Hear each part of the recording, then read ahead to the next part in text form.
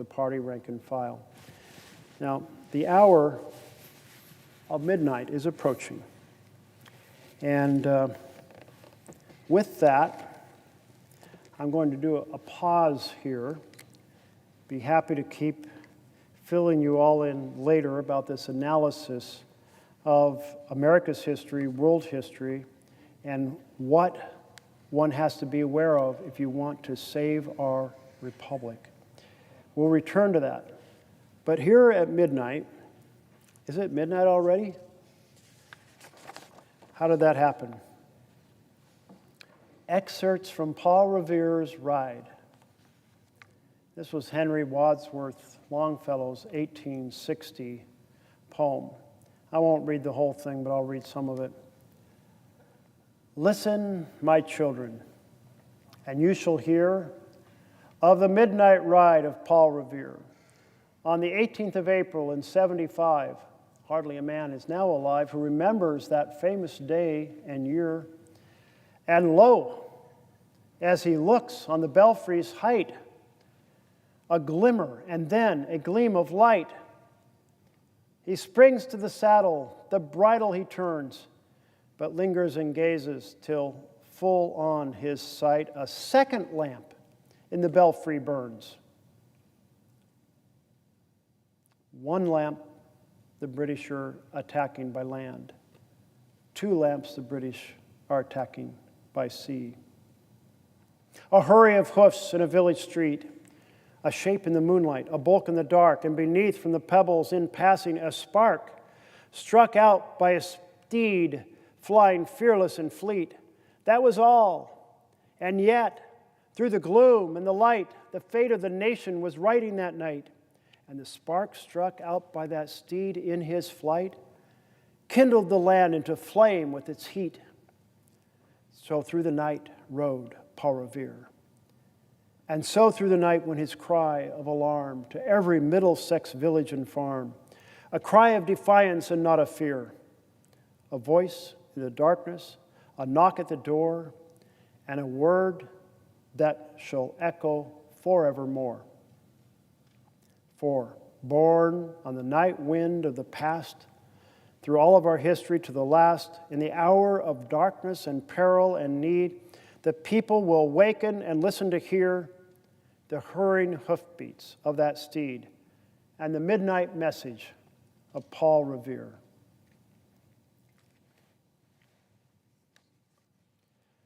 My father was a mechanic. He grew up in a household that I believe early on did not have a radio, let alone, certainly didn't have television.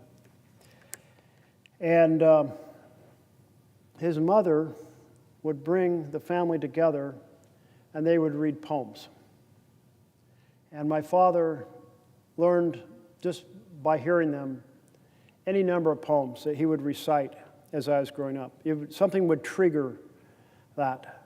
And I can imagine him now, my dad, the mechanic, hearing about the situation we are in with the threat to our republic and thinking back to how the colonies were threatened by the British. And when they were threatened, Paul Revere rode through the night to warn people. And that's what has to happen in a democracy. When there are authoritarian impulses that gain hold, when they start to strengthen, when the norms fall away, and when direct attacks are made on our freedoms, then each of us has a responsibility as a citizen to join together to cry out the warning to the rest of America. Our nation is in trouble. Our republic is facing a dire threat greater than any it has faced since the Civil War. The constitutional checks and balances are being destroyed in real time right now. And this should be of concern to all of us who value our freedom of speech, our freedom of assembly, the freedom of a press that can say whatever the hell it wants and nobody goes to prison and nobody gets sued, nobody gets arrested, nobody gets disappeared, because we have freedom to publish what you want. And we have the freedom to say what we want. I've done a fair amount of work here in the Senate on human rights. And I partnered in particular with our current Secretary of State in his former role as chair and vice chair of the Commission on China. And in that commission, we held hearing after hearing about China's assault on freedoms.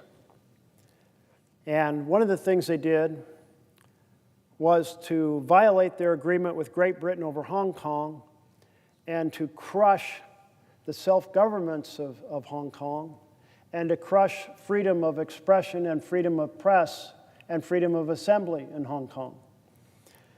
And another thing that we spent a fair amount of time on was what China was doing to the Tibetan children, taking those children away from their parents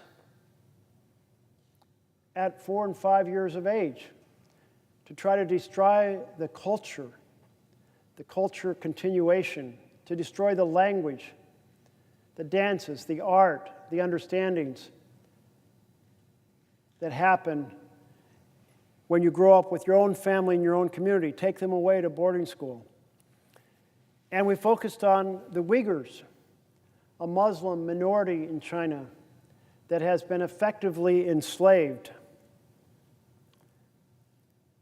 And every possible technology is used to track every single Uyghur, everything they say, every movement they make. It's like a science fiction novel about a futuristic society that proceeds to track every person, every moment.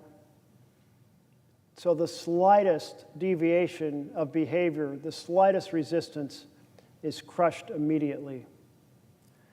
That's what's been done to the Uyghurs. And we worked together on the Uyghur Forced Labor Prevention Act that said any products that are made by the Uyghurs, those products cannot be brought to the United States because they're being made with slave labor. And we created a safe harbor. And we said if a company can have an investigation and show that its particular products are not made through slave labor, then they can be admitted to the U.S. Well, to my knowledge, no company has effectively utilized that safe harbor because China won't let them run an investigation. First of all, it may well be that if their products are made in that territory where the Uyghurs lived, quite likely they are produced by slave labor. But let's say they weren't. They need to do an investigation. China won't let them do it. And I just recite this because this is bipartisan effort to promote and protect human rights around the world. And there's been bipartisan concern about other oppression around the world for freedom of assembly and freedom of speech, freedom of the press are being attacked or diminished. But now it's happening here in the United States under the direction of this president. He's trying to tell universities what they can teach, and networks what they can air, and citizens how they can protest. Why, if there's bipartisan support for defending human rights around the world, why isn't there bipartisan support for defending human rights right here at home? Because what Paul Revere did wasn't Democratic or Republican. He was a patriot, letting his communities know they were under attack so they could prepare to respond and fend off that attack. And that's what we need now.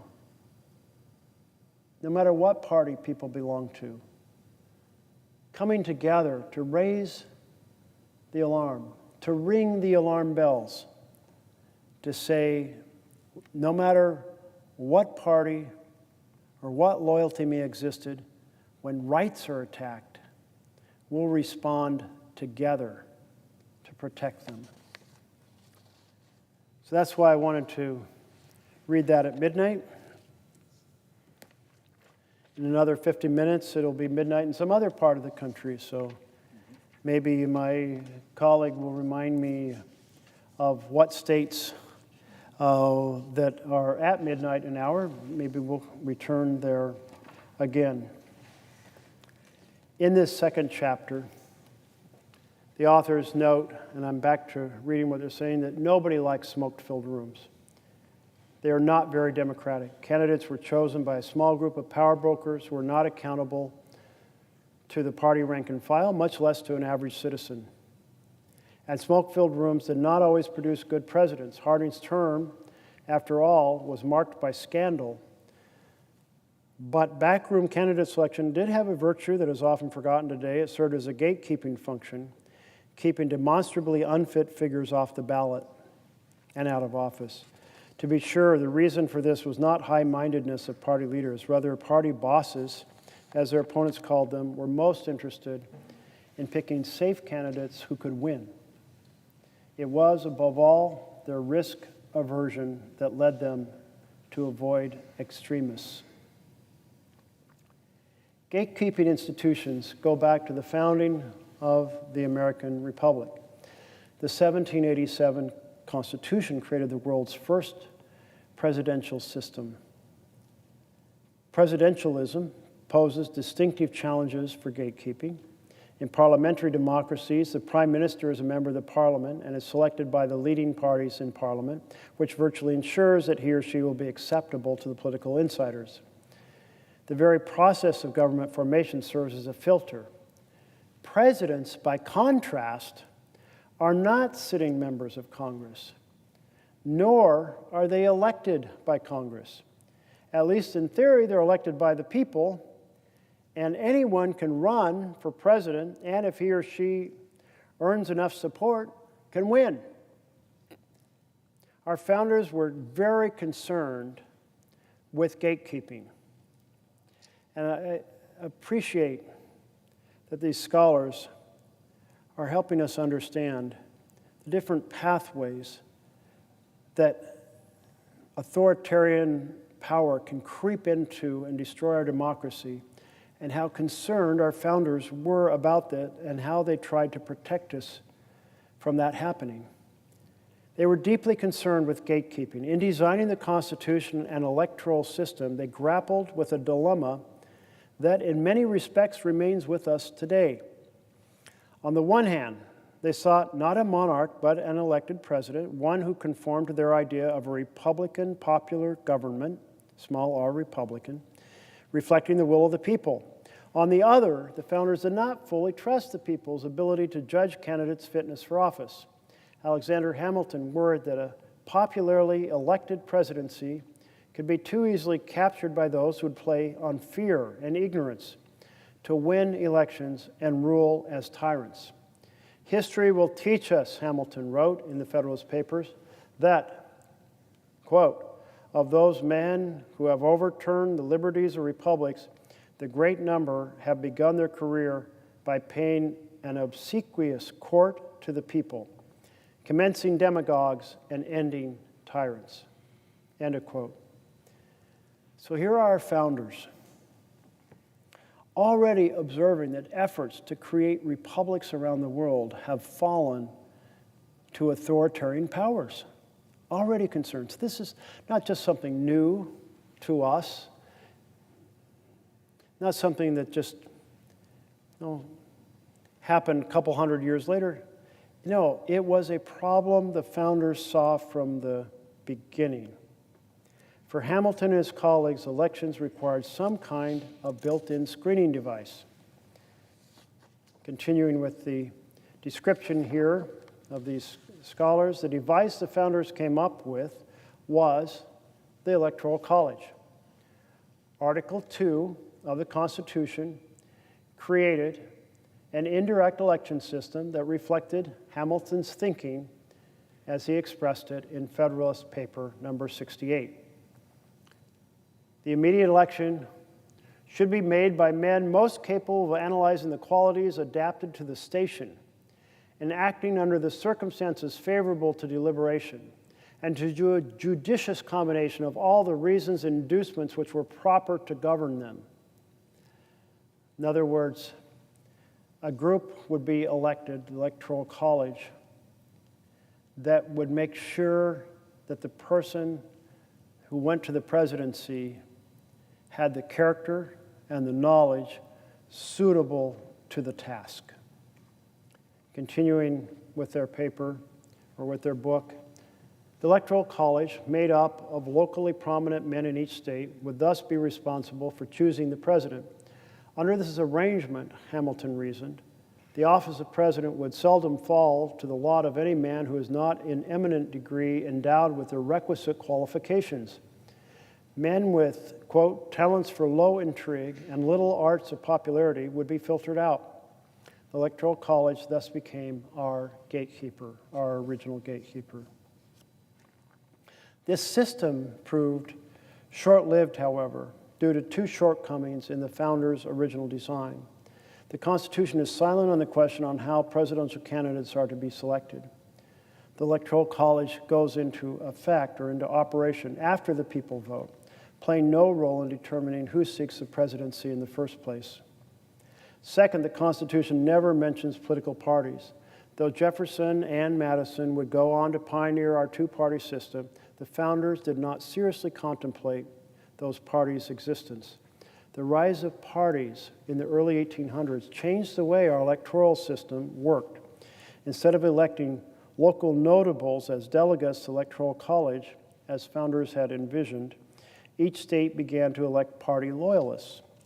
Electors became party agents, which meant the Electoral College surrendered its gatekeeping authority, and parties have retained it ever since. Parties then become the stewards of American democracy because the parties select our candidates. And my editorializing on this is that therefore it's the parties that have to serve this gatekeeping role. Just something for us to understand as we seek to restore, reclaim our republic from this authoritarian takeover. The parties, and now I'm continuing to read, the parties must strike a balance between two roles. A democratic role in which they choose candidates that represent the party's voters, and what political scientist James Caesar calls a filtration role in which they screen out those who pose a threat to democracy or are otherwise unfit to hold office. This chapter goes on to examine the history of gatekeeping in America. I encourage folks to feel free to read all of it, but I'm going to fast forward to the last couple pages that come into more contemporary time than the entire analysis over the course. And if I have time later tonight or this morning, I may come back to share some of that more detail. But here we are looking at the question of how in our system we make sure that the person who makes it to the Oval Office has the qualifications, the character necessary to carry that office in good fashion for the benefit of America. And what this chapter has been explaining is that the founders were very worried about this. They had seen efforts for Republican control fall victim to presidents who become kings, republics that become strongman states. And so they had this idea, well, if local communities elect kind of their leading citizens that they trust to have good judgment and good character, and those leading citizens go and gather in the capital and put their heads together, they will produce a vote for someone who has the qualifications and the character to fill the office. So the Electoral College would be the filter. But when it became that the candidates you vote for, when you vote for the Electoral College, are simply bound to the party, pledged to the party, that whole process of sending people to use their judgment is gone, because they are simply a vessel, predetermined vote, if you will, for the party's nominee. So that is the challenge that we have. Turning to Humphrey. Humphrey was hardly the first presidential candidate to win the nomination without competing in primaries. He would, however, be the last. The events that unfolded in Chicago, displayed on television screens across America, mortally wounded the party insider presidential selection system. Now, I want to just comment for a moment on Hubert Humphrey. Back in 1975, I'm in my second year of college, and someone mentions to me the idea of serving as an intern for a U.S. senator. And I thought, wow, that sounds like a really cool thing to do. And I asked my father, who did he really admire in the Senate? And he mentioned four people. One was Humphrey, another was Kennedy, another was Inouye, and the fourth was Church, Senator Church from Idaho. And so I sent off letters to all four of them. And had Humphrey responded and said, yes, you can be my intern, I might have some more personal stories to share about Humphrey. But he did not. He did not accept me as an intern, nor did any of the other three. And but they had an intern series here in the Senate where senators would go and speak during the summer, and interns would come and listen in. And I went to a crowded room to hear Hubert Humphrey. The Happy Warrior was his nickname. And I must say, I was impressed. I loved everything he had to say. So whenever Humphrey's involved, my ears kind of pick up a little bit. He did not become a president,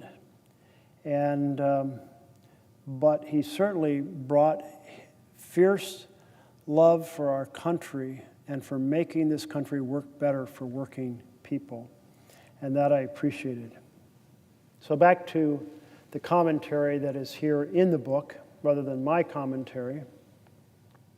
What happened in Chicago mortally wounded the party insider presidential selection system. Even before the convention began, the crushing blow of Robert Kennedy's assassination, the escalating conflict over Vietnam, the energy of the anti-war protester in Chicago's Grant Park sapped any remaining public faith in the old system. On August 28, the protesters turned to march on the convention. Blue helmeted police attacked protesters and bystanders, and bloodied men, women, and children sought refuge in nearby hotels. The so-called battle of Michigan Avenue, then spilled over into the convention hall itself.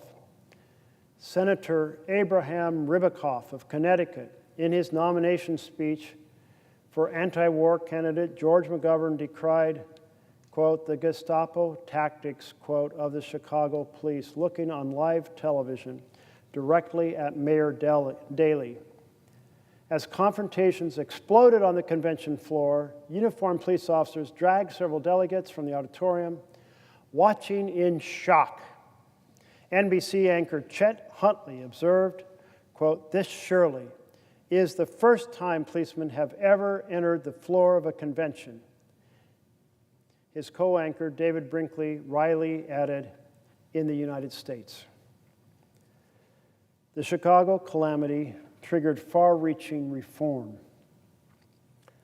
Following Humphrey's defeat in the 1968 election, the Democratic Party created the McGovern-Fraser Commission and gave it the job of rethinking the nomination system.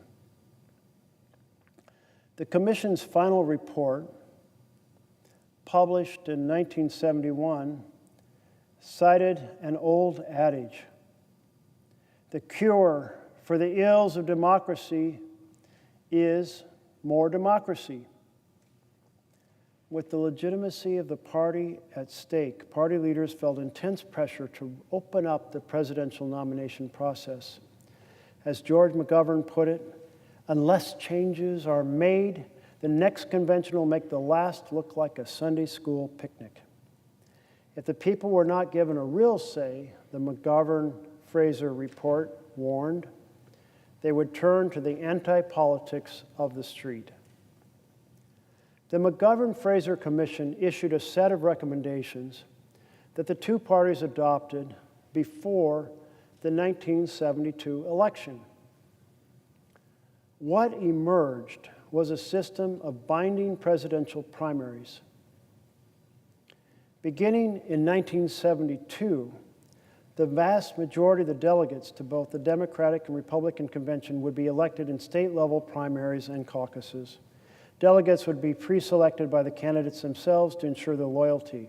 This meant for the first time, people who chose the party's presidential candidate would be neither beholden to party leaders nor free to make backroom deals.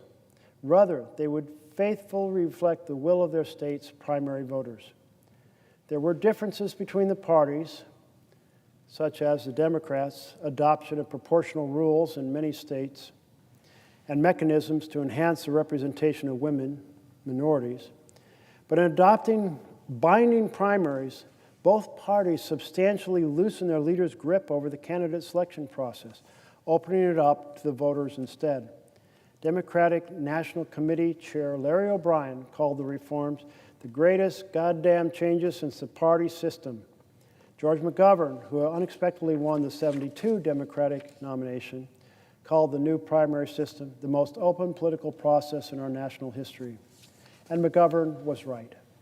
The path to the nomination no longer had to pass through party establishment. For the first time, the party gatekeepers could be circumvented and beaten. The Democrats, whose initial primaries were volatile and divisive, backtracked somewhat in the 1980s, stipulating that a share of the national delegates would be elected officials, governors, big city mayors, senators, congressional representatives appointed by state parties rather than elected in primaries. These superdelegates, representing between 15 and 20% of the national delegates, would serve as a counterbalance to primary voters and a mechanism for party leaders to fend off candidates they disapproved of. The Republicans, by contrast, were flying high under Ronald Reagan. Seeing no need for superdelegates, the GOP opted faithfully to maintain a more democratic nomination system. Some political scientists worried about the new system. Binding primaries were certainly more democratic, but might they be too democratic by placing presidential nominations in the hands of voters? Binding primaries weakened parties' gatekeeping function, potentially eliminating the peer review process and opening the door to outsiders.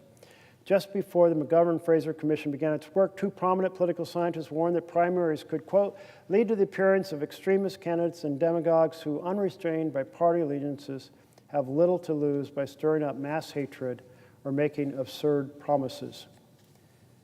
Initially, these fears seemed overblown. Outsiders did emerge. Civil rights leader Jesse Jackson ran for the party nomination in 1984 and 1988. Southern Baptist leader Pat Robinson, television commentator Pat Buchanan, Forbes magazine publisher Steve Forbes all ran for the Republican nomination in various years, 1988, 92, 96, 2000, 96, but they all lost. Circumventing the party establishment was, it turned out, easier in theory than in practice. Capturing a majority of delegates required winning primaries all over the country, which in turn required money, favorable media coverage, crucially, people working on the ground in all states. Any candidate seeking to complete the grueling obstacle course of U.S. primaries needed allies among donors, newspaper editors, interest groups, activist groups, state-level politicians such as governors, mayors, senators, and congressmen. In 1976, Arthur Hadley described the arduous process as the invisible primary. He claimed that this phase, which occurred before the primary season, was, quote, where the winning candidate is actually selected. Members of the party establishment, elected official activists, allied interest groups were thereby not necessarily locked out of the game. Without them, Hadley argued, it was nearly impossible to win either party's nomination. And for a quarter of a century, Hadley was right. That concludes the second chapter. And I've always, my whole political instinct has been to make everything as democratic as possible. I'd like to see the direct election of presidents. But in this moment, as we face an authoritarian takeover, I think we have a responsibility to ponder not just how we fix it, but how we prevent it from happening again. And it's interesting to hear through the observations of these scholars the filtering role that has been played in various setups over the course of our history, trying to establish a system in which the person who did finally make it into the Oval Office had the character and the qualifications to execute the responsibilities effectively for the benefit, the collective benefit of our nation. Trump is violating free speech and free press. You know, between each chapter, I'm trying to address a different feature of Trump's assault on our democracy. So, in the previous section, we addressed continuous violation of laws that cover the presidency, including the Inspector Generals, and then so many other laws, including laws that control the distribution of funds.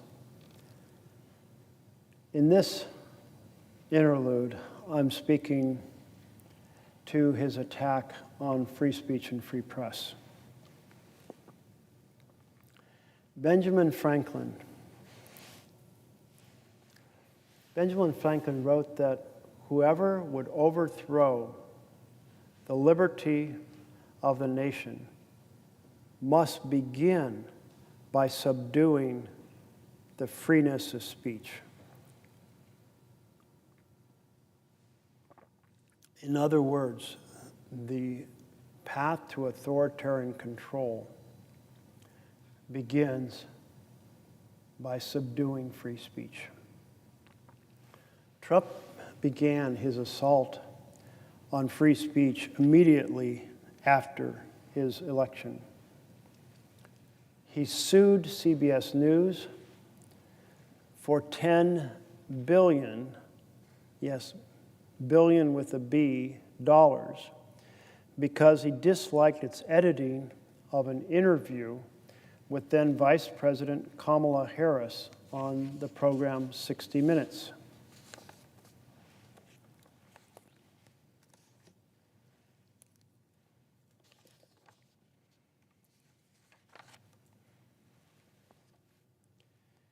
In April, Bill Owens, the executive producer of CBS's 60 Minutes, resigned, citing encroachments on his journalistic independence in the face of mounting pressure from Paramount, which is CBS's parent company. A reported possible source of that pressure was Sherry Redstone, Paramount's controlling shareholder, who was reportedly eager to secure the Trump administration's approval of a multi-billion-dollar sale of Paramount to Skydance. On July 2nd, Paramount, the owner of CBS, settled Trump's lawsuit for $16 million, agreeing to pay $15 million to a future Trump presidential library and $1 million for his legal fees. So the president sues CBS because of the way they edited an interview. And CBS settled the case, even though the case had, according to the legal scholars, essentially no merit.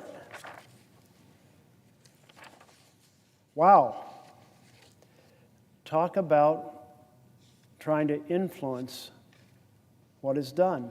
And there was further fallout regarding 60 Minutes and the journalistic freedom that they had felt and always had to do their segments every Sunday night. They felt now they couldn't be free to do those segments because the government was looking over their shoulder. The President of the United States was suing for $10 billion.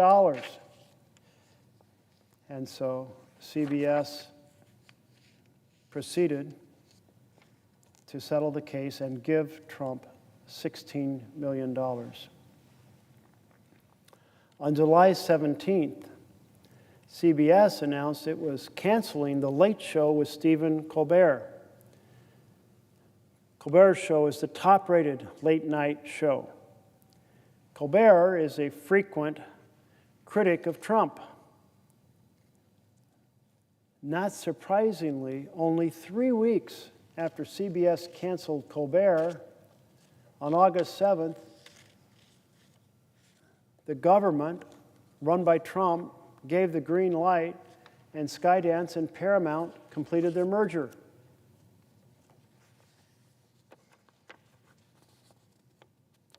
This is unheard of stuff.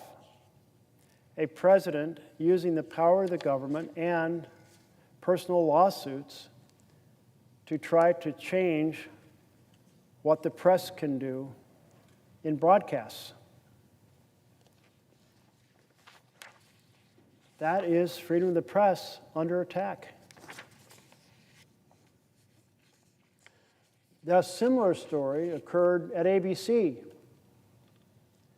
In 2024, Trump sued ABC News because George Stephanopoulos said on air that Trump had been found liable for rape,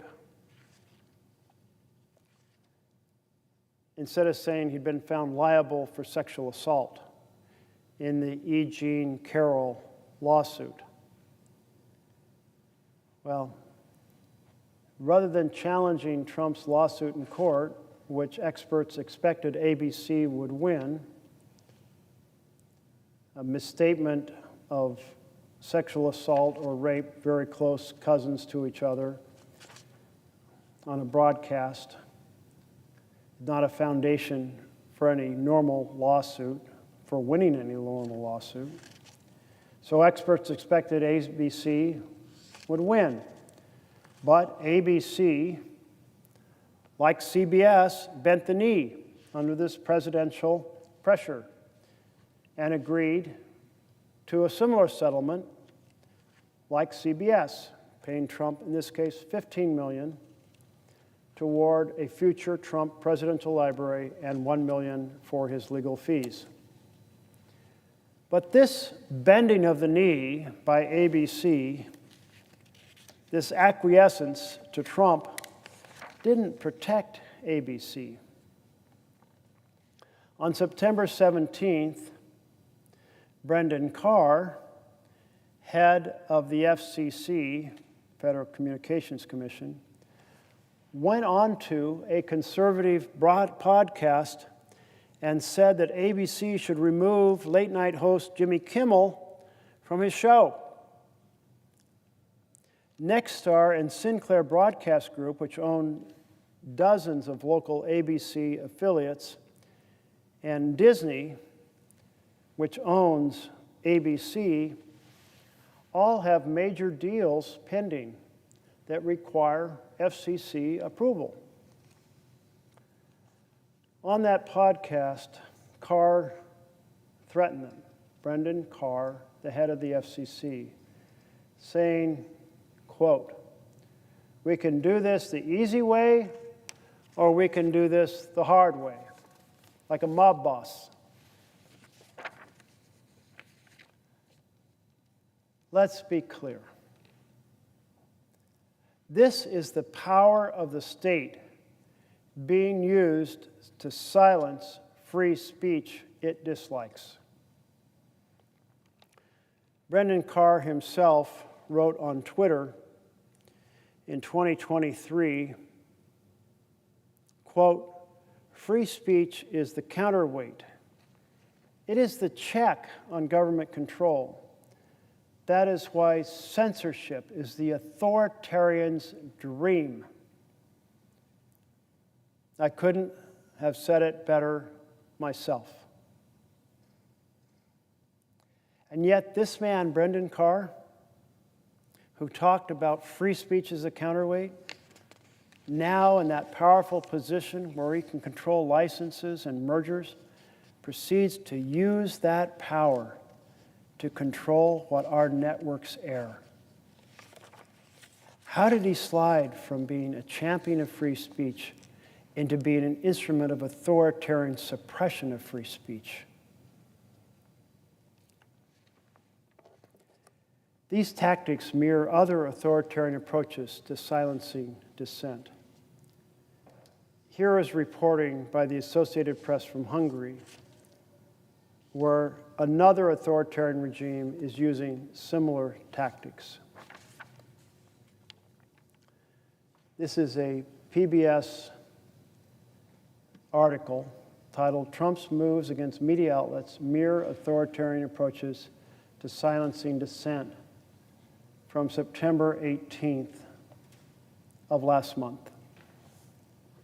Since taking office in January, President Donald Trump has waged an aggressive campaign against the media unlike any in modern U.S. history, making moves similar to those of authoritarian leaders that he has often praised. On Wednesday, Trump cheered ABC's suspension of Jimmy Kimmel's late-night show after the comedian made remarks about the assassination of activist Charlie Kirk. Trump said, "Congratulations to ABC for having the courage to do what had to be done. It was the latest in a string of attacks against news outlets and media figures that Trump believes are overly critical of him. Trump has filed lawsuits against outlets whose coverage he dislikes, threatened to revoke TV broadcast licenses, and sought to bend news organizations and social media companies to his will. The tactics are similar to those used in other countries who have chipped away at speech freedoms and independent media while consolidating political power, including Hungarian Prime Minister Viktor Orban, a close Trump ally whose leadership style is revered by many conservatives in the U.S. Trump's approach to governing has drawn comparisons to Orbán, who has been in power since 2010. The Hungarian leader has made hostility toward the press central to his political brand, borrowing Trump's phrase, fake news, to describe critical outlets. He has not given an interview to an independent journalist in years. Media watchdog Reporters Without Borders say Orbán has built, quote, a true media empire subject to his party's orders, unquote, through allies' acquisitions of newspapers and broadcasters. The group says the strategy has given Orbán's Fidesz party control of about 80% of Hungary's media market. In 2018, Orbán's allies donated nearly 500 news outlets they had acquired to a government-controlled conglomerate, a group that included all of Hungary's local daily newspapers.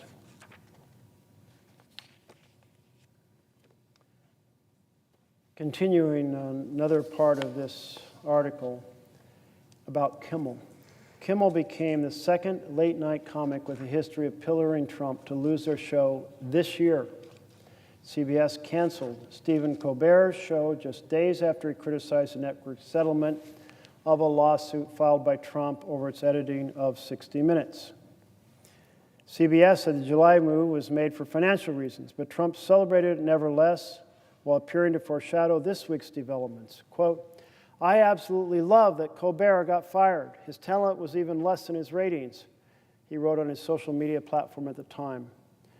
I hear Jimmy Kimmel is next. And the president was right.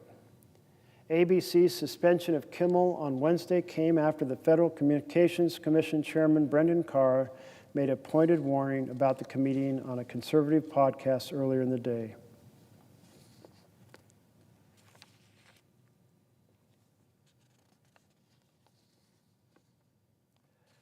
So, the attack on freedom of press is in full swing.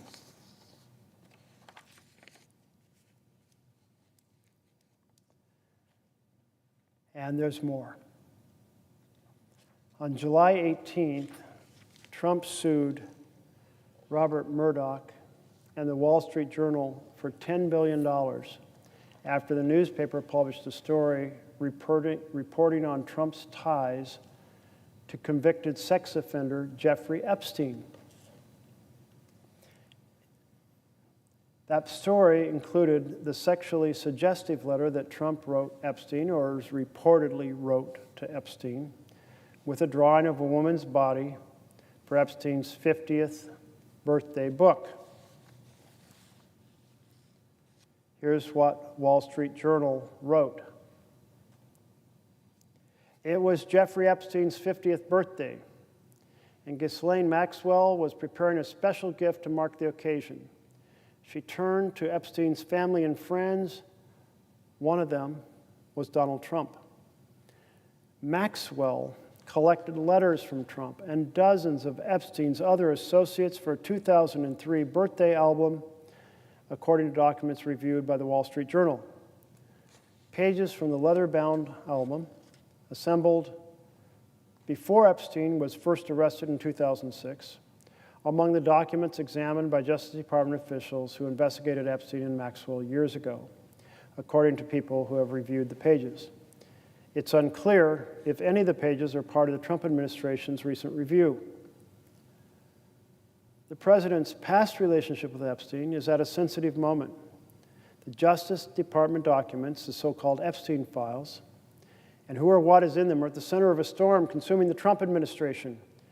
On Wednesday, after angry comments about how the files are a hoax created by Democrats, President Trump lashed out at his own supporters for refusing to let the matter go. The letter bearing Trump's name, which was reviewed by the Wall Street Journal, is body, like others in the album. It contains several lines of typewritten text framed by the outline of a naked woman, which appears to be hand-drawn with a heavy marker.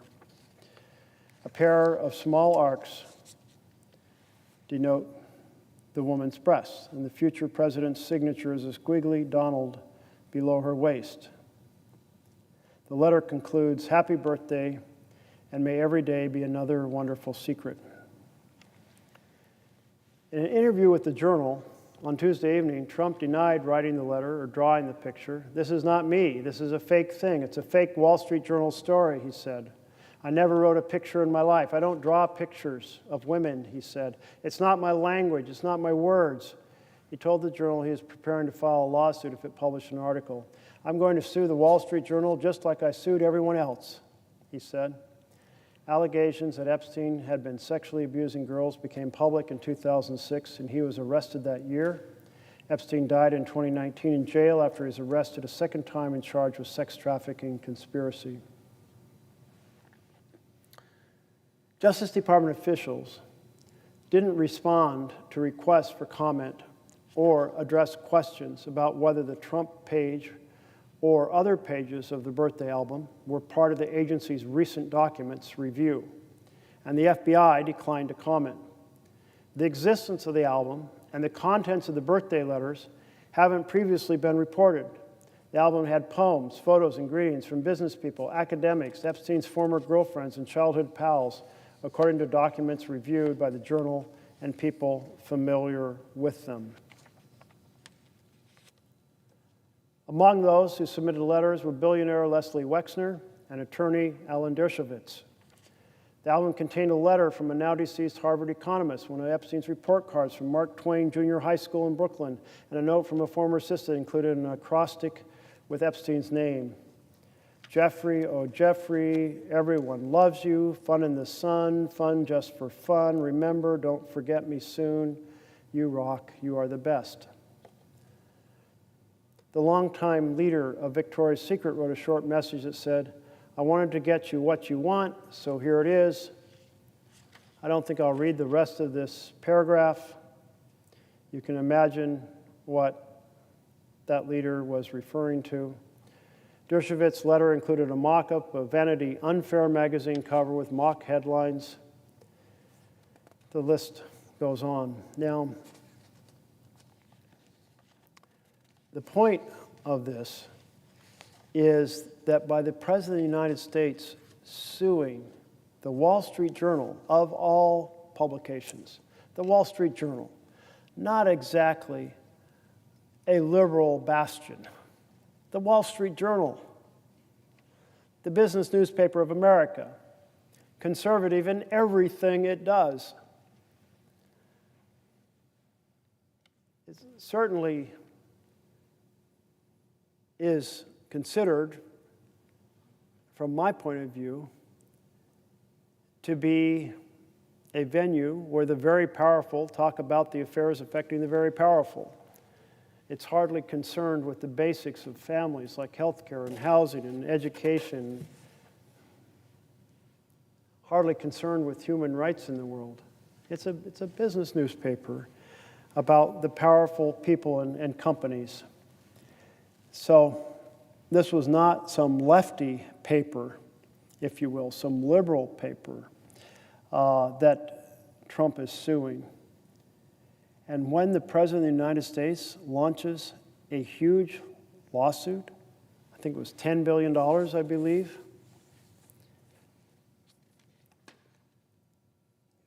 checking the number, make sure I had that right, $10 billion.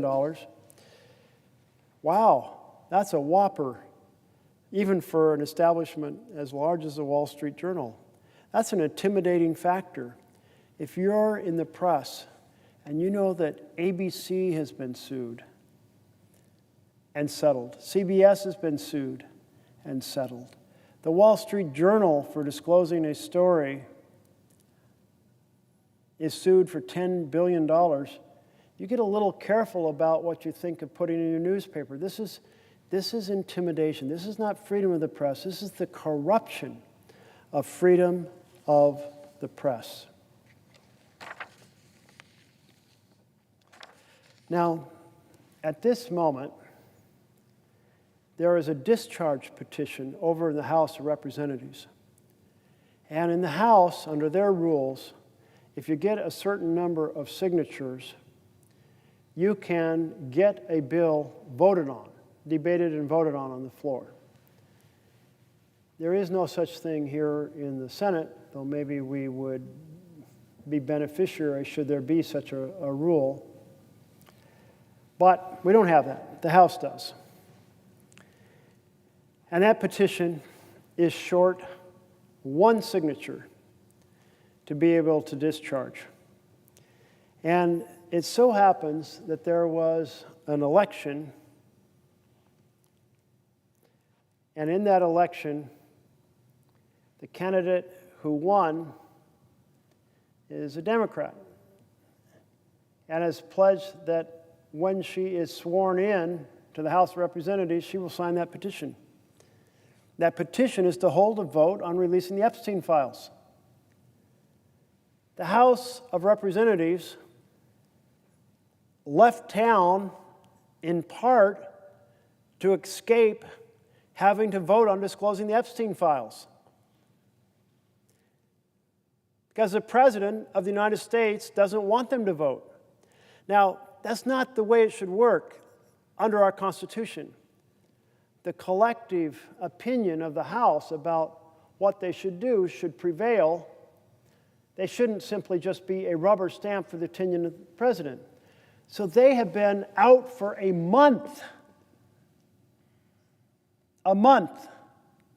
partly to avoid swearing in the winner of a by-election who, when sworn in, will provide a signature that could lead to a House vote on the Epstein files. Now, here in the Senate, we had a vote. There was a place in the amendment tree that was free. So the minority leader thought it was important that we vote on releasing the Epstein files, so he filed my bill, as it turns out, as an amendment so that we would vote on it. And he called it up. So we did have a vote here. Only the vote wasn't directly on the amendment. It was on the motion to table the amendment. Nevertheless, it reflected the disposition. And more or less, it was a party line vote. Every Democrat voted against tabling so that we would, in fact, consider that Epstein file bill directly. And almost all Republicans voted to table. In other words, they wanted to kill this amendment rather than vote on it. And so we've had the vote in the Senate. I'd like to still see us have a vote directly, because if there is, in fact, evidence of crimes involving assaults and rapes on underage women in America, people should be held accountable. I would think 100 senators would say, if there is evidence of individuals who were involved in the rape of teenage girls, they should be held accountable. But the majority of the Senate decided not to hold the president accountable. And the president filed a $10 billion lawsuit over the release of just a single page of a drawing that he did for Epstein's 50th birthday book. That's how worried the president is about his association with Epstein. Trump has gone after a government-funded meeting as well. Do we have the list of states? Thank you. But before I turn to that, the assault on PBS and NPR, I want to note that the clock is turning midnight in Alabama and Arkansas and Illinois and Iowa and Louisiana and Minnesota and Missouri and Mississippi, Oklahoma and Wisconsin, a great swath of American states. And since it's turning midnight for the second time in America, first time here on the East Coast, I'll turn again to this excerpt from Paul Revere's Ride. And do you have the full poem as well? Listen, my children, and you shall hear of the midnight ride of Paul Revere. On the 18th of April in 75, hardly a man is now alive who remembers that famous day and year. And lo, as he looks on the belfry's height, a glimmer and then a gleam of light, he springs to the saddle, the bridle he turns, but lingers and gazes till full on his sight a second lamp in the belfry burns. The second lamp indicated attack by the British was coming from the sea. A hurry of hoofs in the village street, a shape in the moonlight, a bulk in the dark, and beneath from the pebbles in passing a spark, struck out by a steed flying fearless and fleet. That was all, and yet through the gloom and the light, the fate of the nation was riding that night, and the spark struck out by that steed in his flight kindled the land into flame with its heat. So through the night rode Paul Revere, and so through the night went his cry of alarm to every Middlesex village and farm, a cry of defiance, not of fear, a voice in the darkness, a knock on the door, a word that shall echo forevermore. For born on the night wind of the past through all of our history to the last, in the hour of darkness and peril and need, the people will waken and listen to hear the hurrying hoofbeats of that steed and the midnight message of Paul Revere. The midnight message that the colonies were in trouble. They were under attack by the British. And now it is our United States Constitution and our freedoms that are under attack by the President of the United States. I was asking for the full poem from my team member, Mike, because I love the first part of this poem, which describes how a person put the lamps in the belfry, and then he climbed the tower of the Old North Church by the wooden stairs with stealthy tread to the belfry chamber overhead and startled the pigeons from their perch on the somber rafters that round him made masses and moving shapes of shade. By the trembling ladder, steep and tall, to the highest window in the wall, where he paused to listen and look down a moment on the roofs of the town and the moonlight flowing over all.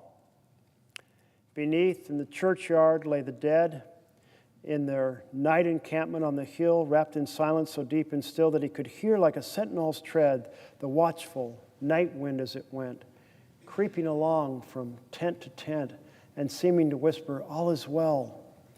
A moment only he feels the spell of the place and the hour and the secret dread of the lonely belfry and the dead, for suddenly all his thoughts are bent on a shadowy something far away, where the river widens to meet the bay, a line of black that bends and floats in the rising tide like a bridge of boats. Meanwhile, impatient to mount and ride, booted and spurred with a heavy stride on the opposite shore, walked Paul Revere.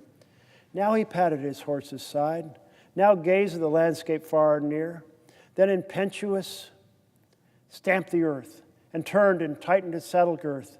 But mostly he watched with eager search the belfry tower of the Old North Church as it rose above the graves on the hill, lonely and spectral and somber and still, And lo, as he looks on the belfry's height. And that's when he saw the glimmer of light. And then not one, but two lanterns. The signal that a ship was the source of the attack. The attack was coming from the sea. And off he went to make the warnings to folks.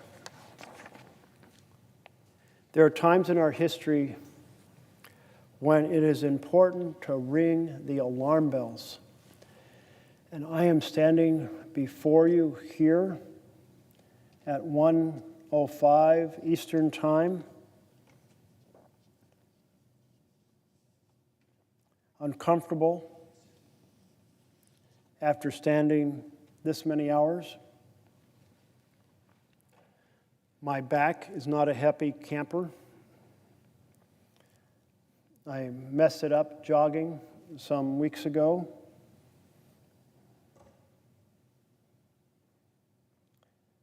But I'm going to stand here for some time more to do all I can to ring the alarm bells, to sound the alarm that an authoritarian has taken control of our government and is brutally assaulting due process and freedom of speech and freedom of press, freedom of assembly, weaponizing the judiciary to go after the folks he considers to be his political enemies. That's what dictators do in far-flung countries. They lock up their opponents. You know, I was down in Nicaragua, my daughter, a few years ago. She was working for the summer, guiding treks through the volcanoes in that country. And while I was there was an election approaching. And what was happening?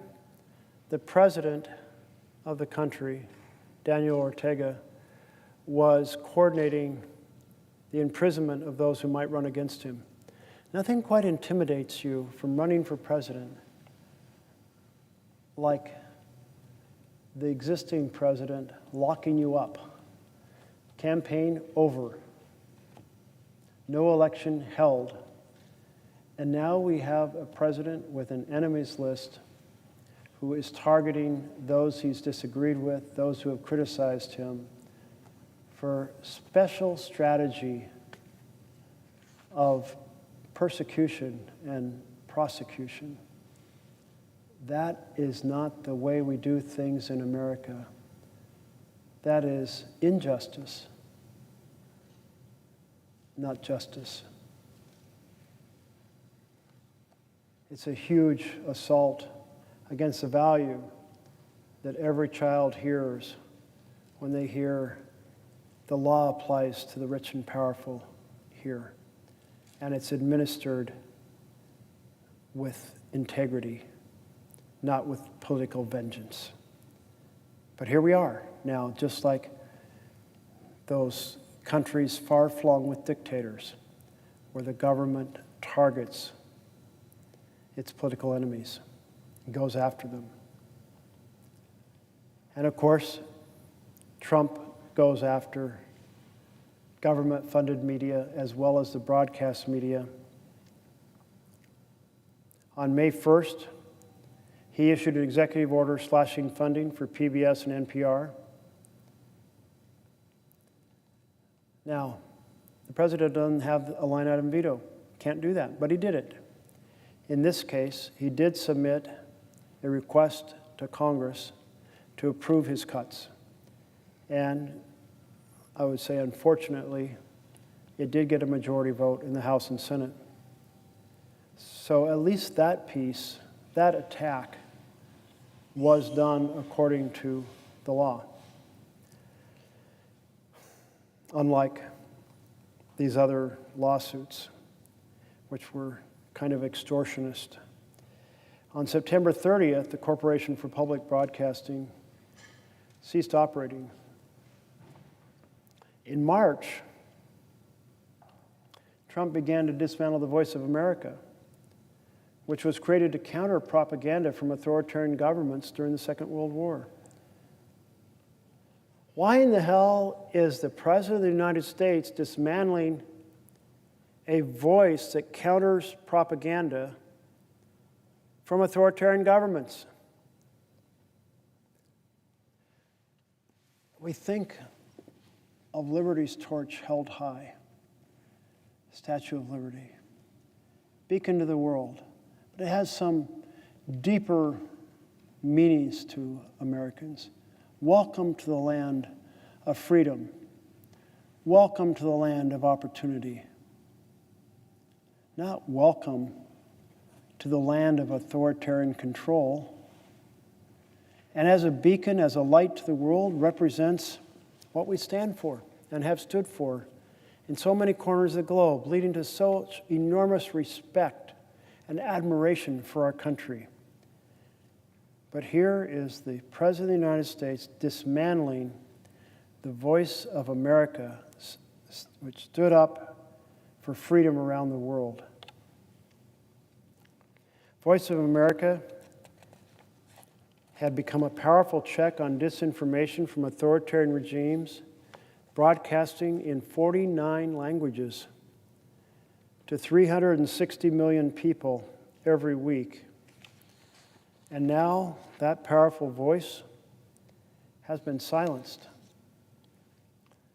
Authoritarians around the world celebrated these cuts, including the Chinese government, which quickly took over the radio frequencies. And let's not forget that on February 12th, Trump removed the Associated Press from the White House press pool because they refused to change the name of the Gulf of Mexico to the Gulf of America, controlling who can be in the press pool at the White House. So ABC attacked, CBS attacked, Wall Street Journal attacked, Voice of America attacked, Public Broadcasting attacked, Associated Press attacked. That's what an assault on freedom of the press looks like. Even the world's richest billionaires who own social media platforms and claim to champion free speech have fallen in line, to the point of literally falling in line behind Trump at his inauguration. To understand why, we only need to think back to 2016. At a rally in Fort Worth, Texas, in 2016, Trump threatened Jeff Bezos, who owns Amazon and the Washington Post, with an antitrust action, saying, if I become president, oh, do they have problems. They're going to have such problems. Little surprise then that the Washington Post editorial board did not endorse a presidential candidate in 2024 for the first time in 36 years after being threatened by Donald Trump. His threats have an impact because he's president of the United States. Nor did the Los Angeles Times endorse.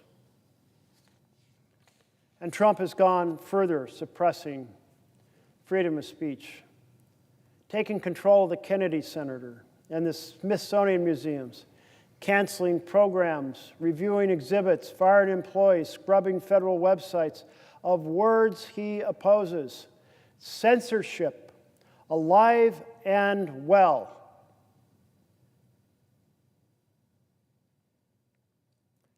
And then, egregiously, we have the utilization of a 1952 Red Scare law.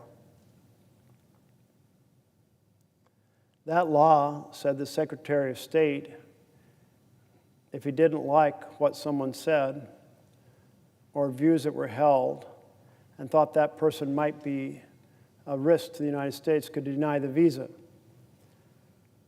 But even during McCarthyism at its height, this law was never used to expel people from the United States of America for expressing an opinion.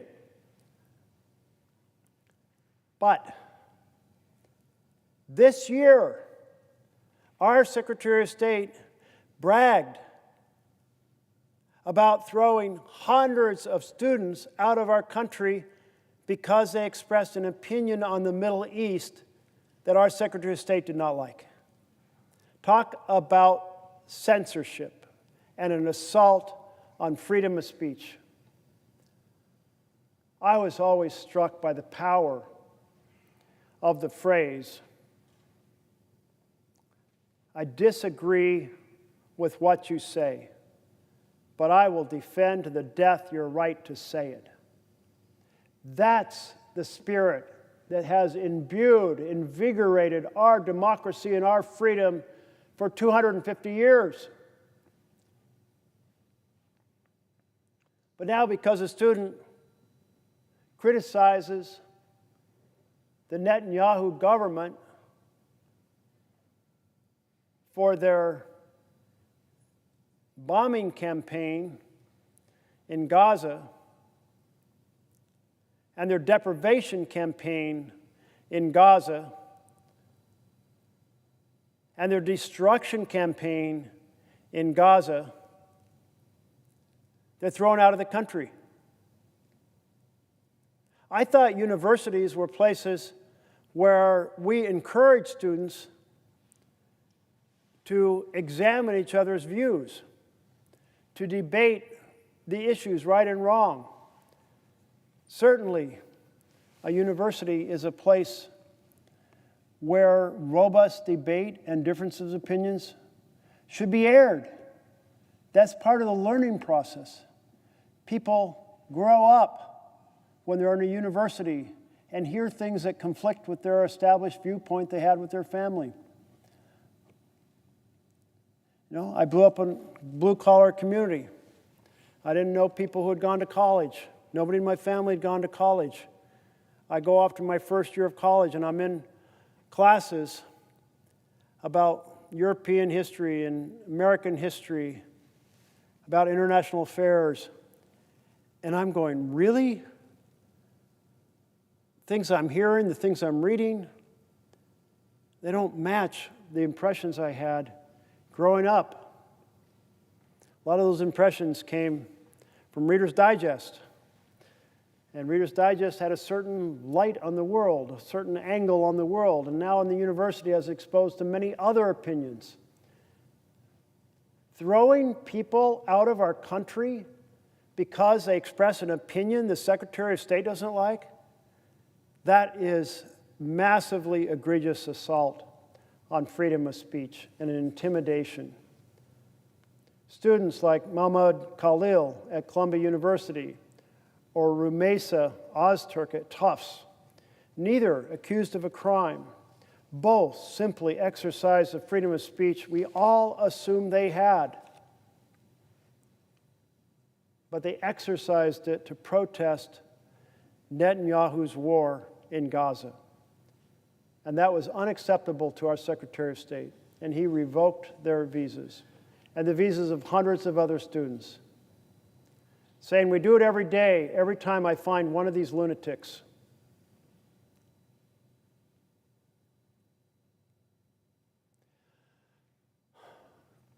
There's a lot of people I disagree with, but it's kind of just a cheap shot to dismiss their viewpoints by calling them a lunatic. They often have a whole set of arguments that are worth hearing and worth understanding. And that's what should be happening in the process of learning, the process of education, not throwing people out because they air a view you disagree with, that one person in our government, the Secretary of State, disagrees with. That law, we should get rid of it. We should have 100 senators here saying, amen, we're getting rid of that law. It says an alien can be excluded if the Secretary of State personally determines the alien's admission to the United States would compromise a compelling U.S. foreign policy interest. It doesn't even sound like that law authorizes someone being expelled from the United States. The alien's admission sounds like the alien's entry into the United States would compromise a compelling U.S. foreign policy interest. Well, extraordinarily vague standard for sure, extraordinary power to be invested in one person to be chief censor of the United States of America, a chilling attempt to silence free speech that presents viewpoints out of favor with the administration. And now, the Trump administration is seeking complete control of press reporting at the Pentagon. Thankfully, all media outlets, or virtually all, I should say, have refused to submit to this new policy. I'll read and share a report from the Washington Post and a second from an NPR journalist. The first story: media, including Fox News, overwhelmingly reject Pentagon press policy, October 15th. So, hot off the press almost.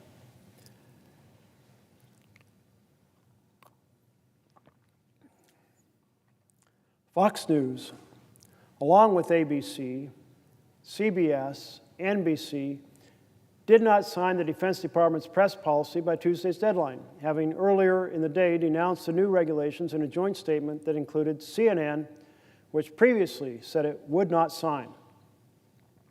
Quote, "Today, we join virtually every other news organization in declining to agree to the Pentagon's new requirements, which would restrict journalists' ability to keep the nation and the world informed of important national security issues," the news networks wrote. Quote, "The policy is without precedent and threatens core journalistic protections. We will continue to cover the U.S. military as each of our organizations has done for many decades, upholding the principles of a free and independent press." Fox's dissent is notable,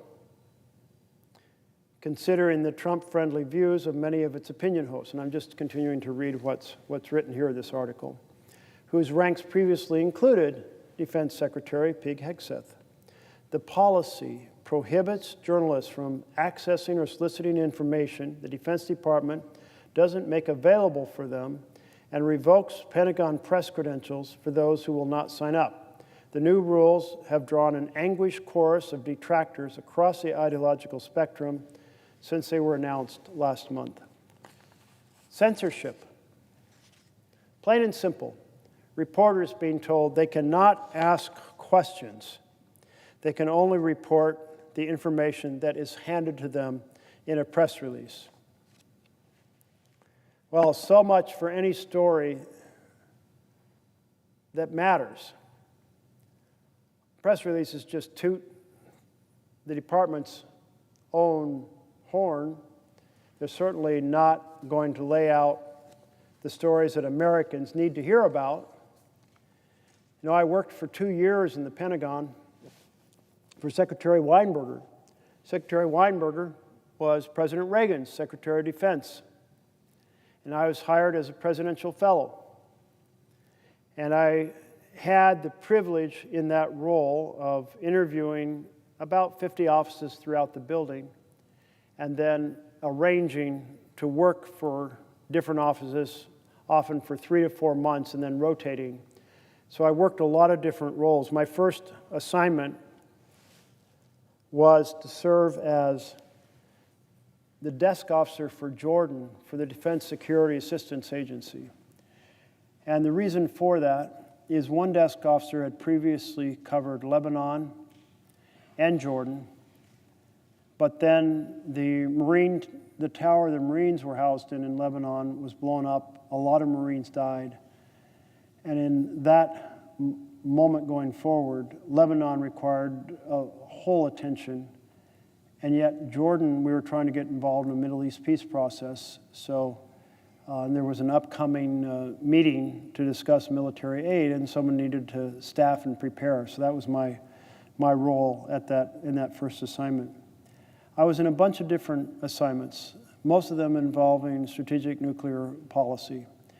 But one of the assignments was to be a budget analyst for a research and engineering section. And the way this worked is every program got a budget review.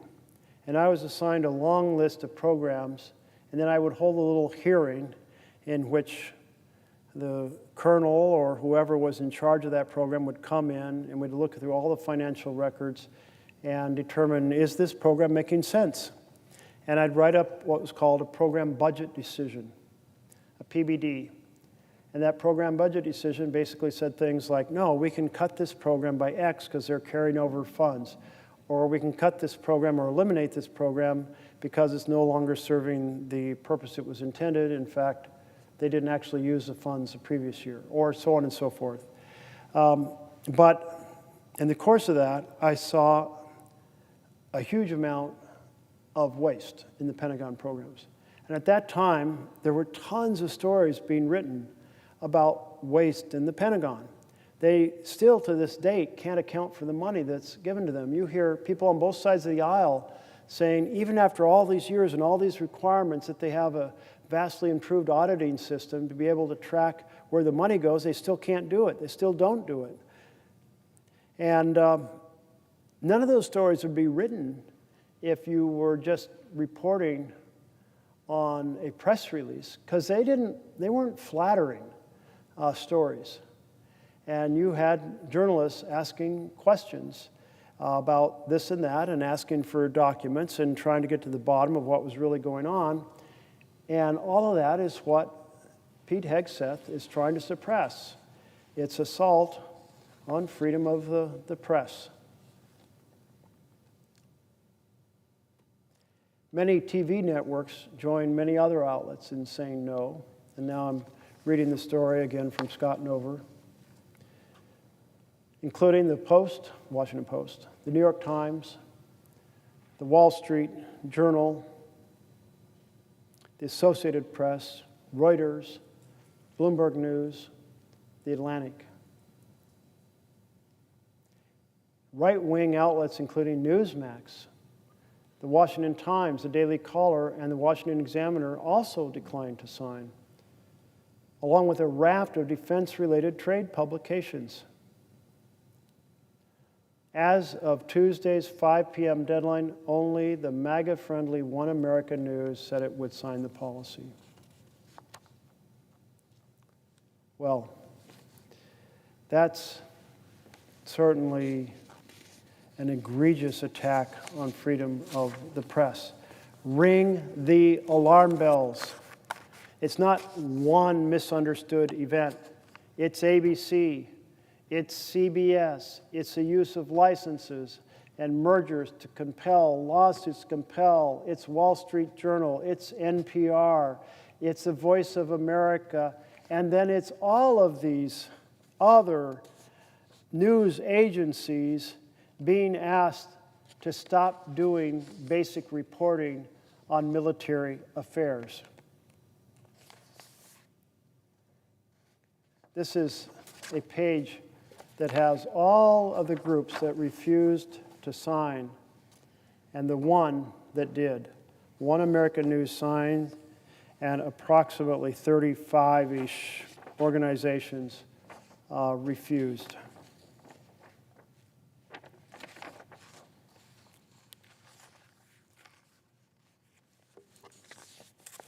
Okay, and now Tom Bowman wrote an article titled, "Why I'm Handing in My Pentagon Press Pass." Today, NPR will lose access to the Pentagon because we will not sign an unprecedented Defense Department document which warns that journalists may lose their press credentials for soliciting even unclassified information from federal employees that has not been officially approved for release. That policy prevents us from doing our job. Signing that document would make us stenographers parroting press releases, not watchdogs holding government officials accountable. No reputable news organization signed the new rule, not mainstream outlets. like NPR, the Washington Post, CNN, the New York Times, nor the conservative Washington Times or the right-wing Newsmax, run by a noted ally of President Trump. Some 100 resident Pentagon press will be barred from the building if they don't sign by the end of the business day, Tuesday. I have held, this is Tom Bowman speaking, I've held my Pentagon press pass for 28 years. For most of that time, when I wasn't overseas in combat zones embedded with troops, I walked the halls, talking to and getting to know officers from all over the globe, times visiting them in their offices. Did I, as a writer, solicit information? Of course, that's called journalism. Finding out what's really going on behind the scenes and not accepting wholesale what any government or administration says. I remember how then Defense Secretary Donald Rumsfeld was ecstatic after the fall of Baghdad in 2003, insisting that it showed the success of the U.S. invasion. Not long after, I ran into an officer at the Pentagon who told me, "No, Tom, it's not a success. Saddam Hussein's supporters are attacking our supply lines. Now we have to send more troops back to guard them." That was the quote. That was because the United States, at Rumsfeld's insistence, never sent an adequate number of forces to Iraq to begin with, a fact another Army general warned me about unsolicited, and I reported on before the war even began. Instead of towing the official line, their reporting helped people understand what U.S. troops were really facing. Far from being a success, the fall of Baghdad marked the beginning of an insurgency that stretched on for years. And then the article goes on to convey. You know, when I was first elected and came here to the Senate, we were still in the Afghanistan war, which I had quite fiercely opposed. I didn't think that the strategy of trying to occupy Afghanistan, a country of vastly different population from the United States, economy that was often based on very rural, agricultural, village-based practices, that often had regional militias controlled by a strongman, a place where the language, obviously, the dominant language differed from the U.S., the dominant religion differed, the world experiences differed. I remember there was a poem by Rudyard Kipling about the British experience in Afghanistan. And the end of the poem always stuck in my head, although I may not have the lines exactly right, but it went something like this. If you are injured and lying on the Afghanistan plain, roll over on your rifle and blow out your brain before the women come out and carve up what remains. Something like that. But the essence of it was the British were unwelcome in Afghanistan.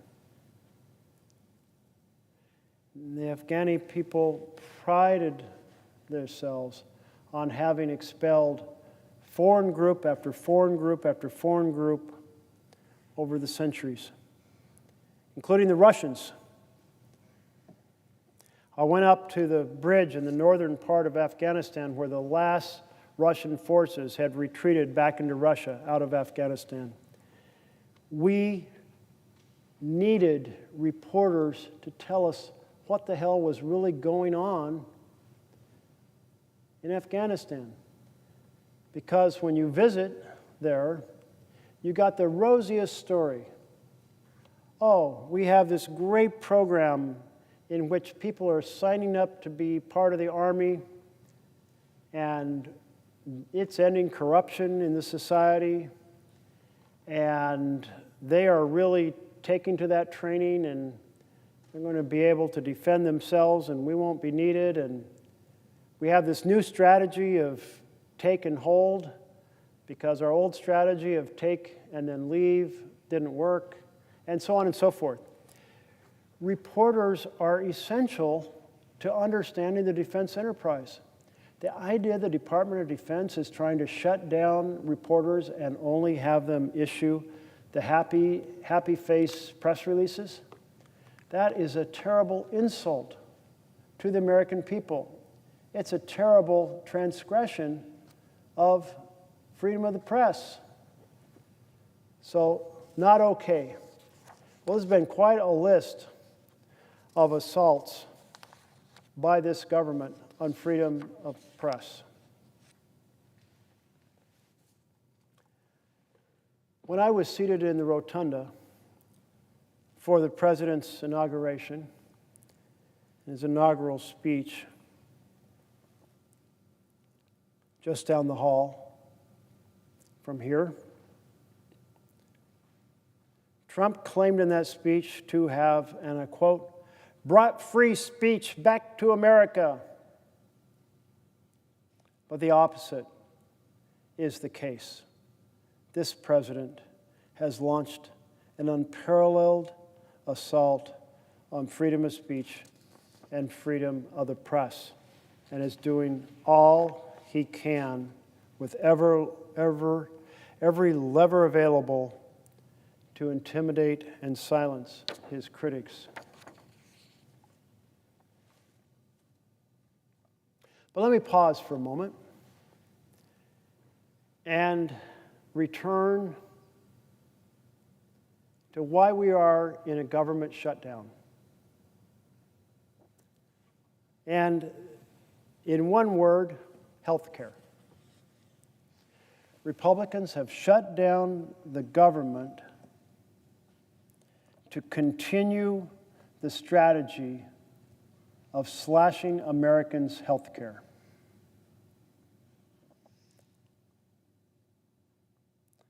Why did they pass this, what they called the big, beautiful bill, that was actually a big, ugly assault on Americans' health care? Why did they do it? Well, the short answer is to help fund tax breaks for billionaires. Why did they proceed to lay out a vast reduction in Medicaid that would be implemented after the next election because they thought a lot of people would be upset by it? Well, because it helps fund tax breaks for billionaires. Why did they cut nutrition programs for children? Well, because it's tax breaks for billionaires. And because all those cuts weren't enough to fund all the tax breaks they wanted to give, the bill also increases the national debt by $30 trillion over the next 30 years. Hardly a monument to fiscal responsibility.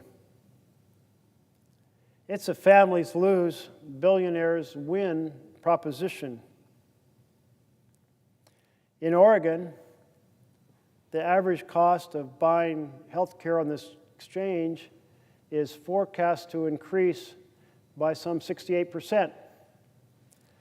Now, we'll probably have some updates to that number because the new cost of the premiums and the new lower tax credits have been posted, and people are starting to get letters telling them what their policy will be. But estimated to be about $1,300 a person. Nationally, expected to skyrocket 114% on average, more than double. More than double. Not inflation of 3% or 4% or 5%. People might grumble about 3, 4, 5%, be pretty upset by 10%. But 68% or 114%, a doubling, more than doubling, that's an issue for families. And that's what's being done, slashing those credits. And people will be hurt. People will go without insurance. And their modest health care problems will become big health care problems. And their trips to the emergency room to address those big health care problems will be more expensive, both because of the emergency room and because the problem is now much larger. And the fact that they don't have insurance to pay the bill means there'll be a lot less revenue for those clinics and hospitals. The Shep Center estimates 300 plus rural hospitals will be forced to close by the drop in revenue from the attack on health care, including the attack on Medicaid. It's a red carpet for the billionaires. It is red tape for America's families. Make it hard to sign up for health care. I believe health care is so fundamental that it's a right. In any nation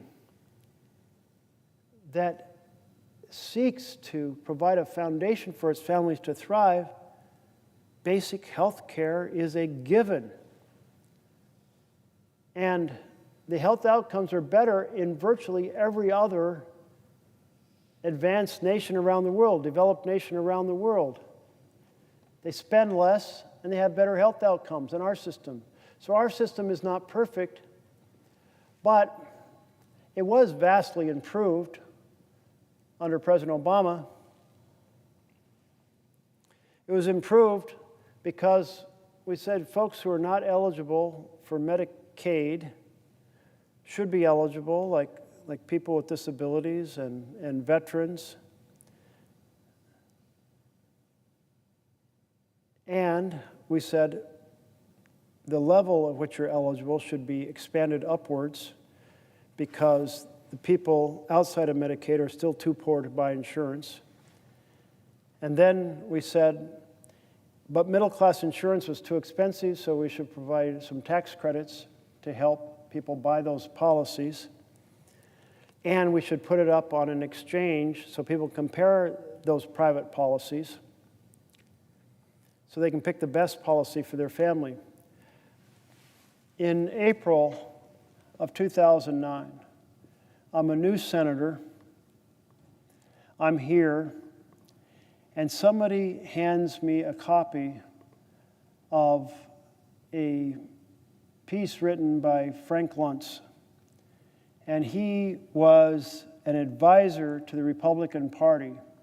And what this said was, regardless of what Democrats propose under the Obama administration and the Democratic majority to improve health care, we will try to stop it.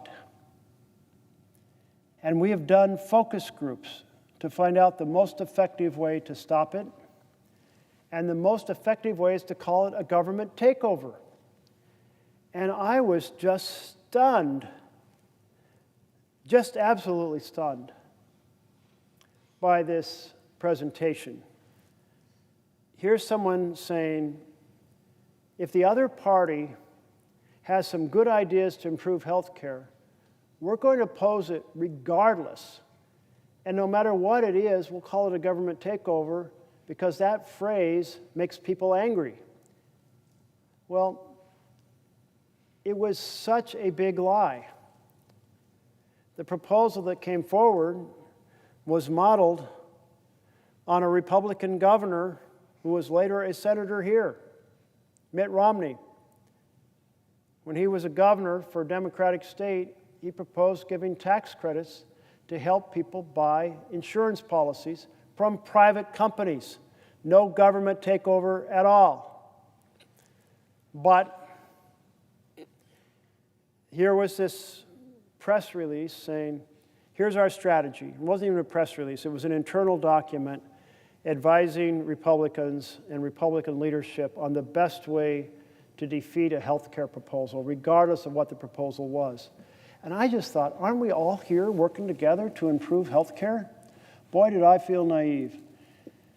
And what I found was something I had heard about but didn't really believe till I came here, which is we'd become trapped in entrenched warfare.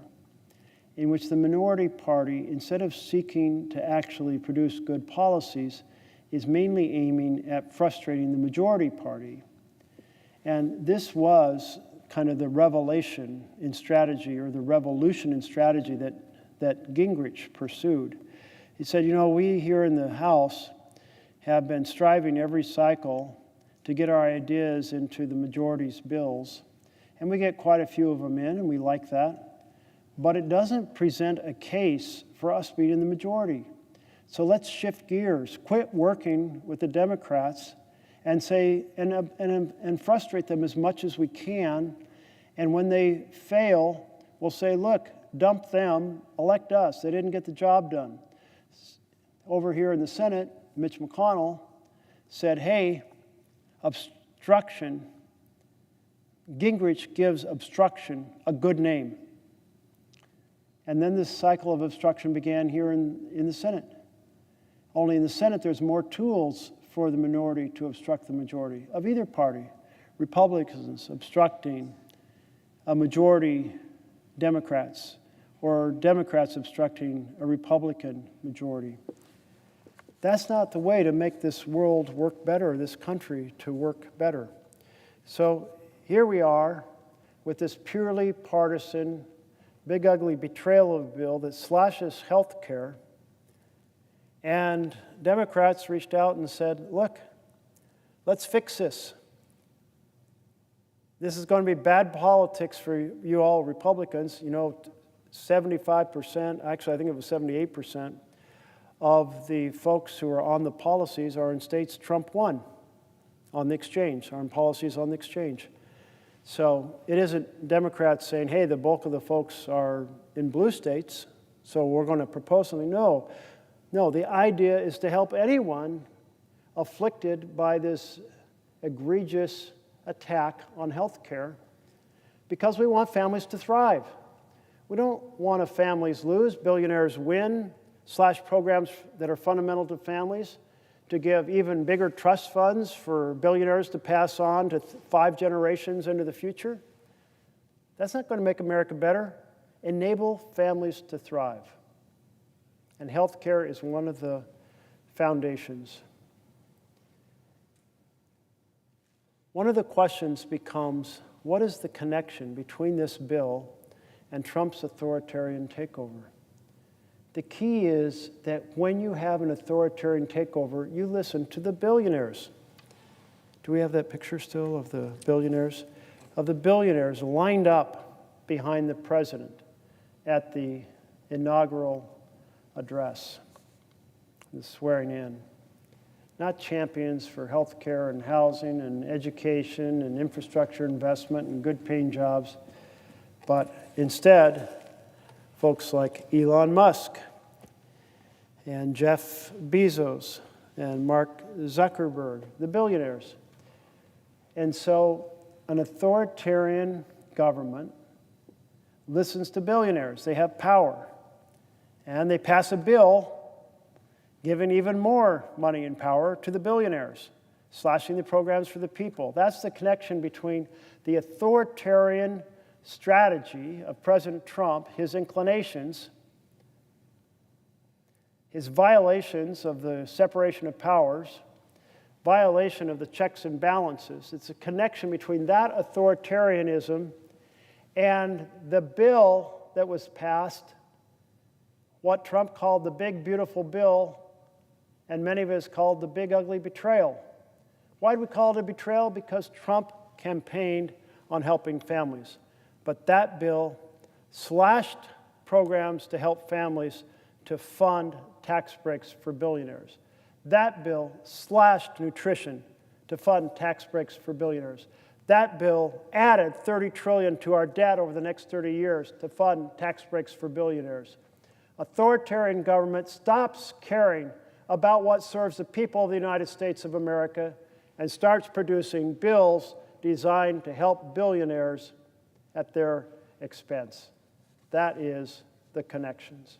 It's a families lose, billionaires win, authoritarian takeover of America, and every red-blooded patriot in this country who values our freedom needs to make sure they hear the alarm bells ringing and ring the bells themselves so we can have a families thrive and billionaires pay their fair share agenda in its place. The third chapter of this book, How Democracies Die, lays out a little bit more about the American story.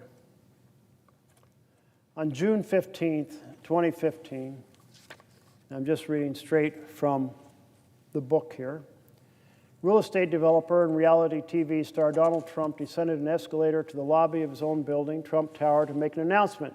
He's running for president.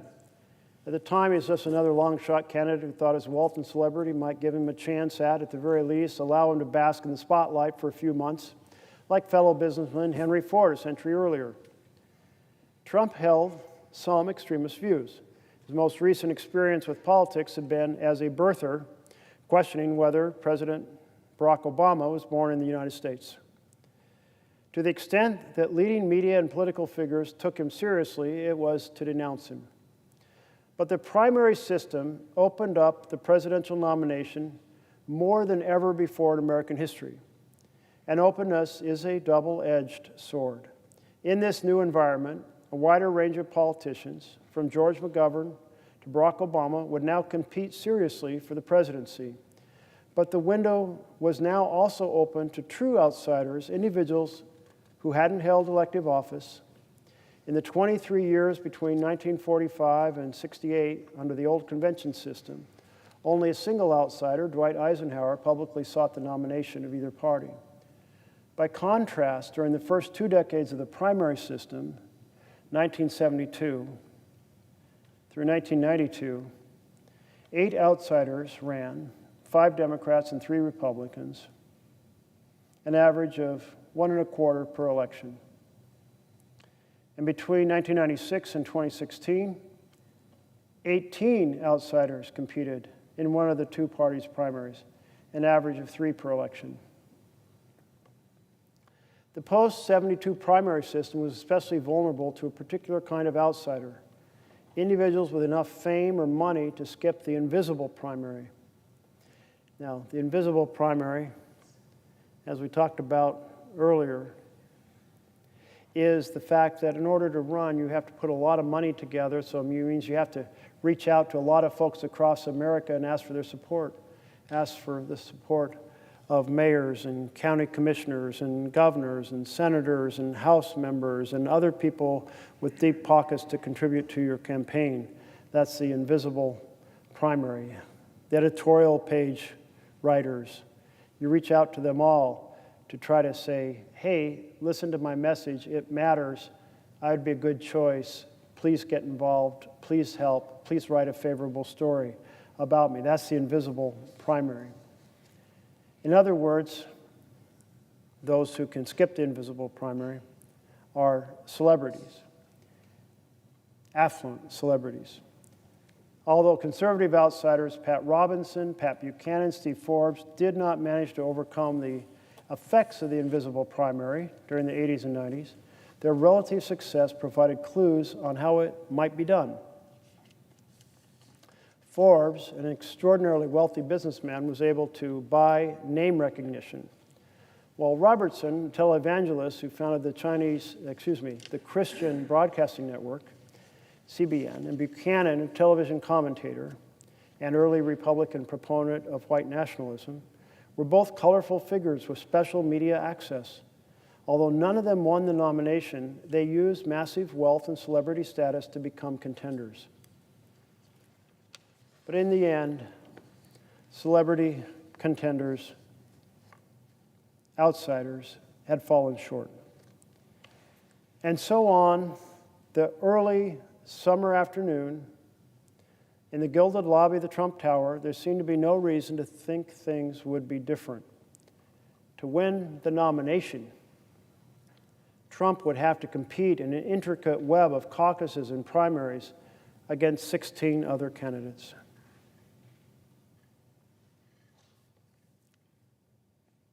Many of his rivals boasted the kind of resume that had been the hallmark of successful candidates in the past. At the head of the pack was Florida Governor Jeb Bush, brother of the former president. There were other governors as well, including Wisconsin's Scott Walker, Louisiana's Bobby Jindal, New Jersey's Chris Christie, Ohio's John Kasich, and several other rising Republican stars, younger, media-savvy politicians, Senators Marco Rubio and Rand Paul, who hope to replicate Barack Obama's fast track to the presidency. Texas, home to 3 of the last 8 elected presidents, offered 2 more candidates, Senator Ted Cruz and former Governor Rick Perry. Besides Trump, 2 other outsiders threw their hats in the ring, businesswoman Carly Fiorina and neurosurgeon Ben Carson. Trump could not hope to win the support of the establishment. Not only did he lack political experience, but he wasn't even a lifelong Republican. Where Bush, Rubio, Cruz, Christie, Walker, and Kasich all had deep Republican roots, Trump had switched his party registration several times and even contributed to Hillary Clinton's campaign for the Senate. Even after Trump began to surge in the polls, few people took his candidacy seriously. In August 2015, 2 months after Trump declared his candidacy, Las Vegas bookmakers gave him a 100-to-1 odds of winning the White House. In November 2015, as Trump sat high atop the Republican polls, Nate Silver, founder of 538 blog, whose uncannily accurate predictions in 2008 and 12 elections had earned him fame and prestige, wrote an article titled, "Dear Media, Stop Freaking Out About Donald Trump's Poll Numbers." The article predicted Trump's weakness among party insiders would spell his demise. Despite Trump's seemingly large lead, Silver assured us his chances of winning the nomination were considerably less than 20%. But the world had changed. Party gatekeepers were shells of what they once were, for 2 main reasons. One was a dramatic increase in the availability of outside money. That outside money accelerated, but hardly caused, by the Supreme Court's 2010 Citizens United decision. Now even marginal presidential candidates, Michelle Bachmann, Herman Cain, Howard Dean, Bernie Sanders, could raise large sums of money, either by funding their own billionaire financier or by finding their own billionaire financier or through small donations via the internet. The proliferation of well-funded primary candidates indicated a more open and fluid political environment. The other major factor diminishing the power of traditional gatekeepers was the explosion of alternative media, particularly cable news and social media. Whereas the path to national name recognition once ran through relatively few mainstream channels favoring establishment politicians, the news media environment made it easier for celebrities to achieve wide name recognition and public support practically overnight. This was particularly true on the Republican side, where the emergence of Fox News and influential radio talk show personalities, what political commentator David Frum calls the conservative entertainment complex, radicalized conservative voters to the benefit of ideological extreme candidates. This gave rise to such phenomena as Herman Cain, the former Godfather Pizza CEO and radio talk host, who rocketed to the top of the Republican polls in late 2011 before flaming out because of scandal. In short, the nomination process was now wide open. So this chapter lays out how in our modern system, the filters that were first envisioned by our founders, which was that people would elect local leaders that they trusted and admired to go to the Electoral College, and the Electoral College would make sure that the person in the White House was a person of character and qualities that suited the office, the responsibilities of the office, the demands of the office. Well, that was wiped out when the electors became bound to the party. And still, there was another factor that served as a bit of a filtering mechanism, and that's what the authors are calling the invisible primary. The fact that in order to run across a land as large as the United States, you have to find a lot of support. And you have to find a lot of support through an incredible number of meetings, phone calls, persuasion of mayors and state leaders and congressional members and news media commentators and so forth. And that invisible primary, you have to raise a lot of money as well. And that served as sort of a vetting mechanism that gave kind of folks who had been in the business of policy and politics some considerable influence. But the modern system in Citizens United, which allows massive donations, unlimited in size, allows anonymous donations, as long as those donations go not directly to the candidate, but to someone supporting a parallel campaign for the candidate. Now, I'm going to come back to this question of how Citizens United has proceeded to change the dynamics of American politics. But it is now 12 o'clock somewhere, and that somewhere, midnight, is Mountain Time, midnight on Mountain Time, in Colorado, in Montana, New Mexico, Utah, Wyoming, Idaho, and Arizona. Basically all but the West Coast now. And so, it's midnight again. Let's turn back to Paul Revere's Ride once again, and the poem by Henry Wadsworth Longfellow. And before I was reading excerpts, I think I'll just read the whole poem this time round. Kind of an American classic, but it has to do with the importance of ringing the alarm bells when there's a threat to the colonies in that case, a threat to the United States now from authoritarian control from the president. So this is the poem that Henry Wadsworth Longfellow wrote about the ride of Paul Revere. This one, Kleenex. Clean it. Listen, my children, and you shall hear of the midnight ride of Paul Revere. On the 18th of April in 75, hardly a man is now alive who remembers that famous day and year. He said to his friend, if the British march by land or sea from the town tonight, hang a lantern aloft in the belfry arch of the North Church Tower as a signal light. 1 if by land and 2 if by sea. And I, on the opposite shore, shall be ready to ride and spread the alarm through every Middlesex village and farm for the country folk to be up and to arm.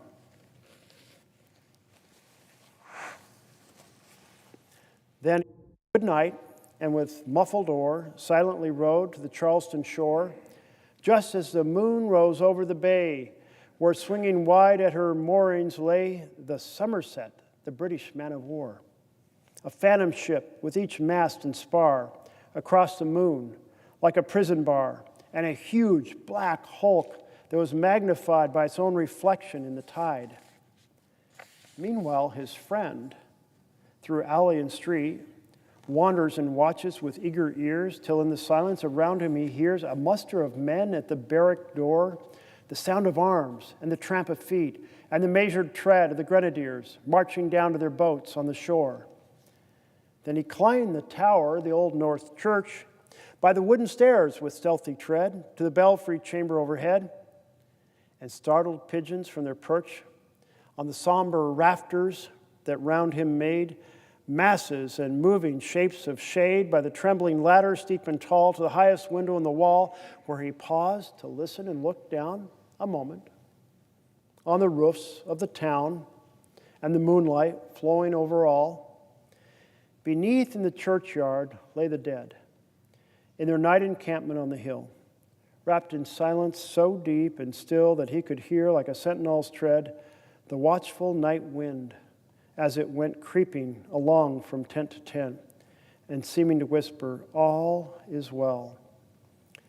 A moment only, he feels the spell of the place and the hour and the secret dread of the lonely belfry and the dead, for suddenly all his thoughts are bent on a shadowy something far away, where the river widens to meet the bay, a line of black that bends and floats on the rising tide, like a bridge of boats. Meanwhile, impatient to mount and ride, booted and spurred, with a heavy stride on the opposite shore walked Paul Revere. Now he patted his horse's side, now gazed at the landscape far and near, then impetuous stamped the earth, and turned and tightened his saddle girth. But mostly he watched with eager search the belfry tower of the Old North Church as it rose above the graves on the hill, lonely and spectral and somber and still. And lo, as he looks at the belfry's height, a glimmer and then a gleam of light.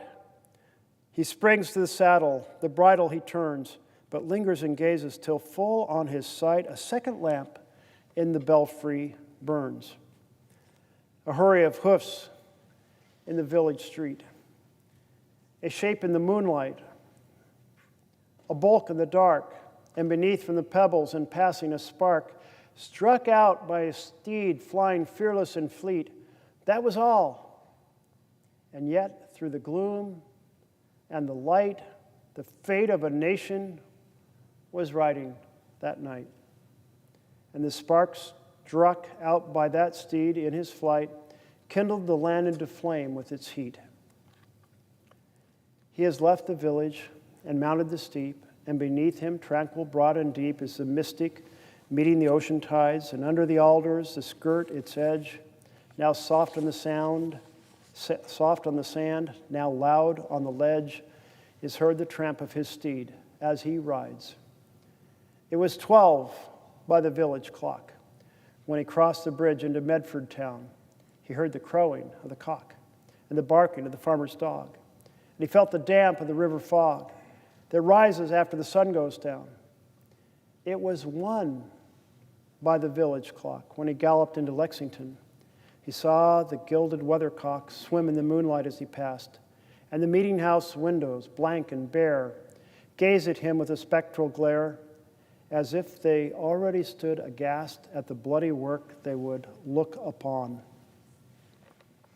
It was 2 by the village clock when he came to the bridge in Concord town. He heard the bleating of the flock and the twitter of the birds among the trees, and felt the breath of the morning breeze blowing over the meadows brown. And one was safe and asleep in his bed who was at the bridge would be first to fall, who that day would be lying dead, pierced by a British musket ball. You know the rest in the books you have read, how the British regulars fired and fled, how the farmers gave them ball for ball from behind each fence and farmyard wall, chasing the redcoats down the lane, then crossing the fields to emerge again under the trees at the turn of the road, only pausing to fire and load. So through the night rode Paul Revere. And so through the night went his cry of alarm to every Middlesex village and farm, a cry of defiance, not of fear. A voice in the darkness, a knock at the door, a word that shall echo evermore. For born on the night wind of the past, through all our history to the last, in the hour of darkness and peril and dread and need, the people will awaken and listen to hear the hurrying hoofbeats of that steed and the midnight message of Paul Revere. And the people will awaken and listen to hear the midnight message of Paul Revere. I'm here tonight to ring the alarm bells. That the attack on due process, on freedom of speech, freedom of the press, the weaponization of the Department of Justice against political enemies,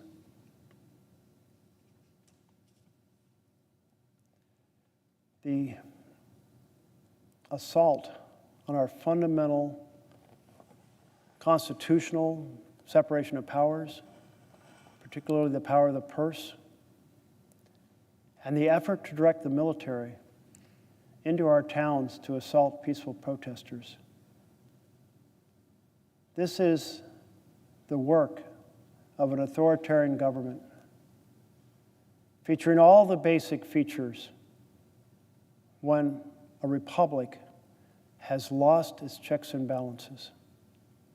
It has instead a rubber stamp for a legislature, a Supreme Court that delivers court decision after court decision, transmitting powers to the executive that don't exist in our Constitution, and an aggressive authoritarian personality at the helm.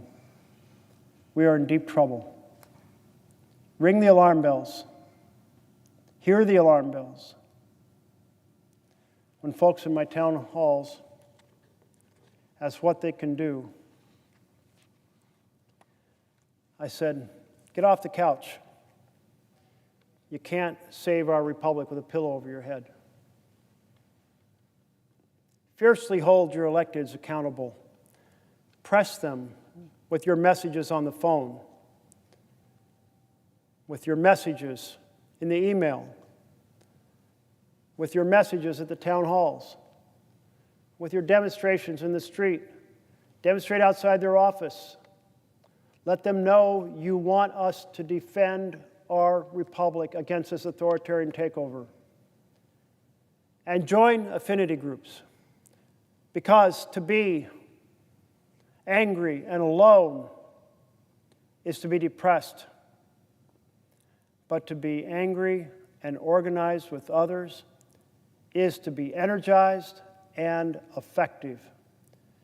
And the only way you stop an authoritarian takeover is for citizens to be energized and effective. And those folks at my town hall, they challenged me. They said, "You're not doing enough. Look what happened last week with the assault on our networks, with the president trying to shape and intimidate what they can say and who they can have on their programs, and even what comedians can be there at night if the comedians are insulting the president. The president doesn't like that, and they need to behave because their licenses, their broadcast license, their mergers are in trouble. So ABC and CBS bent the knee. How can this be happening? Do more. Call it out. Here's the president attacking public broadcasting, shutting down the Voice of America, which has been our voice to counter disinformation around the world since it was founded, with a particular emphasis on making sure that the disinformation from authoritarian governments around the world was countered with truth. A light to the world, to so many populations who could never get the truth from their own government, but could get the truth from the Voice of America. The attack on the Wall Street Journal threatened $10 billion lawsuit because they published a picture allegedly drawn by President Trump that President Trump didn't want publicly disclosed.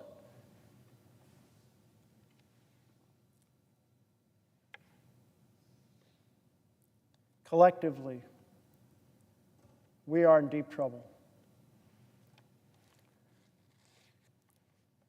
When Paul Revere wrote, the underlying sense was people heard him, and they responded, and they repulsed the British attack. Now we need Americans to make sure that they hear the voices expressed 7 million strong at 2,700 locations across the country on Saturday, saying we do not have a king. A president is not a king, and a law is not a suggestion, and the Constitution is not optional. 7 million people taking the streets to hold us accountable, to hold the president accountable. Are we listening? Are we responding to the threat?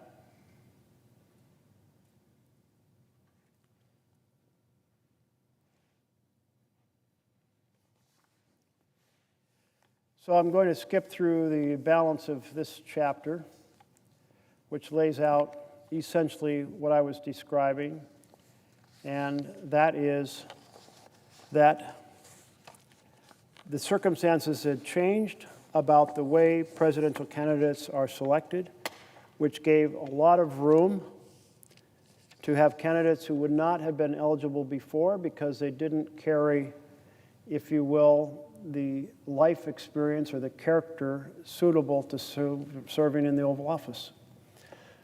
But Citizens United changed a lot of that. Citizens United said, hey, if you're an ordinary citizen and you make a donation, it has to be disclosed if it's over $200, and you're limited as to how much you can give. I think the levels are quite high, actually. There's very few people can afford to give that amount, but it's $7,000 now at this moment. $3,500 in the primary and $3,500 in the general. Limit of $7,000. And disclosure. But if you give it to the friend of the candidate to run a parallel campaign, you can give unlimited sums and you can give it secretly. So what do we see in the last election?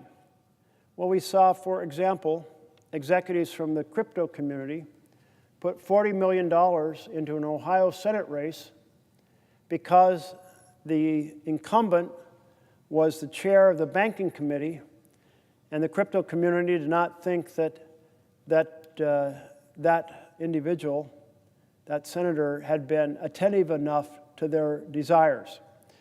And so $40 million. Can you imagine? I mean, think about this from the normal point of view of Americans. If you're going to raise $1 million in 3 months, 90 days, you won't do it even if you get on the phone and you raise $10,000 every night. You'll still only have $900,000, and a couple hundred of that will be spent on the costs of fundraising. So just imagine. I mean, who in America thinks they can sit on a phone and raise $10,000 a night? It's absurd. Like, it's an absurd amount of money. But that's for $1 million. Here, a couple executives put $40 million into a race.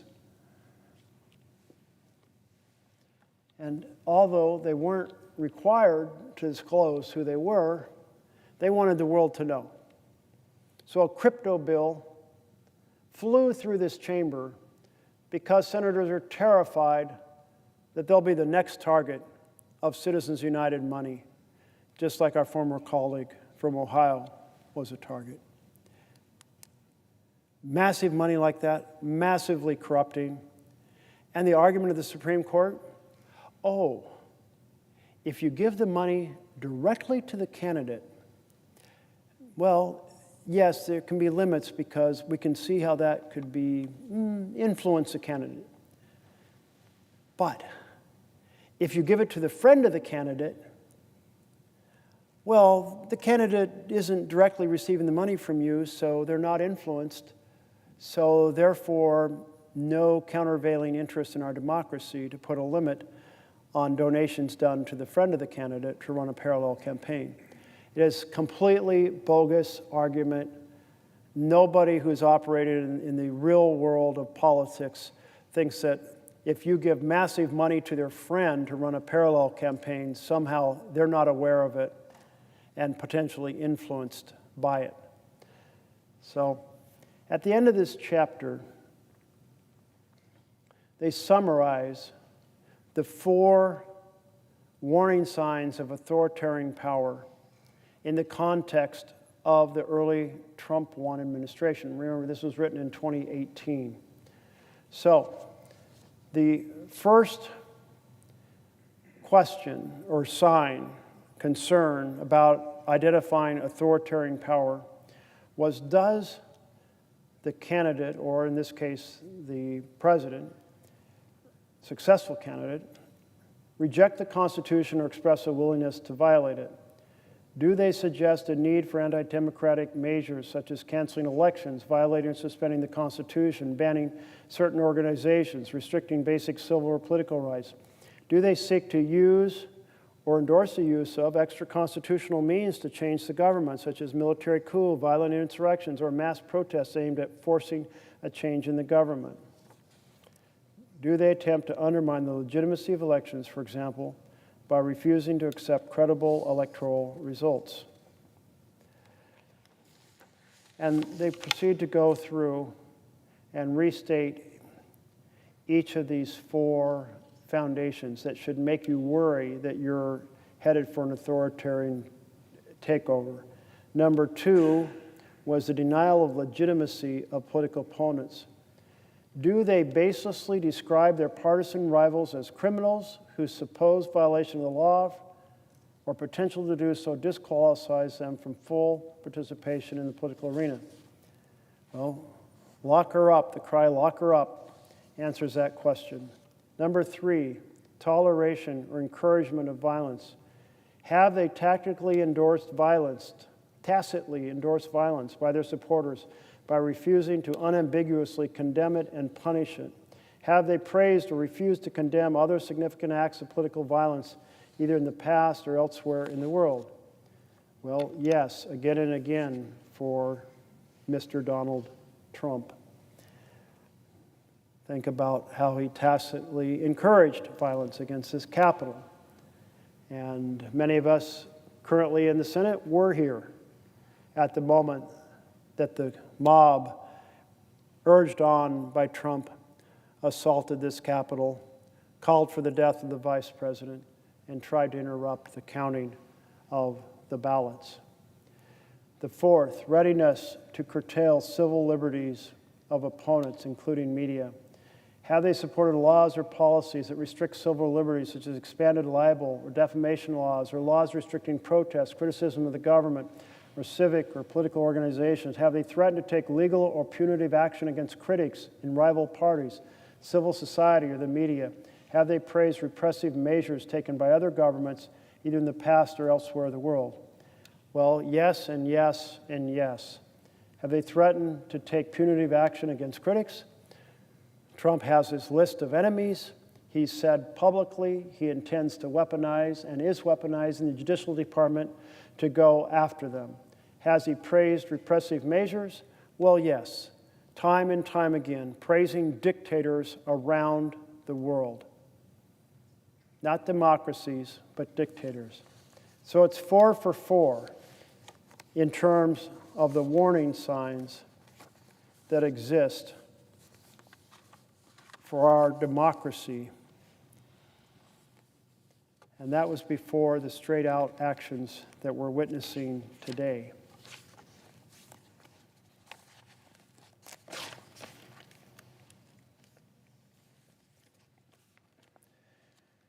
As I noted, after I kind of summarize what the experts have laid out,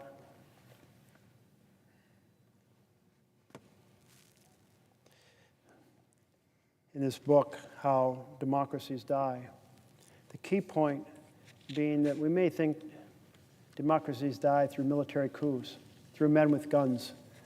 And yes, many democracies did die that way. But now, the way they're dying around the world is not men with guns. It's elected leaders who erode the boundaries of the checks and balances of the Constitution. That's the version in which we've seen republic after republic after republic slide into a strongman authoritarian state, and that's exactly what we're in the middle of right now here in the United States. So I addressed free speech.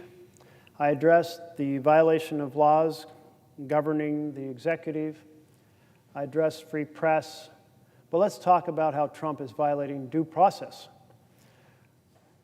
Earlier, I noted how Secretary Rubio has used a McCarthyist 1952 law to silence the freedom of speech for foreign students who disagree with the administration over foreign policy.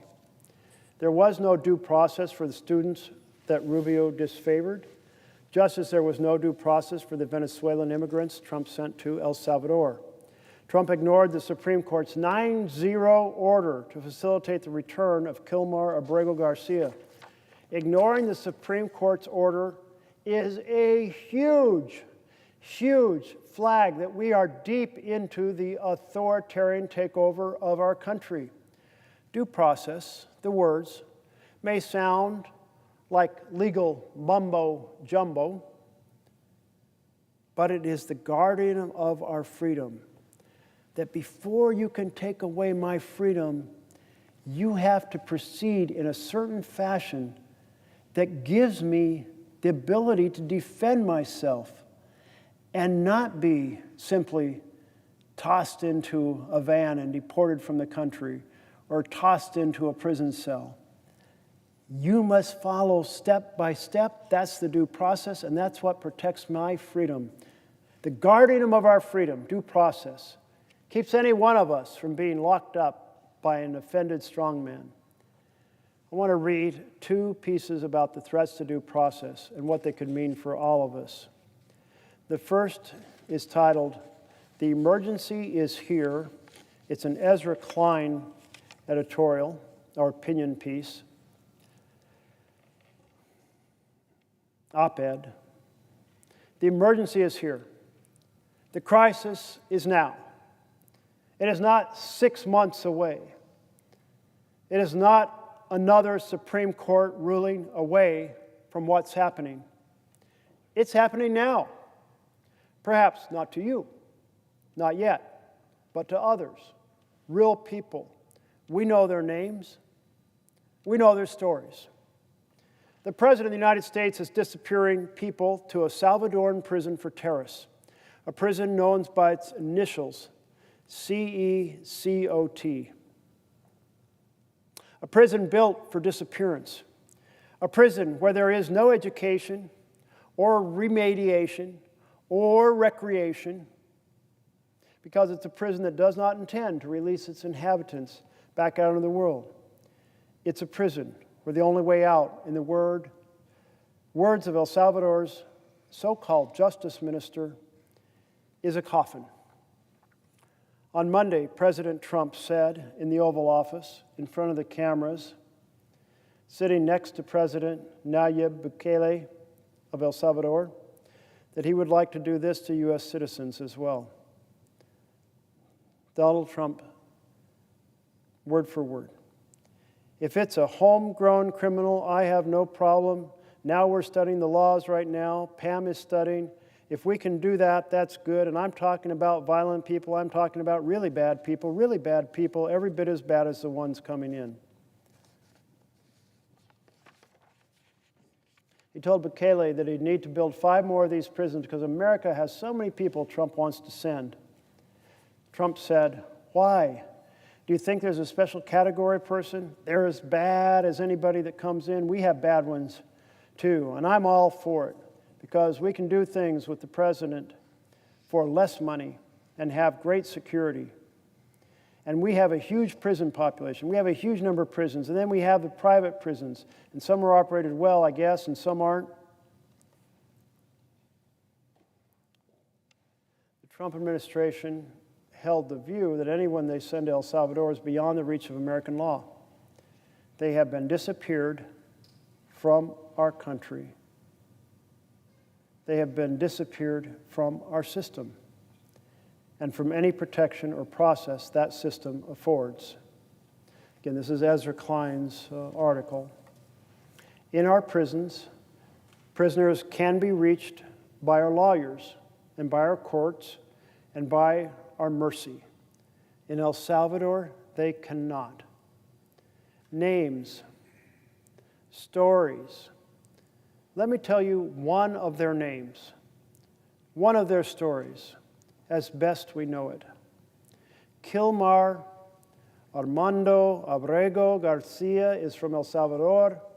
His mother, Cecilia, ran a pupuseria in San Salvador.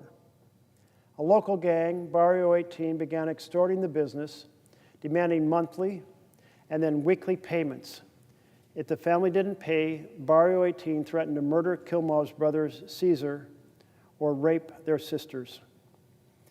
Eventually, Barrio 18 demanded Caesar join their gang, at which point the family sent Caesar to America.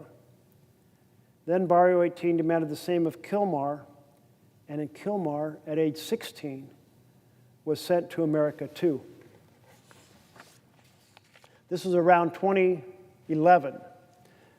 This was what we mean when we say he entered illegally, a 16-year-old fleeing the only home he's known, afraid for his life. Abrego Garcia's life here seems to have been a life, and not an easy one. He lived in Maryland. He worked in construction. He met a woman. Her name is Jennifer, a U.S. citizen. She had 2 children from a past relationship. One had epilepsy. The other had autism. In 2019, they had a child together. That child, now 5, is deaf in one ear and also has autism. Jennifer was pregnant in 2019 on the day Abrego Garcia dropped off one kid at school, dropped off another at the babysitter, and drove to Home Depot to find construction work. He was arrested for loitering, asked if he was a gang member. He said no. He was put into ICE detention. The story gets stranger from here. About 4 hours after Abrego Garcia was picked up, and that appears to be the first contact he had with local police, a detective produced an allegation, citing a confidential informant, that Abrego Garcia is a gang member. Abrego Garcia has no criminal record, not here, and not in El Salvador. He was accused of being part of a gang that operates in New York, a state where he has never lived. Whoever produced the allegation was never cross-examined. When Abrego Garcia's attorney later tried to get more information, he was told the detective behind the accusation had been suspended and the officers in the unit would not speak to him.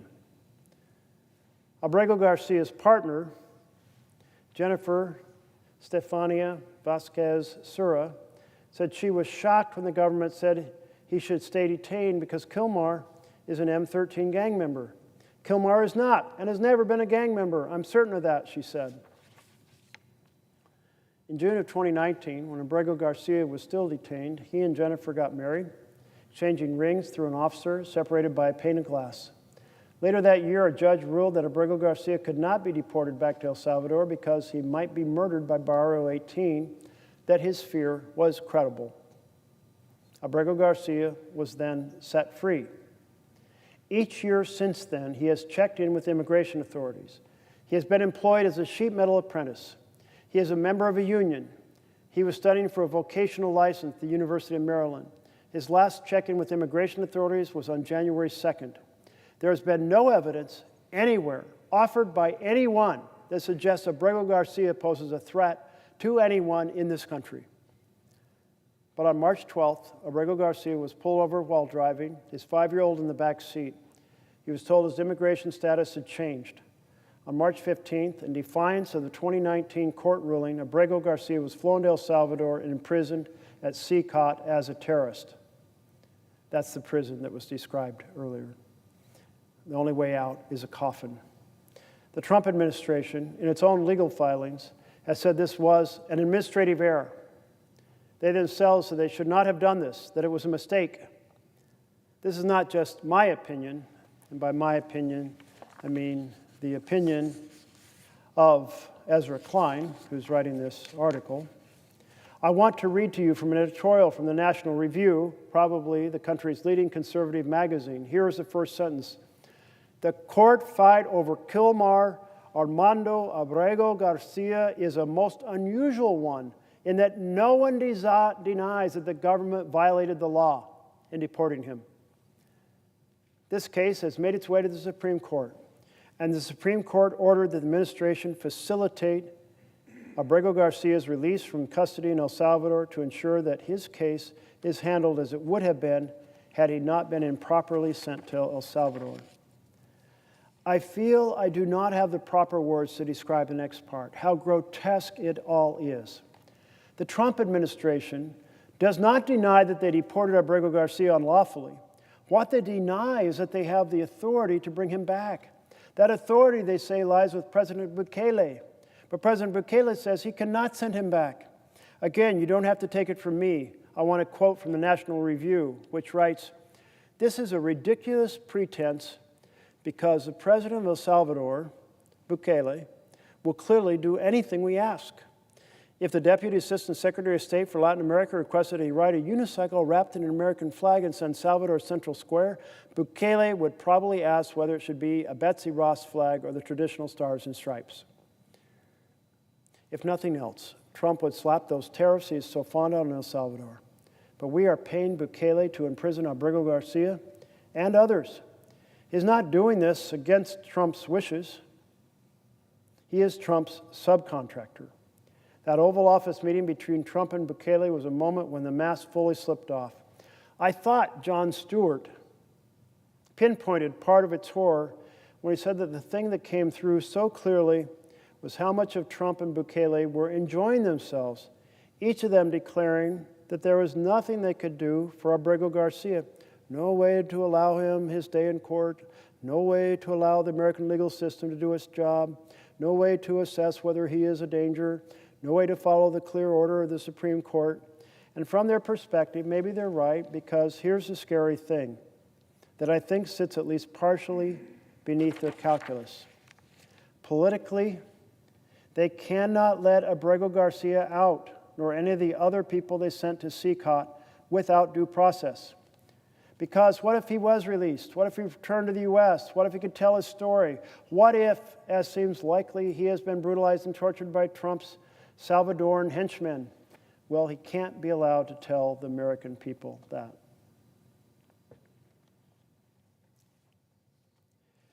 The article went on to say, we're only 100 days, we're not even 100 days in this administration, and we are already faced with this horror. And I can feel the desire to look away from it, even within myself. What all of this demands is too inconvenient, too disruptive. But Trump has said it all plainly and publicly.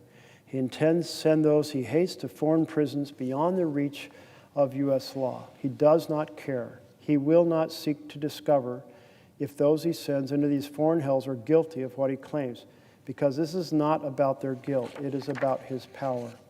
And if he is key, meaning Trump is capable of that, if he wants that, then what else is he capable of? What else does he want?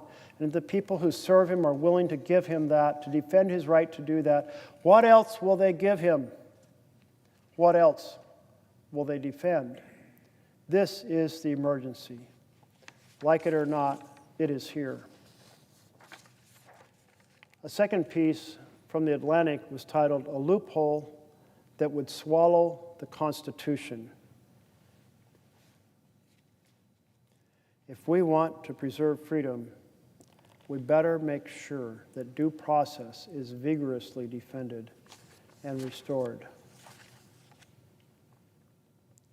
By Jonathan Chair, he starts out by saying, if Donald Trump can disappear people to El Salvador without due process, he can do anything.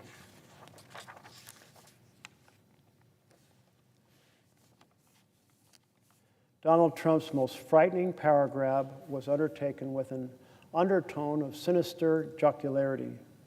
There was no column of tanks in the streets, no burning of the legislature. The president and his partner in despotism, President Bukele of El Salvador, were bantering amiably in the Oval Office in front of the press corps, mocking the American court system with evident delight. Trump's ploy is almost insultingly simple. He has seized the power to arrest any person and whisk them to Bukele's notorious terrorism confinement center, where they will be held indefinitely without trial. Once they're in Bukele's custody, Trump can deny them the protections of American law. His administration has admitted that one such prisoner, Kilmar Abrego Garcia, was sent to El Salvador in error, but insists that it has no recourse. Trump, who has threatened the territorial integrity of multiple hemispheric neighbors, now claims that requesting the return of a prisoner he paid El Salvador to take would violate that country's sovereignty. Neither Trump nor Bukele bothered to make this absurd conceit appear plausible, even as Trump and his officials claim that only El Salvador has the power to free wrongfully imprisoned American residents. The United States is paying El Salvador to hold the prisoners. Naturally, Congress never appropriated such funds. Trump has already seized large swaths of the Congress's constitutionally mandated spending power for himself. That's a reference to what we call the power of the purse, the power vested in the Congress of the United States of America by our Constitution, that the author of this article, Jonathan Chait, is referring to.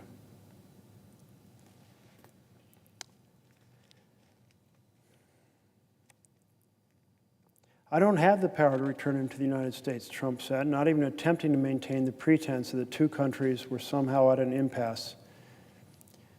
He told his counterpart, "You are helping us out, and we appreciate it." Well, this article goes on, much like the first one, to note that when due process is abandoned, the freedom of all is endangered. Sure, it may be someone else today, but it might be, well, you, or you, or you tomorrow. And that's why we collectively have the responsibility to defend due process for every single person.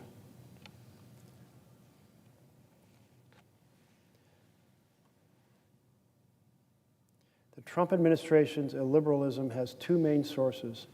One is the personality at the center of its cult. Donald Trump gravitates instinctively toward despots, sees the constraints that democracies place upon elected leaders as a form of weakness, and refuses to accept the legitimacy of any electoral or judicial proceeding that goes against him. His contempt for liberal democracy has been augmented by a growing school of post-liberal thought on the right, with liberal referring not to the American center-left, but to the broader philosophical tradition that emphasizes the state be governed by neutral rules that all sides agreed to abide by. Neutral rules all sides agreed to abide by. That's kind of a sense of how you organize everything about a government. Well, I think that the balance of this article and the showdown with the Supreme Court just reinforces the first article by Ezra Klein that really lays out in detail the lack of shame that the administration violated civil rights. Lack of shame that they did so, throwing people out of our country because they expressed a view on the Middle East that the Secretary of State didn't like. Lack of shame that they threw people into a notorious prison in El Salvador without a hearing, without even knowing for sure who they were or why they were sending them, leading to mistakes like this one.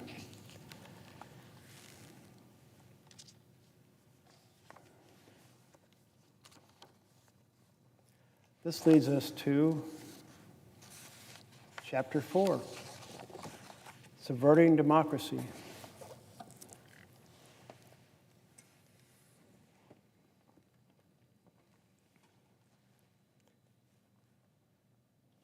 I'm going to untie my shoelace because standing in one place for this much time, well, made my shoes a little tight. Oh, that feels a little better.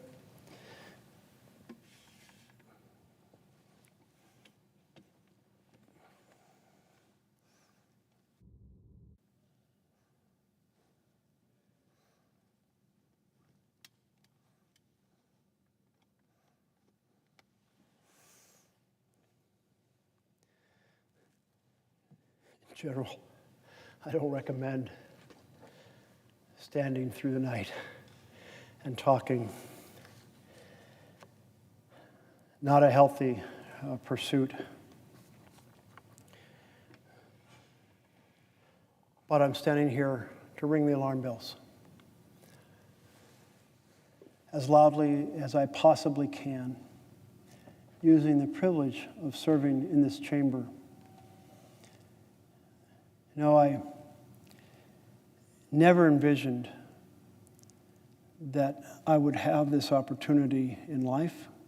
In fact, if you'd told me I'd be an early passenger to the moon colony, I would have considered that more likely than I'd be able to serve here in the Senate. And yet, here I am, sworn to uphold our Constitution, with an obligation to the constituents who sent me here to do all I can to protect our freedom and to raise the alarm when an authoritarian is destroying our democracy. The first hint that I might have some association with this chamber was when I was a sophomore in college and someone mentioned that the possibility of internships here. And earlier I mentioned that one of the people I applied to was Hubert Humphrey, and that I was not accepted, nor by any of the other 4 Democrats, but I was accepted by Senator Hatfield. And I had a lot of respect for Senator Hatfield. Senator Hatfield had taken a courageous stand as a governor and as a U.S. Senator against the Vietnam War, at a time it was not popular to oppose the Vietnam War. He had been one of the first members of the armed services into Hiroshima following the nuclear bomb. He had seen the utter destruction. He had seen the shadow of a person emblazoned on a wall because the flash of the light is so bright that it changed the color of the wall around the silhouette of the individual. And he understood that many wars were fought for reasons that made no sense, and that you had to be very diligent in examining the arguments that a government might put forward for a war, something that I thought a lot about during that summer as his intern. I read the books he'd written, including one called Between a Rock and a Hard Place, as he wrestled with different moral challenges that we face and how to best use his public voice and his power in confronting those challenges. One of the things that he was deeply dedicated to was trying to reduce the risk of nuclear weapons. Out in the walk, if you go outside the doors of the Senate and you're staring at the Supreme Court, so you're going out these south doors and you take the curved path through the Capitol grounds towards the Russell Office Building, there's a tree, and it has a plaque on it, and it says the Hatfield Peace Tree. And this tree was planted by Senator Hatfield and Senator Kennedy. And the way that tree came to be there is that there was an intern named Sean O'Halloran. And since Hatfield liked to walk outside, he often would have the intern accompany him. I had this privilege when I was covering this floor for Senator Hatfield in 1976. But in I think it was 85, Sean O'Halloran was an intern, and when Senator Hatfield started talking about the trees, this intern said, "Senator Hatfield, you love these trees so much you should plant one." And he said, "Well, that will be your job as an intern." So I wrote to the intern prepared, and Hatfield sent a letter to the architect of the Capitol and said, "I want to plant a tree." But the tree he wanted to plant is referred to as a dawn redwood. Now, the interest in this tree is that this tree grew all over the northwestern part of the United States, but it's been extinct for millions of years. But it was found growing in a valley in China. And so it was re-imported back to the US as one of these kind of discovered ancient species. Occasionally read about some deep water fish washing up some ancient fish and discovering there's still something that exists we didn't know about. So here is just this one grove in China. And so that's the tree I want to plant. And the architect of the Capitol responded and said, well, the brothers who designed the landscape plan for the Capitol didn't have that tree in their plan, so sorry. And Hatfield responded and said, well, if they had known about the existence of the tree, maybe they would have included that tree. You know, it was considered extinct, so they didn't know about it, so maybe it should get a special exemption, be able to plant the tree. Well, eventually, Hatfield knocks on the door of the architect, takes him out, and says, here's where I want to plant the tree. And the architect says, okay. As they're preparing to plant the tree, his team sees Senator Kennedy. And so they go and get Senator Kennedy and say, hey, you may want to plant this tree with Senator Hatfield. And the two of them had worked so closely on the nuclear freeze movement, trying to reduce the risk of nuclear war in the world. The result of trying to reduce the risk of nuclear war had produced a lot of results in that decade of the 1980s. And Senator Kennedy said this should be known as the peace tree. And so the peace tree is out there as a memorial to the effort to reduce one of the major risks to humankind, nuclear war, but also as a memorial to a Democrat and Republican working closely together on a significant challenge. And that is a vision all of us should embrace, trying to find on each issue a partner across the aisle. Because we may disagree on 7 out of 10 things, but that means we agree on 3 out of 10. Why not work together on those 3 out of 10 issues? Well, I did end up, through this internship, coming here in 1976. It was our bicentennial summer, 200-year celebration. And oh my goodness, there was so much going on here. They had just opened the first part of the Metro underground system. It had only a couple stops from Union Station going north on the Red Line. And the Union Station itself, the train station, had been refurbished as a National Visitor Center. And so that was a center of activity. And the Capitol Mall, all summer long, had American Folklife Festival that was just booming. People coming from all over the country in the bicentennial year to come here to witness our Capitol and think about and celebrate our history. And the fireworks on the 4th of July that summer were like nothing you could ever imagine. I was watching them from the balcony of the Capitol Hill here. And then in the middle of it, this was back when I was in good shape and a good runner, I said, I want to run down and be right underneath the fireworks as they're going off. So I ran down to the Washington Monument, a couple miles down the mall, and laid on the ground and looked up at those fireworks. And it seemed America was on a course that year in which we were emerging from Watergate, we were emerging from the Vietnam War. We had just passed major provisions to try to clean up our air, clean up our water. These were done under the Nixon administration. Gerald Ford was president by virtue of Nixon's resignation. He was running for president for Jimmy Carter. And I recall being in an elevator with Senator Hatfield. The reason I saw a fair amount of him was I was assigned to cover this floor for the Tax Reform Act of 1976. And at that time, there was no television here in the chamber. there were often very long speeches. And Wayne Morse of Oregon particularly enjoyed doing long speeches, although he was no longer the senator at that moment. He had died in 1974 of a heart attack.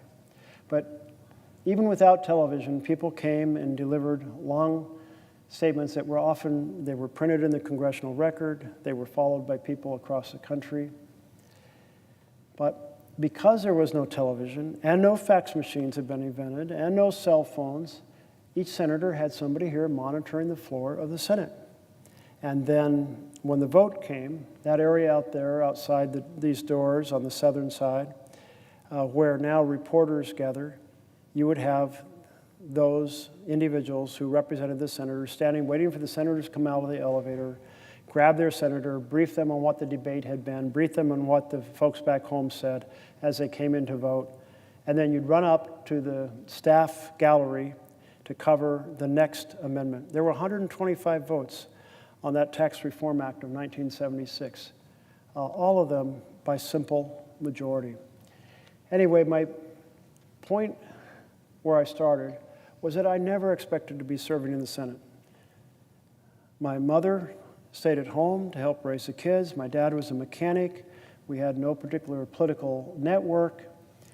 The idea of people serving here was that they would come, in my mind, from families with huge networks and huge wealth that would make it possible for them to be folks who serve here in the Senate. So I think about that, the total unlikeliness that I would end up here. The fact is that any number of spots, I could list a dozen of them, my life might have taken a slightly different turn, but one advocacy, one job, one opportunity led to another, and then I got angry about positions the incumbent was taking, promoting the Iraq War and promoting tax relief for the richest Americans, and just felt like democracy demanded a conversation. And a year and a half later, here I am.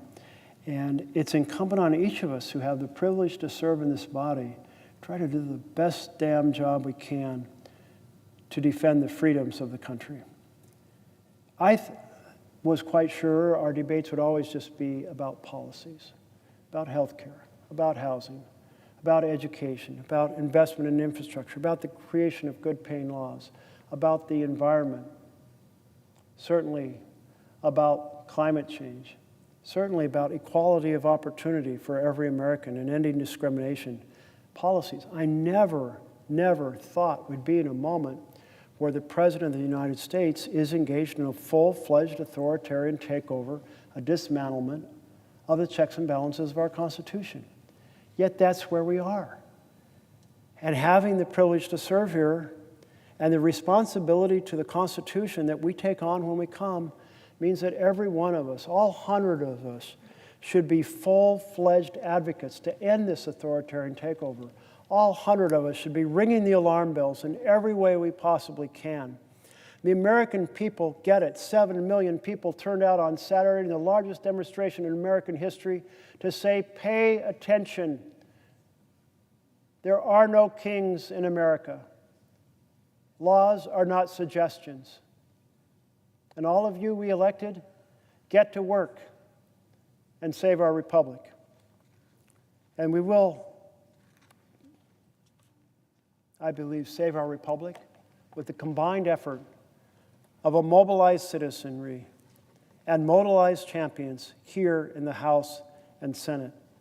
And I hope and pray those champions will come from both sides of the aisle, because saving our republic, defending our Constitution, should not be a partisan affair.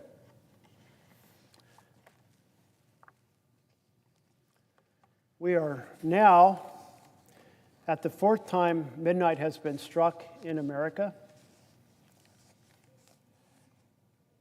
This time, midnight is arriving in Washington and Oregon and Nevada and California. and in another couple hours, Alaska, and then Hawaii, which my team will track.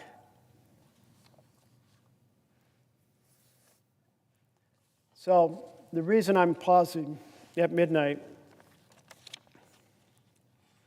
is to remind folks that at moments of crisis in our country, folks have raised the alarm, and people have listened and responded. And one of those moments, memorialized by Henry Wadsworth Longfellow's 1860 poem about Paul Revere's ride. And I really don't know how much of his story is fact and how much is myth, and I really don't care. It's a beautiful presentation of the importance of making the effort to defend our nation. In this case, actually pre-nation, since it was before 1776, I think 1775, but defend the colonies against the attack by the British. Listen, my children, and you shall hear of the midnight ride of Paul Revere. And I'm doing this particularly for the folks in Oregon and Washington and Nevada and California who are now reaching midnight, since this poem is about action at midnight. Listen, my children, and you shall hear the midnight ride of Paul Revere on the 18th of April, 75. Hardly a man now alive who remembers that famous day and year. He said to his friend, if the British march by land or sea from town to night, hang a lantern aloft in the belfry arch of the North Church Tower as a signal light. 1, if by land, 2, if by sea, and I, on the opposite shore, will be ready to ride and spread the alarm through every Middlesex village and farm for the country folk to be up and armed. Then he said, good night, and with muffled oar silently rowed to the Charleston shore, just as the moon rose over the bay, where, swinging wide at her moorings, lay the Somerset British man-of-war, a phantom ship with each mast and spar across the moon like a prison bar, and a huge black hulk that was magnified by its own reflection in the tide. Meanwhile, his friend through alley and street wanders and watches with eager ears till in the silence around him he hears the muster of men at the barrack door, the sound of arms, the tramp of feet, the measured tread of the grenadiers marching down to their boats on the shore. Then he climbed the tower of the Old North Church by the wooden stairs with stealthy tread to the belfry chamber overhead, and startled pigeons from their perch on the somber rafters that round him made masses and moving shapes of shade by trembling ladders steep and tall to the highest window in the wall, where he paused to listen and looked down a moment on the roofs of the town and the moonlight flowing over all. Beneath in the churchyard lay the dead in their night encampment on the hill, wrapped in silence so deep and still that he could hear like a sentinel's tread the watchful night wind as it went creeping from tent to tent and seeming to whisper, all is well. A moment only he feels the spell of the place and the hour and the secret dread of the lonely belfry and the dread and the dead. For suddenly all his thoughts are bent on a shadowy something far away, where the river widens to meet the bay, a line of black that bends and floats on the rising tide like a bridge of boats. Meanwhile, impatient to mount and ride, booted and spurred with a heavy stride, on the opposite shore walked Paul Revere. Now he patted his horse's side, now gazed at the landscape far and near, then impetuous stamped the earth and turned and tightened his saddle girth. But mostly he watched with eager search the belfry tower of the Old North Church as it rose above the graves on the hill, lonely and spectral and somber and still. And lo, as he looks on the belfry's height, a glimmer and then a gleam of light. He springs to the saddle, the bridle he turns, but lingers and gazes till full on his sight a second lamp in the belfry burns. A hurry of hoofs in a village street, a shape in the moonlight, a bulk in the dark, and beneath from the pebbles in passing, a spark. Struck out by a steed, flying, fearless and fleet. That was all, and yet through the gloom and the light, the fate of a nation was riding that night. And the spark struck out by that steed in his flight, kindled the land into flame with its heat. He has left the village and mounted the steep, and beneath him, tranquil and broad and deep, is the mystic meeting the ocean tides. And under the alders that skirt its edge, now soft on the sand, now loud on a ledge, is heard the tramp of his steed as he rides.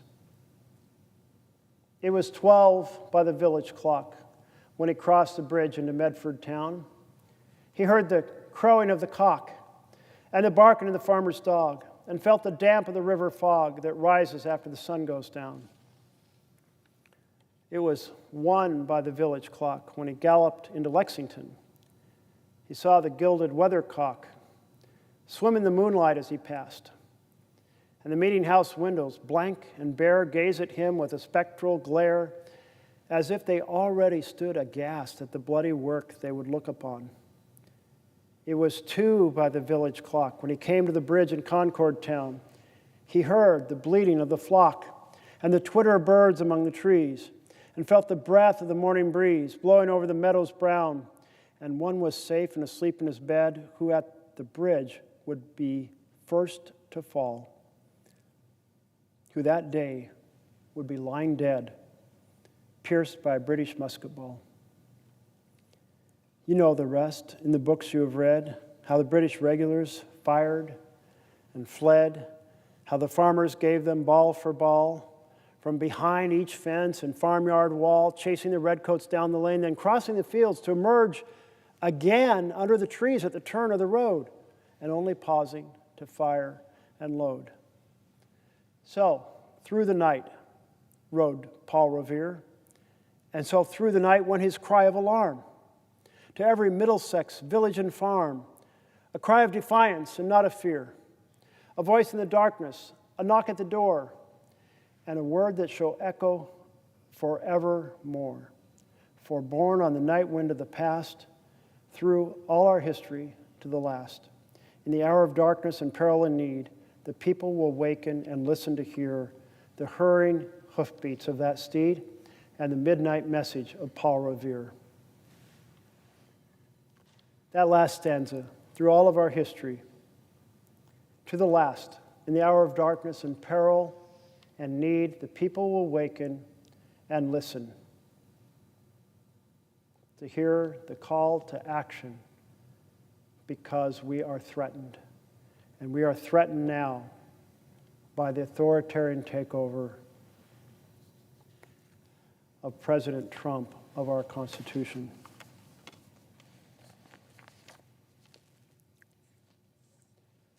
Chapter 4, Subverting Democracy. If you're just tuning in at 3 a.m. Eastern Time, this is a passage from How Democracies Die. 2 scholars who have studied how democracies die all around the world. They say, we think of democracies dying because of men with guns. And certainly there's been many military coups, and in many cases democracies have perished in that fashion. But he said that's rare. That's now rare. They say this is not the way democracies are dying now. They're now dying because elected leaders decide to take authoritarian powers onto themselves, and that they get away with it when they are aided by a rubber stamp legislature like we have right now, and by a Supreme Court that gives them more power like we have right now, and there's a well-planned, aggressive, authoritarian president like we have right now. We're 3 for 3, and that's why we're in the middle of this crisis for our republic, the most perilous moment for our nation most perilous moment for our Constitution, most perilous moment for our republic since the Civil War. And 100 of us here in the Senate have the responsibility, because we are serving now, to take on this threat, to ring the alarm bells, and then take collective action. And taking action will require bipartisan work. So we need bipartisan bell ringing. We need bipartisan advocacy. We need bipartisan recognition that the problem exists in the first place. And it's not just a tiny problem. It's not a wrinkle to be ironed out. It goes to the very heart of our Constitution and our separation of powers.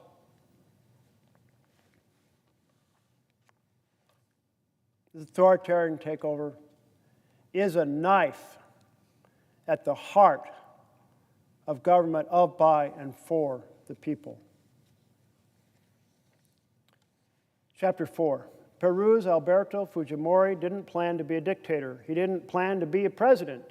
A little-known university rector of Japanese descent, Fujimori had hoped to run for a Senate seat in 1990 in Peru. When no party would nominate him, he created his own and nominated himself. Short of funds, he threw his hat into the presidential race to attract publicity for his Senate campaign. But 1990 was a year of acute crisis. Peru's economy had collapsed into hyperinflation, and a Maoist guerrilla group called the Shining Path, whose brutal insurgency had killed tens of thousands of people since its launching in 1980, was closing in on Lima, the capital city. Peruvians were disgusted with the established parties. In protest, many of them turned to the political nobody whose campaign slogan was, "A president like you." Fujimori surged unexpectedly in the polls. He shocked Peru's political world by finishing second and qualifying for a runoff against Mario Vargas Llosa, the country's most prominent novelist. Peruvians admired Vargas Llosa, who would go on to win a Nobel Prize in Literature. Virtually the entire establishment, politicians, media, business leaders, backed Vargas Llosa. But ordinary Peruvians viewed him as too cozy with the elites, who seemed deaf to their concerns. Fujimori, whose populist discourse tapped into this anger, struck many as the only real option for change, and he won. It's one of the most unlikely presidential campaigns in the world, I think. A little-known university rector hopes to run for Senate seat, launches a presidential campaign to draw attention to his Senate race, and ends up as president of the nation. In his inaugural address, Fujimori warned that Peru faced the most profound crisis in its Republican history. The economy, he said, was on the brink of collapse, and Peruvian society had been broken apart by violence, corruption, terrorism, drug trafficking. Fujimori pledged to dig Peru out of the state that it's in and guide it to a better destiny. He was convinced that the country needed drastic economic reforms. They would have to step up the fight against terrorism, but only a vague idea of how to accomplish these things. He also faced daunting obstacles. As a political outsider, Fujimori had few friends among Peru's traditional power brokers. Opposition parties controlled Congress, and their appointees sat on the Supreme Court. The traditional media, most of which had backed Vargas Llosa, distrusted him. Fujimori had been unsparing in his attacks on the political elite, describing it as a corrupt oligarchy that was ruining the country. Now he found that those he'd attacked and defeated during the campaign still controlled many of the levers of power.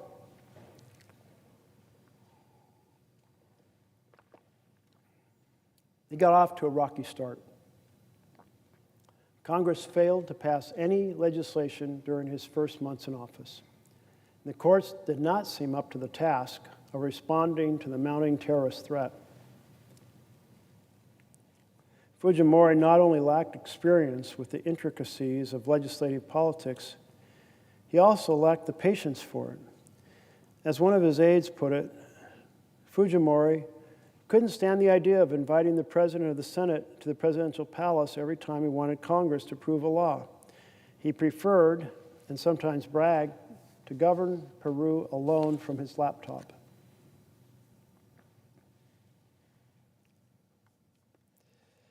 So the article, this chapter goes on with an extensive recap of Fujimori's rise to authoritarian status.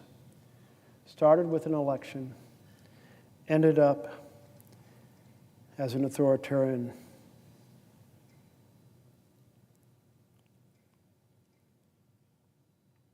He started governing by decree. In November 1991, he sent a massive package of 126 decrees for congressional approval. The decrees were far-reaching, including anti-terrorism measures that threatened civil liberties. Congress demurred. Not only did it water down several of the most important decrees, it passed legislation curbing the president's power. The conflict escalated. Fujimori accused Congress of being controlled by drug traffickers. In response, the Senate passed a motion to vacate the presidency because of Fujimori's moral incapacity. The motion fell a few votes short in the Chamber of Deputies. The conflict had reached a point where one government official worried that either Congress would kill the president or the president would kill the Congress. The president killed Congress. On April 5th, 1992, Fujimori appeared on television and announced he was dissolving Congress and the Constitution. Less than 2 years after a surprising election, the long-shot outsider had become a tyrant.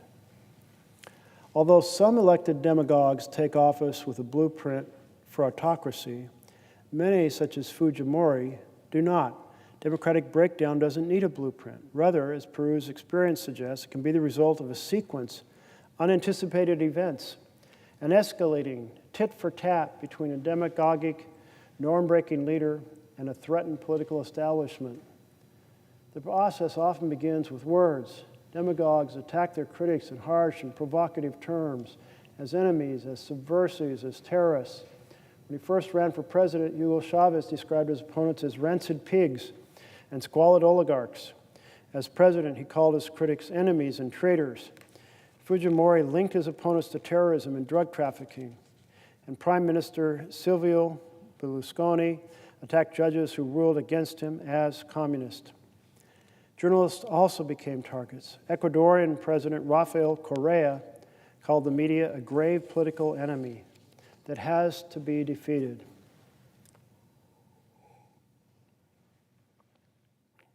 Turkey's Erdogan accused journalists of propagating terrorism. These attacks can be consequential.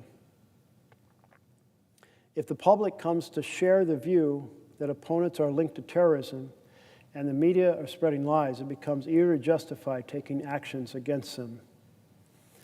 And the assault rarely ends there. Though observers often assure us that demagogues are all talk and their words should not be taken too seriously, a look at demagogic leaders around the world suggests many of them do eventually cross the line from words to action. This is because a demagogue's initial rise to power tends to polarize society, creating a climate of panic, hostility, and mutual distrust. The new leader's threatening words often have a boomerang effect. If the media feels threatened, it may abandon restraint and professional standards in a desperate effort to weaken the government, and the opposition may conclude that for the good of the country, the government must be removed via extreme measures, impeachment, mass protest, even a coup. You know, when I read this, I think a little bit about Guatemala.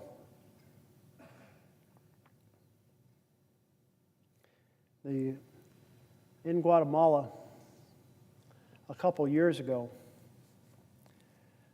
they had a candidate who had been a professor, not very involved in politics, but decided to run for president. I believe his father had been a president. And He was 8th in the polls. But he talked about fighting for all the people of Guatemala, which included the indigenous population. And the indigenous population is often absolutely overlooked. And the government is often run by and for the non-indigenous population. And then some young folks proceeded to hear his talk about strengthening the country for all. They got very excited about him, and they started using modern social media.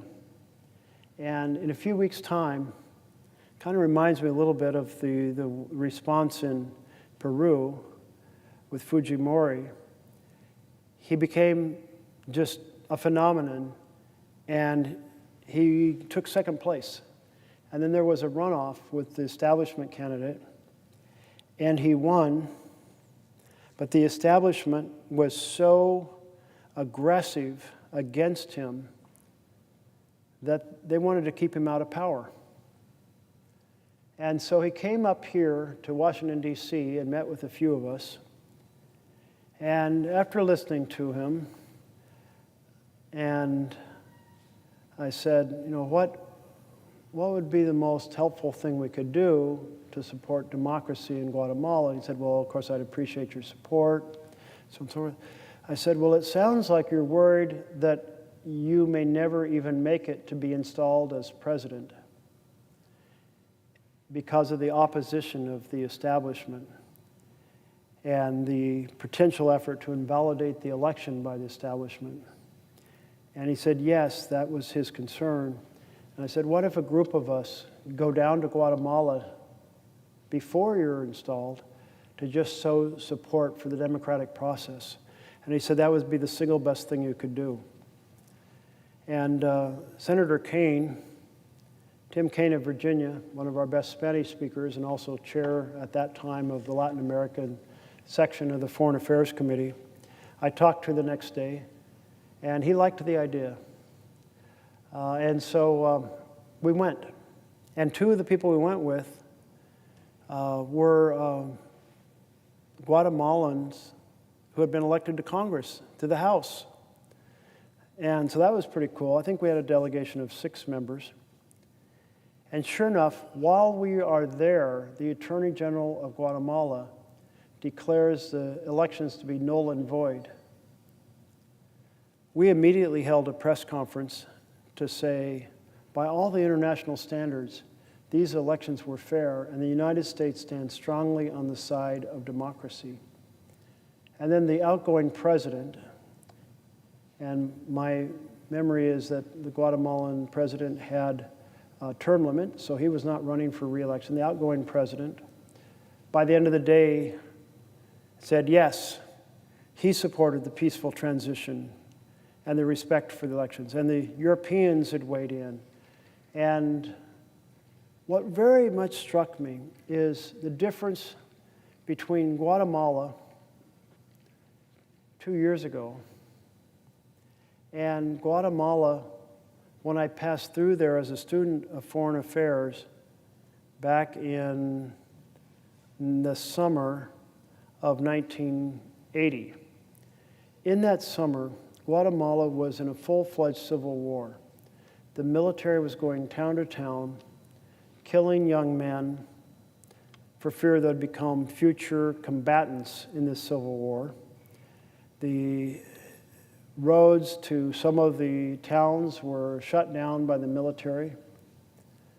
In fact, we heard at one of the stops that the reason it was shut down was for the army to go town to town, and I thought, and kill as many young men as they could. And I didn't really believe it. And then it turned out when I got back to the United States, we got more information. That was exactly what was going on. There were a lot of assassinations going on. And when we were in Guatemala City, there was an assassination of the chair of the president of the Chamber of Commerce. And we'd gone to a synagogue for a service, and people were going to his home to pay their respects afterwards. And Then we were in the street in Guatemala City, and we met a fellow who said his father was flying a light plane into one of the towns where there's historical, ancient Mayan ruins, and would we like to fly in his light plane with him? We said, sure, we'd be up for that adventure. And at that time of year with the rain, you couldn't really get there by an autobus because the roads were soaked with rain and therefore with mud, and the transportation through the jungle was pretty much shut down. So we arranged a meeting at our little inexpensive hotel. They're called a pension. I think we were paying like $3 or $4 a night to stay there.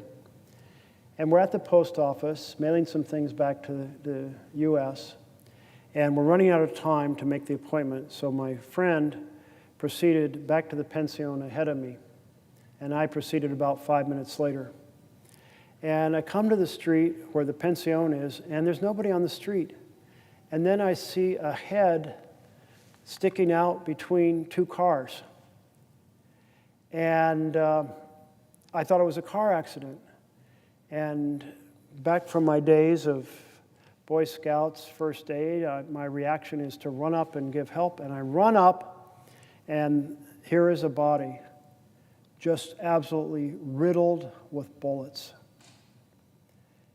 And the street was not very wide across, maybe 20 feet at most, maybe less. And our pension was on the opposite side. And so I ran across the street to duck into the pension. My friend, who had arrived a few minutes before, had walked into the cantina across the street. And as he was walking out with a beer in his hand, the person walking out behind him was gunned down by assassins.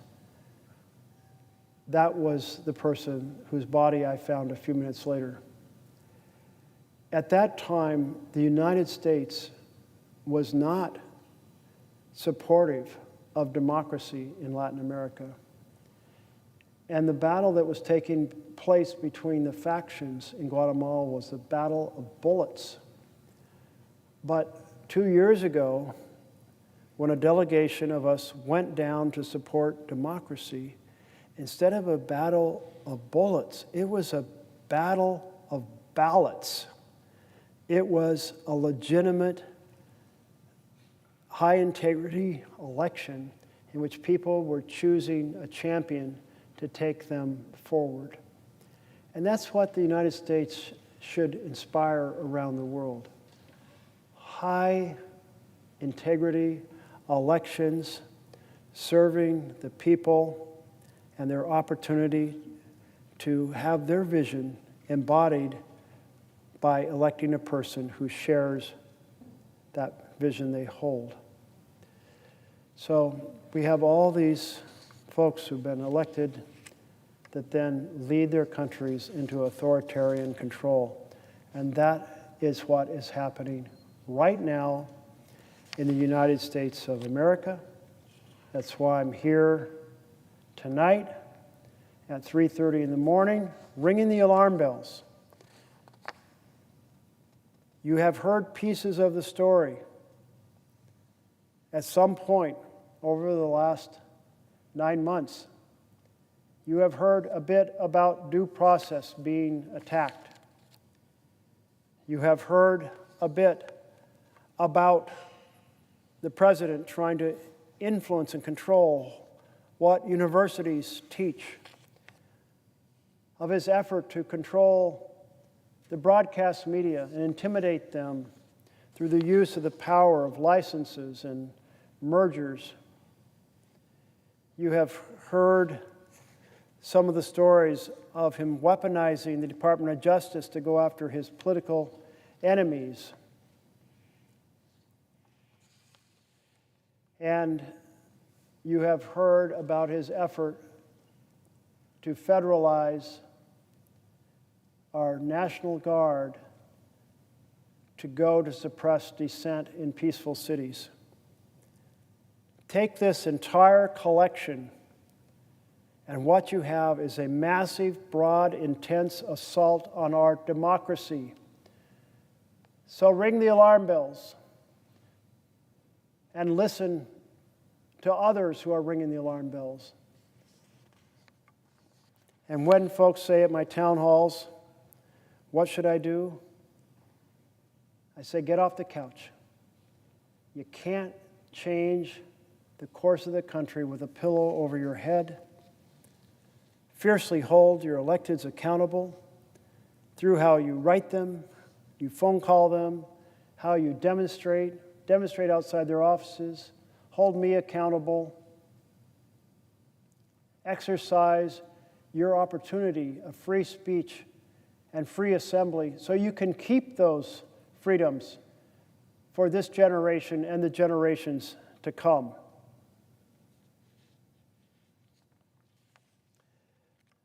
And join an affinity group, because to be angry and alone is to be depressed. But to be angry and organized with others is to be energized and effective. And we need Americans to be energized and effective in order to save our republic. So, this chapter goes through the various countries, including Malaysia, through many other countries. But then it turns a little bit to the United States. So let me pick up at that point. Perhaps the most striking example of rewriting the rules to lock in an authoritarian advantage comes from the United States.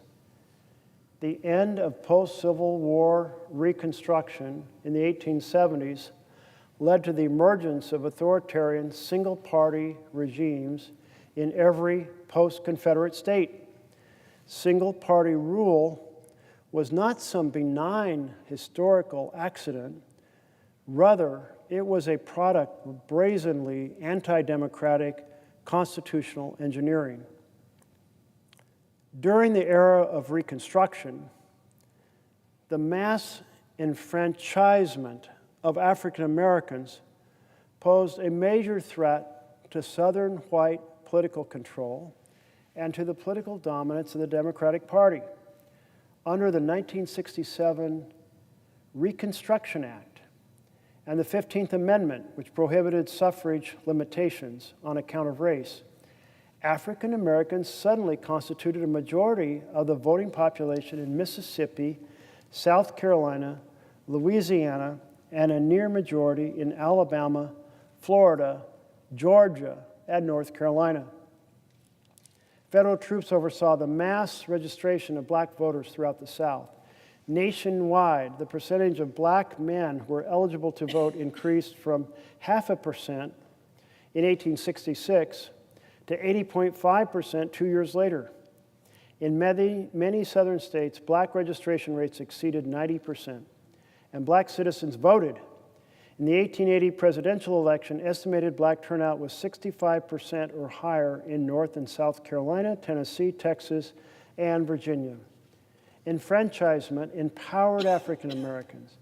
More than 2,000 Southern freemen won elective office in the 1870s, including 14 congressmen and 2 U.S. senators. I often ask my interns or other student groups about that period. Do they know where the first 2 African American senators came from? What state they came from? And they've never gotten this right. And I don't know if anyone in this room would get it right now. The answer is Mississippi. When Mississippi rejoined the Union, they had 2 Senate seats to fill, and they worked out a deal that recognized the political power of the fact that black Americans could now vote in the South, and the legislature, because we had indirect elections, sent the first black senator here and then sent a second one a couple years later. It was in this chamber a big public event. I think they referred to it in the newspapers as the 15th Amendment in body and soul. Flesh right here. But what happened? A deal was struck in the election of 1876. And in that election, there were 4 states that had contested slates. The Democrat was one vote short of winning the Electoral College. But the 4 outstanding slates, if every vote went to the Republican, Rutherford Hayes, would be elected. So what unfolded? Well, a standoff. The Republicans said, hey, in the Constitution, it's the vice president who receives the slate of folks serving in the Electoral College over in the House, and so it should be the vice president who decides the slates. And the Democrats said, not so fast. There's nothing in the Constitution that assigns that responsibility to the vice president. Now, if that story sounds like the election of 2020, you are absolutely right. It is a scary parallel. And so they decided to pass a bill and create a commission of 15. And there would be 5 senators and 5 House members and 5 Supreme Court justices, and they would be chosen so that there were 7 Republicans and 7 Democrats and 1 independent. And this panel would decide which slates to accept. Well, the independent on the Supreme Court proceeded to resign, and a Republican was assigned. So now there was an 8-7 split. And in that 8-7 split, they voted exactly by party. The Republicans voted for all of the contested slates to go to the Republican nominee, Rutherford Hayes. The Democrats voted the opposite direction.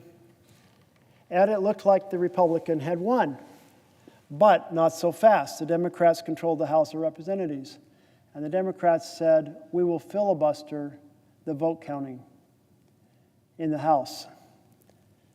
And so they retired to a house not here, far here from this chamber, and a deal was struck.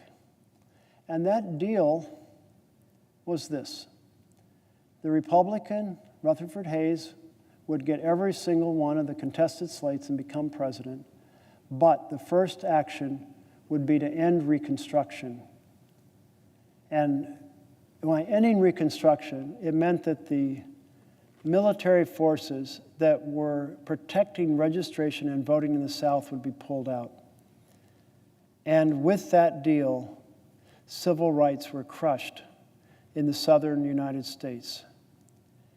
It would be, from that time forward until the Voting Rights Act, extraordinarily difficult and unlikely that you'd be able to vote if you were a black man or woman in the southern states of the United States. And so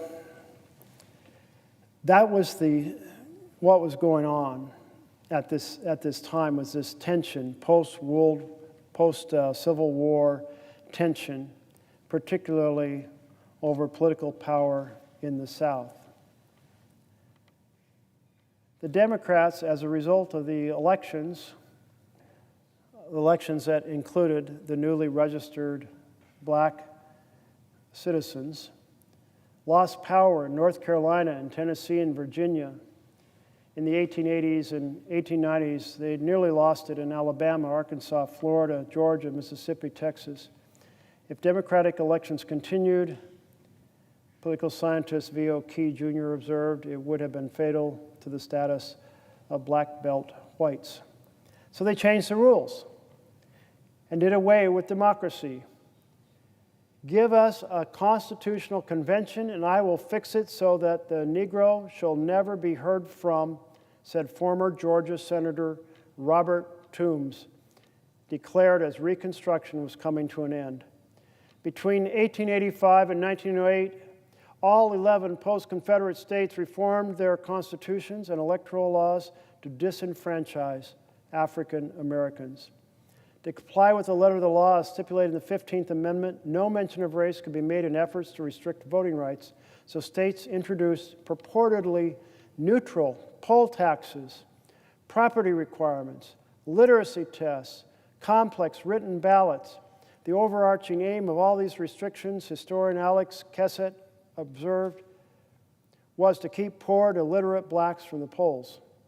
And because African Americans were overwhelmingly Republican, their disenfranchisement could be expected to restore the Democrats' electoral dominance. The goal, as the state senator from North Carolina put it, was to write a good, square, honest law that will always give a good Democratic majority.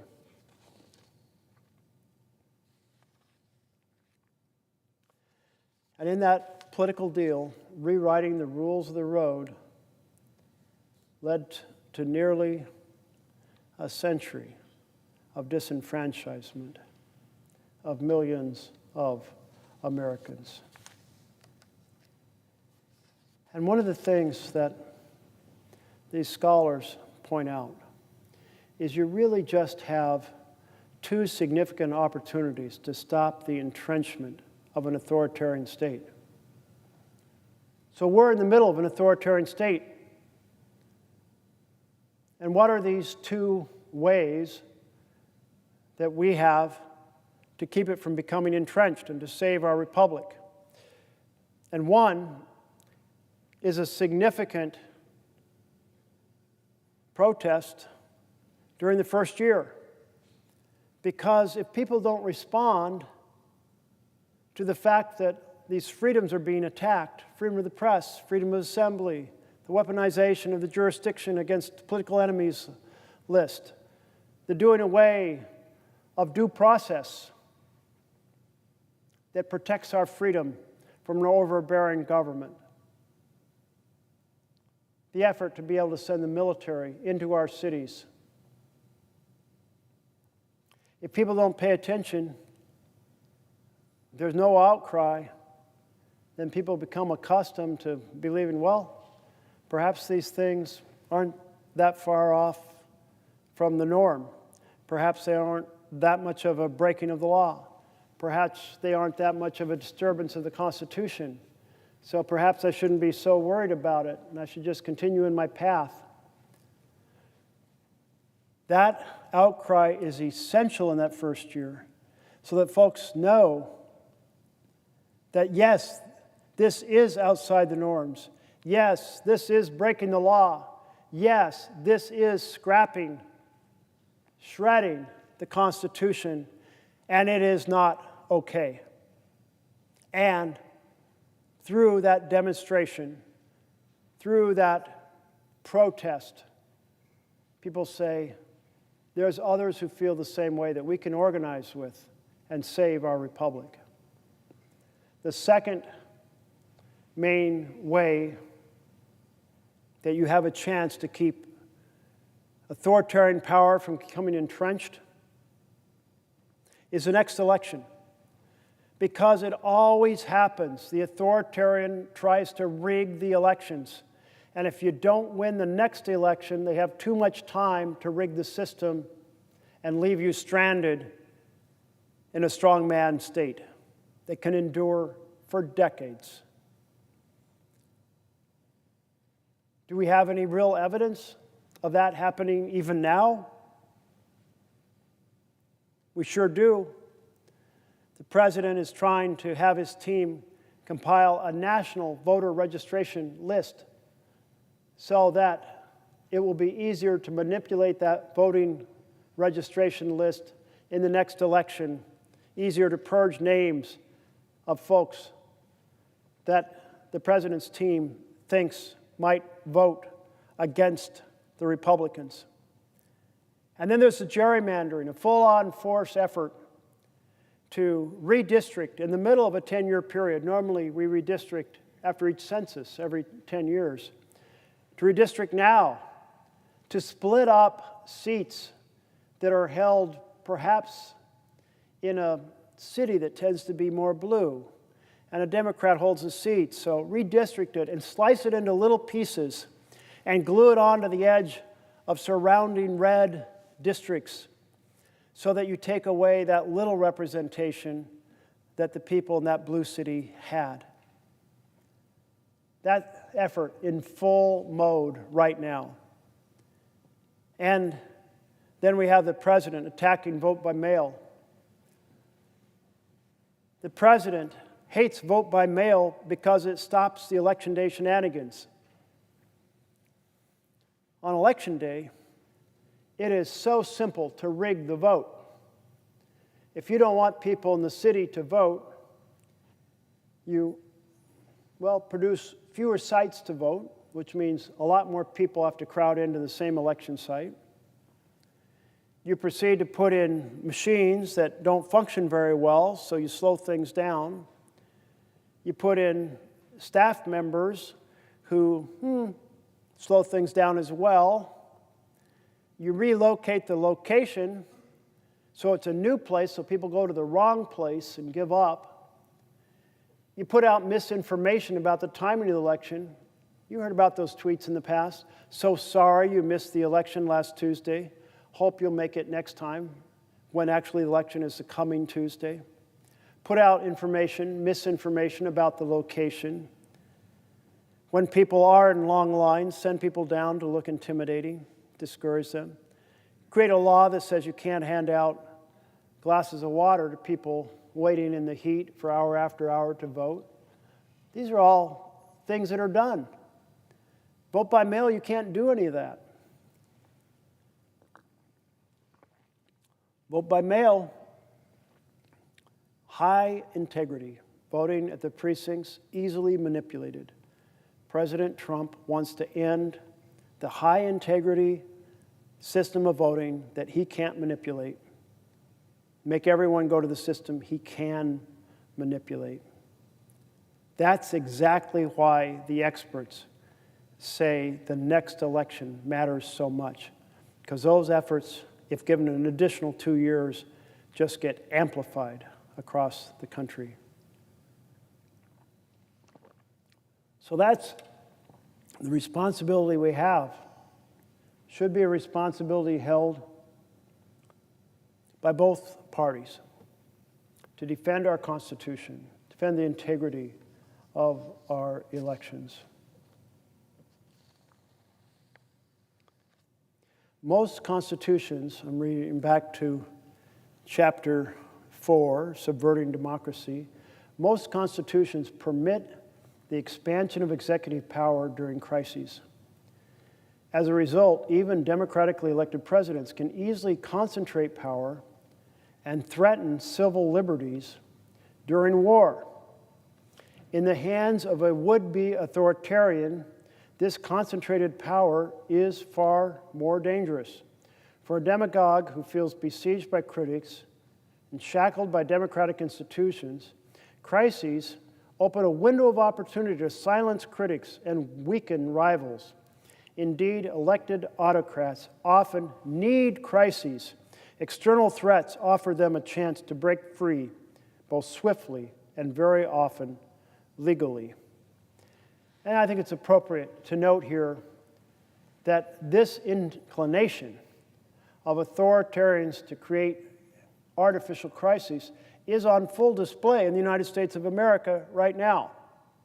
The President of the United States tried to federalize the Oregon National Guard, saying that there were uncontrolled riots and war-ravaged zones in downtown Portland. Well, nobody visiting Portland could see anything of the kind. If you go back some 2.5, 3 months, there were, over a course of weeks, a few dozen arrests of protesters, but nothing not easily handled by the local police, which they did. And at the time Trump was actually focused on Portland, that had gone away. There were virtually no arrests. And what you did have was people protesting in a manner particularly special to Portland, and that is protesting with joy and whimsy. So here's Trump claiming that there is a war-ravaged zone and you need to federalize Oregon's National Guard to address it. And there's no such thing. So when the district judge hears the case, because the local state, the state of Oregon, led by Dan Rayfield, Attorney General, challenged it, the judge wrote, "The case presented by the administration is untethered from the facts. They made up that there was a crisis in Portland in order to federalize the military against the American people." Now, I can tell you, you'll see some interesting things if you go down outside the ICE building. You'll see women coming down in a pastries and pajamas demonstration, in their pajamas handing out pastries. You might catch a glimpse of the unipiper, the man who plays his bagpipes on a unicycle as he makes his way through the zone. You might get to witness a wedding, because one was held. They rolled out a red carpet and had a little wedding outside the ICE building. You might get to witness a whole bunch of folks with their puppy dogs in a Keep Your Paws Off Portland demonstration, or a Paws for Peace demonstration. You might get to see a whole bunch of people in inflated frog outfits, the Frog Squad. Why did the frog become so popular? It's a demonstration of joy and whimsy. There's people dancing. They're doing the cha-cha slide. They're handing out flowers, putting candles on the ground. And the reason they're protesting in this fashion is because they know what Trump wanted to do. He lied to the public that there was a crisis in Portland. And then he wanted to create a crisis, because if there isn't one, create one. And so he had his federal agents go out and attack peaceful protesters. Well, they did not engage. They backed off. And then he had his agents stage a fake riot in which he had the agents back up the protesters 3 blocks, which they did without altercations. They followed instructions. And behind the federal agents were videographers. And upon command, the federal agents threw down flashbangs. They sound like gunfire going off. They threw down tear gas, so there's clouds of tear gas. They shot pepper balls. And the combination was to create chaos for the videographers to do a video of, maybe to convince a judge that there had been a riot, maybe to convince the American people watching some far-right news channel that was claiming, look, there's a riot in Portland. Or maybe they're just replaying from 2020 when there actually was significant disturbances in Portland. A government that is faking a riot in order to persuade a court to give the president the power to use the military against the people, shouldn't that disturb every single member of the U.S. Senate?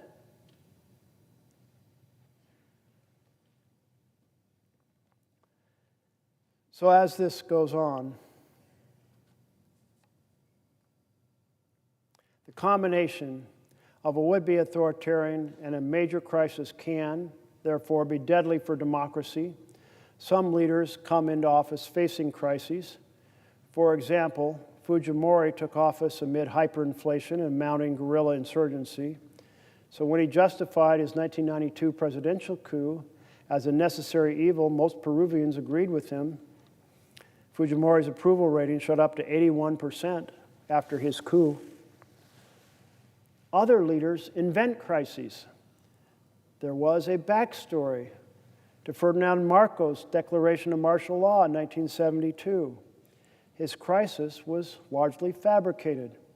Acutely aware that he needed to justify his plan to skirt the Constitution's two-term limit in the presidency, Marcos decided to manufacture a, quote, communist menace. Facing only a few dozen actual insurgents, President Marcos fomented public hysteria to justify an emergency action. Marcos wanted to declare martial law as early as 1971, but selling his plan required an act of violence, a terrorist attack that generated widespread fear. That would come the following year when the Manila bombings, which U.S. intelligence officials believed to be the work of the government forces themselves, and the assassination attempt on Defense Secretary Enrile, which Enrile later admitted was a sham. In fact, he said he was nowhere near the scene of the reported attack. So Marcos manufactured a crisis in order to accentuate his authoritarian control. President Trump manufactured a fake riot in Portland to try to convince the courts or the public that there was, in fact, violence that would justify the federalization of the Oregon National Guard. And when the judge said, no way,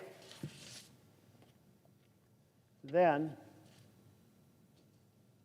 he said, I'll just send in the National Guard that have already been federalized from Texas and California. And the judge said, not so fast, because it isn't just the act of federalizing them. They can't be sent in unless there is something that meets the standard of the law. The standard of the law, unless you have a cooperation from a governor, is there has to be either an invasion or there has to be a rebellion. Well, neither existed. So if you couldn't meet the standard to federalize the Oregon forces, you also couldn't meet the standard to send the federalized forces from California or Texas. And as of the moment, that's more or less where things stand. But a lot is going on. There's a 3-judge panel, the Ninth Circuit, that came out and said, well, we don't agree with the district judge. The district judge who said you can't federalize because there's a standard in the law, and you have to have a rebellion, or you have to have an invasion, and neither exist. And those 2 judges of that 3-judge panel said, well, you know, there was some arrests a couple months earlier, and maybe that was fair basis. And but clearly it was nothing like a rebellion or an invasion. And the judges said, and maybe the definition of rebellion, which appropriately reflected the understanding of what a rebellion was at the time the laws were written, maybe we should use a more flexible definition of rebellion. And then the real clincher of an argument: defer to the president's judgment. Now, here's the thing. If the law says the president can only bring in the military domestically against U.S. citizens if there's a rebellion or an invasion, that's an objective standard of the law. But these 2 judges said, toss that objective standard aside. As long as the president claims there's a rebellion, defer to the president. Well, that's not a standard of law. There's nothing in this law that says defer to the president. It sets a standard. And people knew what a rebellion was. It was a sizable, organized, weaponized group seeking to overthrow the government. That's a rebellion. And a bunch of women handing out pastries in their pajamas is not a rebellion. A bunch of people in inflatable frog suits holding protest signs is not a rebellion. You may wonder, well, how did they decide, like, the whole frog suit thing? Well, it's because of one of the provocative acts by the federal agents who walked up and sprayed pepper spray inside the suit of this person wearing an inflatable frog suit. And it's such an outrageous act that others said, I'm going to wear one too. So suddenly you have the frog squad. Well, so there we are. If the court says standards in the law mean nothing, the president can fictionalize and just claim something exists that doesn't exist, then we have thrown the door wide open to not just the authoritarian assault on our freedoms that's in full force, but to using the military against our citizens. And that is a horrendously dangerous place to go. And now we will see if the Ninth Circuit has a 12-member panel called an en banc panel to take a broader look at this question. And we'll also see what happens when the Chicago court, which had the same opinion that there was no rebellion, there was no invasion under Title X that could justify the federalization or the use of federalized National Guard in Illinois. That's going to the Supreme Court. They may issue something from the shadow docket where they never even hold a hearing, but they just assert a principle, often without explaining why or how they got to the conclusion. So much may happen and unfold in the coming days. But I'm ringing the alarm bells to say this is an extraordinarily dangerous moment right now in which a couple judges have said the standards required in the law can be cast aside and just give full deference to a fictionalized story told by a president. The courts are to hold the president accountable to the law, hold all of us accountable to the law. If the courts simply roll over and say whatever the president says goes, and this chamber is just a rubber stamp for whatever the president says, then we have an authoritarian state, and that's what we have right now. Well, we've arrived at another. Page 1 got mixed.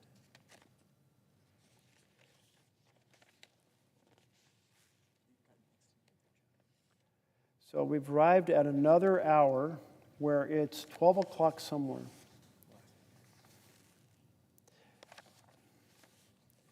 And somewhere in this pile, I have the first page of Henry Wadsworth Longfellow's poem on Paul Revere's Ride.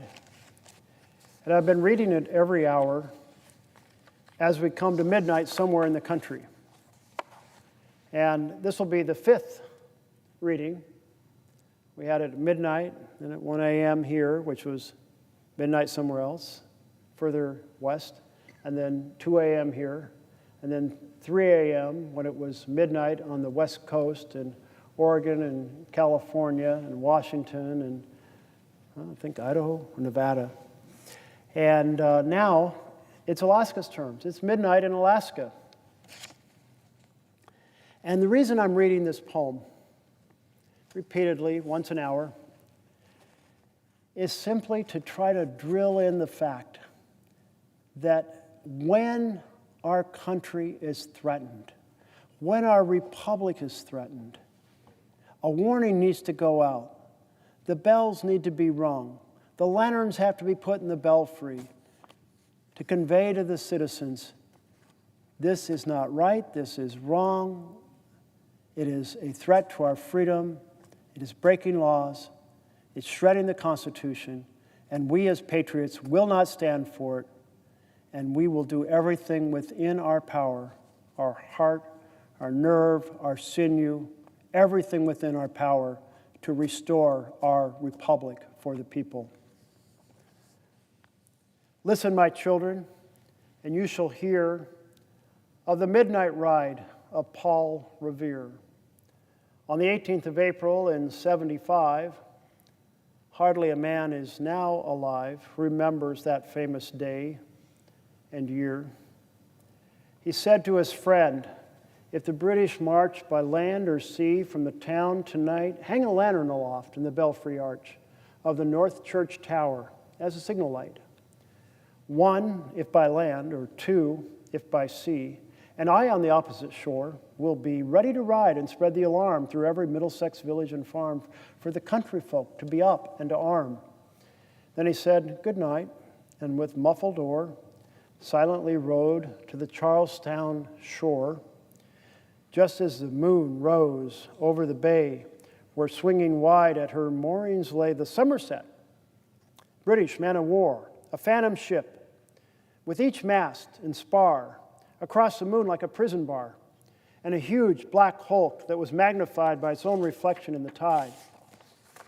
Meanwhile, his friend, through alley and street, wanders and watches with eager ears till the silence around him he hears the muster of men at the barrack door, the sound of arms, the tramp of feet, the measured tread of the grenadiers marching down to their boats on the shore.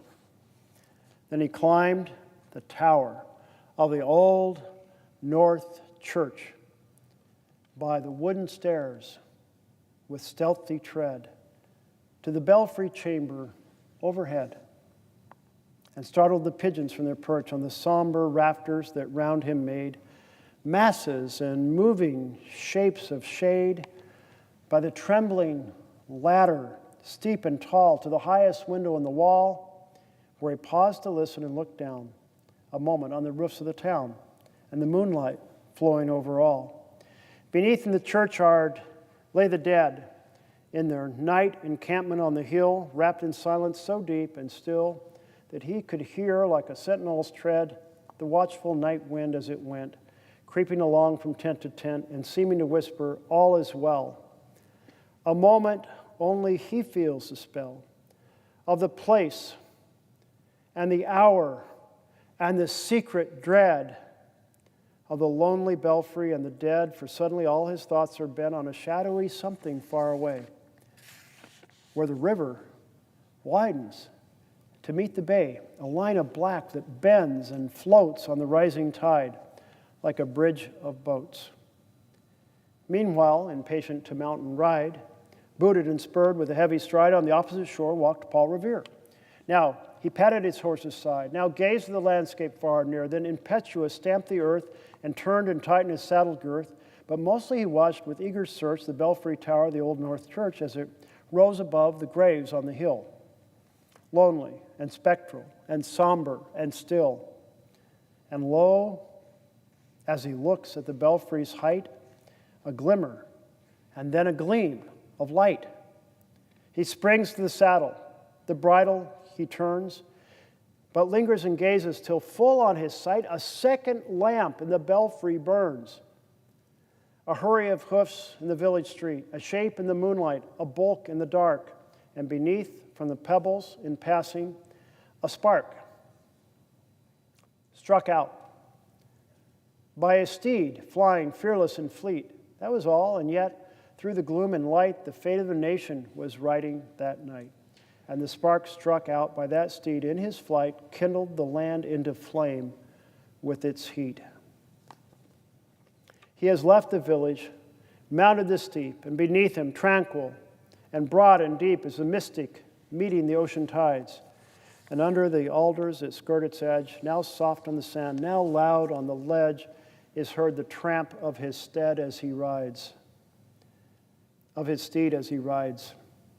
It was 12 by the village clock when he crossed the bridge into Medford town. He heard the crowing of the cock and the barking of the farmer's dog, and felt the damp of the river fog and that rises after the sun goes down.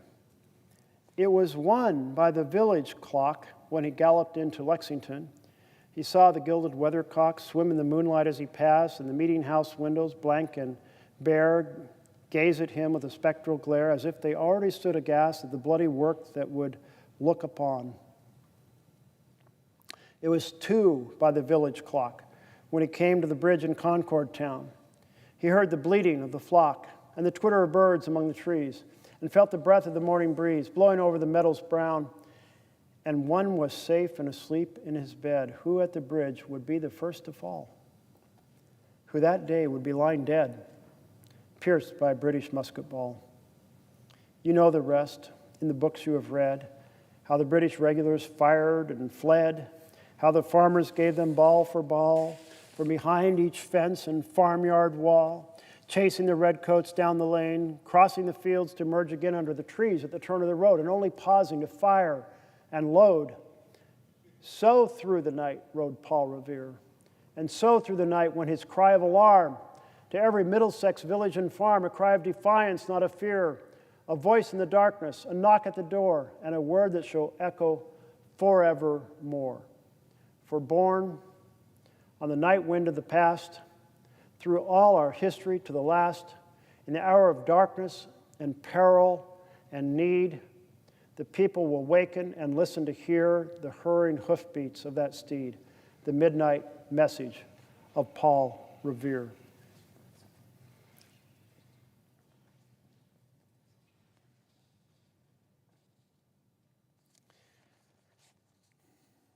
When the colonies were threatened,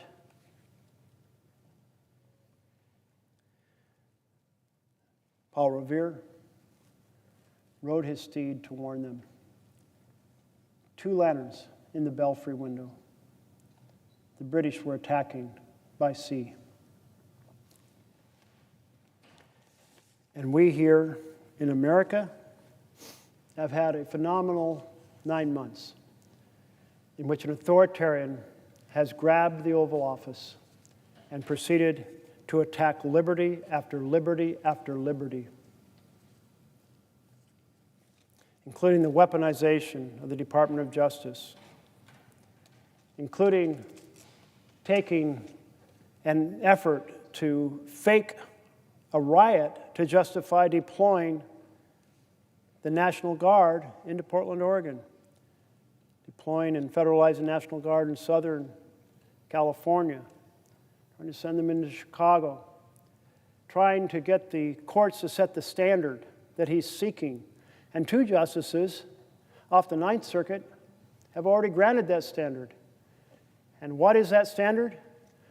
That if the president says there's a rebellion, then he's justified in sending in troops, just because he says so, even if it's untethered to the facts.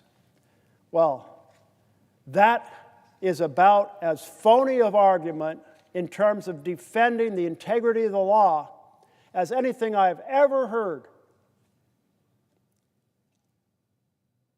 Did this chamber or the House chamber set a standard and then say it's up to the president, and if he invents a fake demonstration that's not even a rebellion, doesn't come close to the definition, he's still justified in doing this even if he hasn't met the standard? No. The words meant something when this chamber voted for that law, Title 10. They meant something when the House voted.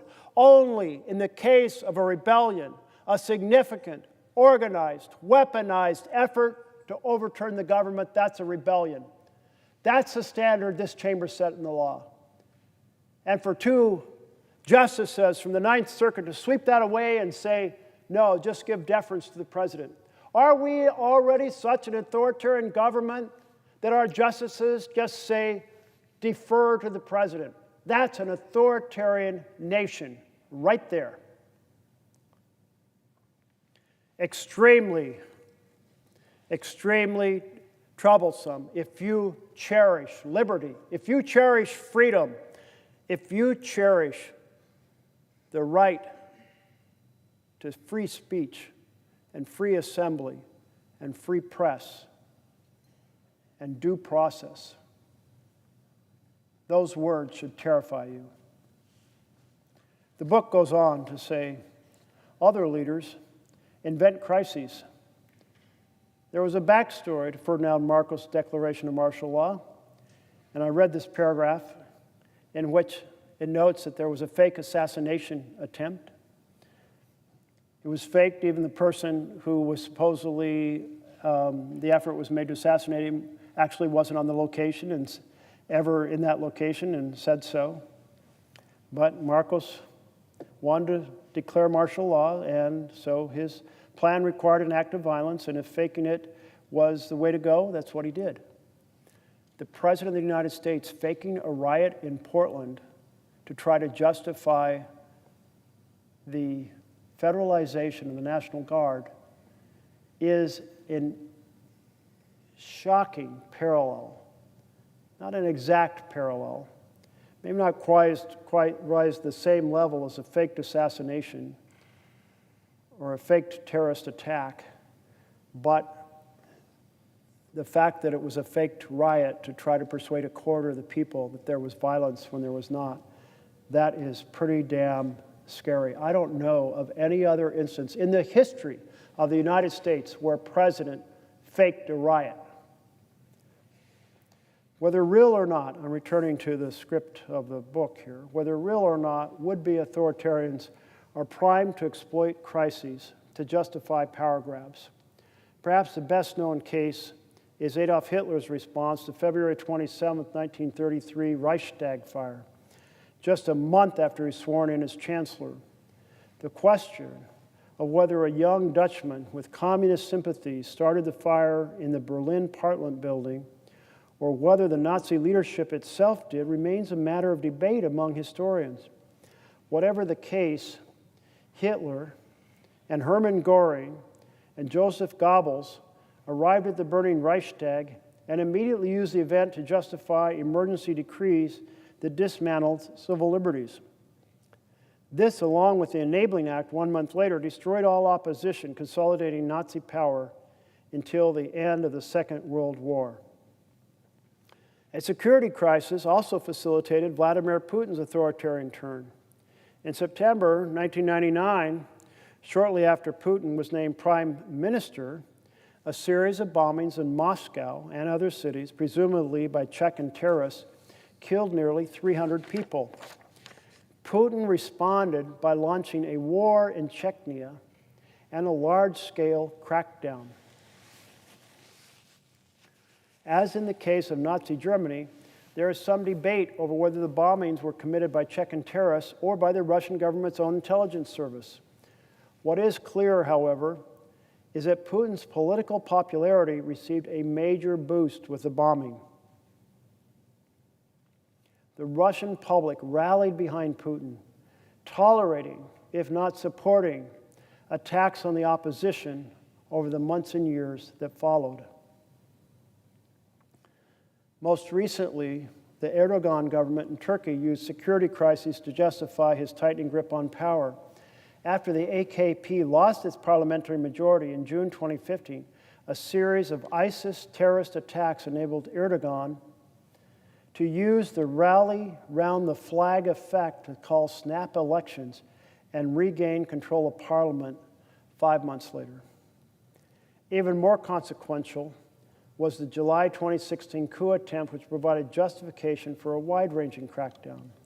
Erdogan responded to the coup by declaring a sense of emergency and launching a massive wave of repression that included a purge of some 100,000 public officials, the closure of several newspapers, more than 50,000 arrests, including hundreds of judges and prosecutors, 144 journalists, and even 2 members of the Constitutional Court. Erdogan also used the coup attempt as a window of opportunity to make the case for sweeping new executive powers. The power grab culminated in the April 2017 passage of a constitutional amendment that demolished checks on presidential authority. Few demagogues hemmed in by constitutional constraints, 4 demagogues hemmed in by constitutional constraints, a crisis represents an opportunity to begin to dismantle the inconvenient and sometimes threatening checks and balances that come with democratic politics. Crises allow autocrats to expand their room to maneuver, protect themselves from perceived enemies. But the question remains, are democratic institutions so easily swept away? So, in we ring our alarm bells as we understand these numerous assaults on our freedoms.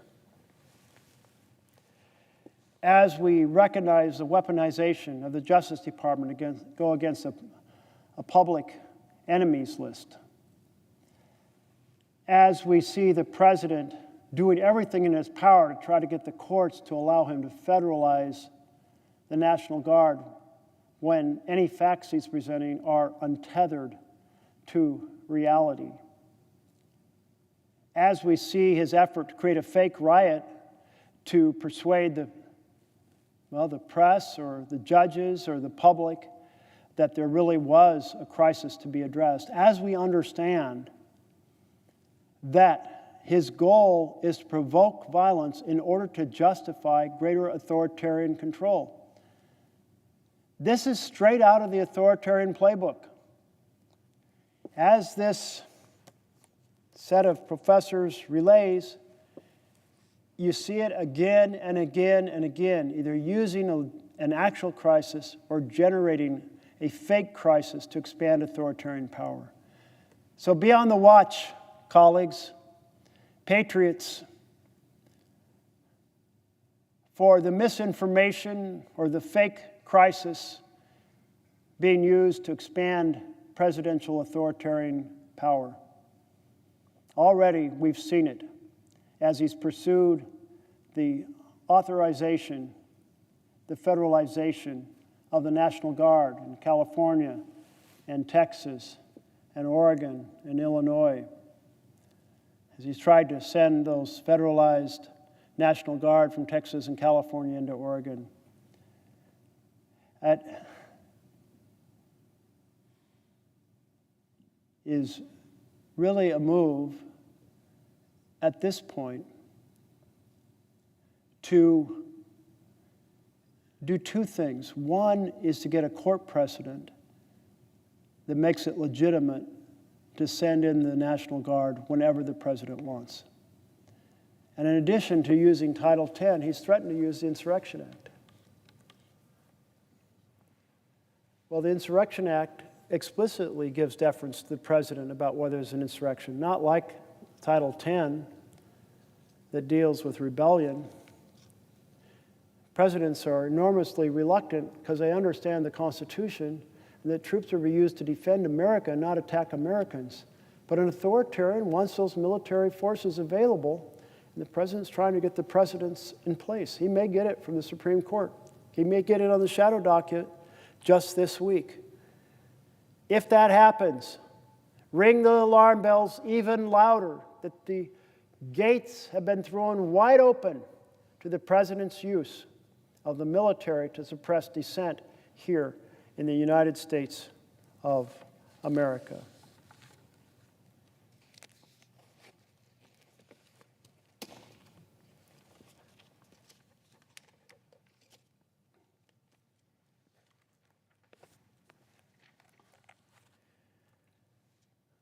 In between each chapter discussion of these different elements of authoritarian power, I'm laying out some of what's happening here in America.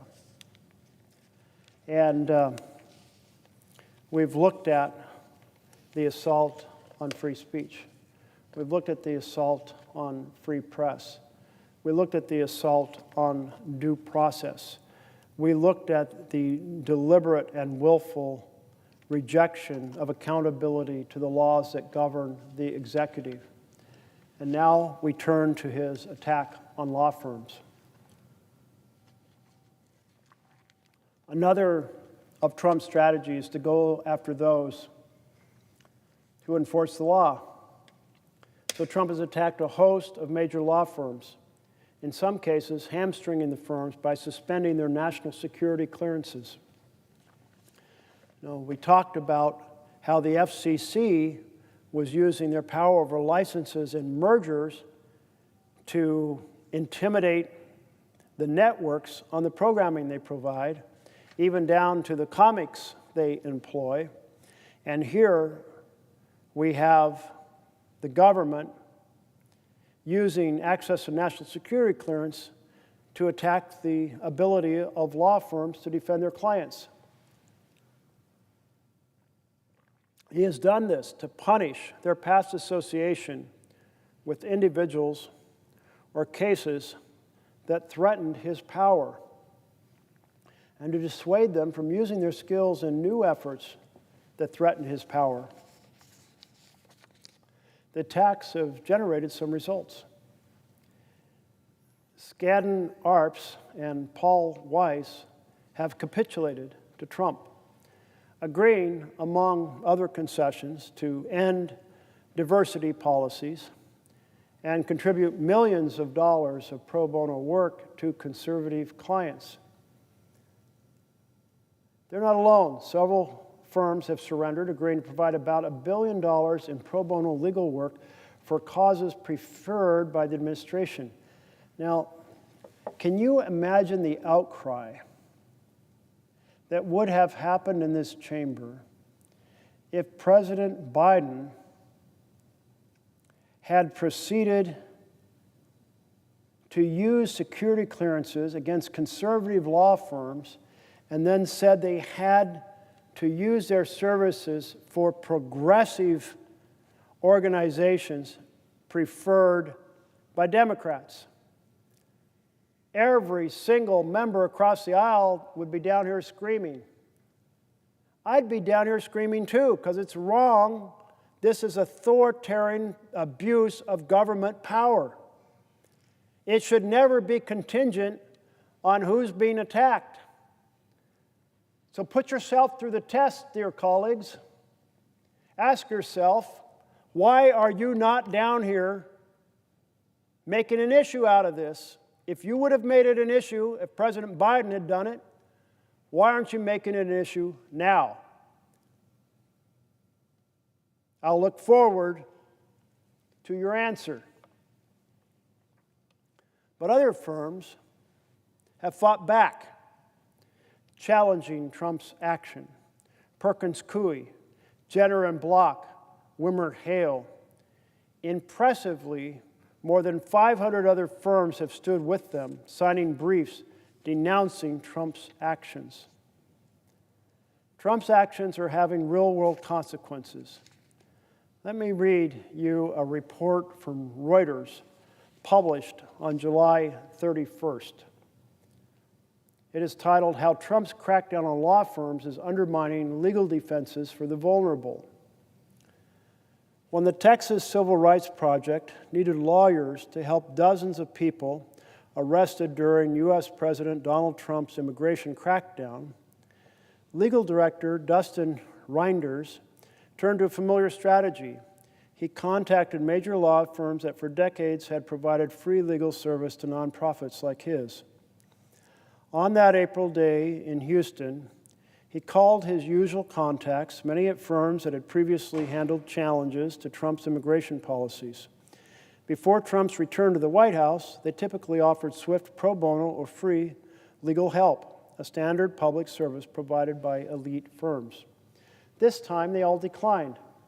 "We are just handling the cases ourselves at this point," Reinders said.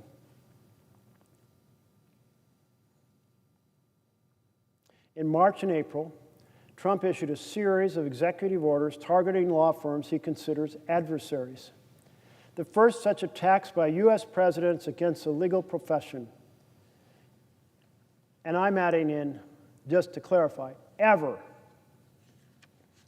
Not in 200 plus years following 1787 Constitution has the president proceeded to attack law firms and tried to blackmail them, sometimes successfully, into providing pro bono services for causes the president prefers. Wow. First time ever. Another norm that would not have been crossed by any other president, because other presidents didn't believe it was right for the government to blackmail law firms. And it's not right. It's abusing the power of government, threatening the security clearances in order to get this result.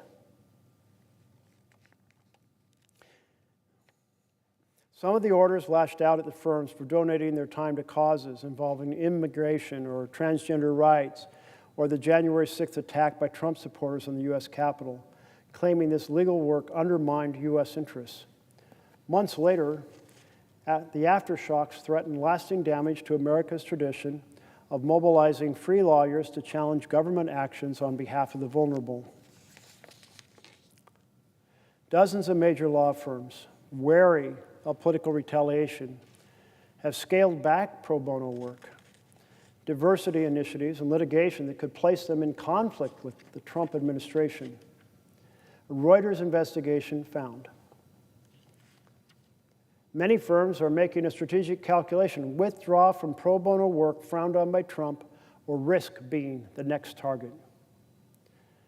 14 civil rights groups said the law firms they count on to pursue legal challenges are hesitating to engage with them, keeping their representation secret, or turning them down altogether in the wake of Trump's pressure, according to interviews with the nonprofits and a review of filings they made in court. In an analysis of court dockets, Reuters also found that big law firms have pulled back sharply from litigation against the federal government. That's a departure from Trump's first term, when the nation's largest firms were often involved in challenges to his directives. Now they're mostly on the sidelines amid an avalanche of lawsuits contesting administration policies, spanning immigration, funding cuts to non-governmental organizations, and attempts to fire tens of thousands of federal workers. The retreat has been painful for the nonprofit advocacy groups challenging Trump's sweeping assertions of executive authority, limiting their resources for researching legal arguments, preparing briefs, and pursuing litigation. Such groups offer legal aid to low-income communities that have long relied on pro bono support. The result, he warned, is a chilling effect that is discouraging elite law firms from confronting the administration. Win or lose in court, the actions of the president are accomplishing their goal, he said. 9 firms have capitulated to Trump, pledging nearly $1 billion in free work to administration-backed causes. $1 billion of free work. Extortion by the President of the United States, threatening the security clearances, or taking other actions that, threaten the ability of the law firms to represent their clients or to gain new clients. Nearly $1 billion in free work to administration-backed causes. The deals include pro bono work ensuring fairness in the justice system and combating anti-Semitism, issues the administration has cast as conservative, though the specific cases the White House is expecting firms to pursue remain unclear. The firm said their settlements protect employees and clients without compromising core principles or their pro bono commitments. 4 firms, Perkins Coie, WilmerHale, Jenner & Block, and Sussman Godfrey, successfully challenged Trump administration orders targeting them, winning permanent injunctions from judges who found the actions unconstitutional. All but Sussman Godfrey's case have been appealed. And the important word in that paragraph, unconstitutional. It's unconstitutional to use the power of the government to blackmail law firms. The president acted unconstitutionally. Where is a single member of my colleagues across the aisle saying we're going to stand up for the Constitution? One. Be delighted to hear them stand up to the Constitution. One, just one, would be great. Beyond these rulings, Trump's directives are reshaping the profession in subtle but significant ways. A Reuters review found 46 of the 50 top grossing U.S. firms have removed or altered website references to diversity, equity, and inclusion. 17 revised pro bono descriptions to omit contentious areas like immigration and racial justice.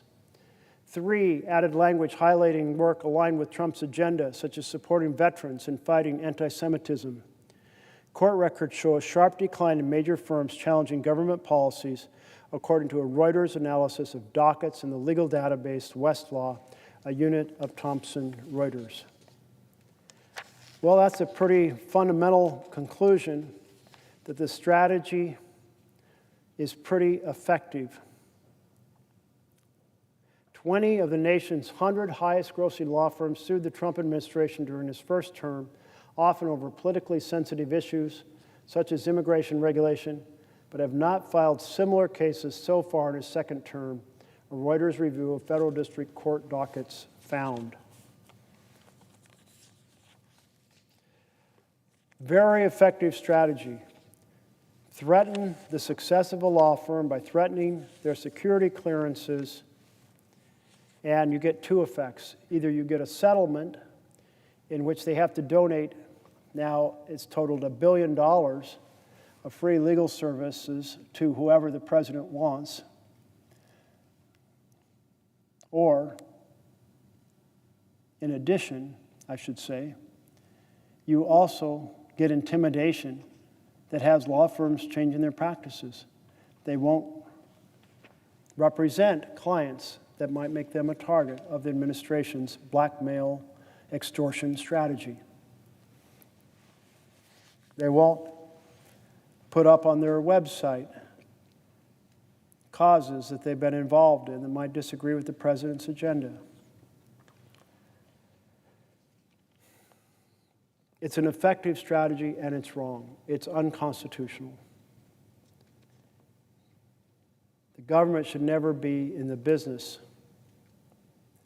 of providing a strategy to extort services out of the law firms or to basically intimidate them into not doing the function that they would choose to do in a normal world.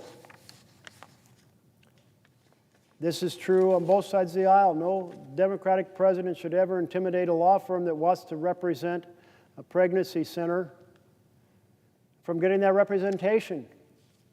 It's not the role of government to coerce private enterprises choosing what they want to do for pro bono activities.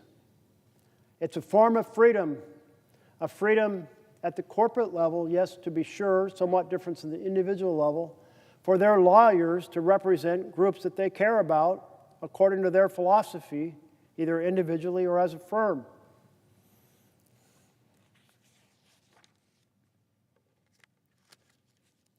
Well, in the middle of this, we are still in the middle of the Republican shutdown because Republicans want to preserve the slashing cuts to health care affecting so many millions of Americans.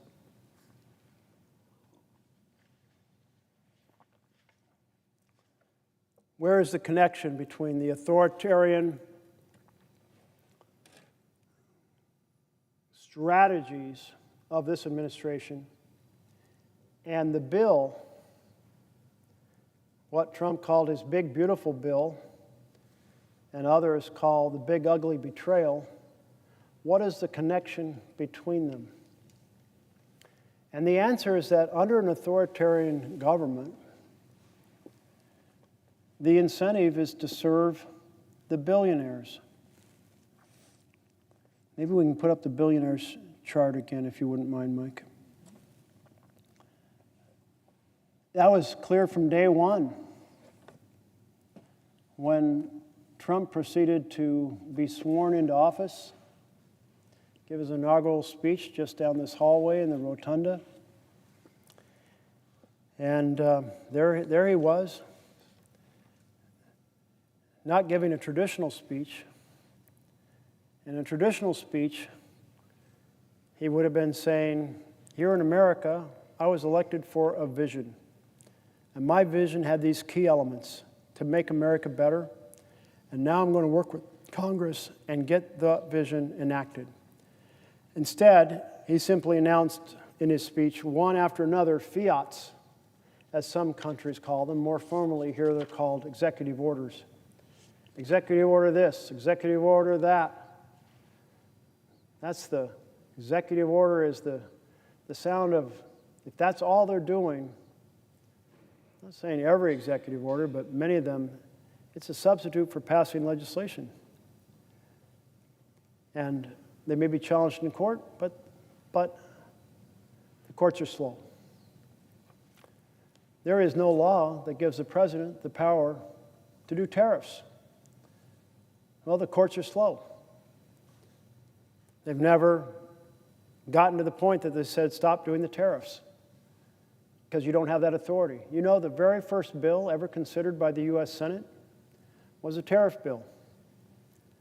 You want a barrel of nails, you want a keg of molasses, what's the tariff going to be when you import it? And a senator sat around for 3 weeks arguing over what price should be put or what tariff amount should be put on each item. Always been done by legislation until this administration. So if the law gives no authority to the president to do tariffs, then how is the president doing all these tariffs day and night? It's because he's acting as an authoritarian outside the law. That's how. And because the courts are too slow, too timid, too something, too overloaded to say, hell no, you can't exercise authorities. You don't have authorities long invested in Congress to be done by law. But if authoritarianism is essentially about billionaires being empowered and too bad for the families, then it's a perfect fit for the bill passed by this chamber in the House of Representatives, the bill Trump called the Big Beautiful Bill. Because what was the theory behind that bill? It was run up the debt of the United States an additional $30 trillion over the next 30 years. It does grind on me every time I hear someone who voted to run up the debt $30 trillion over the next 30 years talk about they're a fiscal conservative, because nothing could be further from the fact. And they slashed the tax credits that support affordable health insurance on the exchange to fund tax breaks for billionaires. And they slashed child nutrition to fund tax breaks for billionaires. And they slashed Medicaid to fund tax breaks for billionaires. Makes the billionaires pretty happy. Here they are, stand behind the president on day one. Mark Zuckerberg, Jeff Bezos, Elon Musk, government buying for the billionaires in the inaugural speech, in the inaugural picture, and in the president's big agenda bill. It's all the same. It flows from this authoritarian sense of taking control of the country to enhance the power of the powerful and toss the people under the bus. Its families lose and billionaires win. And if we were actually functioning now as a republic, we wouldn't see legislation that is families lose and billionaires win. We would see legislation for families to thrive and the billionaires or mega millionaires to pay their fair share. No, we're raised to believe that we have a fair chance at legislation that supports the people when everyone has a vote. But here is the challenge. We have a massive inequality in this country, I think at the highest level since the 1920s. And in that inequality is a power differential, because those with huge amounts of assets, they can afford lawyers who work 365 days a year to get the result they want. They can afford media campaigns to mislead the American people. I remember early in my time here in the Senate, back when I took the light rail, the metro, up to Tacoma Park, the big clean coal campaign. You know, coal massively damaging to the environment. But no, this clean coal media campaign to make something that is so damaging appears like a good option. So they've got the lawyers, they've got the media campaigns, they have the lobbyists. When I arrived here 17 years ago, it was said there were 2 pharma lobbyists for every member of Congress. That's a lot. It's said now there are 3 pharma lobbyists for every member of Congress. 3. 3 of them, pharma lobbyists, for each one of us. So they've got the lawyers, they've got the media campaigns, they've got the lobbyists, then they are rich enough to do big campaign donations on the official side, and then, of course, they've got the dark money. Oh, yeah. So the court had this very interesting case called Citizens United. And in that case, they said, you know what? Limits on individual donations can be capped because the candidate may experience corruption by knowing that a large amount of the money came from a few individuals with particular interests. Makes sense. You win your campaign because it was financed, well, who knows? Let's say the car industry. So you're going to be pretty favorable towards that car industry. Maybe it was financed by the clean energy community. So you're going to be more favorable to solar and wind. Maybe it was financed by the fossil industry. So you're going to be more sympathetic to keeping coal mines operating or massively subsidized the way that they are now. And so, yeah, the court said, that's okay. Yeah, we see the point. That's corrupting of good government serving the people. They said, but if the donation is made to the friend of the candidate, somehow that will erase all the corrupting influence because somehow the candidate will never notice that this massive amount of money got them elected because it was given to the friend of the candidate to run a parallel campaign rather than the candidate. What a pile of bullshit that story is from the Supreme Court. Do you think any candidate who got massive funding from any of the big dark money groups doesn't know exactly where that money came from? And worse yet, it's almost universally used to slander the person that they don't want to win. And they put fancy names on it, like the next generation or happiness for America or something like that. They hide who they are sometimes. Other times they don't hide who they are because they want everyone to know. The crypto industry put $40 million into an Ohio Senate race. They wanted everybody to know they did it. It sure made it a lot easier to get that crypto bill passed the floor of the Senate early this year with people going, when I'm up for election, I don't want to be having offended the crypto industry.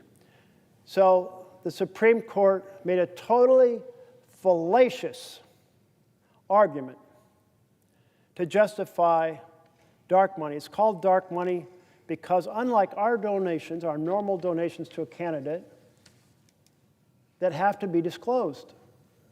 And the reason they have to be disclosed is because we passed a law saying they have to be disclosed because we want to make sure there's transparency. Back when McCain-Feingold was being debated, a lot of folks who opposed McCain-Feingold limits on donations said that's the wrong approach. What we need is the sunlight of transparency. Well, that transparency is you make a donation, the recipient has to record your name, your address, your employment as part of registering that donation. I believe the line is $200. But dark money, no such requirement. Now, we tried to pass a transparency bill called the Disclose Act, led by the senator from Rhode Island, Sheldon Whitehouse. And it basically said what's good for the goose is good for the gander. Disclosure is good for ordinary Americans who can contribute a modest amount of money under a cap, McCain-Feingold cap. And actually, it's a pretty high cap when it comes to people in my blue-collar community. Nobody would give at these levels. I mean, it's pretty high, but it's not millions. I think the cap is $7,000 now, $3,500 in a primary, $3,500 in a general. But who in a blue-collar community like the one I live in has $7,000 to give to a campaign? So it's still pretty high, but it's not the $40 million for sure that the crypto industry put into a Senate race in a single week because they didn't like the way that the incumbent senator had led the banking committee and wanted certain things passed out of that banking committee that didn't get passed out. Talk about corrupting the American process of representing the people. Boy, that's a whopper right there. But that's where we are, with the powerful having so much maldistribution of wealth. They can employ the lawyers, the lobbyists, the media campaigns. They can proceed to give large regular donations and massive dark money donations. All of that means there is no such thing as an equal playing field in America. All of that means the government operates more for the powerful than for the people. And then we have the amplification of that disparity by an authoritarian government that isn't even trying to address the fundamentals for the people, not even trying to address health care, not even trying to address housing or education, could care less about good-paying jobs. And that's where we're at now, with the amplified authoritarian government by and for the powerful. Welcome back to the presiding officer, who's returned for another shift. So maybe I should start another chapter of the book. And this chapter addresses the guardrails of democracy. And again, these chapters are taken from How Democracies Die. Two professors wrote this book in 2018. They've studied how democracies die all around the world. What are the warning signs of authoritarian power? How is it exercised? How does it grow? How is the effort in a democracy made to filter the candidates so that you actually end up someone at the head of the executive branch who has the qualities of character and the capabilities appropriate to the office? And how do you lose that, as we have now? And hopefully, how do you repair it? This chapter, chapter 5, the guardrails of democracy. For generations, Americans have retained great faith in their Constitution as a centerpiece of a belief that the United States was a chosen nation, providentially guided, a beacon of hope and possibility to the world. Although this larger vision may be fading, trust in the Constitution remains high. A 1999 survey found 85% of Americans believe the Constitution was the major reason America has been successful during the past century. Indeed, our constitutional system of checks and balances was designed to prevent leaders from concentrating and abusing power. And for most of American history, it has succeeded. President Abraham Lincoln's concentration of power during the Civil War was reversed by the Supreme Court after the war ended. President Richard Nixon's illegal wiretapping, exposed after a 1972 Watergate break-in, triggered a high-profile congressional investigation and bipartisan pressure for a special prosecutor that eventually forced his resignation in the face of certain impeachment. In these and other instances, Our political institutions served as crucial bulwarks against authoritarian tendencies. But are constitutional safeguards by themselves enough to secure a democracy? We believe the answer is no. Even well-designed constitutions sometimes fail. Germany's 1919 Weimar Constitution was designed by some of the country's greatest legal minds. Its long-standing and highly regarded Rechtsstaat, or rule of law, was considered by many as sufficient to prevent government abuse. But both the Constitution and the Rechtsstaat collapsed rapidly in the face of Adolf Hitler's usurpation of power in 1933. Or consider the experience of post-colonial Latin America. Many of the region's newly independent republics modeled themselves directly on the U.S., adopting U.S.-style presidentialism, bicameral legislatures, supreme courts, and in some cases, electoral colleges and federal systems.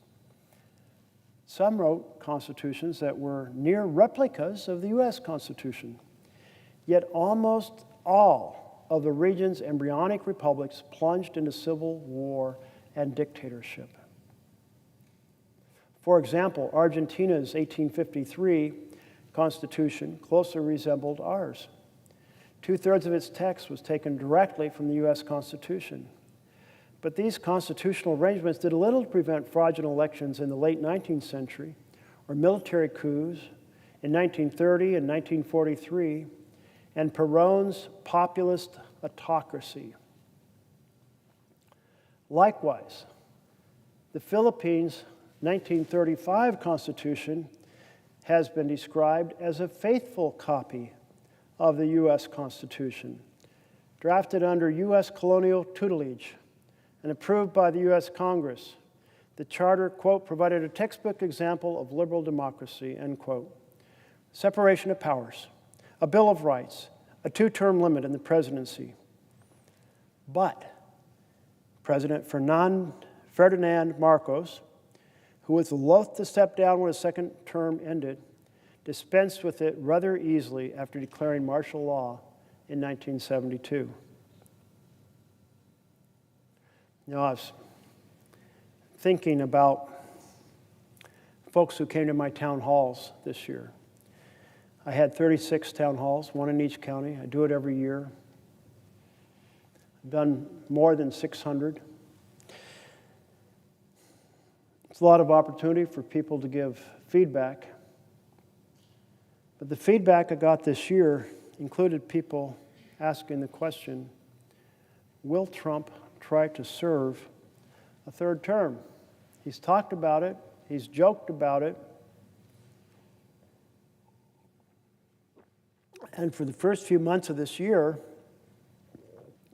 I was somewhat dismissive that our democracy could ever be so fragile. And I still feel it's an enormous stretch. But folks have pointed out that the Constitution doesn't ban a person from serving a third term. No, it bans a person for running for a third term, not serving a third term. We had a vacancy when Dianne Feinstein passed away. She sat right next to me here at this desk. And the very capable woman who was appointed by the governor of California to serve in Feinstein's seat, well, she didn't live in California, is my understanding. But the rule was she had to live in California to run, and she wasn't running, she was appointed. And so that distinction actually has some basis in actions that have occurred. So now maybe I have you all a little more worried that there's something to the possibility, because it's been pointed out that a president might run for vice president. The president steps down, they're now serving a third term. Not a likely scenario that I think anyone would support. Still seems an enormous stretch, but so much else that seemed an enormous stretch is happening right now. But then people posed a different question in my town halls. They said, we've seen the president evoke emergency powers or just grab authorities that the law doesn't give the president. So what's to prevent the president from evoking emergency powers, saying there's a crisis, and delaying the next election? Maybe arguing that the voting machines are not yet properly free of some virus that's infected them, or arguing that the vote can't go forward because the president's put out an edict about vote by mail and states are still using vote by mail. Again, I think it's an enormous stretch and unlikely, but I will say we damn well better be on our guard, because we didn't expect to have a president who would attack due process and ignore it, and we have it. We didn't expect to have a president who would blackmail law firms, and we have it. We didn't expect to have a president who would use licenses and merger power to try to control what networks put on TV, but we have it. We didn't expect to have a president who would weaponize the Justice Department to go after a list of his public enemies, that he's identified as his public enemies. We didn't expect to have a president who would try to get the court decisions to enable him to deploy troops whenever he wants against public dissent in the United States of America. Yet we have it.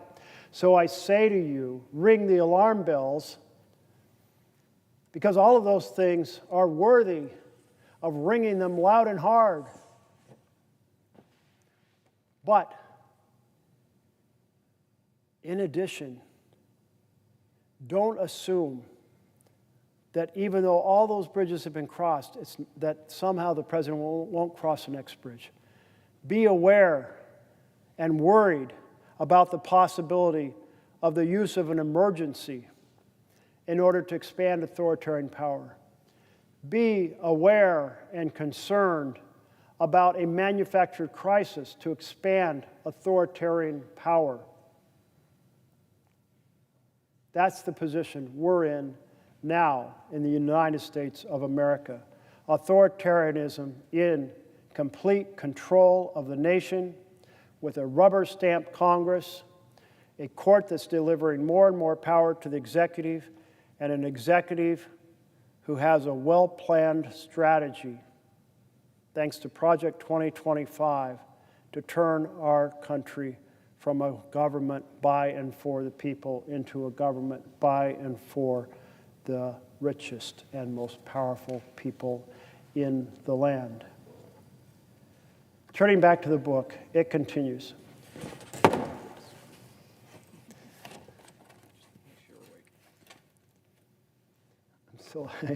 I'm still awake. Even without a chart following on me, I'm awake. So they asked the question, are constitutional safeguards by themselves enough to secure democracy? They said, we believe the answer is no. Even well-designed constitutions sometimes fail. And they lay out how the Weimar Constitution, well-designed, lapsed rapidly in the face of Adolf Hitler's power grab in 1933. And then they continue, or consider the experience of post-colonial Latin America. Many of the region's newly independent republics modeled themselves directly on the United States, adopting U.S.-style presidentialism, bicameral legislatures, Supreme Courts, some cases electoral colleges and federal systems. And they point out that many of the constitutions were near replicas of our Constitution. But that fact did a little to prevent fraudulent elections in the late 19th century, or military coups in the 1930 and 1943, and Perón's populist autocracy. And the Philippines Constitution, a faithful copy of the U.S. Constitution, but it was dispensed with rather easily after declaring, he dispensed it rather easily after declaring martial law in 1972. If constitutions were enough, if constitutional rules were enough, then figures such as Perón, Marcos, or Brazil's Vargas, all of whom took office after or under U.S.-style constitutions that contained an impressive array of checks and balances, would have been one- or two-term presidents rather than notorious autocrats. Even well-designed constitutions cannot by themselves guarantee democracy. For one, constitutions are always incomplete. Like any set of rules, they have gaps and ambiguities. No operating manual, no matter how detailed, can anticipate all the possible contingencies or prescribe how to behave under all possible circumstances. Constitutional rules are also always subject to competing interpretations. What exactly does advice and consent entail when it comes to a U.S. Senate role in appointing Supreme Court justices? What sort of threshold for impeachment does the phrase crimes and misdemeanors establish? Americans have debated these and other constitutional questions for centuries. If constitutional powers are open to multiple readings, they can be used in ways their creators didn't anticipate.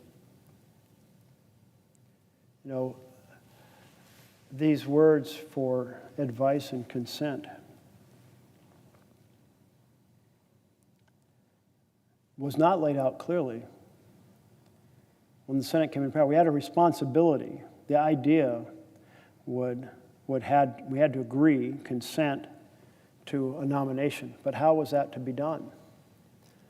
And so it was really the early practices that were adopted became the precedents and guided us until we changed those practices. We had a major change this year. Except when done by unanimous consent, nominations have been done by a single vote on each person, so that you can't put a bad nominee in with a batch of good ones and somehow get them approved. But this year, this body engaged in what's known as a nuclear option and proceeded to change the rule in order to do large groups of nominees in a single vote. And so, is that still advice and consent? Well, not if you believe that it applied to each individual, because each individual isn't being voted on. But there's ambiguity, as these authors say. There's uncertainty. And each thing depends upon kind of the good faith of the principle involved. And if that good faith isn't there, if that kind of matrix of social understandings that affirm the rule is missing, then the words themselves, well, won't carry the same value in preserving our freedom, our checks and balances. So returning to the script here of the book, finally, the written words of a constitution may be followed to the letter in ways that undermine the spirit of the law. One of the most disruptive forms of labor protest is a work-to-rule campaign, in which workers do exactly what is asked of them in their contracts or job descriptions, but nothing more. In other words, they follow the written rules to the letter, almost invariably the workplace ceases to function. Because of the gaps and ambiguities inherent in all legal systems, we cannot rely on constitutions alone to safeguard democracy against would-be authoritarianism. God has never endowed any statesman or philosopher, or any body of them, wrote former U.S. President Benjamin Harrison, with wisdom enough to frame a system of government that everybody could go off and leave. And that includes our own political system. The U.S. Constitution is, by most accounts, a brilliant document, but the original Constitution, only 4 pages long, can be interpreted in many different and even contradictory ways. We have, for example, few constitutional safeguards against filling nominally independent agencies, such as the FBI, with loyalists. According to constitutional scholars, Aziz Huq and Tom Ginsburg, only, quote, the thin tissue of convention, unquote, prevents American presidents from capturing the referees and deploying them against opponents. This book was written in 2018. I haven't met these authors, but I'd like to now, because at that time they didn't anticipate that what they were seeing and worried about in 2018 would come back in such full force and would begin from the very start of the administration. They'd fire all the inspector generals, which is exactly what they're warning about here. Capturing the referees. Who are the referees? Well, one set of referees are inspector generals who don't answer to the head of an agency, are supposed to provide us with oversight of what's going on in an agency. In a way, they're more accountable to Congress than they are to the president, but the executive fired them. And for the most part, the court has shrugged its shoulders and said, oh, well, go ahead. So Huq and Ginsburg warned that the constitutional legal safeguards of democracy would prove fairly easy to manipulate in the face of a truly anti-democratic leader. If the Constitution written in Philadelphia in 1787 is not what secured American democracy for so long,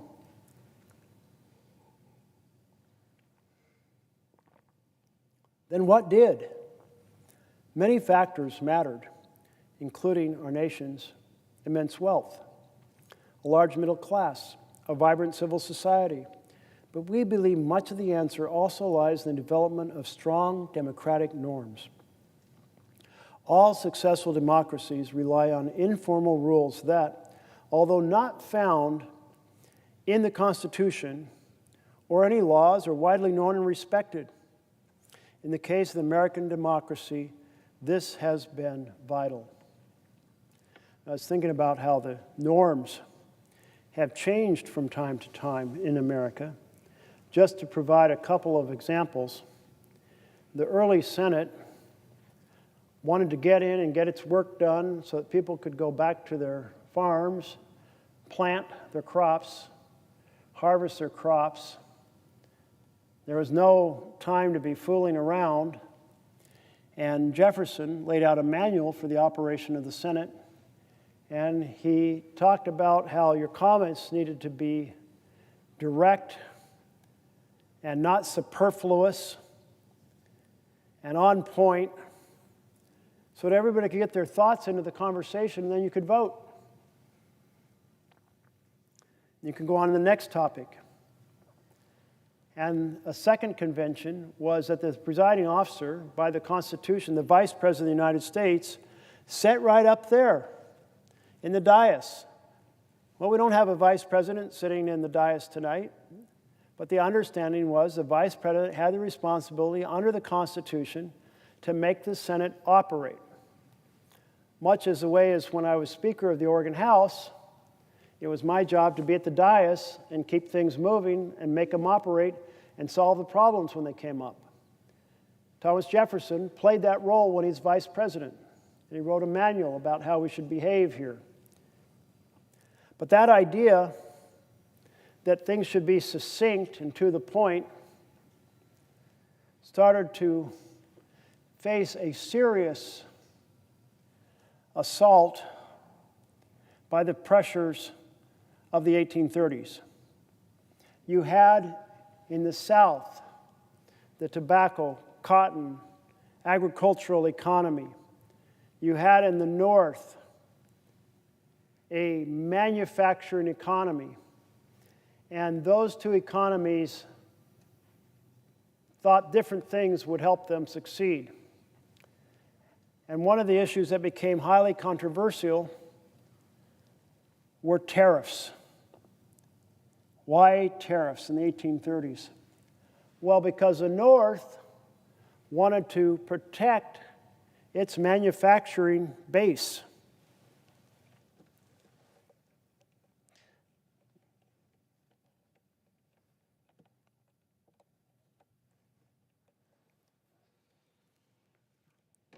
Stretch out this cord a little more so I'm tethered at a slightly longer distance. Turns out if you give a really long speech, maybe it's a good idea to move around quite a bit during that period. So in the 1830s, you have this tension, and the North wants these tariffs to protect its manufacturing economy. The South is concerned about retaliatory tariffs against its tobacco and its cotton. So the South called these tariffs the tariffs of the abominations. That's a pretty fierce phrase that shows how deeply they were concerned about this legislation. And Calhoun, who had been vice president and then left that to run and come back to this body as a U.S. Senator, he was really the spearheader of the philosophy that you could have states that could nullify a federal law if they didn't like it. Now, this idea wasn't completely a kooky idea. We were, in the beginning, an assembly of states, and there were alternative visions of whether we were primarily a group of states working together or were we one nation. And under the idea of nullification, states were retaining far more power, and the suggestions, the laws, the federal laws were suggestions, and they could nullify them if they wanted. Now, this came to a test over tariffs because ultimately Calhoun organized and encouraged South Carolina to write a bill that nullified a tariff law. Wow, okay. So Jackson, who was president, well, Jackson was a slave owner, I think born in Virginia, but representing Tennessee, or coming from Tennessee for most of his career. He said, hell no, you can't nullify laws, South Carolina. And he came to Congress and he got a declaration of war against South Carolina. And South Carolina backed down. And they undid their nullification law. And that was the end of nullification. So here is a Southern economy based on tobacco and cotton and slave labor. And how are they going to try to stop laws that they really don't want? And they hit upon a strategy of continuously raising new motions on a law. And every time there was a new motion, well, under the Senate rules, each person could speak to it twice. So, by doing motion after motion, maybe motion to return it to committee, maybe a motion to adjourn, maybe a motion to do this amendment, do that amendment. Well, it enabled continuous talking about the bill. And this is the root of the word filibuster. Because whereas the social contract had been that the Jefferson vision of speaking succinctly and to the main point so everybody could get their thoughts in, and then you could vote, was replaced by a new convention of speaking slowly, at length, on motion after motion, to basically make it impossible to get to a final vote. So the rules on the page for the Senate were the same, but the conventions around it changed dramatically.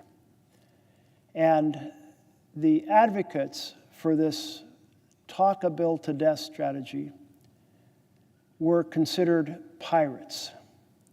Pirates, the vision of operating outside of the law, boarding the ship, creating chaos and dysfunction. And the word filibuster means piracy. It's a word essentially translated from Dutch, freebooter. Freebooter. Filibusters. I think it was the kind of the Caribbean slang version of freebooter or pirate. And so the pirates became the norm. And we are still haunted and challenged by that vision of bills being talked to death, of not being able to get to a final vote on bills. And that means in a fast-changing world, the Senate can't function very quickly. It means that large, powerful interests that have lobbyists and lawyers and can fund massive amounts of dark money in elections and lots of regular donations, that collectively they can get the minority to block a bill from ever being completed by never providing the 60 votes needed to complete the bill. The bill will be continuously considered and never resolved. So that's the challenge that still is one we're struggling with here in this system. So, as they were noting, the thin tissue of convention prevents American presidents from capturing the referees and deploying them against opponents. Likewise, the Constitution is virtually silent on a president's authority to act unilaterally via decrees or executive orders, and it does not define the limits of executive power during crises. Huck and Ginsburg recently warned that the constitutional and legal safeguards of American democracy would prove to be fairly easy to manipulate in the face of a truly anti-democratic leader. And that's where we're at right now, and that's why I'm ringing the alarm bells. It's why 7 million people turned out on the No Kings rally on Saturday. Let's ring the alarm bells inside this building. Let's ring them outside this building, because our Constitution is under the greatest threat since the Civil War. And it's our job as elected leaders, in partnership with the groundswell of engaged American citizenry, to save it. That's our responsibility, to save our country from authoritarian takeover we are in at this moment. If the Constitution written in 1787 is not what secured American democracy, as I noted, I read this paragraph before, what did? Yeah, middle class was helpful. Vibrant civil society is helpful. And then norms. All successful democracies rely on informal rules that, though not found in the Constitution or any laws, are widely known and respected. In this case of American democracy, this has been vital. As in all facets of society, ranging from family life to the operation of businesses and universities, unwritten rules loom large. To understand how they work, think of the example of a pickup baseball game. Street basketball, or pickup basketball game. Street basketball is not governed by rules set up by the NBA, the NCAA, or any other league. And there are no referees to enforce the rules, only shared understandings about what is and what is not acceptable. Only those shared understandings about what is and was not acceptable prevent such games from descending into chaos. The unwritten rules of a half-court game of pickup basketball are familiar to anyone who has played it. Here are some of the basics. Scoring is by ones, not by twos, as in regular basketball. The winning team must win by 2 points. The team that makes a basket keeps the ball. Make it, take it. The scoring team takes the ball to the top of the key, and to ensure that the defending team is ready, checks by passing it to the nearest opposing player. The player who starts with the ball cannot shoot. He or she must pass it. Players call their own fouls, but with restraint. Only egregious fouls are legitimate. No blood, no foul. But when fouls are called, the calls must be respected. Democracy, of course, is not street basketball. Democracies do have written rules, constitutions, and referees, the courts.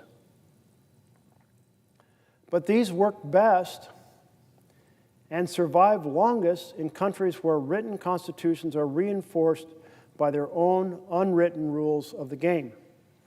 These rules or norms serve as the soft guardrails of democracy, preventing day-to-day political competition from devolving into no-holds-barred conflict.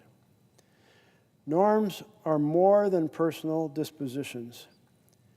They do not simply rely on political leaders' good character, but rather are shared codes of conduct that become common knowledge within a particular community or society, accepted, respected, and enforced by its members.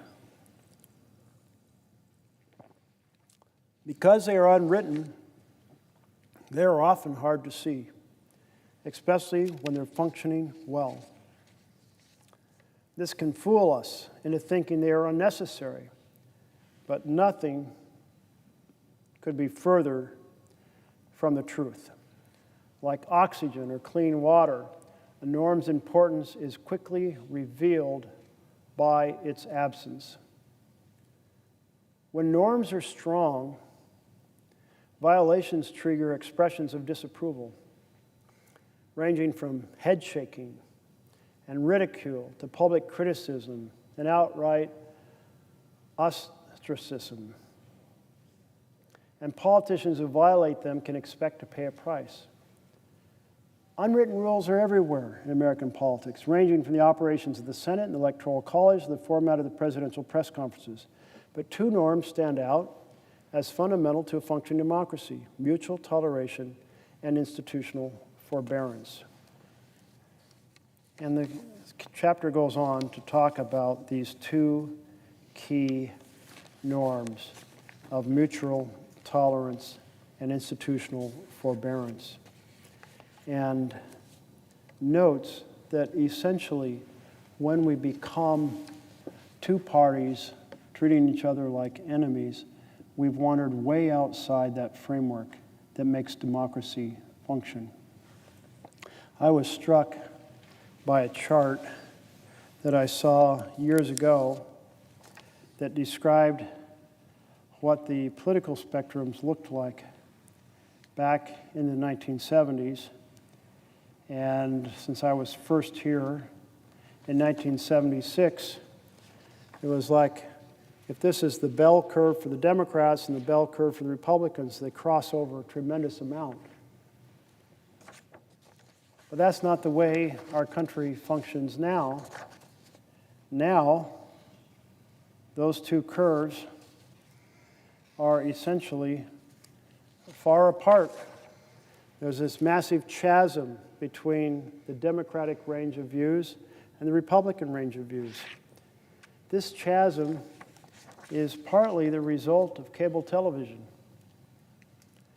Cable television meant that things were not broadcast over the air, and somewhere along the line, I believe on the Reagan administration, we lost the fairness doctrine, which basically said you can't use your broadcast news in a partisan fashion.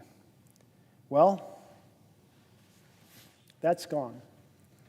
And each cable news world has its own audience. So if you go to a city in my state, and in most states, it's not very likely they're watching Fox News, to be simple, to be plain. It's more likely they're watching CNN or MSNBC. And if you go to rural Oregon, the reverse is true. They're probably not watching CNN, MSNBC, more likely watching Fox News or some other competitor within that range of the spectrum. And since there's no fairness doctrine, and since viewership is increased when people's emotions are activated, these channels do a lot to be as basically fierce about the dysfunction of the other party as possible, and any best action is viewed in our best intentions, your worst. So the division is augmented by cable television and reinforced by social media. That's the chasm we face right now. And what the authors are saying is that once we fall into this world where we are split in this fashion, well, democracy's in trouble. And I would say I concur with that observation. They go on about mutual tolerance in that respect, but then also about forbearance. Forbearance means patient self-control, restraint and tolerance, or the action of restraining from exercising a legal right. For our purposes, it can be thought of as avoiding actions that, while respecting the letter of the law, obviously violate its spirit. Where norms of forbearance are strong, politicians do not use their institutional prerogatives to the hilt, even if technically legal to do so, for such action could imperil the existing system. Well, so these are the challenges that we face here, and more broadly, our entire nation faces as we've been split into teams. One of the things that particularly strikes me is a survey that was done a few years ago. It said in the past, parents' biggest concern was their children would marry into a different religion. And now, parents' concern is that parents will marry into a different political party. That's how fierce the separation has become between Democrats and Republicans in our country. I'm here tonight to ring the alarm bells, to say we're deep into authoritarian control in our nation.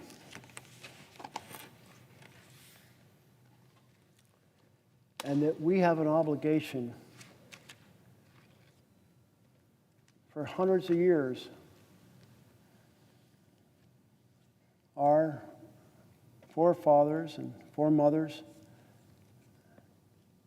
fought and died to preserve this vision of freedom, to preserve this constitutional framework. And in 9 simple months, more has been done to unravel it, to crush it, than we could ever have imagined. Take more than 3 more years of this, and the ability to escape this authoritarian framework and style is incredibly unlikely.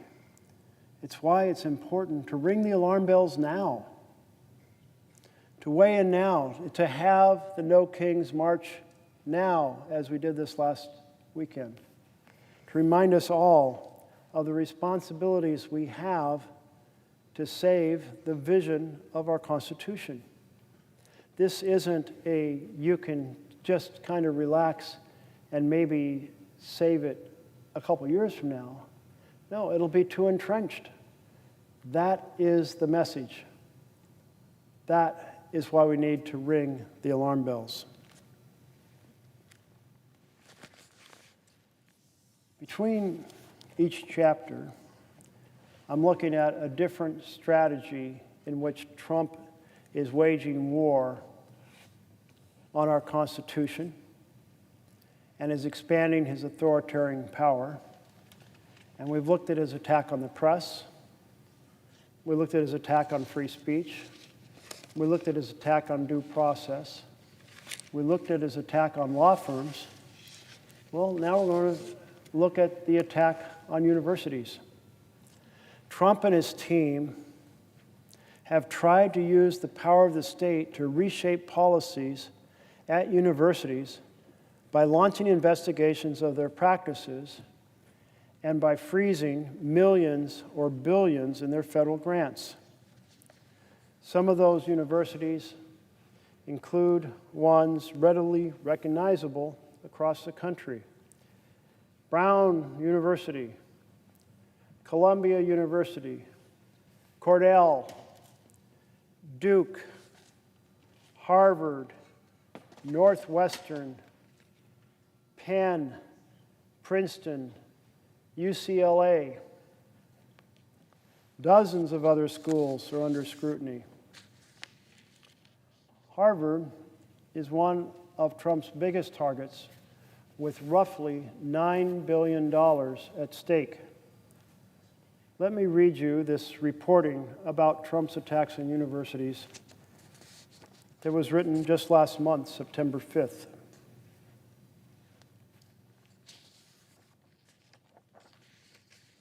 The article is titled, "Trump Has Targeted Universities Like Harvard, Cornell, Columbia. Why?" Written by Alan Blinder. The Trump administration is exerting extraordinary influence over American universities by threatening to cut them off from funding and, in some cases, students. President Trump and his allies have focused their attacks on elite universities, which they say are bastions of anti-Semitism and ideological indoctrination. A handful of the schools, Brown, Columbia, the University of Pennsylvania, have made deals with the White House. Some have agreed to pay millions of dollars to restore research funds and end federal investigations. Wow, another case of the president's team extorting action by an institution. In this case, universities. Harvard has fought back in court, even as it has negotiated with the White House, while others have exclusively pursued quiet talks with the government. As universities contend with Washington's demands, the long-term result could remake higher education across the country. Billions in funds for research have been frozen, while administration officials have also tried to prevent universities from enrolling international students. So freeze the research funds and then attack the ability to enroll students who pay full tuition. Two ways of attacking the ability of a university to make their books balance. The higher education industry has acknowledged shortcomings and failures, but university leaders have also warned that the federal government is trying to stamp out academic freedom, a cornerstone of the American education system. Since taking power in January, the Trump administration has said it would end or limit federal money to a number of universities, including Brown, Columbia, Cornell, Duke, Harvard, Northwestern, Penn, Princeton, University of California, Los Angeles. Dozens of other schools are also under scrutiny, largely by the Department of Education's Office for Civil Rights and aware that some of their federal funding is imperiled. But much of the focus is on 10 schools the Trump administration task force, which says it is devoted to rooting out anti-Semitism, identified for particular attention. The University of Virginia also drew the ire of the administration. She demanded the resignation of the school's president to help resolve a Justice Department inquiry into diversity, equity, and inclusion. Oh my goodness. You know, Trump's obsession with diversity, equity, inclusion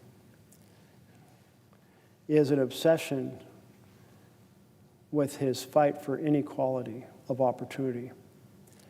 Now,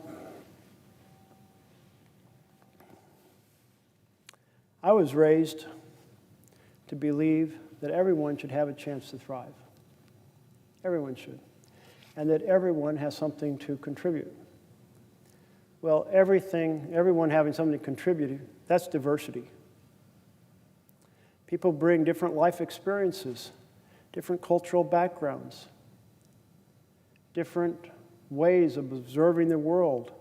By sharing those, we make the society stronger.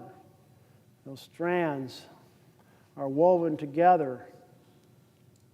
They result in more than the individuals by themselves. Diversity is a strength. Equity. What's equity? It's carved above the Supreme Court. Equal justice under law. Why is it that Trump hates equal justice under the law? Equity. Inclusion.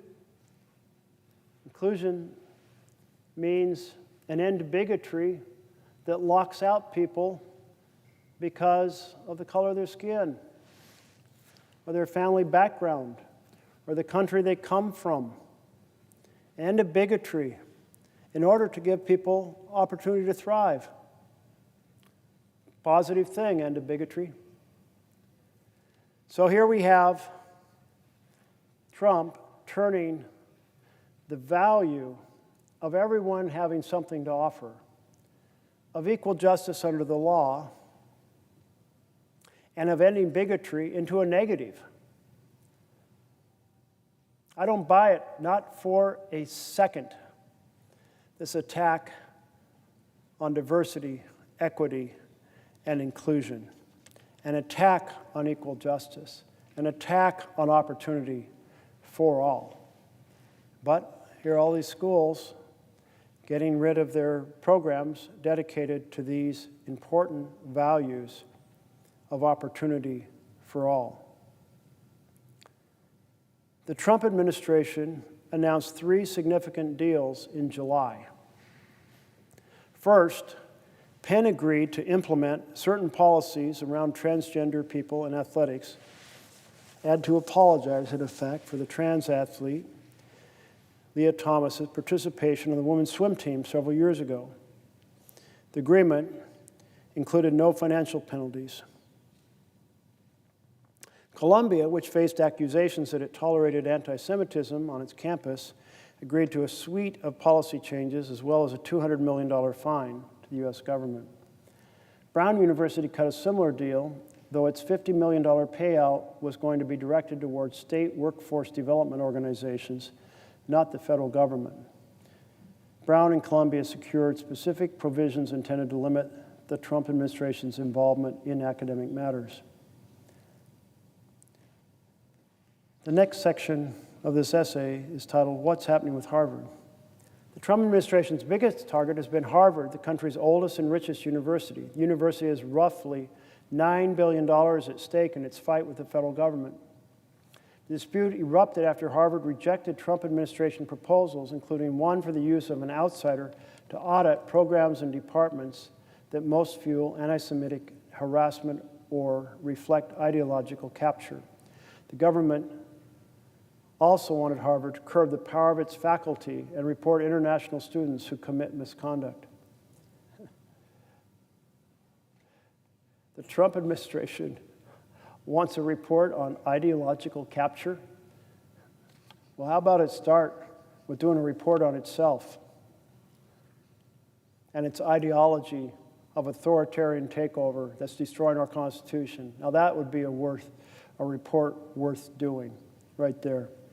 The Trump administration almost immediately began cutting off billions in funds. Officials have since said they would direct federal agencies to end all the remaining contracts with the school. The government told the university not to expect grant money in the future. Harvard sued the administration over the cuts. In September, a federal judge in Boston broadly ruled in Harvard's favor, though the administration immediately pledged to appeal. It was not clear when and whether the federal money would flow again. But the administration's onslaught goes beyond research funding. The university is confronting an array of investigations, some of which Harvard officials fear could become full-blown criminal inquiries in the coming months. Mr. Trump has also threatened Harvard's tax-exempt status. So we saw the president use power over mergers and license to try to compel the networks as to what programming they could have. And here we're seeing using the power over tax-exempt status to try to compel what the university does. So using these different powers of the administration in effect to extort concessions that interfere with the proper independent functioning of these organizations. I don't want the federal government telling universities what they can teach. I don't want the federal government using research grants as a weapon against our universities, or using the ability to allow students to attend, from foreign students to attend because of the tuition, or, in this case, threatening tax-exempt status. Recently, his administration has tried repeatedly to bar the university from enrolling international students, and a federal judge in Boston has blocked those efforts. In June, Harvard and the White House began discussing the possibility of a settlement. Even as the talks unfolded, though, the administration kept hammering at Harvard with subpoenas, accusations of civil rights violations, and a subsequent challenge to its accreditation. Harvard signaled that it might be willing to spend $500 million to settle with the White House. Well, it's working, right? Major institutions, proud independent institutions that know their role in terms of research that contributes to all fields in America, to the prosperity of America, are feeling quite compelled that they can't endure this collective attack by the administration. We here in this chamber, we should be passing laws that say you can't do this, protecting academic freedom. Academic freedom is also about the students' freedom, but we're not. And that's a shame. The administration has frequently claimed that targeted schools harbor anti-Semitism, and it goes on to address that issue some length. Many conservatives say their views have been marginalized in lecture halls. They've said they want universities to emphasize academic programs that lead students to jobs essential to the economy. In other words, our universities, our private universities, can be an extension of the philosophy of the government. And if that happens to sound appealing to you now, because you broadly share Trump's perspectives, would you like it so much with a different president telling the universities what to do, including conservative universities, based on a more liberal set of ideas about the world? I suspect not. The situation gets even worse. On October 2nd, The New York Times reported the White House sent letters to universities urging them to, quote, pledge support for President Trump's political agenda to help ensure access to research funds. To his political agenda? Can we not all agree that this is a massive abuse of government power? Let me read you the reporting. Trump administration asked colleges to sign compact to get funding preference. Demands sent to 9 top schools included pledging to freeze tuition for 5 years and to commit to strict definitions of gender. The White House on Wednesday sent letters to 9 of the nation's top public and private universities, urging campus leaders to pledge support for President Trump's political agenda to help ensure access to federal research funds. Pledge support, let me repeat that, to Trump's political agenda to ensure access to federal research funds.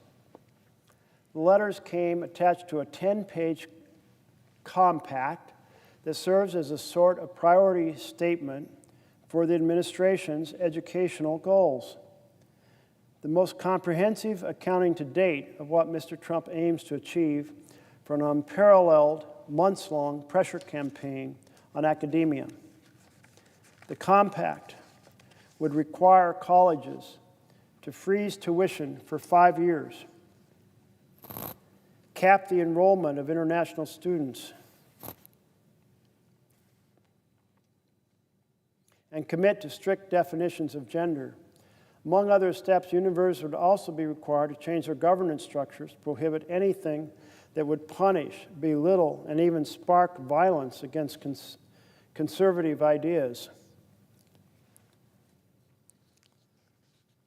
Colleges that sign the agreement would receive multiple positive benefits, according to a letter included with the compact, signed by the Education Secretary, Linda McMahon, and signed by Vince Haley, the director of the White House Domestic Policy Council, and by Meg Mailman, the White House Senior Advisor for Special Projects.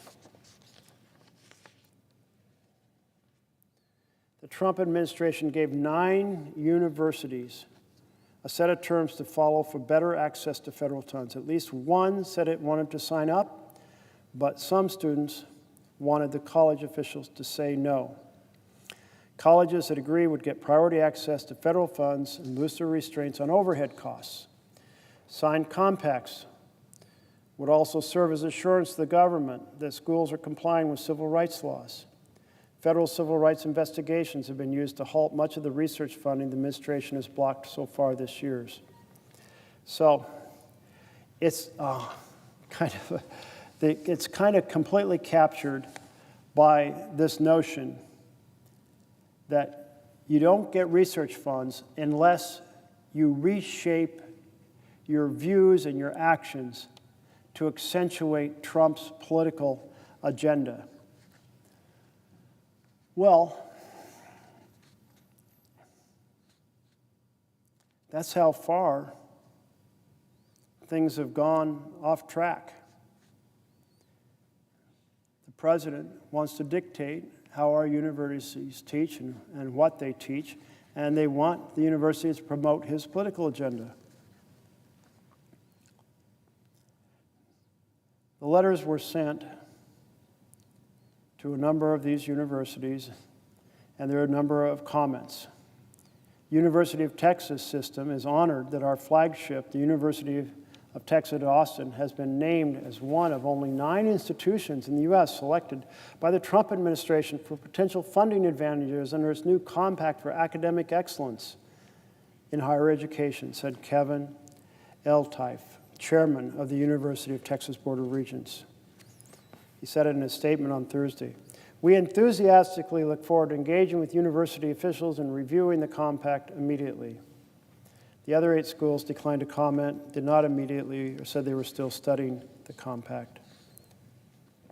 The letters prompted concern about the precedent of signing on to such agreements. Well, They should be concerned anytime a government, a free society, tells the universities what they can teach and that they have to promote the president's political agenda. That is a massive red line that has been crossed.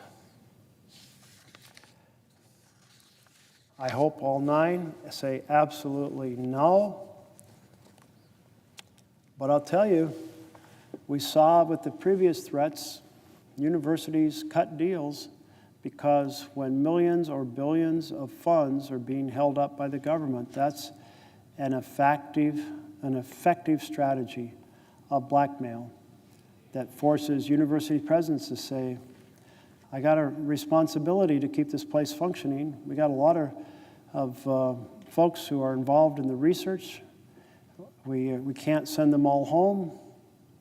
The interruption will damage the enormous amount of work that's already been done. I mean, the pressures are intense. That's a terrible place where universities are when the power of the U.S. government is mobilized to oppress them.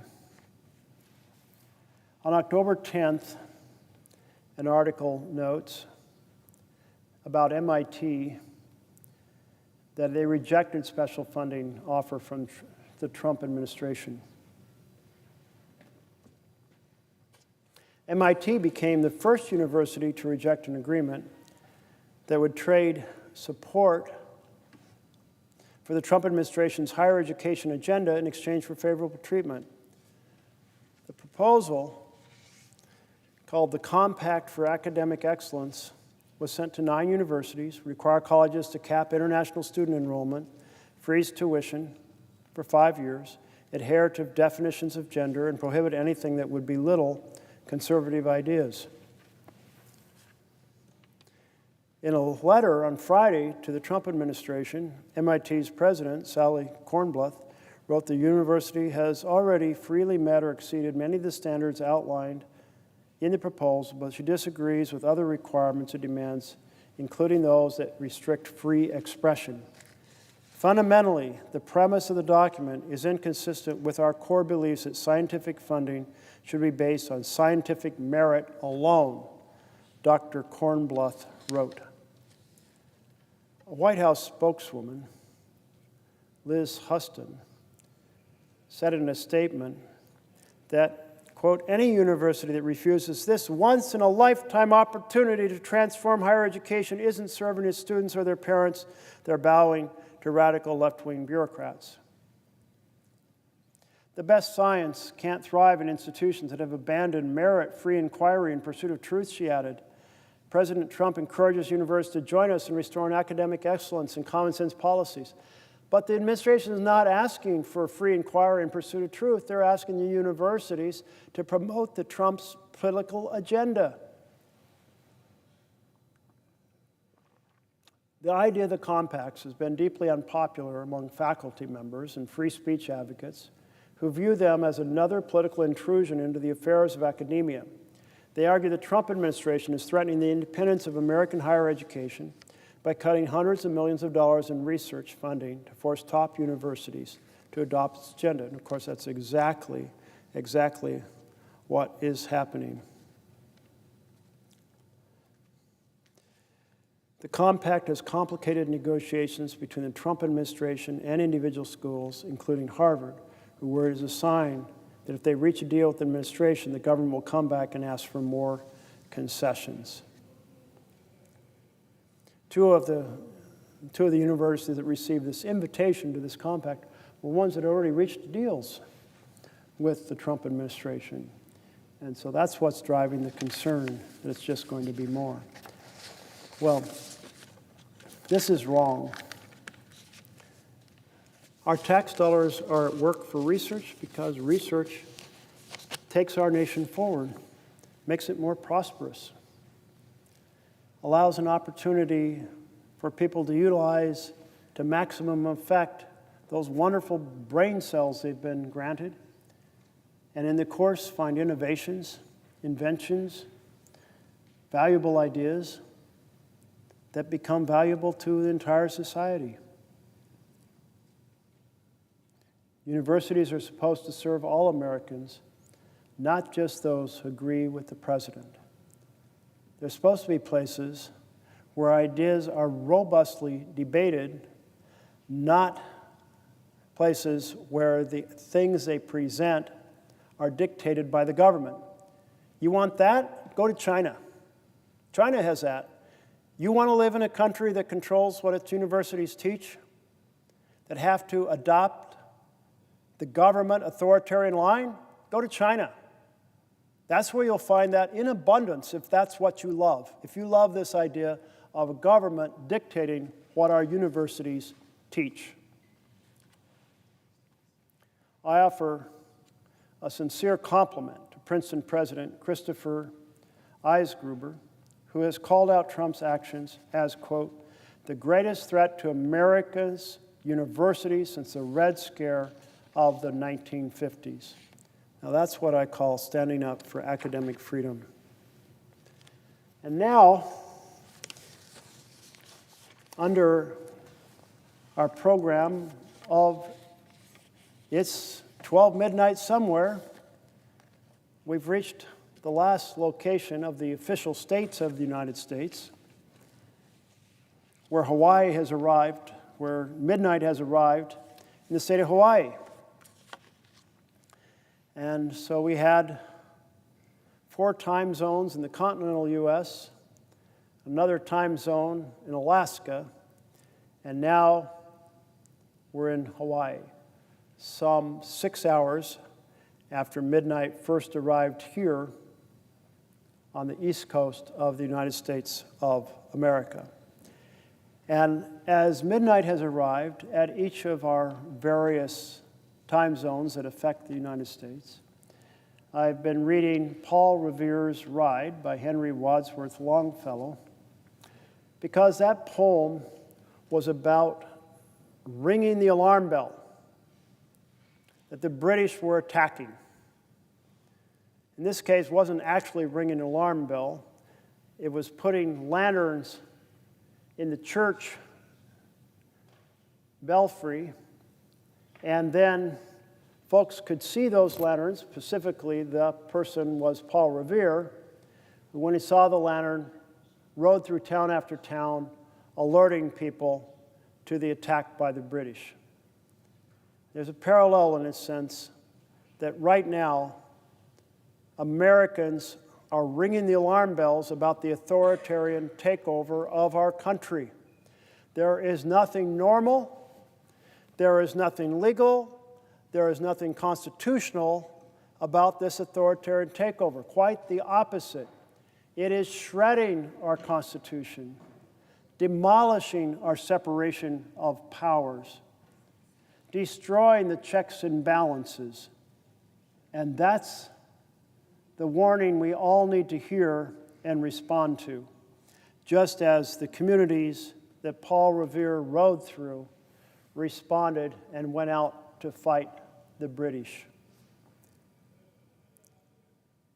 Listen, my children, and you shall hear of the Midnight Ride of Paul Revere on the 18th of April in 75. Hardly a man is now alive who remembers that famous day and year. He said to his friend, if the British march by land or sea from the town tonight, hang a lantern aloft in the belfry arch of the North Church Tower as a signal light. 1, if by land, 2, if by sea, and I, on the opposite shore, will be ready to ride and spread the alarm through every Middlesex village and farm for the country folk to be up and armed. Then he said, good night, and with muffled oar, silently rowed to the Charleston shore. Just as the moon rose over the bay, where swinging wide at her moorings lay the Somerset, the British man of war, a phantom ship with each mast and spar across the moon like a prison bar, and a huge black hulk that was magnified for its own reflection in the tide.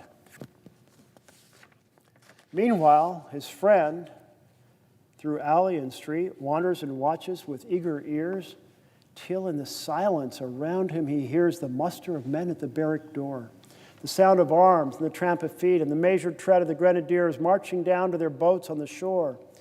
Then he climbed the tower of the Old North Church by the wooden stairs with stealthy tread to the belfry chamber overhead and startled the pigeons from their perch on the somber rafters that round him made masses and moving shapes of shade by the trembling ladder, steep and tall, to the highest window in the wall, where he paused to listen and look down a moment on the roofs of the town and the moonlight flowing over all.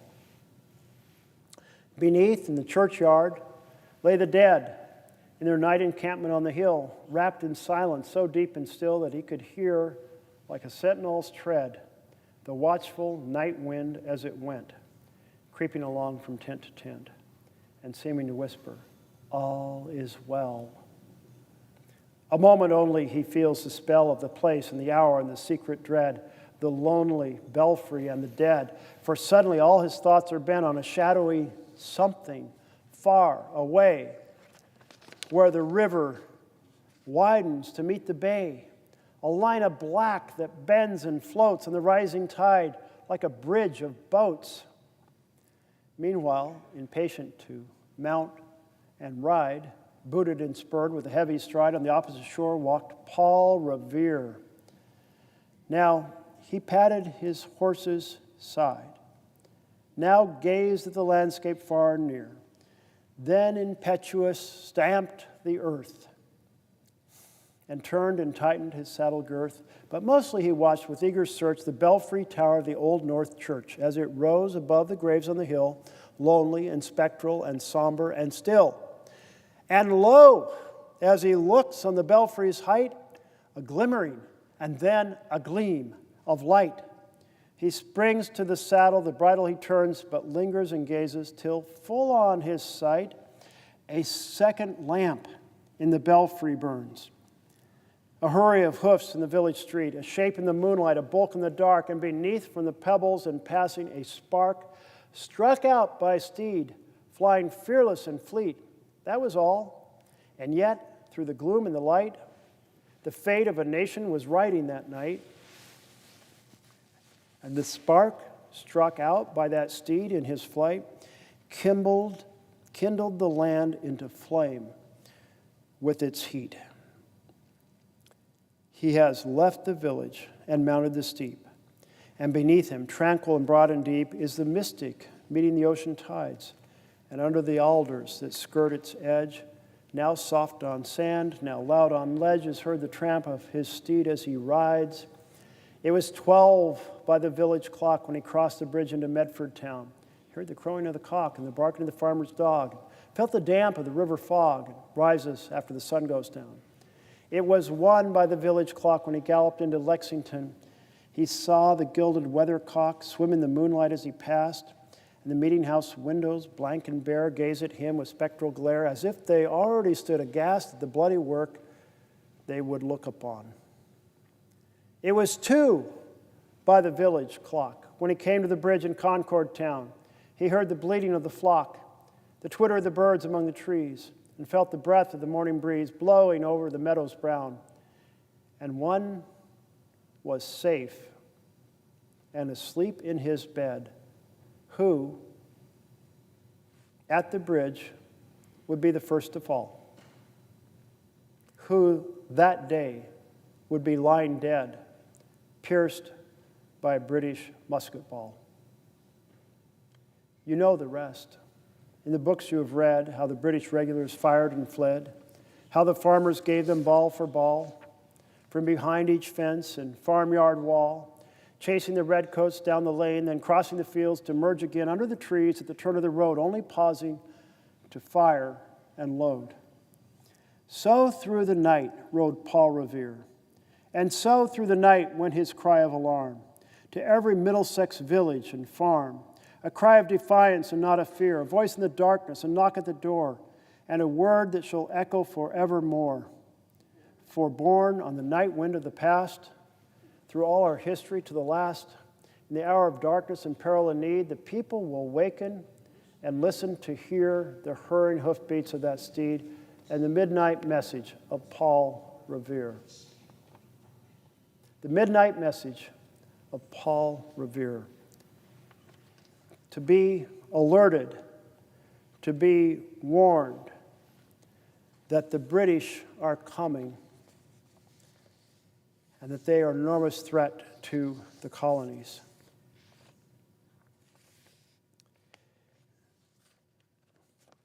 I'm here tonight, or should I say this morning, to ring the alarm bells that there is a full authoritarian assault on our constitutional values, our separation of powers, and the full assault on our liberties. It is an assault, absolutely, on due process, on free speech, on free press, on free assembly. It is the weaponization of the Department of Justice to go after people on a political enemies list the president has compiled. It is the effort to mobilize the military to go after peaceful protesters and to create violent interactions that would justify even more authoritarian power. It is the attack on universities. It is the attack on law firms.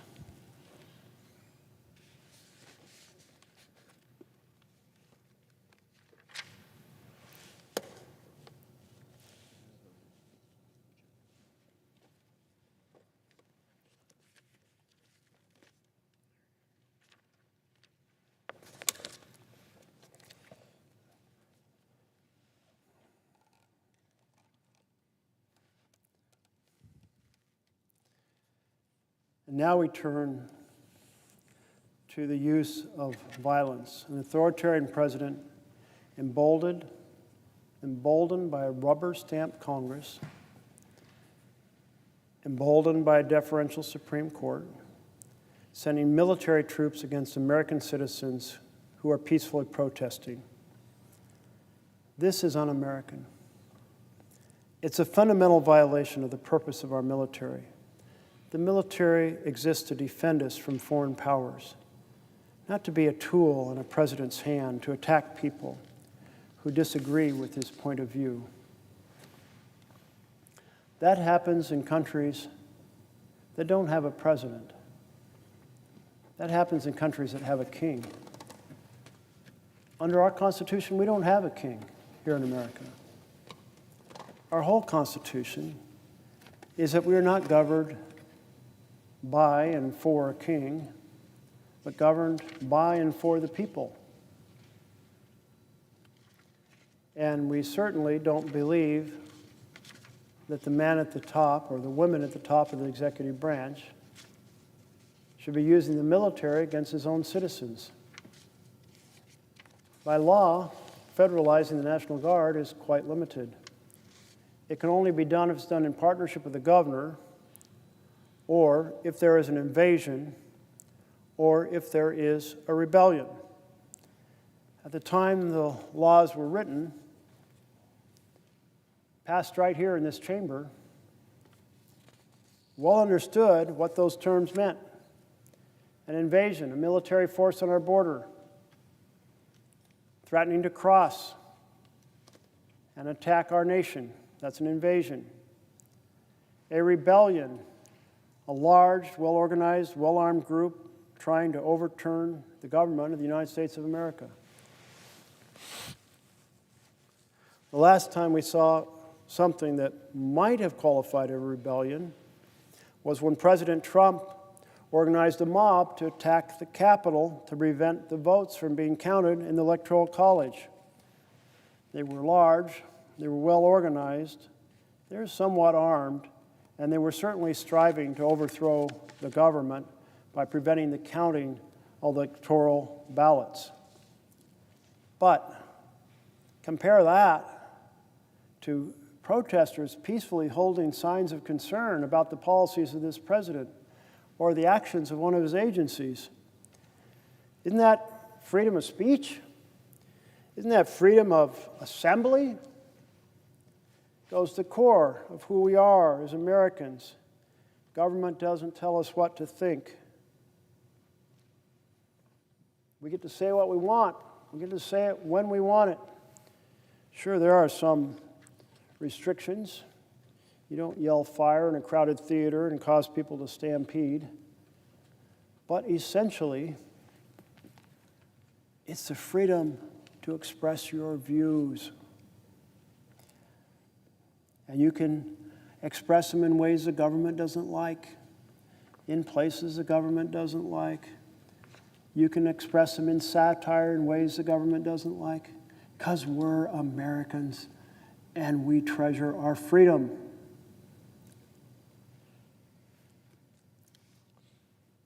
Well, obviously, there's nothing approaching an invasion or rebellion in the city of Portland.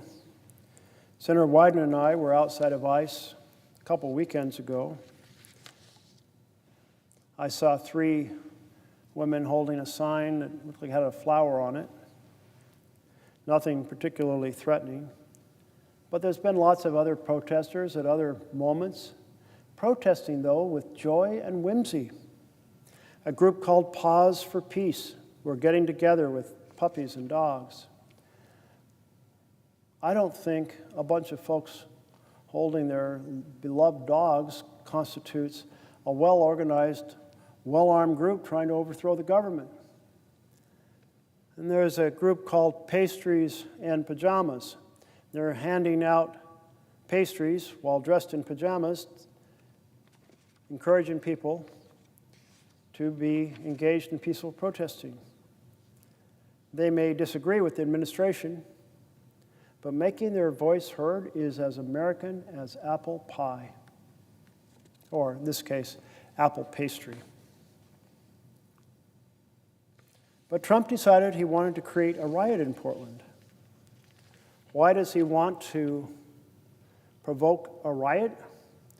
Because if he can incite violence, he feels he can justify putting the military into our cities, getting the courts to say that's okay. And being able to use the military against your own citizens, that's a powerful tool of an authoritarian. But it's an extraordinary risk to our republic, an extraordinary risk to government by and for the people. And not just in Portland, but in LA, or in DC, or in Chicago. What the instructions appear to be to his federal agents is to provoke violence by attacking peaceful protesters. In Oregon, the Oregonian, the major newspaper of our state, did a report in which they said their staff witnessed the federal agents attacking peaceful protesters. What really struck me about this is normally a newspaper story is detached. It's like a protester said the federal agents came out and attacked someone who's doing nothing but peacefully standing there. Well, someone said this, or someone alleged this. But in this case, the newspaper article was, our staff witnessed federal agents attacking peaceful protester.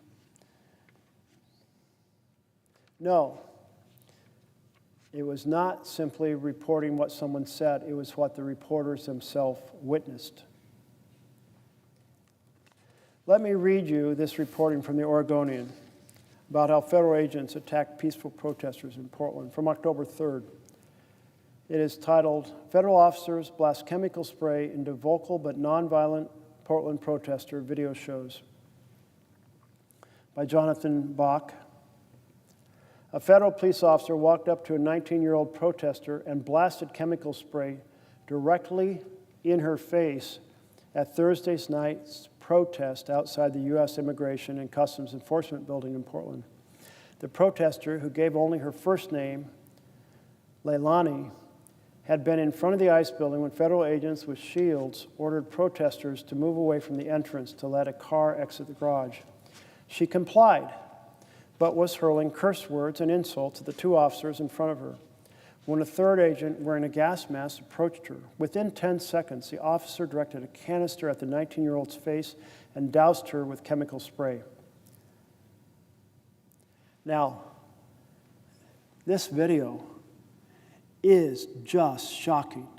I haven't seen anybody watch this video who doesn't go, take a great gasp when they see this agent pull up the pepper spray straight into this big cone into her face. Shouldn't that disturb every one of us in this chamber to see a peaceful protester attacked in that fashion by federal agents? You know, I believe that it's important for all of our federal agents to have unique identifiers on their uniform. It's fine if it's a number. It doesn't have to be a name. But what we know from around the world is when you have unidentified agents, have no identifier, they feel quite comfortable doing things like walking up and spraying pepper spray directly in the protester's face, because there's no accountability for their attack on the protesters, because no one knows who they are. This is especially amplified when they wear masks. If there is a symbol of fascism that maybe is above all others, it's the unmarked, masked federal agent grabbing people, throwing them into unmarked vans and whisking them away to who knows where. So we had a vote in this chamber saying that each federal agent should have a unique identifier.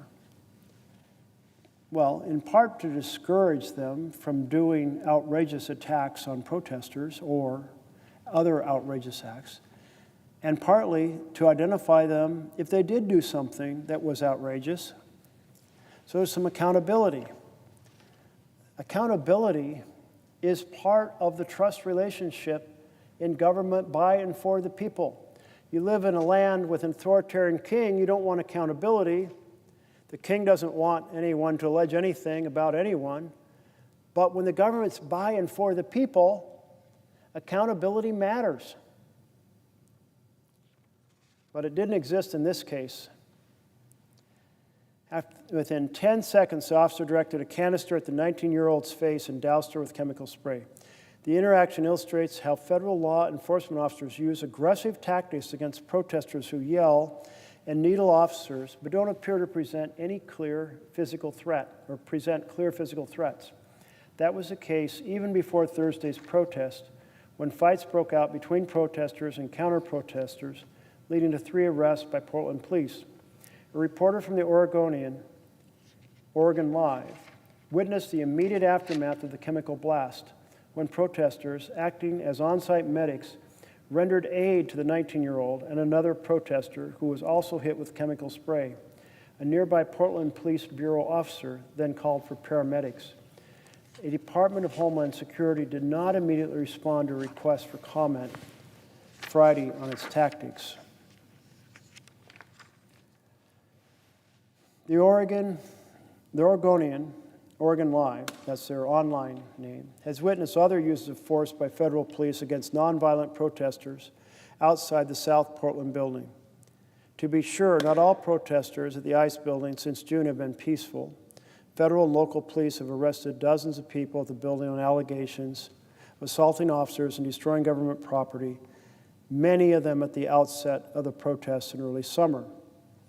Mayor Keith Wilson called for an investigation after the newsroom published video in September of Homeland Security officers seen repeatedly shoving, spraying, and hitting protesters. So as this article points out, if you go back several months, there was some back and forth between folks who were protesting and the federal agents, and the police took care of it. They were arrested. I'm not just sure exactly what is meant by destroying government property. It may have been graffiti, maybe it was something else, but not that I have heard that there was any significant property destroyed, but that was months ago, and it was handled by local police. That's a normal, not great. I mean, I prefer all protesting to be absolutely nonviolent. But what we have seen in the time that Trump has been sending these additional agents, that's been a time when virtually no one's been arrested because nobody's been acting out. They have been not playing the game Trump wants to play. They have not been taking the bait. They have been protesting with joy and with whimsy. Very hard to argue that there's anything the local police can't handle when there aren't even any arrests because people are handing out pastries and bringing their puppy dogs down. And then there's a report by Oregon Public Broadcasting. Oregon Public Broadcasting has been down covering the demonstrations. They said the federal agents asked the protesters to move back several blocks, and the protesters did. There was no conflict between the protesters and the agents. They were asked to move back, and they followed instructions. Behind this line of federal agents were videographers, professional videographers. What are they doing there? What is their role? They were waiting to take pictures when the federal agents created a fake riot. So after moving people back several blocks with absolutely no conflict, the officers are in a line across the street, the videographers are behind them, and then on command, the officers throw down the flashbangs, which erupt and sound like gunfire and lights flashing from them. They fire the pepper balls, and they release the tear gas canisters. So there's smoke, and there's the sound of gunfire, and the videographers are just hungrily taping it all so they can get this fake riot and present it as if there was something real riot going on. I really don't know of any other time the government has deliberately faked a riot. But they did on this occasion. This is like the Wag the Dog movie, where an entire war is faked. Only in this case, it was just a riot. I say just a riot trying to create the appearance of violence so they convince a judge to let them federalize Oregon's National Guard or move in the National Guard from elsewhere, to mislead the courts and to mislead the American people. It's governing by gaslighting. And this is the first time I know in our history that a president has staged a fake riot. It should never happen. Whose idea was this? I know. Why don't we have a congressional hearing about it? Would any of my Republican colleagues get to the bottom of our government trying to fake a riot in order to increase their authoritarian power? Because I will partner with you in a microsecond to hold such a hearing.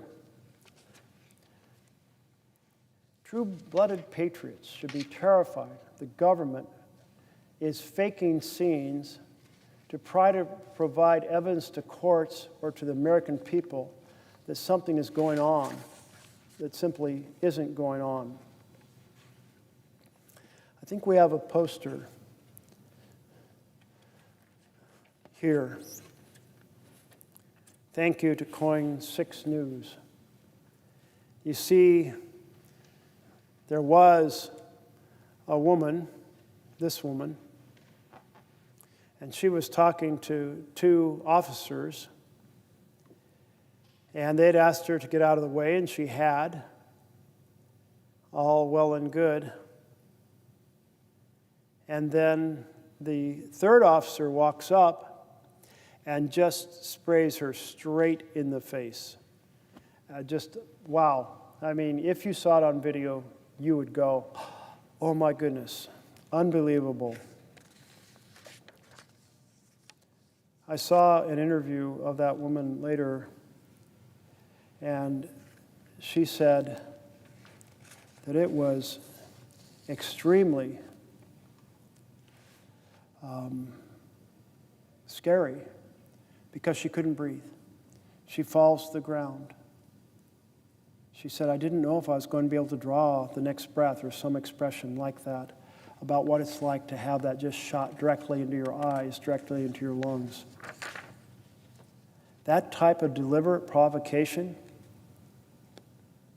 wow, that is a federal government out of control, an authoritarian federal government trying to create reactions and violence in order to justify even more authoritarian power. And Portlanders are not taking the bait. Here's another example from Chicago. We have this pastor, this cut in half, a few seconds before, a few seconds after. Pastor in the traditional motion of praying, standing outside a building by himself. He's obviously in a religious posture. He's wearing religious garb. No obvious resistance to any type of command. And he is shot, pow, right in the head. I believe that's a pepper ball shot, but I'm not 100% sure. He reports that he was shot twice in the head and 5 times on the body. Federal agents attacking a praying pastor, posing no threat, in a posture of prayer, shot from federal agents up on top of the building. Maybe if they had an identifier on their uniform, they wouldn't be so callous in attacking a peaceful protester. This is an extraordinarily dangerous moment. An authoritarian president proceeding to attack free speech, attack free press, weaponize the Department of Justice, and use it against those who disagree with him. And then seeking the court's permission to send the military into our cities to attack people who are peacefully protesting. And this reporting from Time magazine about the military-style ICE raid on a Chicago apartment building during which ICE agents zip-tied the children. Military-style ICE raid on Chicago apartment building shows escalation in Trump's crackdown. Time magazine, Rebecca Schneid, October 4th. Around 1 a.m. on Tuesday morning, armed federal agents rappelled from helicopters onto the roof of a 5-story residential apartment in the South Shore of Chicago.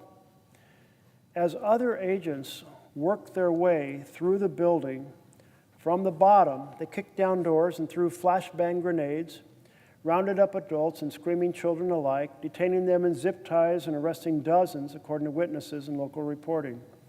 The raid has drawn outrage throughout Chicago and the state of Illinois, with rights groups and lawmakers claiming it represents a dramatic escalation in tactics used by federal authorities in the pursuit of Trump's aggressive immigration crackdown. Illinois Governor J.B. Pritzker accused federal agents of separating children from their parents, zip-tying their hands, detaining them in dark vans for hours. Videos show flashbang grenades erupting on the street, followed by residents of the building, children among them being led to a parking lot across the street. Photos of the aftermath show toys and shows littering the apartment hallways, evidence of those pulled from their beds by the operation that included FBI and Homeland Security agents. Pritzker condemned the raid and said he would work with local law enforcement to hold the agents accountable. Well, that raid was designed to be a provocation to the community, try to generate a riot, use the violence to justify more authoritarian control, but in the process demonstrated inappropriate and disproportional military assault on American in their apartment buildings, in their homes.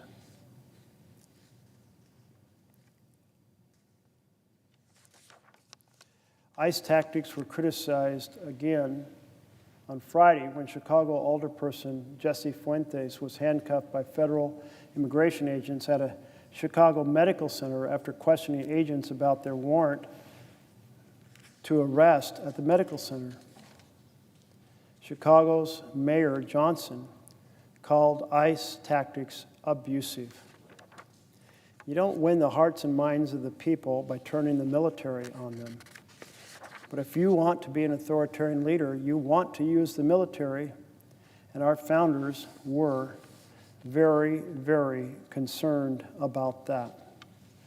The attacks were so violent that a judge stepped in.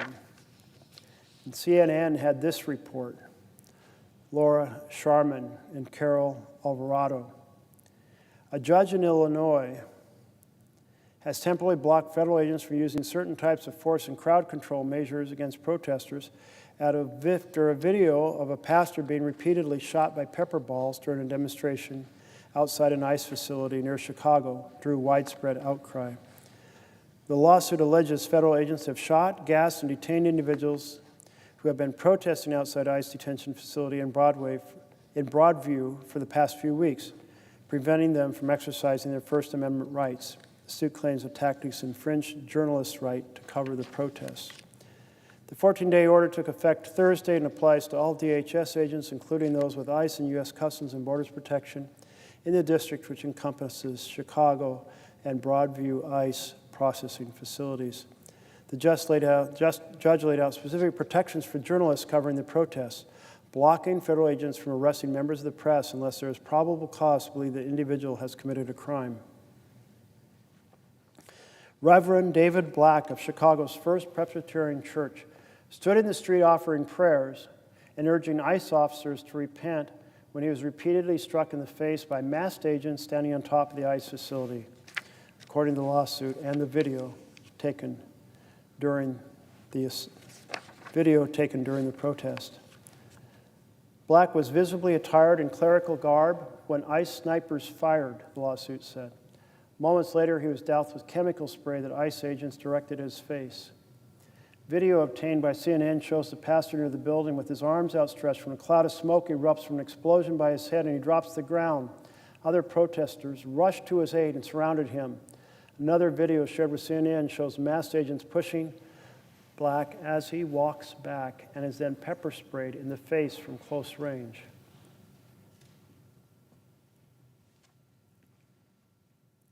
Black told CNN's Aaron Burnett that a large group of federal officers then rushed out of the gate and began to shove us, describing their behavior was indiscriminate and vicious. The pastor insisted he and other protesters received no warning and claimed he could hear the agents laughing as they fired shots from the roof, calling it deeply disturbing. Yeah. Man of God praying in front of a building attacked by masked ICE agents. This is the picture of Trump's tyranny against the American people. Unbelievably, Speaker Mike Johnson doesn't seem to be too bothered by these violent attacks. He said, quote, "I've not seen them cross the line yet."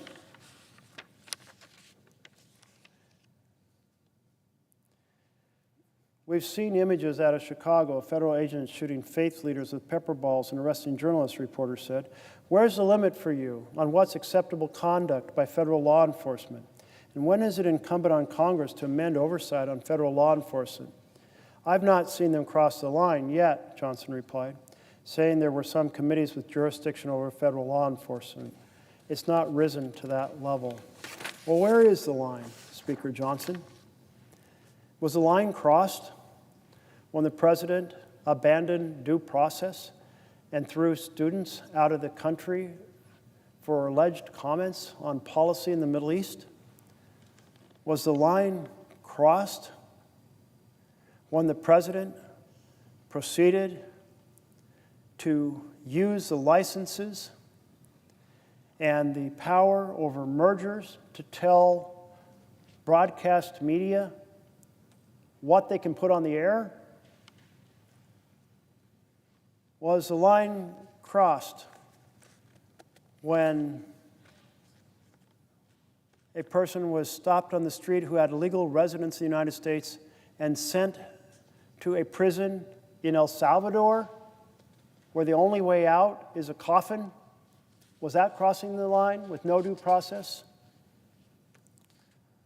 Was the line crossed when the presidents used the power over research grants and rules over foreign students who pay healthy tuitions in order to try to force the universities to become agents of the state and teach what the president wants them to teach? Was that crossing the line? I ask Speaker Johnson, if there is no line crossed when the president develops an enemies list and proceeds to turn the full power of the Justice Department to try to put that person into jail, is that not a line crossed? It's certainly not equal justice under law. So many lines have been crossed, so many times. Attacking peaceful protesters, conducting a fake riot in an effort to deceive the court or deceive the American people that there was a riot when there was none. The district judge in Oregon who adjudicated the order by Trump to federalize the Oregon National Guard said, there is nothing close to rebellion. There's nothing close to an invasion. So the standard is not met, the standard in the law that allows you to federalize the National Guard. So then Trump said, I'm going to send the federalized force from California and Texas to Oregon. They've already been federalized. The same judge said, same standard applies. Nothing close to rebellion, nothing close to an invasion. The standard has not been set. So she put on a temporary restraining order on both efforts. This is a fundamental issue in the United States of America. The military not be used against American citizens. There's a standard in the law. So Supreme Court, wake up. Do your job in the framework of the Constitution and the laws of this land. Quit inventing new ways to create an authoritarian state. Why am I so concerned that our Supreme Court has gone so far off track? Well, last year, they found invisible ink in our Constitution. That's one reason to be concerned. Maybe you can find it too. Why don't you take a look? Maybe you can show it to me. Maybe the founders really put an extra clause in there that, only appears when you warm it with a hot air dryer, though hot air dryers did not exist at the time the Constitution was written. They had a case, Trump versus United States of America.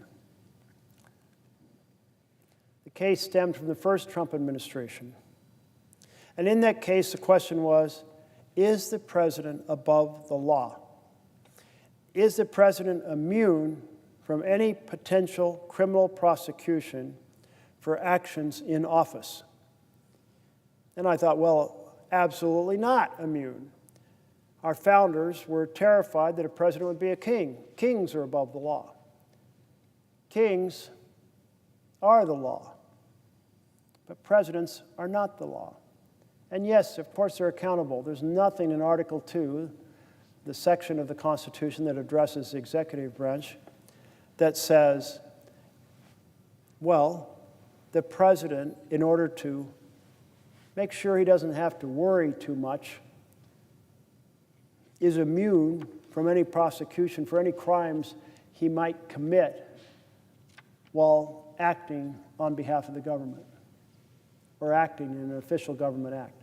Yeah, try to find that clause in the Constitution. Yeah, I'm pretty confident not there. In fact, the founders were the exact opposite. So those originalists on the Supreme Court, They are bogus as a $3 bill. They know how terrified the founders were about the possibility of a president exercising authoritarian power. That is why they provided checks and balances. While Congress writes the laws, Congress decides what programs are funded and how much they are funded. Congress decides if a person is suitable to an appointment to a high level in the executive branch. That's the separation of powers. And I don't know if you might be able to find for me the early quote that were in the introduction material, but I might read those again because they seem to me very relevant in this case. But here we have the question going to the originalist on the Supreme Court. Of course, they're going to vote 9-0. Both the judges who have been appointed by blue presidents and judges appointed by red presidents. It won't matter because it's just so absolutely clear. There's no clause in the Constitution that says the president's above the law.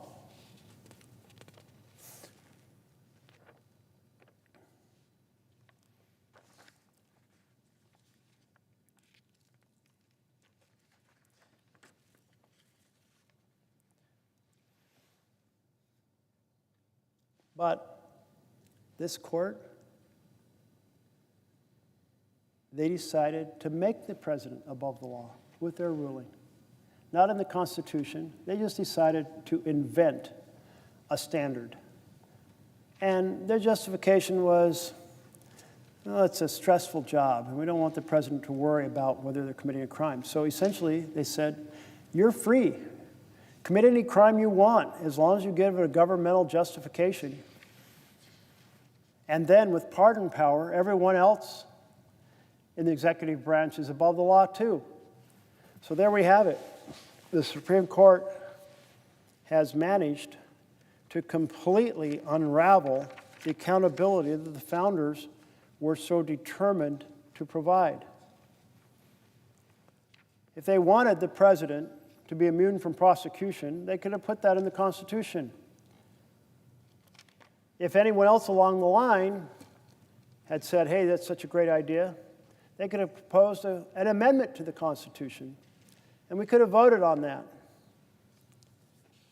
Well, you know, if you have people of high character who you have enormous trust in, you might say, well, that won't be too much damage. But what if the person is not of high character? What if the person's an authoritarian who already is demonstrating massive determination to break the law left and right? So there it is. The Supreme Court proceeded to say that the president is above the law. And now the president is acting like he's above the law. The Supreme Court has said he is. Can't get in trouble for anything he does. People who work for him can't get in trouble as long as they stay on his good side because he can pardon them. So we're in big trouble. But now a new case will go to the Supreme Court, and they might decide it this week by the shadow docket. And that case will be based on this question of whether the president, having failed to establish that there is either a rebellion or an invasion, can the president nevertheless federalize the National Guard against the wishes of the governor? I'm afraid the court will say yes, even though the law clearly sets a standard and the standard was not met. They'll say, well, yeah, but the president says the standard was met, so therefore it is met. Under that type of situation, you have swept all the standards out of the way. If you are saying, I don't know, in a construction code, that you're supposed to have stairs that are a certain width, and the stairs are not that width, but the contractor says, yes, they are, is the court supposed to go, well, the contractor said they are, even if it's not there? Oh, gosh, they look twice as steep as allowed, but the contractor said they're the right measurement, so no big deal. Well, it's a big deal, especially when it comes to deploying the military against American citizens who are protesting peacefully. That is a very big deal indeed. So I invite all 100 senators here, 99 senators, to stand with me, or 100 senators to stand together to say we will not accept attacks on due process. We will not accept attacks on freedom of speech. We will not accept attacks on freedom of the press. I am quite confident that if a president said to Fox News, we're going to block your merger request and maybe suspend your license unless you put up the programming we want, there would be a whole lot of senators down here, my colleagues across the aisle, saying that's outrageous, but shouldn't be equally outraged regardless of whether that broadcast network is on the left or right? Aren't we standing for a principle here in the Senate of the United States of America? We've seen 10 months of this president making our country sicker and poorer. 10 months of personal corruption, selling access to himself through his crypto enterprises. I went out to protest on the street when he held a dinner for what I believe the final tally was 230 people. He held a contest. He said, the more money you give me over the next couple months by buying my cryptocurrency, the better chance you have of being invited to a special dinner of 230 people at my golf club. Well, so people around the world said, this is our chance to go see the president by buying enough of his cryptocurrency, these dollars going into his pocket, we get access to him. The president selling access to 230 people, no vetting, just straight out corrupt sale of access. You know, we had a vote here in the chamber on all of us being banned from engaging in this type of corruption.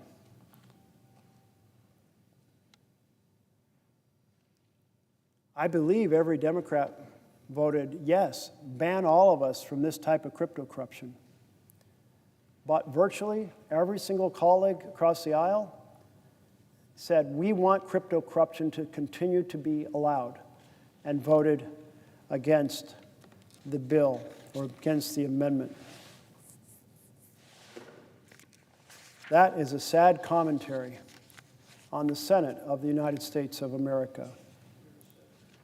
10 months of slashing health care for families to fund tax giveaways for billionaires.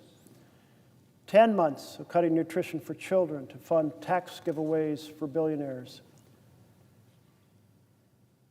A run-up of $30 trillion additional in national debt over the next 30 years to fund tax giveaways for billionaires. It's a families lose, billionaires win vision, and it's not a good vision for our republic. In fact, it's not a vision that comes from a republic. It's a vision that comes from an authoritarian government that said this is what they want, and an acquiescent Congress that proceeded to provide it. If we were actually a republic pursuing government by and for the people, then we would be doing the opposite. We would be passing legislation for families to thrive, not slashing their health care and their nutrition benefits. And we certainly would be asking the affluent to pay their fair share rather than giving them trillions of dollars in additional tax breaks. The big, ugly betrayal of a bill has a lot in common with the president's authoritarian actions in this nation. The authoritarian actions are an attack on due process and free speech and free press and weaponization of the Department of Justice, and certainly the effort to send the military in against peaceful protesters. But if that effort involves essentially a government by and for the billionaires, then you see the connection to the big, ugly betrayal of the bill. Because the policy agenda passed here was also all about billionaires win and families lose. We should be 100 strong here in a vision for freedom, saying hell no to authoritarian oppression. I have a letter here published in the Washington Post by Paul Bardak and Patrick Nichols, co-founders of the State and Local Human Rights Center. October 2nd, 2025. President Donald Trump, while speaking to our nation's generals and admirals on Tuesday, noted his desire to use dangerous cities as training grounds for our military. The October 1st editorial, U.S. cities aren't meant to be military training grounds, argued against such an approach. So too would the founders of our nation. When the U.S. Constitution was ratified in 1787, urban crime was already a well-known issue. As early as the 1750s, New York was already regarded as the most crime-ridden city in the colonies. And a contemporary observer noted that at the time the founders convened in Philadelphia, the jails were full. Nonetheless, the Constitution's framers rejected a federal police in their conception of our republic. Rather, except in the most exigent circumstances, states and localities were to police their own populace. As Alexander Hamilton wrote in Federalist number 17 in 1789, there is one transcendent advantage belonging to the province of the state governments. I mean the ordinary administration of criminal and civil justice. Certainly, the Constitution gives Congress the power of calling forth the militia, which today we refer to as the National Guard. Title 10 of the U.S. Code allows the President to bring the Guard into federal service when the nation is invaded, in danger of invasion, or during a rebellion. And the Insurrection Act of 1807 grants the President power to deploy troops domestically to suppress an insurrection, domestic violence, or conspiracy that obstructs law enforcement. But the President's and Congress's power to do so are not open-ended. Both Title 10 and the Insurrection Act set a high bar for federalizing the Guard. Engaging in routine law enforcement is illegal and unacceptable. To further drive the point home, the Posse Comitatus Act of 1878 prohibits the use of federal military personnel to enforce domestic policies. For nearly 240 years, in times of peace and war, presidents and Congresses have honored the vision of our nation's founders. Trump should reverse course and do the same. The writers are the co-founders of the State and Local Human Rights Center.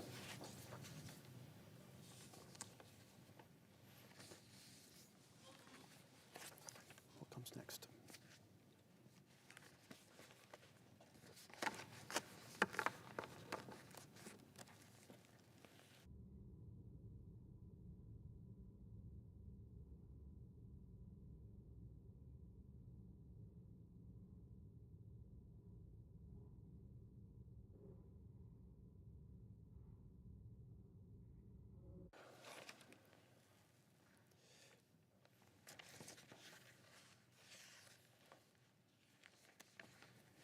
This brings us to chapter 7,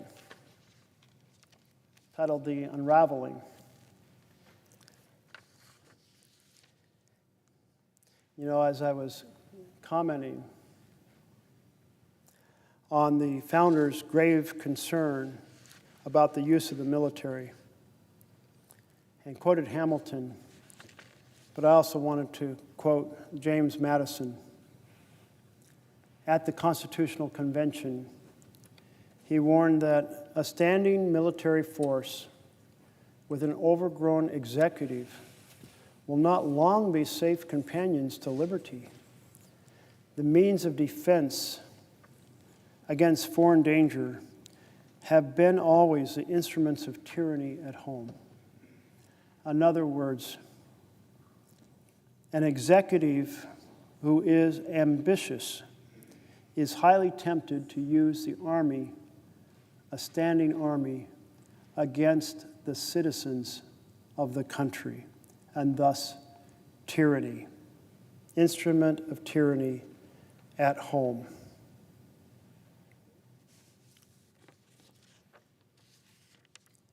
If we're trying to understand why the line has been so clear that you have to meet a high bar of a rebellion or an insurrection or an invasion in order to use the American military domestically, that should explain it.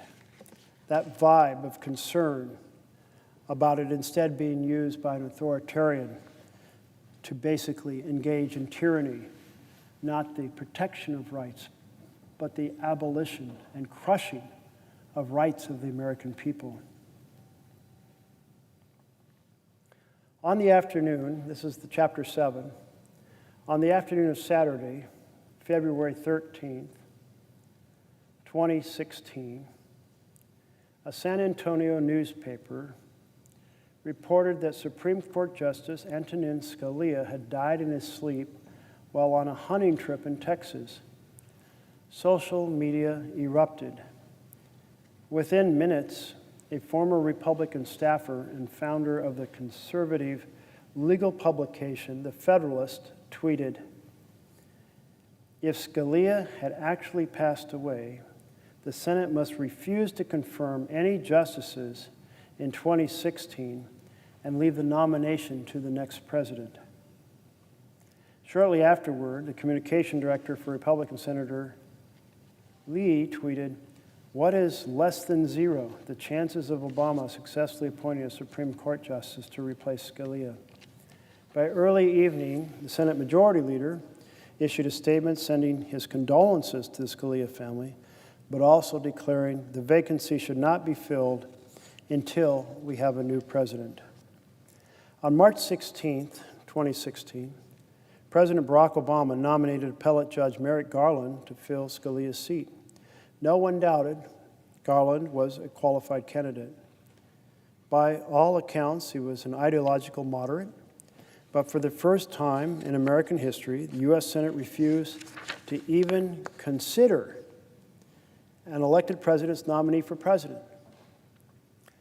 As we have seen, the Senate has always used forbearance in exercising its advice and consent in the selection of Supreme Court justices. Since 1866, every time a president has moved to fill a Supreme Court vacancy prior to the election of his successor, he had been allowed to do so. So this was the first time.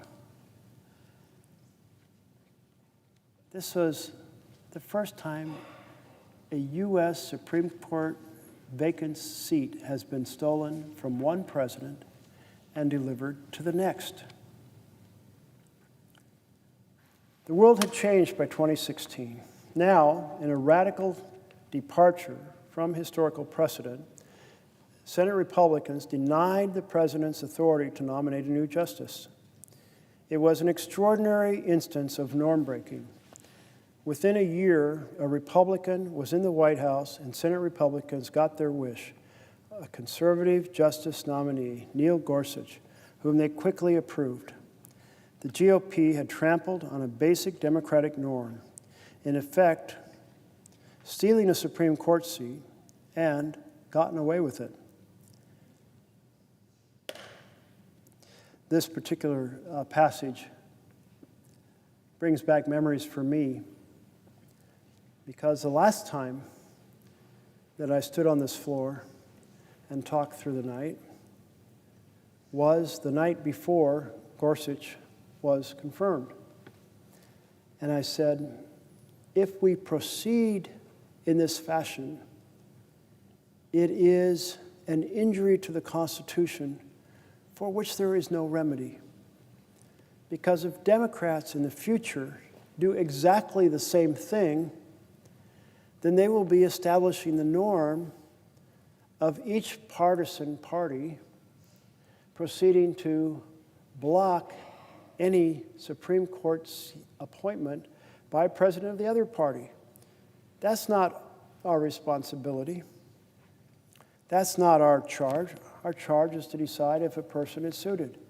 And for the first time in U.S. history, this chamber said there will be no debate and no vote on the nominee that President Obama had put forward.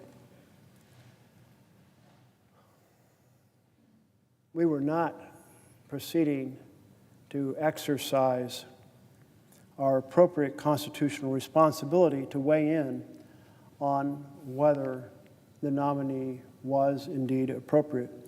I remember one conservative senator from Utah said if only Obama would nominate Merrick Garland, then we could confirm him, because that would be a reasonable nominee. Then Obama did nominate Merrick Garland. And yet even that moderate was rejected for the possibility of being considered. Now, it's not the case that the Senate has routinely confirmed nominees to the Supreme Court of the United States of America. In fact, quite the opposite. They have rejected quite a good share of the nominees over a couple hundred years. But they always debated and they always voted. Returning to the chapter at hand, the traditions underpinning America's democratic institutions are unraveling, opening up a disconcerting gap between how our political system works and long-standing expectations about how it ought to work. As our soft guardrails have weakened, we've grown increasingly vulnerable to anti-democratic leaders. Donald Trump, a serial norm breaker, widely and correctly criticized for assaulting America's democratic norms. But the problem did not begin with Trump. The process of norm erosion started decades ago, long before Trump descended an escalator to announce his presidential candidacy. In a 1978 congressional race in northwestern Georgia, Newt Gingrich made his third bid for office in a district outside Atlanta. After two previous failed runs as a self-identified liberal Republican, he finally won, this time as a conservative, capturing a district that hadn't been in Republican hands in 130 years.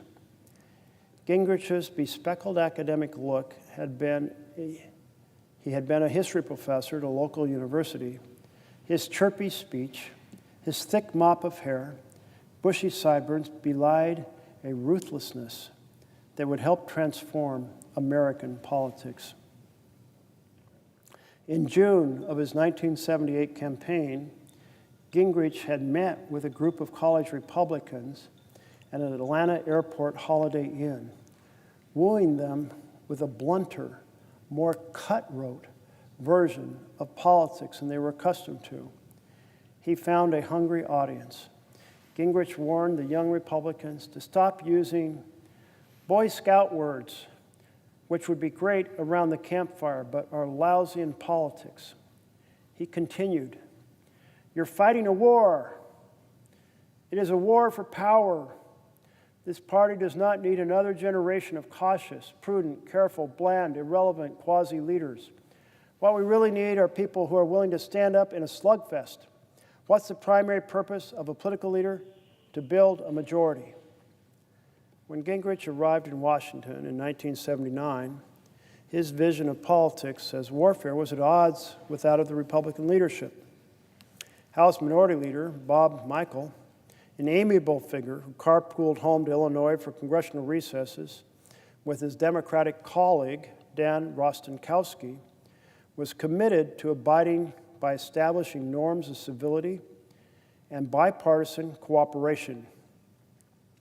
Gingrich rejected this approach as, quote, too soft. Winning a Republican majority, Gingrich believed, would require playing harder form of politics. Backed by a small but growing group of loyalists, Gingrich launched an insurgency aimed at instilling a more combative approach. Taking advantage of a new media technology, C-SPAN, Gingrich used adjectives like rocks, deliberately employing over-the-top rhetoric. He described Congress as corrupt and sick. He questioned his Democratic rivals' patriotism. He compared them to Mussolini and accused them of trying to destroy our country. According to former Georgia State Democratic Party leader Steve Anthony, the things that came out of Gingrich's mouth, we had never heard that before from either side. Gingrich went so far over the top that the shock factor rendered the opposition frozen for a few years. Through a new political action committee, GOPAC, Gingrich and his allies worked to spread these tactics across the party. GOPAC produced more than 2,000 training audio tapes, distributed each month to get the recruits of Gingrich's Republican Revolution on the same rhetorical page. Gingrich's former press secretary, Tony Blankley, compared the tactic of audio tape distribution to one used by the Ayatollah Khomeini on his route to power in Iran. In the early 90s, Gingrich and his team distributed memos to Republican candidates instructing them to use certain negative words to describe Democrats, call them, including the words pathetic, sick, bizarre, betray, anti-flag, anti-family, and traitors. It was the beginning of a seismic shift in American politics. Even as Gingrich ascended to Republican leadership structure, becoming a minority whip in 1989 and Speaker of the House in 1995, he refused to abandon his hardline rhetoric. And rather than repelling the party, he pulled it to him. By the time he became Speaker, Gingrich was a role model to a new generation of Republican legislators, many of them elected in the 1994 landslide that gave GOP its first House majority in 40 years. The Senate was likewise transformed by the arrival of Gingrich senators, whose ideology, aversion to compromise, willingness to obstruct legislation helped speed the end of the body's traditional folkways. Well, this kind of brings us up to the current time that I'm well too aware of. And I don't really want to read through all the details of this particular period, but let me just make a few observations about it.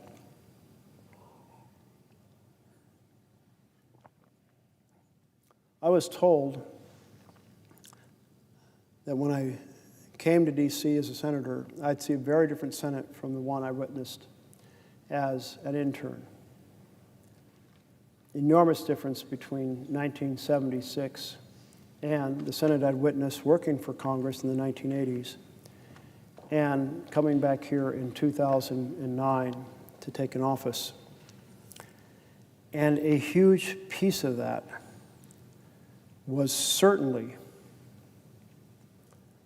the deep animosity between the parties and the determination of the minority really running both ways to paralyze the majority.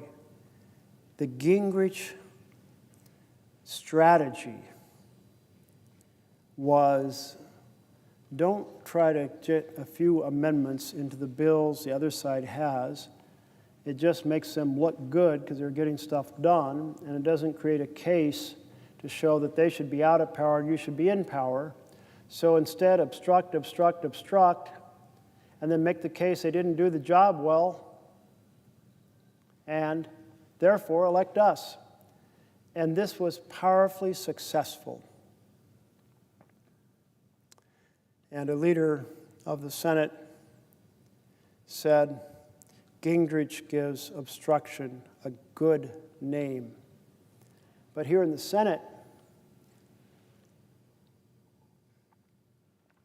the opportunity to obstruct is so much larger in the House. We have nominations that take up a significant amount of time. So by drawing out those votes, you can eat up a lot of time. In fact, that strategy employed by Democrats has led to a nuclear option a couple weeks ago, in which for the first time we're doing blocks of nominees in a single vote. That had been done previously, but only with unanimous consent, saying every senator had looked over the list and said none of them were objectionable. Now that list may be full of objectionable individuals who by quality of character or by experience are totally unsuited to the post to which they've been nominated, but they're just going to be floated in. To me, it's a terrible abdication of the advice and consent clause of the Constitution, and therefore one more check and balance that has been profoundly eroded. But it was triggered by all-out obstruction, slowing down the process by the Democratic minority, just as the Republican minority had done in a previous cycle. In addition, policy bills require 60 votes in the Senate to close debate. Now, this is an artifice that stems from a transition that began in the 1830s. That transition was Southern Democrats giving up on the ability to have states nullify bills they didn't like, decided that the only way that was left for them was to stop bills from ever getting passed in the first place, and therefore talk them to death. Keep giving speeches on the bills, and then make a new motion, like to refer the bill to committee, or to adjourn, or to do this amendment or that amendment, each motion allowing 2 more speeches for each senator under the original Rule 4 of the Senate, and thereby enabling talk to go on infinitely, and wrapping that ability to talk infinitely in the First Amendment, making it a glorious feature of the U.S. Senate, a complete reversal of Jefferson's guidance in the early Senate, which is embodied in his Book of Conduct for the Senate, to speak directly, engage in no superfluous talk, and proceed, therefore, to get to the nut of the question, hear everyone, make a decision, and move on. This was the opposite. This was glorifying obstruction. And this term that came to describe this ability to do endless speeches and glorify obstruction was the term piracy, utilizing the Dutch word freebooter, which in Caribbean slang was filibustero, and thus the pirates have taken over the Senate. And so here we are with obstruction being routine by the minority of the majority to make the case they can't govern, get out of the way, and of course reinforced emphatically by the different cable television channels that proceed to say our time, our side, our viewpoint is glorious and righteous, and their viewpoint is misguided and or evil. Each side saying that and driving the two parties further apart. And then social media proceeding to launch in on top of all of that, kind of cementing the differences. And if that's not enough, then money in campaigns used for slander attacks by dark money groups that sometimes reveal who they are and often don't, but almost all the money goes into slander attacks. some more than half, what did I see, 70 or 80%, is factually incorrect. It's just making up attacks on people and putting it out there because it works. When people hear horrific accusations against someone, it does, in fact, make them less likely to vote for that person because they don't have the time and effort or the ability to figure out what's true and what's not true. So lies work. Negative advertisements work. So if you have been on the receiving end of such ads, and probably just about everyone here has, that also hardens the opposition between the parties. So there we are, caught in this cycle of obstruction. And as I mentioned many hours ago, this strategy was really symbolized to me by a memo that I received in, I believe, April of 2009, written by Frank Luntz, a consultant who helped the Republican Party refine its pitch. And it said, in essence, whatever Democrats propose to improve health care, we will attack it and call it a government takeover. And he went on to elaborate why they had done focus groups. And in these focus groups, they had proposed different phrases. And the one that got the biggest negative response was government takeover. So regardless of whether a policy had any element of government takeover, that was the term that was going to be used. And I came down to the floor here in one of my first speeches and said, this is scary. This is inappropriate. Have we really come to the point that the goal of basically nearly half the senators is simply to obstruct and to misrepresent a policy because they don't want anything to be improved? They don't want the healthcare system to be improved. They just want to make sure that nothing good is done so they can kick out the majority party and they can become the majority party. And the answer, in the end, basically, in 17 years I've been here, is pretty much the answer. That both sides, their top goal is getting back in the majority so they can do good things. But when they're in the majority, they're obstructed by the minority, and the cycle continues, and the frustrations continue. And the ineffectiveness of the Senate in addressing a rapidly changing world, well, that proceeds to feed cynicism about whether our model of government is up to the task.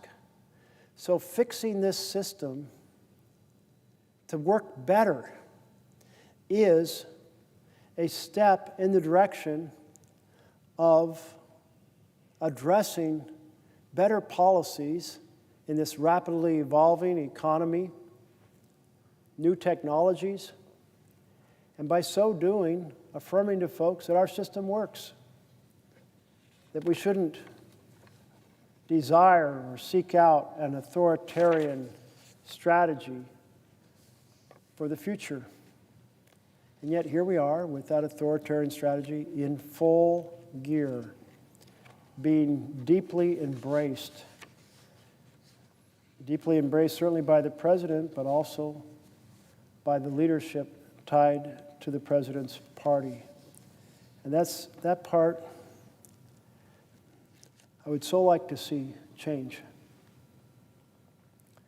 Find a way to take ourselves out of this cycle of paralysis and animosity and actually say, so what are the ways we can make the healthcare system work better? Let's get it done regardless of who's in the majority. That would be a huge improvement that America would like to see. Well, I'm going to fast forward to the next section because I think I've summed up the challenges that have been raised, not all of them. And one of the pieces that is the spread of this use of the filibuster into every crevice of our congressional operations. Before 1965, this process of talking bills to death was basically done on final passage of policy bills. It wasn't done on amendments. It wasn't done on motions to proceed to bills. It wasn't done on nominations. Not because it couldn't be done, but because the norms of the Senate were not that you should use this obstruction except on policy bills of great consequence that you passionately opposed. And essentially, the bills that were the target of filibusters were civil rights bills. Southern Democrats determined to block civil rights from being restored. My party, until my party changed. Now, the Republican Party was founded as an anti-slavery party. So it was more supportive of ensuring civil rights for all Americans. But Southern Democrats, they wanted to block the ability of Southern Black Americans from being able to register to vote. And so the filibuster was used mostly on civil rights issues, including issues regarding lynching and registration, voting, so forth. After 65, people started to say, well, hey, this lost some of its racist taint.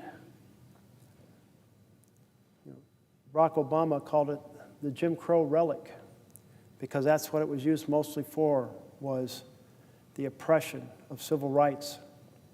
But it lost some of that taint after 1965. It started to be used gradually and then more rapidly until you basically can't sneeze here without facing a new version of the filibuster. Now, the old version was you talked a bill to death, new motions, new speeches, never allowing to get to a final vote.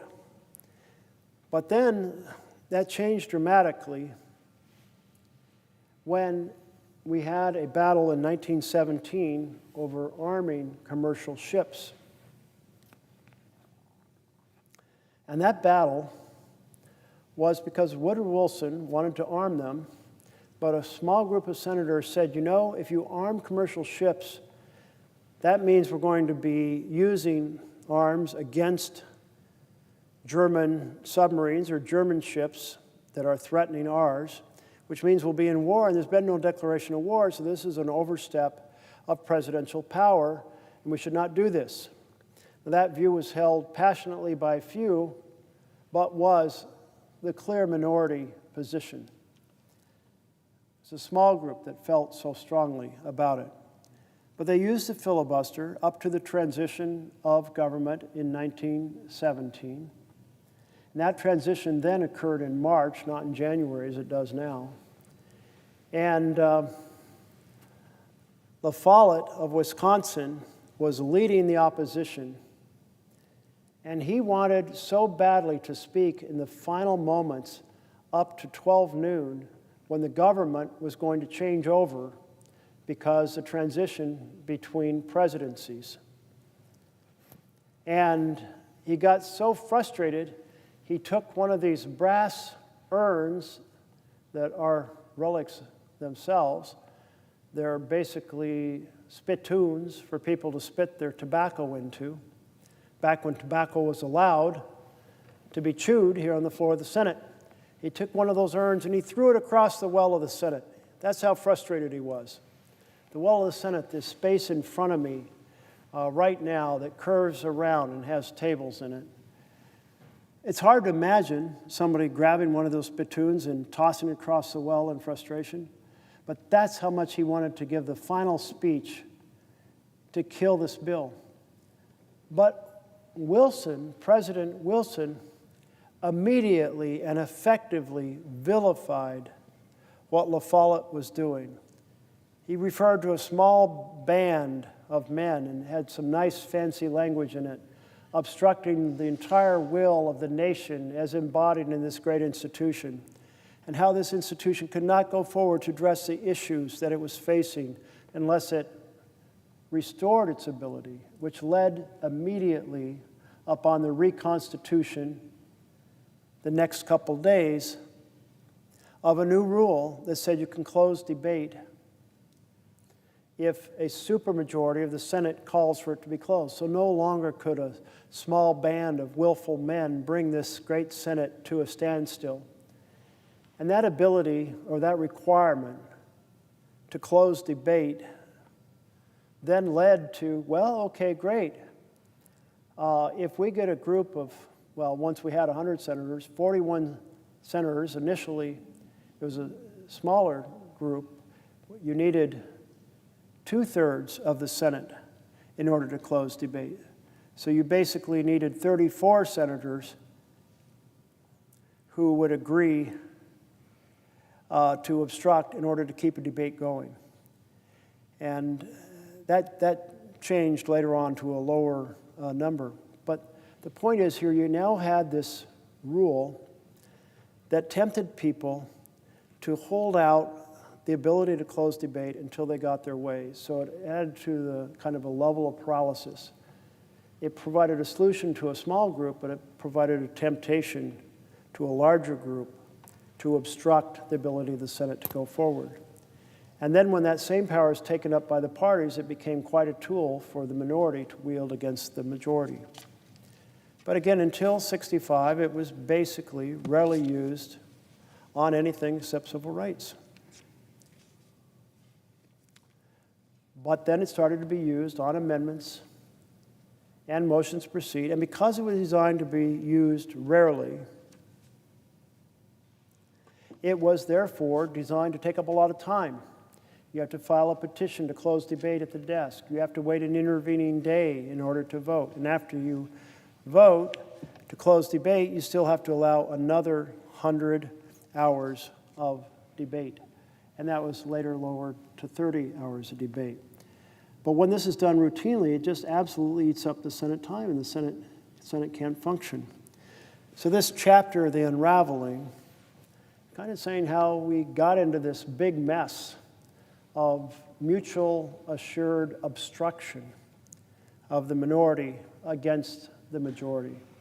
And the challenge that we have to get out of that cycle of deliberate obstruction if we're going to be able to meet the challenge of addressing the issues in a fast-changing society.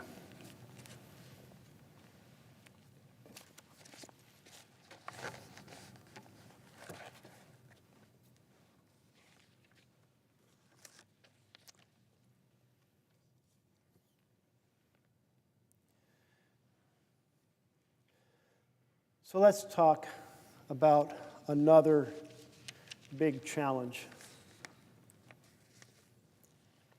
And that's the weaponization of the Justice Department.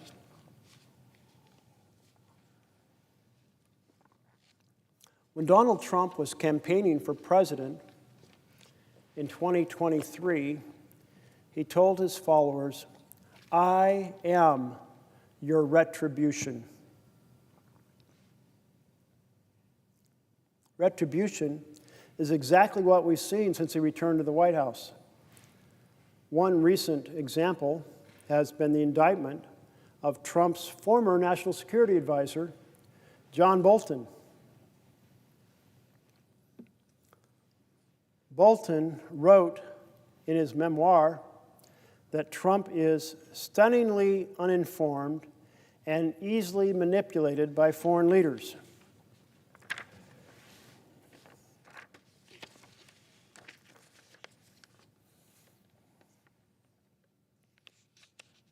Well, not something that sure made Trump happy to have John Bolton say that.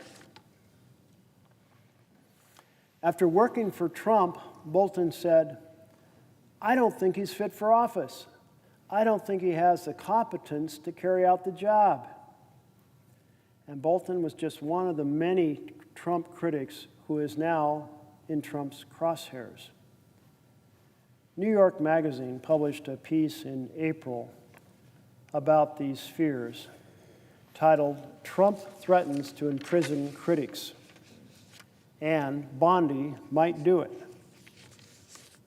It's written by Ellie Honig, April 11th of this year.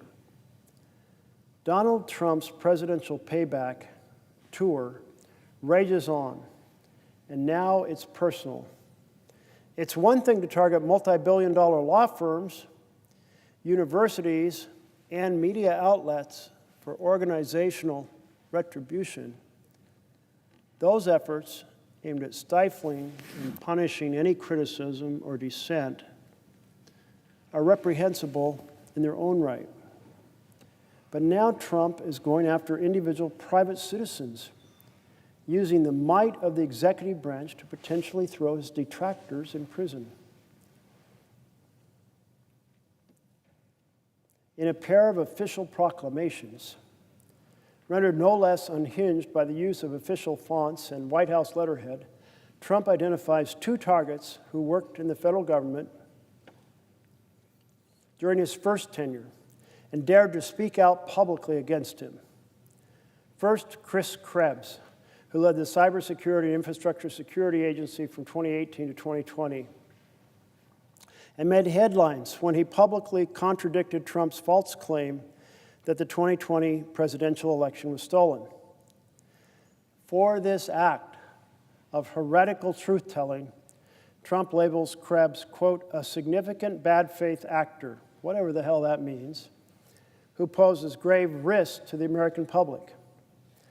And then there's Miles Taylor, a former Department of Homeland Security official who publicly criticized the president in an anonymous book and various media appearances. Taylor, like Krebs, purportedly poses risk to the United States, is a bad faith actor, though apparently not a significant one, like Krebs, and stoked dissension with his public commentary. Are you scared? Don't you fear the risk posed by these two monsters? True to the form he's displayed when going after disfavored law firms, Trump hits below the belt.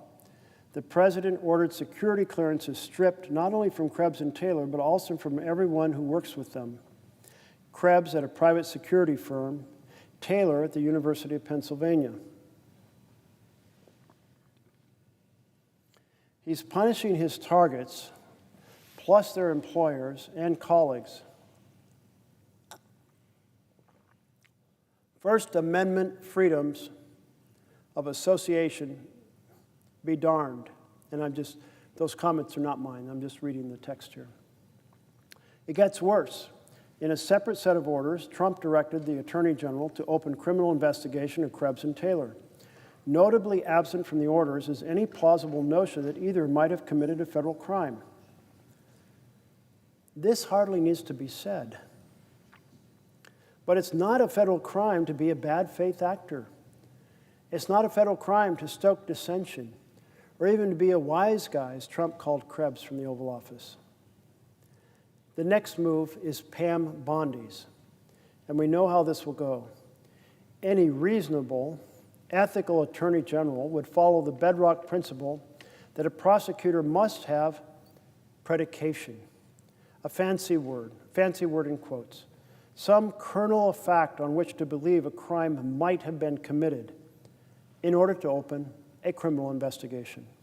The bar is low, but it serves the vital purpose of preventing precisely the baseless retributive inquest that Trump has now ordered up. In observance of this foundational precept, even Bill Barr, the subject of sharp criticism in my first book, Hatchet Man, generally ignored Trump's public pleas for the arrests of Barack Obama, Joe Biden, and others. Like the exhausted parent of an unruly toddler, Barr would mostly sit back and let the tantrum pass. Don't count on Bondi taking the same course of passive resistance to the president's. She has already shown her true colors, and they're whatever shade Trump pleases. Despite the distinct possibility of criminality by top administration officials around the signals scandal, the AG refused even to investigate. Instead, she decreed, after zero inquiry, with zero evidence, that information about military attack plans was somehow not classified and that nobody had acted recklessly. Case closed, no inquiry needed. Even if the DOJ investigates but concludes it cannot bring a criminal charge, the threats to Krebs and Taylor is real. Any criminal inquiry takes an enormous toll on the subject.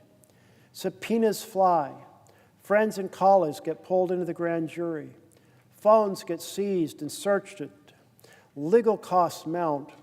Professional reputations suffer. Personal ties fray. Ask anyone who's been investigated by the Justice Department but not indicted. They will tell you it's a nightmare.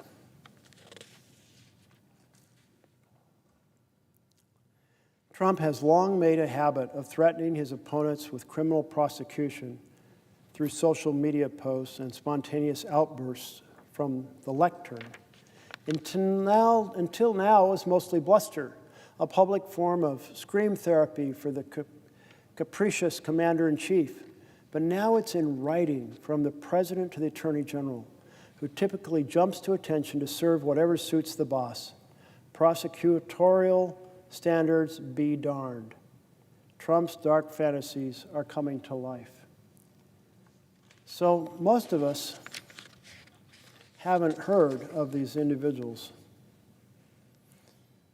Miles Taylor, a Homeland Security official who criticized the president in a book.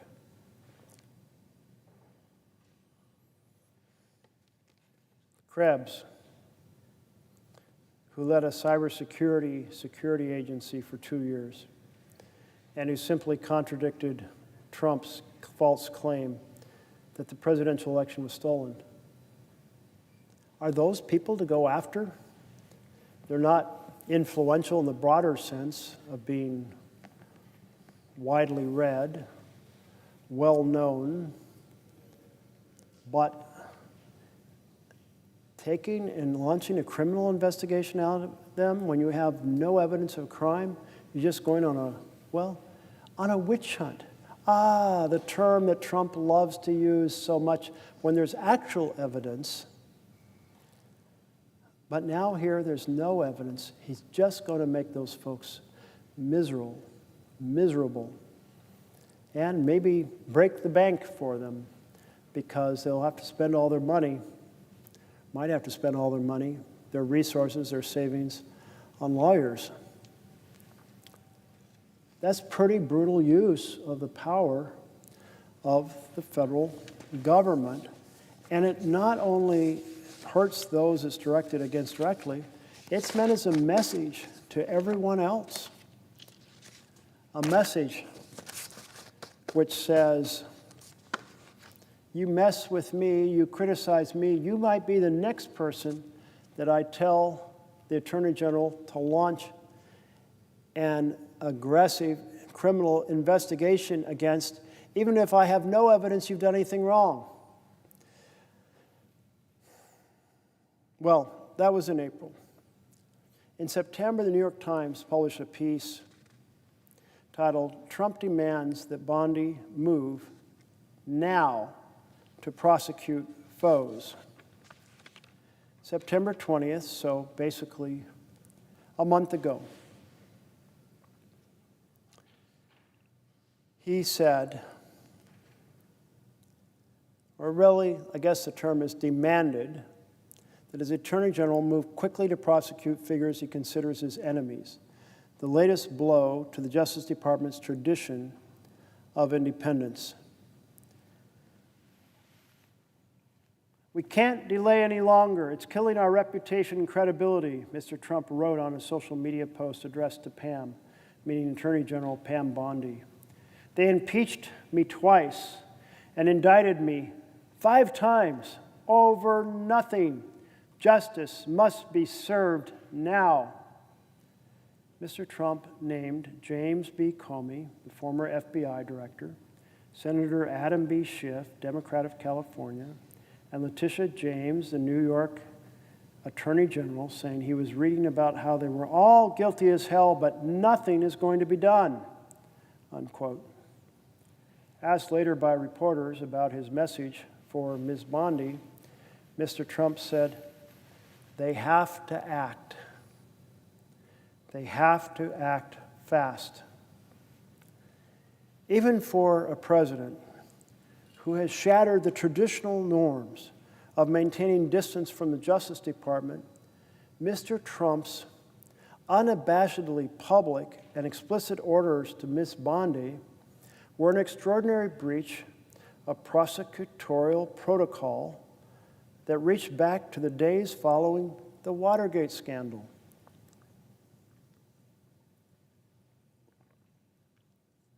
His demands came a day after he ousted the federal prosecutor who failed to charge two of the adversaries he most reviles, Mr. James,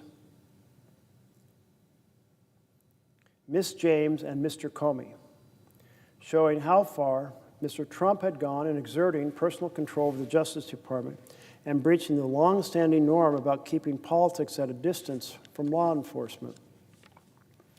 You know, it goes back to those words above the Supreme Court, equal justice under law. You're not targeted because the government doesn't like what you say. You're not targeted because you insult the president. No, you're targeted because there's evidence that you did something wrong, and like anyone else who did something wrong, you're investigated, but not because you're on the president's enemies list. That is the weaponization of the Justice Department that is so concerning. It is a feature of the authoritarian state. Use the power of government to go after individuals, causing them to flee the country, causing them to reverse their statements, causing them to spend vast sums on attorneys fighting the allegations, maybe destroy their career.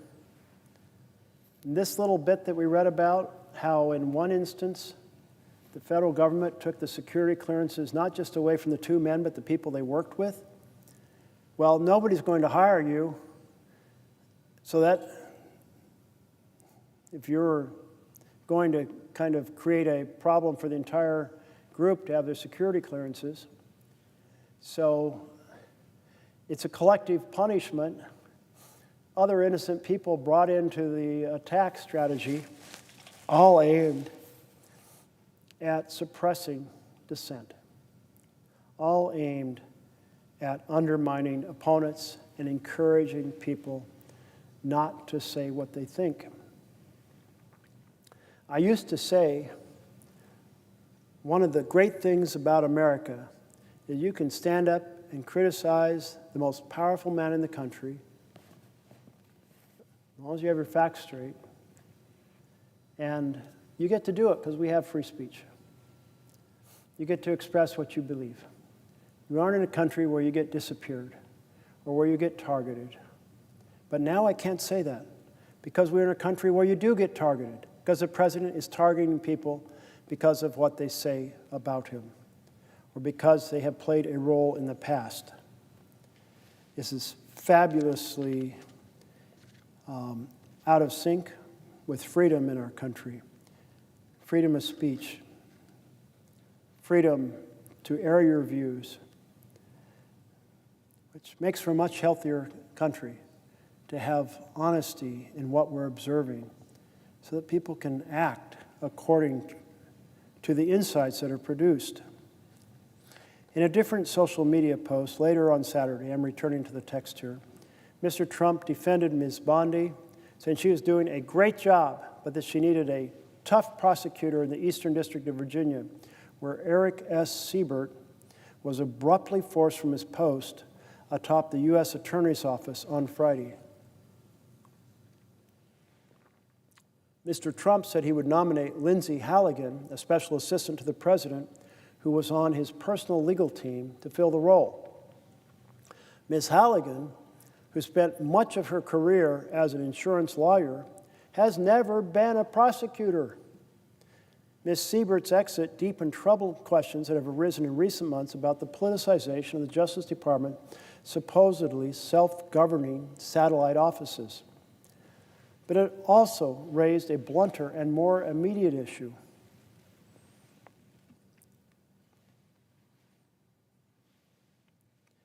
Which of the nation's U.S. attorneys might be next? Beyond their efforts to push out Mr. Siebert, whose inquiries into Ms. James and Mr. Comey effectively fizzled out, administration officials have also ramped up pressure against Kelly O'Hayes, the U.S. Attorney in Maryland, according to 3 people familiar with the matter. Ms. Hayes, a career prosecutor who has spent more than a decade in that office, is leading inquiries into 2 other vocal critics of Mr. Trump.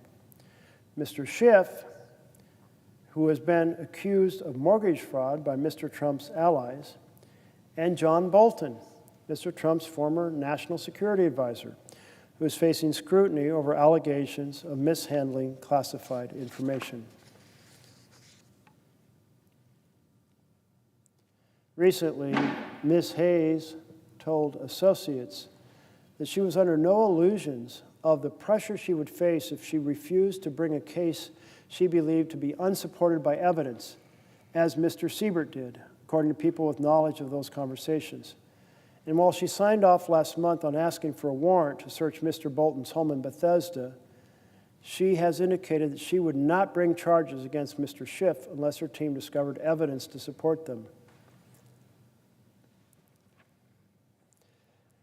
Mr. Trump's campaign against U.S. attorneys who oversee offices in 93 federal districts across the country is an extension, even an escalation, of the early purge that his top political appointees carried out at the Justice Department headquarters and the FBI against those who worked on the criminal cases brought against him before he returned to power. In other words, you investigated me because there was evidence of a crime. I'm coming after you now. Retribution. And in other cases, it's you disagreed with me and said that the 2020 election was in fact valid. I'm coming after you and your office mates on top of that.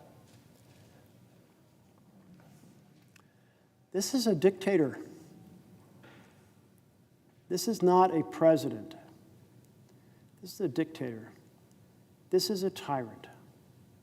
A man who is proceeding to wipe out due process, to attack free speech, to attack freedom of the press, to weaponize the Justice Department, to seek to send the military in to attack peaceful protesters and have that military available in the future to suppress dissent. A man who in the weaponization Justice Department is operating on the mode of anyone who played a key role in the government. When they investigated me, I will go after them. Anyone who disagrees with what I say, I will go after them. Everyone beware of what you say.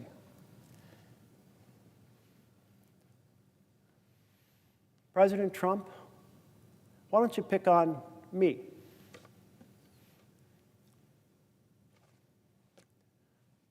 I'm criticizing you all through the night.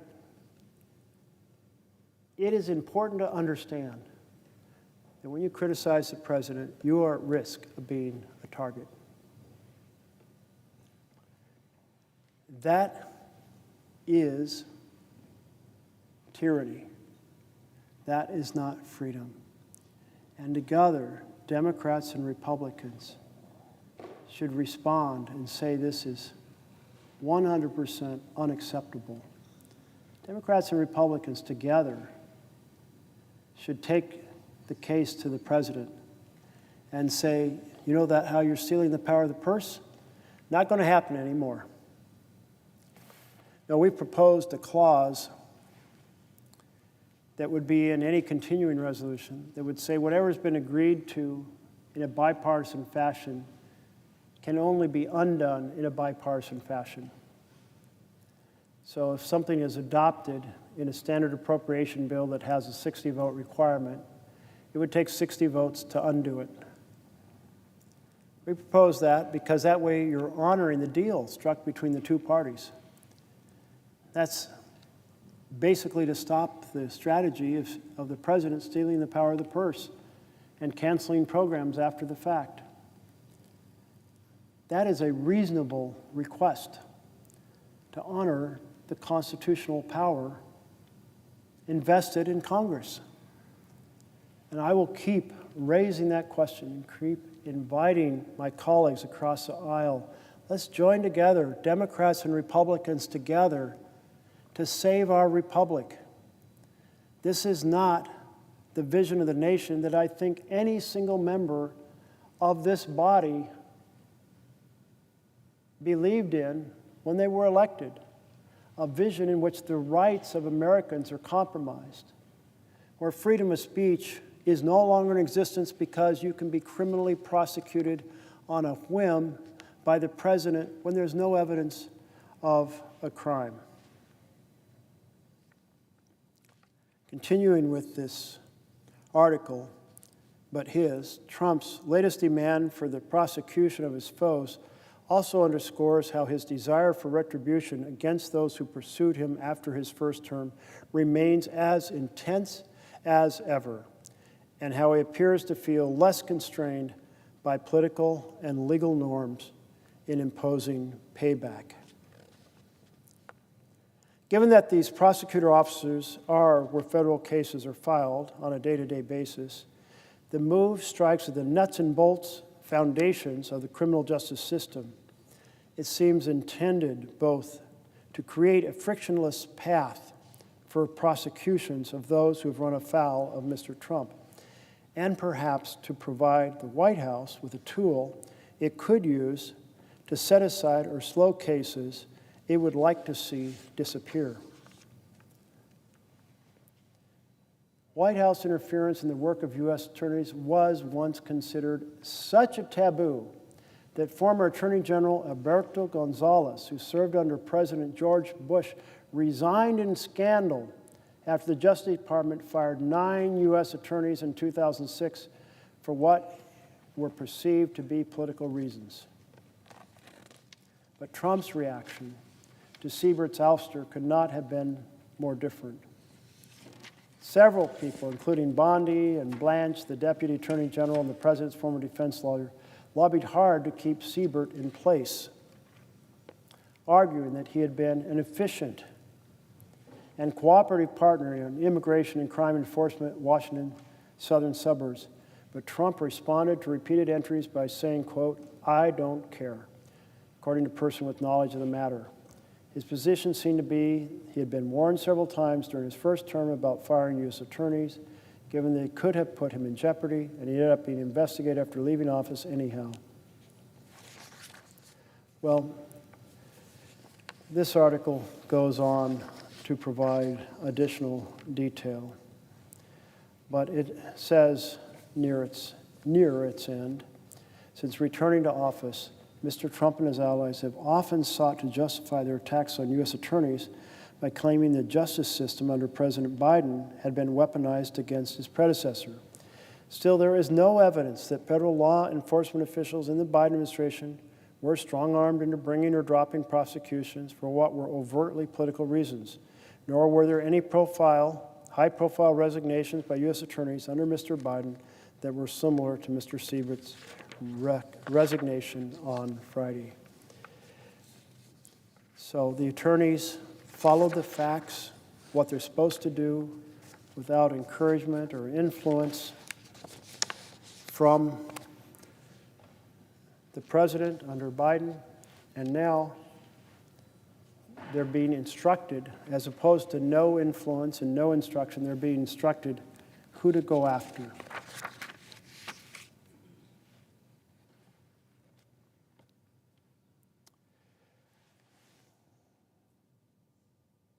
So much has gone on that it's hard to track it.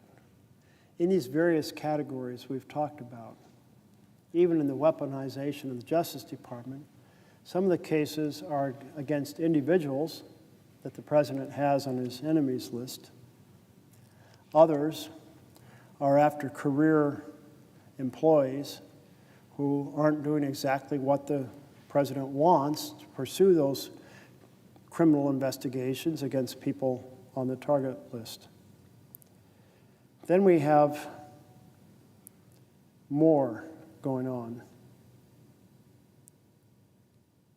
The Department of Justice fired attorneys and other staff who were involved in the January 6th investigations and prosecutions. So we have the criminal prosecutions of people on the enemies list, of Trump's enemies list. We have the firing of attorneys in the prosecutor's office.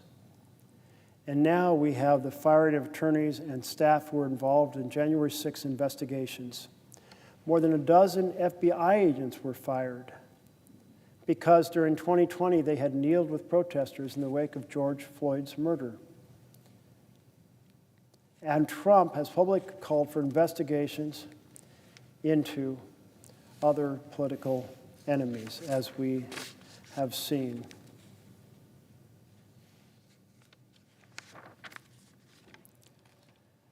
The Comey indictment has received a particularly significant amount of attention. The Brennan Center provided some input on this. The power of the prosecutor is tremendous, impacting the life and liberty of those whose conduct brings them within the criminal justice system. Prosecutors decide who gets charged and what crimes they get charged with. They make influential recommendations about sentencing. That's why it's essential for prosecution to stay independent of politics. Justice demands that prosecutors make decisions based solely on the facts and the law, without fear or favor. Without fear or favor. No one can be above the law or unfairly subjected to it. New federal prosecutors learn about former Attorney General and Supreme Court Justice Robert Jackson's views, which, although stated in 1940, resonate powerfully today. Quote, "The prosecutor's discretion is tremendous. He can have citizens investigated, and if he is that kind of person, he can have this done to the tune of public statements, veiled or unveiled intimations. The prosecutor can order arrests, present case to the grand jury in secret session on the basis of one-sided presentation of the facts can cause the citizen to be indicted and held for trial, while the prosecutor at his best is one of the most beneficent forces in our society when he acts from malice or other base motives. He is one of the worst." There are echoes of Jackson's warning last week when the Justice Department indicted one of the president's political opponents, Lindsay Halligan, President Trump's former personal lawyer and newly installed U.S. attorney in the Eastern District of Virginia, went to the grand jury, apparently alone, to indict former FBI Director James Comey for allegedly lying to Congress. Congressional investigation. Trump turned to Halligan after her predecessor, Eric Siebert, an experienced career prosecutor who Trump himself had tapped to lead the office, declined to prosecute Comey due to insufficient evidence. So a seasoned prosecutor, a career prosecutor, which Trump himself had tapped to leave the office, said there is insufficient evidence to prosecute Comey and declined to do so. There's credible reporting that prosecutors in the office had serious concerns about the case. That prompted Trump to put out a Truth Social post that read like a text message to Attorney General Pam Bondi than something you would expect to see from a president on social media. Pam, I have reviewed over 30 statements and posts saying that essentially, same old story as last time, all talk, no action, nothing is being done. What about Comey? What about Adam Shifty Schiff. What about Letitia? They're all guilty as hell. Nothing is going to be done. Then we almost put a Democrat-supported U.S. attorney in Virginia with a really bad Republican past, a woke rhino who is never going to do his job. That's why two of the worst Democratic senators pushed him so hard. He even lied to the media and said he quit and that we had no case. No, I fired him, and there is great case, and many lawyers and legal pundits say so. Lindsay Halligan is a really good lawyer and likes you a lot. We can't delay any longer. It's killing our reputation, our credibility. They impeached me twice. They indicted me 5 times over nothing. Justice must be served now. President, DJT. This level of presidential interference in prosecutorial decision-making contradicts everything our country has done in the post-Watergate era to protect against corruption of the justice system. So, firing FBI agents, directing the Attorney General publicly to go after folks that he doesn't like, going after attorneys who don't prosecute in the fashion. There's a lot, a lot, article after article. This one I actually, maybe an additional element that I wasn't so familiar with. In late September, President Trump signed an executive order designating Antifa as a domestic terrorist organization. A few days later, he issued the National Security Presidential Memorandum 7 on countering domestic terrorism and organized political violence. This analysis evaluates claims made in these documents and their potential damaging effects, drawing on the Brennan Center decade of work on the government's framework for responding to terrorism, foreign and domestic. Both the order and the memo are ungrounded in fact and law. Acting on them would violate free speech rights, potentially threatening any person or group holding any one of a broad array of disfavored views with investigation and prosecution. So this is another weapon, another aspect of the weaponization of the Justice Department. If you think that there is a philosophy you don't like, and in this case, Antifa is more philosophy than organization, call it a domestic terrorist organization. That puts individuals and their free speech at great risk.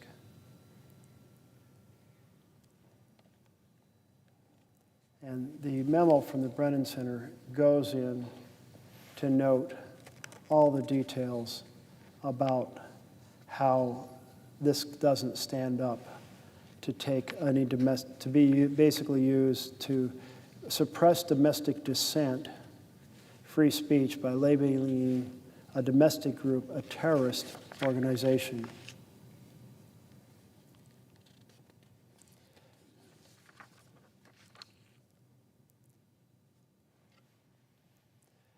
Building on its framing of the threat from anti-fascism as a wide-ranging conspiracy and domestic terrorism, NSPM 7 directs government agents to go after all participants in these criminal and terroristic conspiracies, including the organized structures, networks, entities, organizations, funding sources, and predicate actions behind them. This memorandum directs the Joint Terrorism Task Force to coordinate and supervise a comprehensive national strategy to investigate, prosecute, disrupt entities and individuals engaged in acts of political violence, intimidation designed to suppress lawful political activity, obstruction under the law.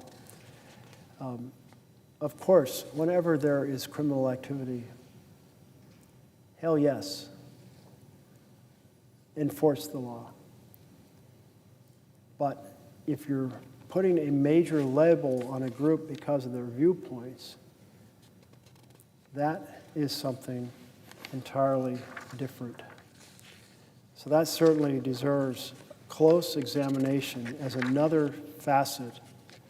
This one, a little more complicated and not feeling like the total framework is completed as to how this is intended to be used or acted on and how it will affect those who might have anti-fascist views, but it certainly appears like it's a strategy to take folks you disagree with and label them a terrorist threat when there may be absolutely no such threat at all.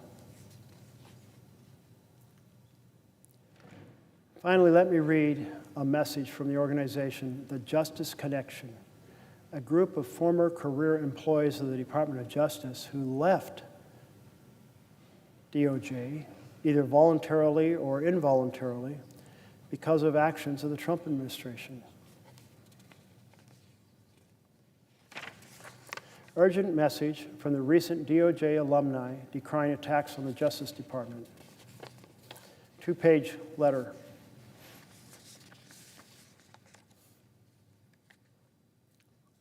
And Madam President, I ask that this letter be entered into the record.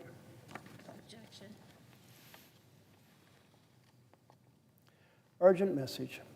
We are 282 former career employees who proudly served our country at the Department of Justice. From prosecutors, special agents, and intelligence analysts to immigration judges, grant managers, civil rights attorneys, and more. We all carried out our duties faithfully, regardless of who occupied the White House, until we no longer could. Each of us left the department either voluntarily or involuntarily because of actions taken by this administration. Our fidelity to the Constitution and our dedication to our country did not end when our jobs did. Now that we've left the department, we believe it's our duty to sound the alarm about this administration's degradation of DOJ's vital work and its assault on the public servants who do it. It is incumbent on all of us to fight for the Justice Department before it's too late.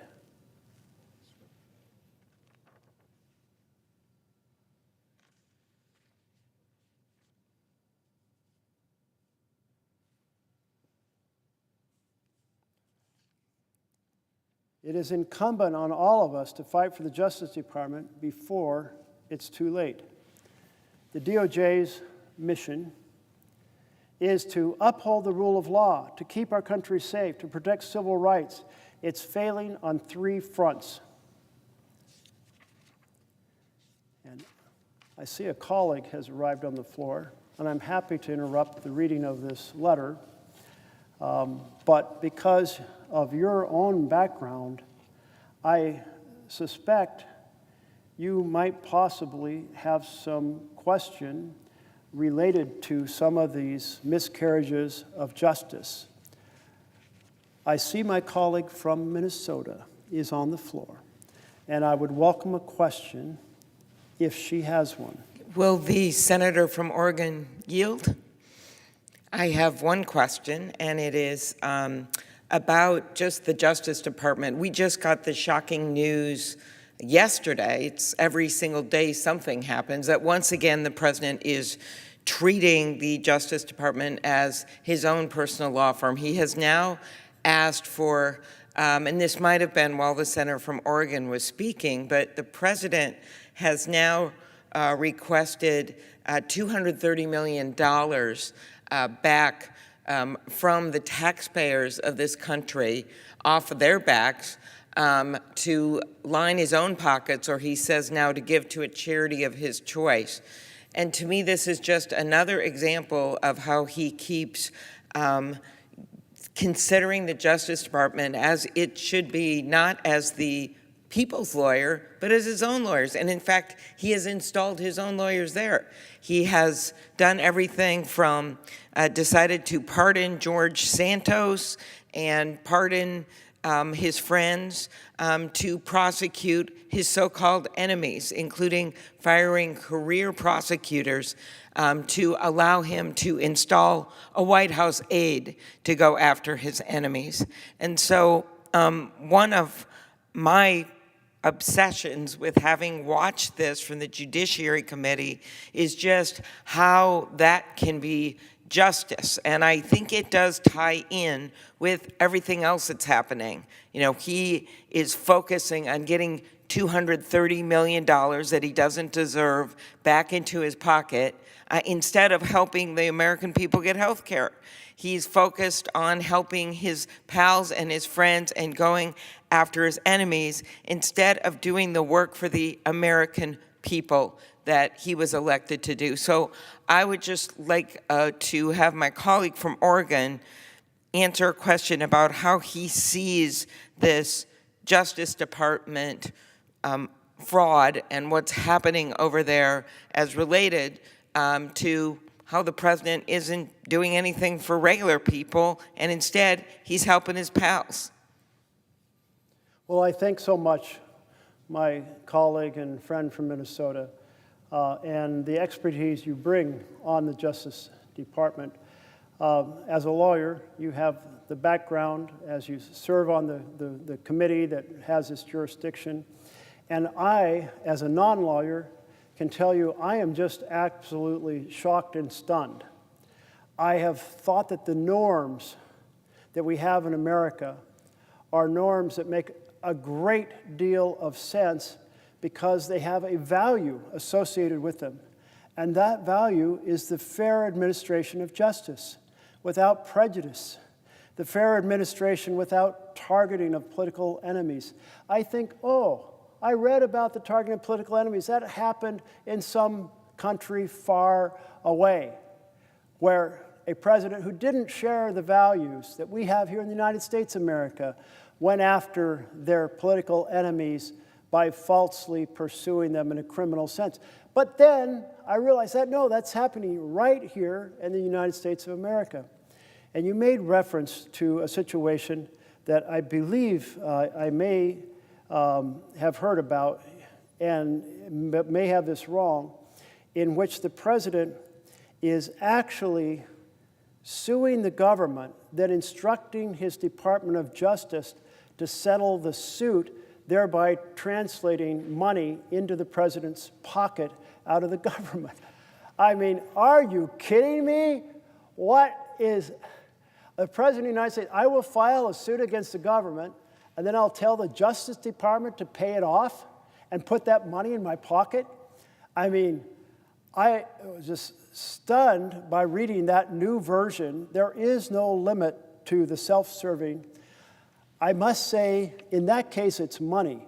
But when the president has an enemies list, and when the president instructs Pam Bondi, the Attorney General, to go and find something on that person in order to make their life miserable, this is absolutely horrific, because it's not just about targeting that person, which is bad enough. It's about suppressing dissent or enforcing loyalty, suppressing dissent by anyone else and saying to everybody else, you better do exactly what I say. I can issue a pardon if you do what I say and it's illegal, but I can issue a subpoena and prosecute you if you violate, well, if you fail to do exactly what I want. Will the senator from Oregon yield for a question? I would love to yield to another question. So when you look at how this all started, I think about all of these people who have stood up, as you are standing up today. I think about career prosecutors in the Justice Department who have basically said, no, I am not going to do the bidding of the president, whether I was appointed during a Republican presidency or a Democratic presidency, whether I personally vote Republican or vote Democrat. I have a job to do, and that is follow the laws of the United States. And I think the real first indication of this, where people realized just how off the cliff this was going, was when, in fact, there was pressure put on career prosecutors in New York to dismiss these charges that had been the result of a long investigation involving Mayor Eric Adams.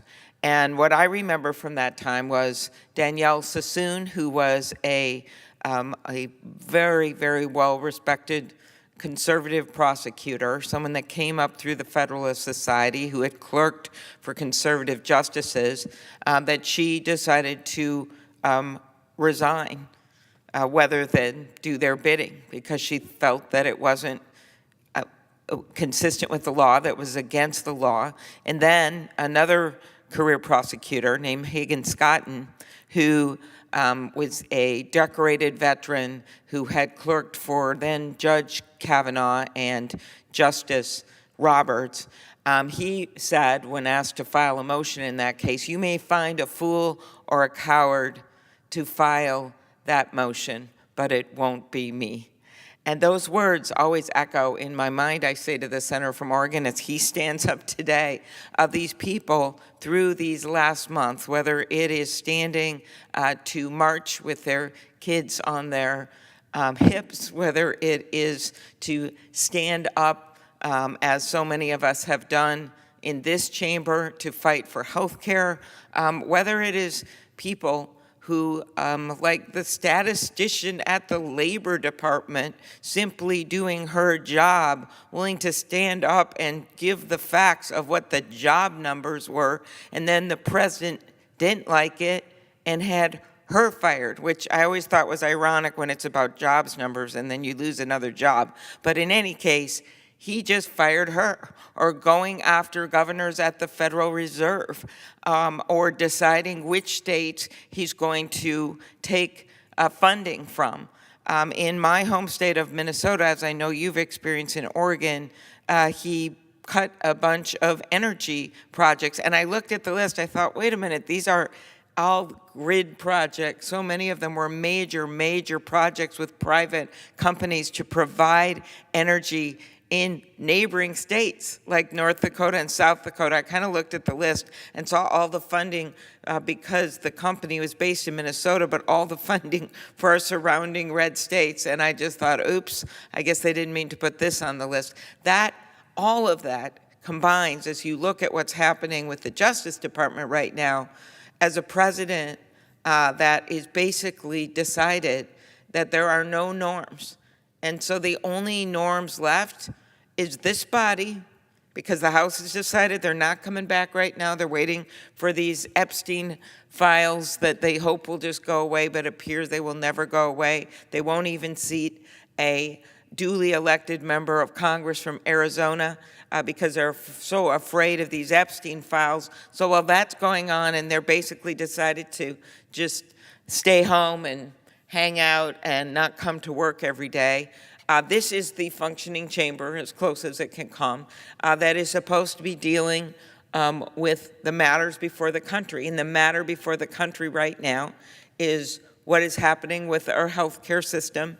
On November 1st, these premiums are going to be doubling in so many states. You look at some of the states that actually Donald Trump won, like Florida, with millions and millions of people on these plans. You look at Texas, 75% of the people on these plans live in states that Donald Trump won. So while all that is going on, the president goes to his go-to, and his go-to is messing around with the justice system.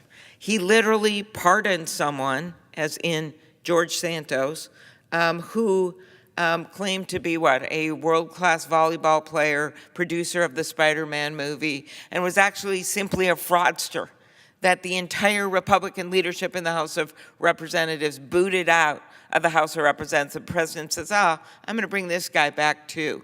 Because every single day, it's that strong arm techniques. Doesn't care if it leads to more violence, doesn't care if it violates the oath of these lawyers in the Justice Department, doesn't care if people get fired, doesn't care about, what does matter? What does appear to matter is making news that day. What does appear to matter is getting on, dominating the news that day. Not our country, not the rule of law, but the one thing I can say, and I ask this of my friend, the senator from Oregon, because the president seems to think this, but does in fact trump the Constitution? Isn't it a fact that our laws and our Constitution, which has withstood wars, withstood the Great Depression, withstood Watergate, withstood all these things. Why? Because people stood up, as the senator from Oregon is doing today. Judges stood up, as we're seeing across the country. There are Trump-appointed judges that have made decisions time and time again contrary to this administration because it's against the rule of law. We saw that in the tariff case, those tariffs that are burdening the small businesses in our state. We saw a Trump-appointed judge, a Reagan-appointed judge, an Obama-appointed judge join together and say the tariffs are illegal. So this is happening. Judges are standing up. Our constituents are standing up, as we saw over this last weekend, millions and millions of people standing up in what was the most biggest peaceful protest in the history of this country. And yes, Congress needs to stand up. And that's what the senator from Oregon is doing today. Standing up and saying, this is not normal. This is not normal to have a Justice Department that is doing what they're doing. So I do ask the senator from Oregon, despite him not being a lawyer, to talk about the fact that Donald Trump cannot trump the Constitution of the United States. I thank so much the question my colleague from Minnesota has laid out. In fact, at least 8 or so topics that I'm going to enjoy addressing. But your final point, does Trump trump the Constitution? Do we have kings, if you will, in the United States of America? And the answer is, under the Constitution, obviously not. And I so appreciated the name of Saturday's demonstration. 7 million people demonstrating at some 2,700 sites across America saying no kings. And many versions of the most creative possible statistics laid out, of pictures laid out in that process. But you are absolutely, your question, there are no kings under our Constitution. But the president, in all of these things that I've laid out through the course of the night, the attack on the rule of law, the continuous effort to suppress free speech and free press, attack on due process, attack on the law firms, attack on the universities, the use of violence, and the weaponizing the DOJ, all of it is the way a king acts. So, in fact, we are in the middle of an authoritarian takeover. It's not down the street. It's not around the corner. It is here right now. And speaking of being here right now, I see my minority leader is on the floor from New York, and I would welcome a question if he has one. Well, first, thank you, and I do have a question for you. I want to commend you for your fortitude and your strength on a subject that is so important to the future of this country, not only for our generation, but for our grandchildren. We need a democracy, and my question is this. In many authoritarian regimes, there are many characteristics, and we see a lot of this happening in Hungary, in fact. Orban has had his friends take over the media. Orban has used the prosecutorial authorities as a weapon, as Trump has turned our whole Justice Department into an attack dog to go after his enemies and help his friends. And we see this in so many other countries. Now, there are many people in the United States say it can't happen here, and our roots of democracy are stronger and deeper, certainly, than in Hungary's. But the danger is real. And could my friend, and I so respect what he has done all night, could my friend just elaborate on the question, it is different here, but why can we not be complacent when we've seen what happens in other countries like Hungary, like Turkey, and of course, even more severe dictatorships? When people say it won't happen here, why should we, even though we're different, why should Americans from every political corner, Democrat, Republican, liberal, conservative, be fighting this authoritarian rise in this country, led by Donald Trump, who, as you said, wants to be king? I so appreciate the question from the minority leader from New York. And one of the things that I certainly felt was this can't happen here. Our institutions are too old. We have 200 years of practice. We have features that have helped reinforce our constitutional framework. We have a solid middle class. We have a good education system. We have deep traditions in the House and Senate. We have norms that reinforce our constitutional understandings. And yet it turns out that my confidence that authoritarianism cannot take hold in America is wrong. And one of the things I have done over the course of the night is to read multiple chapters and commentary to professors who looked at countries all over the world, including Hungary, and said, here's how it happened. They said, we used to think about the end of a democracy as being something done by men with guns.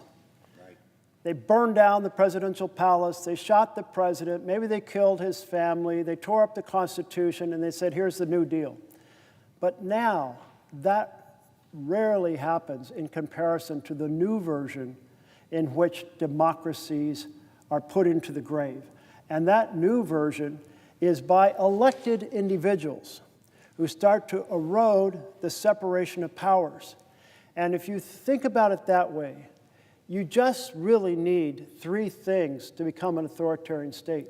You need a Congress that says our role is to just back up and do what the president says, a rubber stamp Congress. And in large part, we have that right now. I can't tell you how many times colleagues have said, I can't take that position because it would upset the president, even though I'm not happy about the situation. Well, so there's that. And then there is, you need a court that confirms or conveys more power to the president. And we have seen court decision after court decision that have conveyed more power, like Trump versus United States, saying the president is above the law. And you combine the president being above the law, as long as it's shielded by an act of government, and pardon power, and now the whole executive branch feels, well, we're all above the law. And then the president comes into office and just starts ignoring one law after another. I think a real early one that got a lot of attention was the firing of inspector generals. And of course, the law says you have to fire them for cause. And the law says you have to give 30 days notice. But the president didn't either. And in the end, he didn't really get the courts saying you can't do that. And then Trump says, you know what, I'm just going to start establishing tariffs around the world.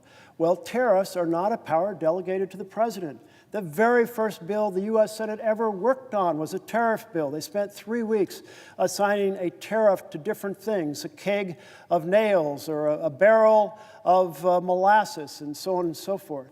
And so this collective factor brings us to the third element that creates the authoritarian state, which is a president who wants to defy the law, create a space in which saying the laws do not apply. So suddenly the checks and balances are gone, and it's not the authoritarianism that we need to fear a year from now. It's here at this very moment. And so this is why we should all, if we had any doubts a year ago, we should all now be going, oh my God, we are not immune from the same strategy that's been pursued with the same authoritarian playbook in country after country after country. Thank my colleague for that really right on the money exposition of this, and I'd just like to ask one more question related to the first, the supine Congress. Our Republican colleagues seem to just do whatever Trump wants, and we hear lots of mumbling and grumbling, we don't like it.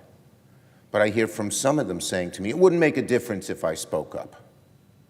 Does my colleague from Oregon agree with that it wouldn't make a difference, that if Republicans, whether at the leadership in the House or Senate, or a large number or even a decent number of members spoke up against the kind of authoritarian direction that Trump is taking, Does my colleague think it wouldn't make a difference, as they say, or does he think it would?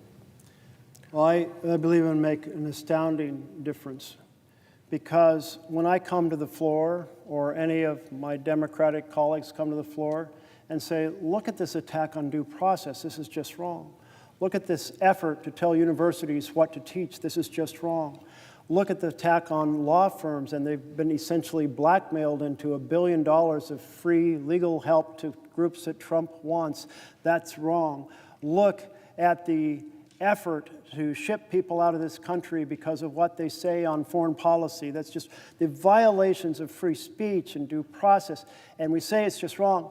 But in essence, we are speaking within a communication bubble that exists around our urban communities. And there is a different communication bubble that exists around our rural communities. We have driven this into this situation through cable news, where people in my state who live in cities watch one version of the world on cable. They see a different version if they're in rural areas watching a different cable, and then it's reinforced by social media. So when a colleague across the aisle speaks up, now a whole new audience is hearing about what's going on in our country. And it has the act of integrity because it's not coming from across the aisle. It can't be dismissed as a partisan comment. It is clearly a comment of principle. So when you have both a comment that is absolutely principle and a comment that reaches into a different media sphere, now you start to have an enormous impact, and others will have courage to follow. Because I have heard from my colleagues about some of these pieces that they are worried about but are not speaking up on, one person steps forward, maybe takes the hits from some of the right-wing commentators, and maybe actually gains some respect from others who say, you know, that is for sure the truth.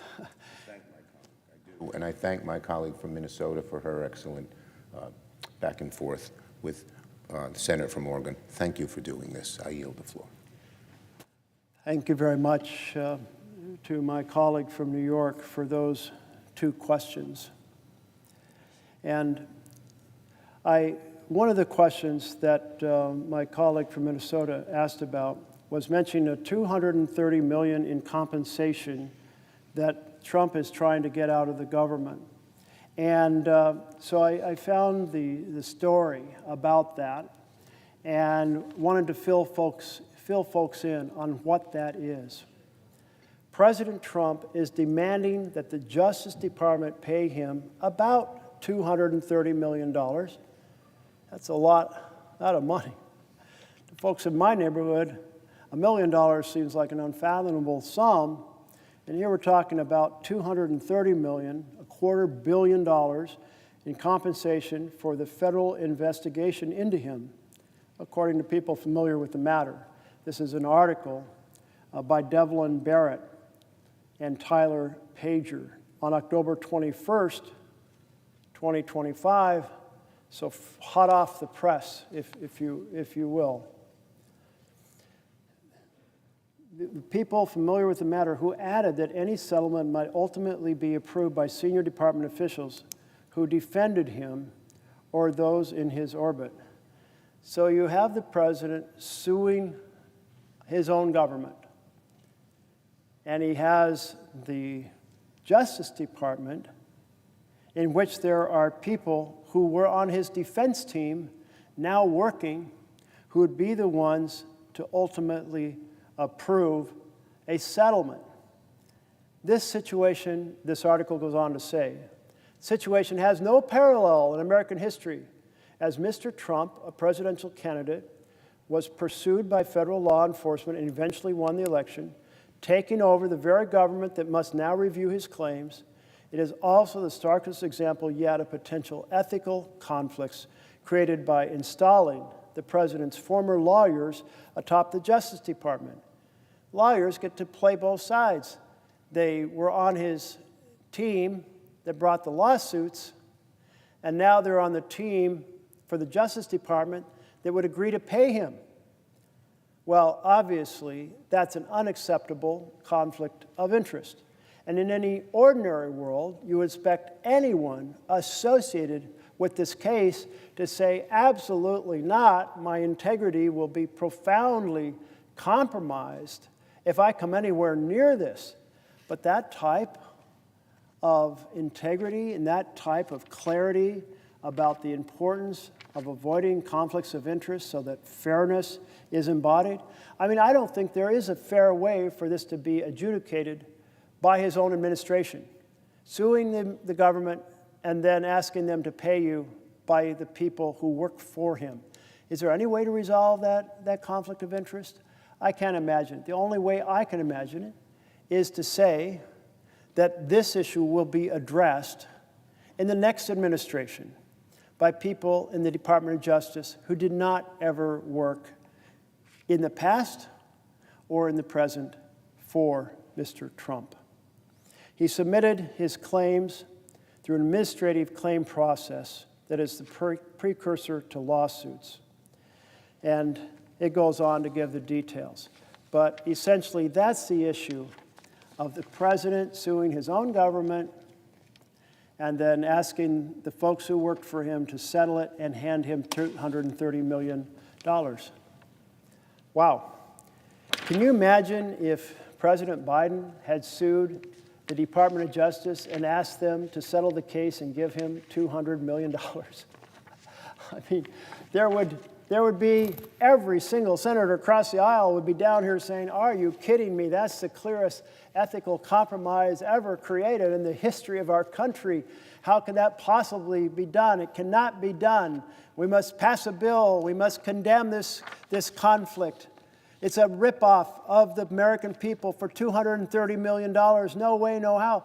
Well, that is exactly what we should hear, regardless of which aisle you sit by, whether you sit to the left of the center aisle or to the right of the center aisle. It is exactly the outrage over gross corruption. And this isn't the only. This is not, by the way, the worst corruption. It may be. No, it's not the worst. The worst was the president asking people after he was in office to buy his crypto coin and saying he's doing a contest, and the roughly 230 people who bought the most of his coins over a set period, those folks would get a special dinner at his golf club, special access to him. And so over a period of several weeks, competition was held, the winners were announced, and then the dinner was held. And President Trump profited personally, fabulously, from that corrupt activity. Essentially, there are two types of crypto coins, or more than that, but one of them is called a stable coin. And in a stable coin, you're essentially saying, I'll give you $1 and you give me $1 stable coin, dollar denominated. And I can use that cryptocurrency coin in ways I can't use an actual dollar. And meanwhile, you get to keep the dollar I gave you to buy the crypto coin. You get to invest it. So if, for example, someone buys $1 million of those coins and holds them for a year, well, then the president's company gets the interest on that $1 million, however they invest it. And there's restrictions, or at least there's supposed to be restrictions on how you invest it to make sure that it maintains its value. So essentially, it's probably invested in very safe bonds. But still, hey, 4% on $1 million? Well, let's see. 10% would be 100,000. So we're talking about $40,000. $40,000. Well, what if you buy $1 billion now of those coins? Now we're talking about the president and his company getting not $40,000, but $40 million. I mean, it's a direct sale of access to the president for money in his pocket or his company's pocket. And that is simply outrageous. But then there's another coin that's kind of a token. And what can you do with this token? And the answer is not much, but you're just giving your dollars to buy the token, and the president or his company keeps that money forever. So that's even a more direct, instead of just getting the interest off the money that he holds until the coins are redeemed, in this case, he's keeping the money forever, selling you a useless token. He keeps the money. It's basically like saying, hand over your wallet. I'll take cash out of it. Thank you very much. It's as close to a straight bribe as anything you can imagine. And we had a vote here on the Senate floor saying that none of us in the Congress or in the high levels of the government will be allowed to participate in this type of a system. You want a new senator to come in here and he or she will offer a new coin, and somebody comes along and says, yeah, I'll take 10,000 of those, just like handing you $10,000. It's a bribe. And unfortunately, for reasons I don't understand, my colleagues across the aisle, they voted it down. They want to let this crypto corruption continue. Now, is there something wrong with the bill that needs to be adjusted? I'm all ears. I'm looking for a partner across the aisle to say this type of corruption is wrong, and I will join in partnership. Let's write the bill together. Let's go over the old bill together. Let's fix it if it needs fixing. Let's find allies on both sides of the party. But so far, not a word from any of my colleagues saying they want to actually address this crypto corruption, that much more corrupt issue. My colleague from Minnesota had a list of other issues that I wrote down somewhere. See if I can find the piece of paper I wrote them on. She had so many good ideas for me to address. And maybe I'll find it, maybe I won't. And given that I'm not finding it right away, oh, here it is. So she asked about the $230 million scheme, and I've now shared the answer to that. She also noted that isn't it insane to be firing people at random like the head of the Bureau of Labor Statistics because the president didn't like the employment numbers? Yes, it's crazy and damaging because now nobody trusts the new numbers. Are the new numbers accurate? They're afraid to put out probably the right numbers because if they look bad, they're going to get fired. Or maybe they'll just kind of bend the assumptions just by a little bit here and there and have it all add up to get them maybe an extra 0.5% or percent of employment, mislead us about where the economy is headed. So no, it is deeply damaging, and so many people depend on the many statistics compiled by the Bureau of Labor to understand what's happening on our economy and whether to make investments. And my colleague from Minnesota also mentioned the canceling of energy projects across the country.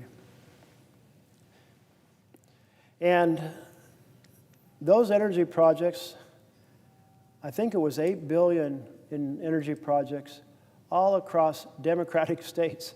So this is another form of corrupt activity by a president. The president is supposed to be president of the entire nation, not the president of the Republican Party, and therefore striving to have success build in every part of the country, regardless of whether they elect blue or red senators or blue or red members of Congress. But the canceled energy projects were targeted at blue states. Now here's the thing. Those projects produce energy in general at a lower cost than fossils. By doing so, by producing electricity that often is in the realm of 2 cents per kilowatt hour, it lowers the cost of electricity. But what do we see actually happening? What do we see actually happening across the country? We see the utility costs going up. So canceling these projects is driving up the cost of electricity for people in state after state after state. So this is why we often refer to the fact that in his first 10 months, Trump has made the nation sicker and poorer. Sicker because of his attack on health care and some of the, well, not so helpful evaluations coming out of the Health and Human Services Office. But also poor because he's driving up costs. He wants folks to use expensive, dirty energy rather than cheaper, cleaner energy that derives primarily from solar panels or wind. Sure, there's some geothermal in there, maybe there's some hydro in there, but the new energy is primarily in the realm of solar and wind. Both of them hovering around that 2 to 3 cents per kilowatt hour. Now, I'm pretty sure nobody here pays a bill at a utility company as low as 2 to 3 cents. So if lower cost energy can be generated, and I think the retail rate in my utility that serves my house is somewhere around 12 to 14 cents, I'd love them to buy 2-cent energy and lower the cost to me, everyone else.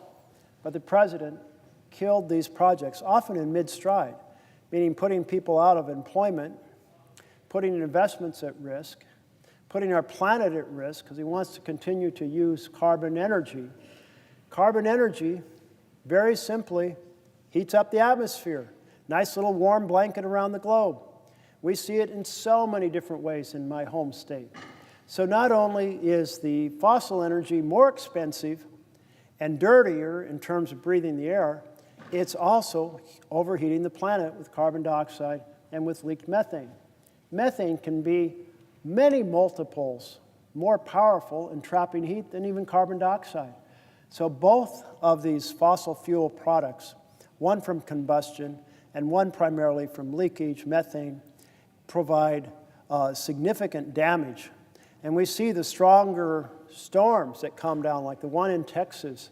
And you can't track any one storm and say it was specifically about climate when there are a lot more storms with a lot more energy. That happens because there's a lot more energy in the atmosphere because the atmosphere is a lot warmer. And so, in general, the number and ferocity of the storms is tied to our burning of fossil fuels.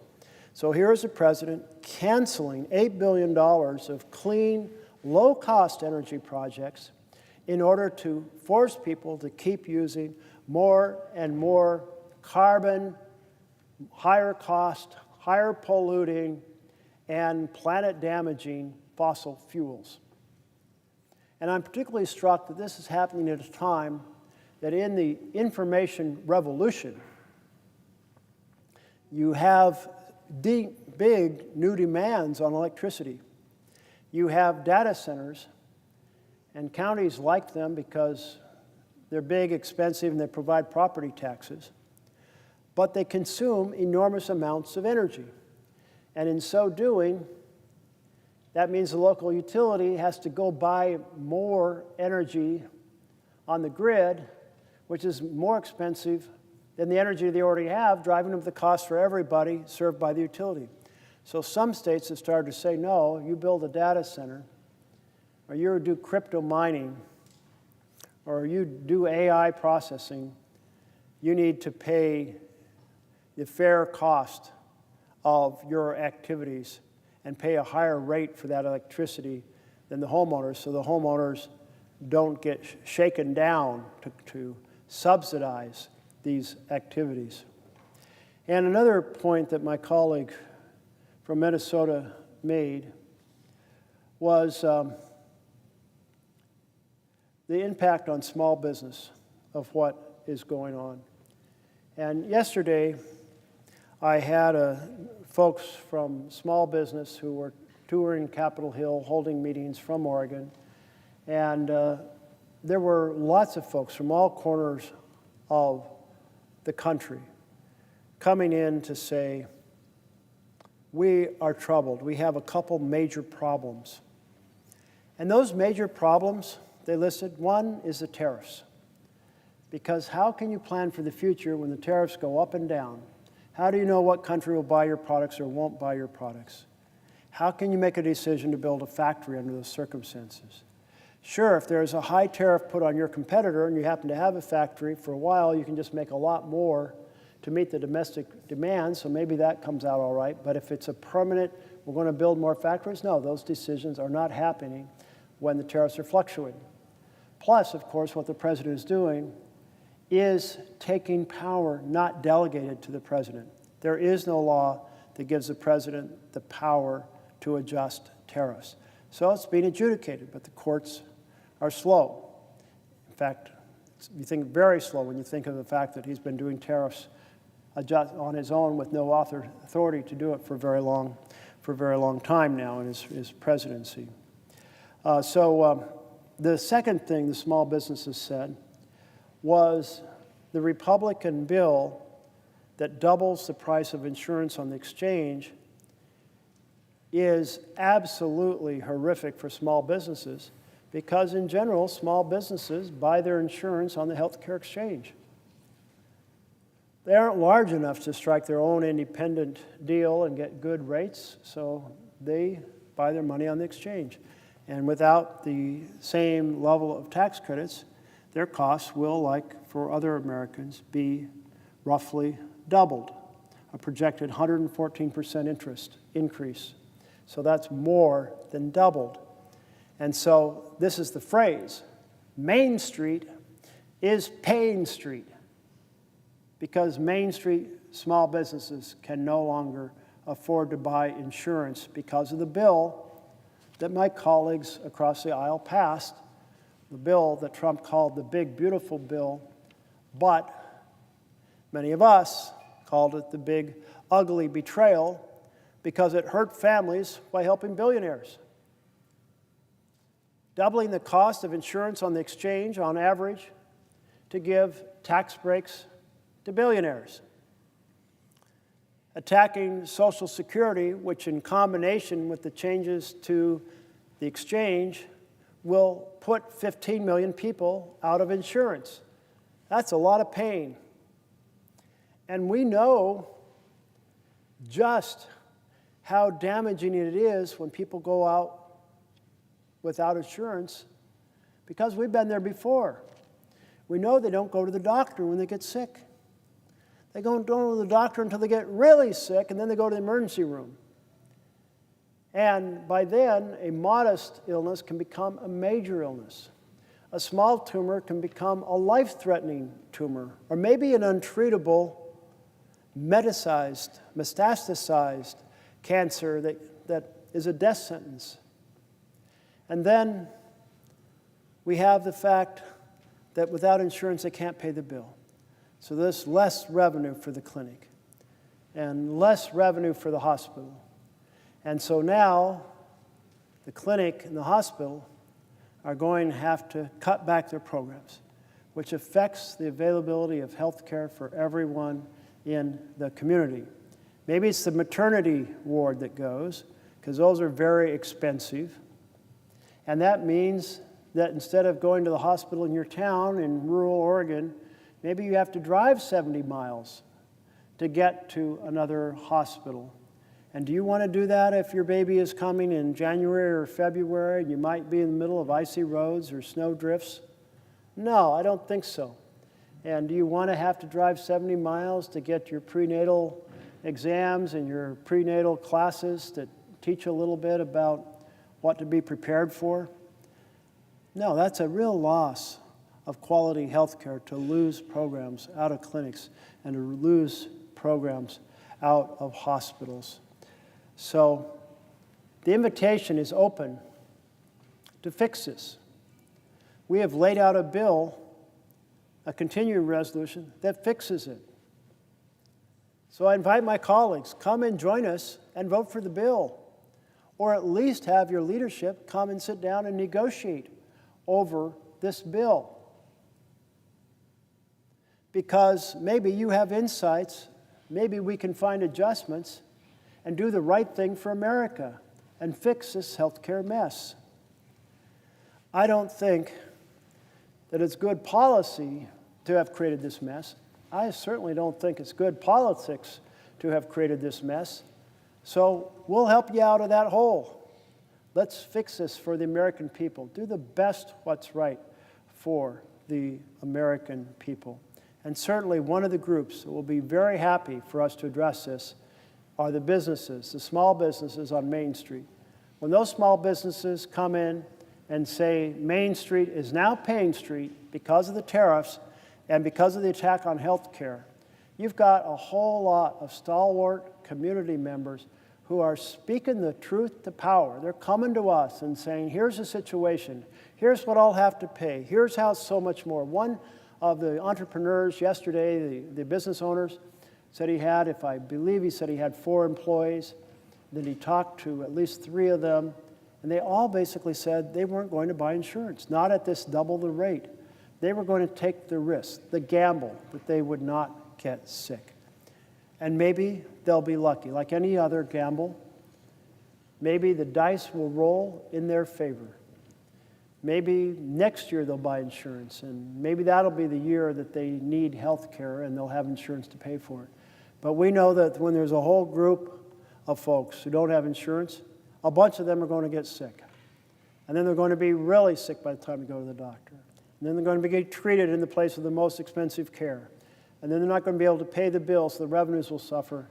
And there we are, back in the situation where the clinics and hospitals are cutting their programs, affecting the availability of good health care everywhere in the community.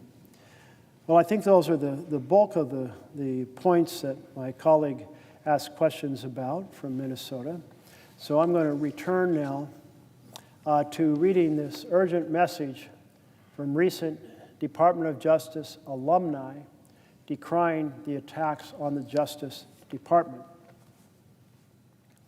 And since it's been a while since I actually was in the middle of reading this letter, I think I'll start from the top again in order to make it coherent.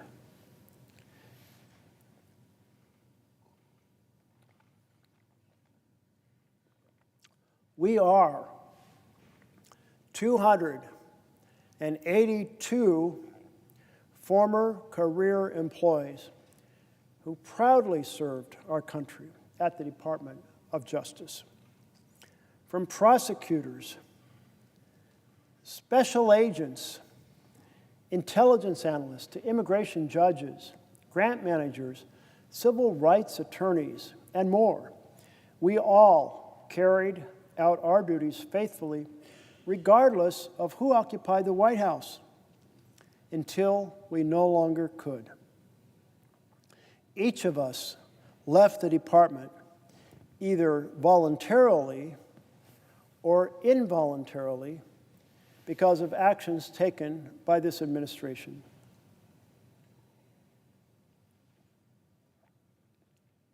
Our fidelity to the Constitution and our dedication to our country did not end when our jobs did.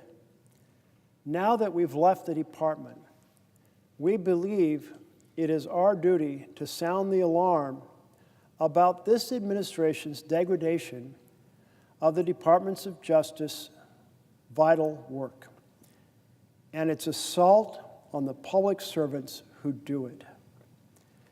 It is incumbent on all of us to fight for the Justice Department before it's too late.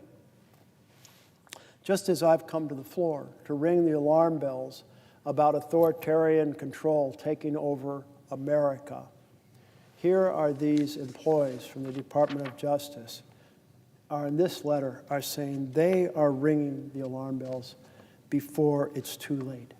Let's find out what they have to say.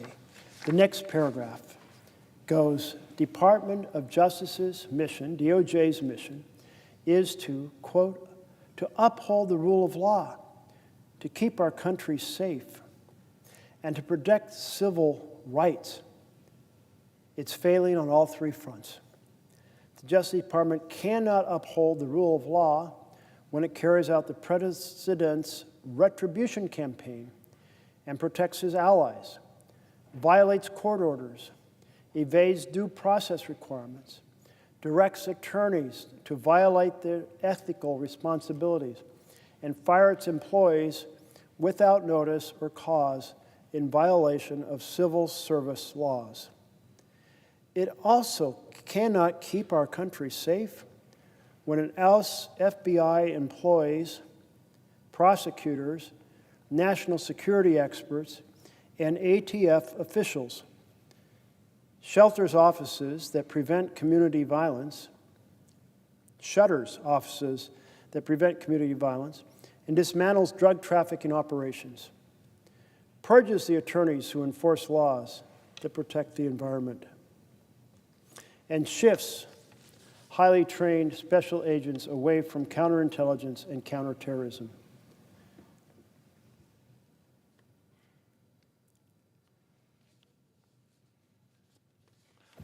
Oh, I see, thank you for the note, I see that my colleague from New Jersey is on the floor, and I would welcome a question if he has one. I appreciate it, and appreciate my colleague pausing for a question.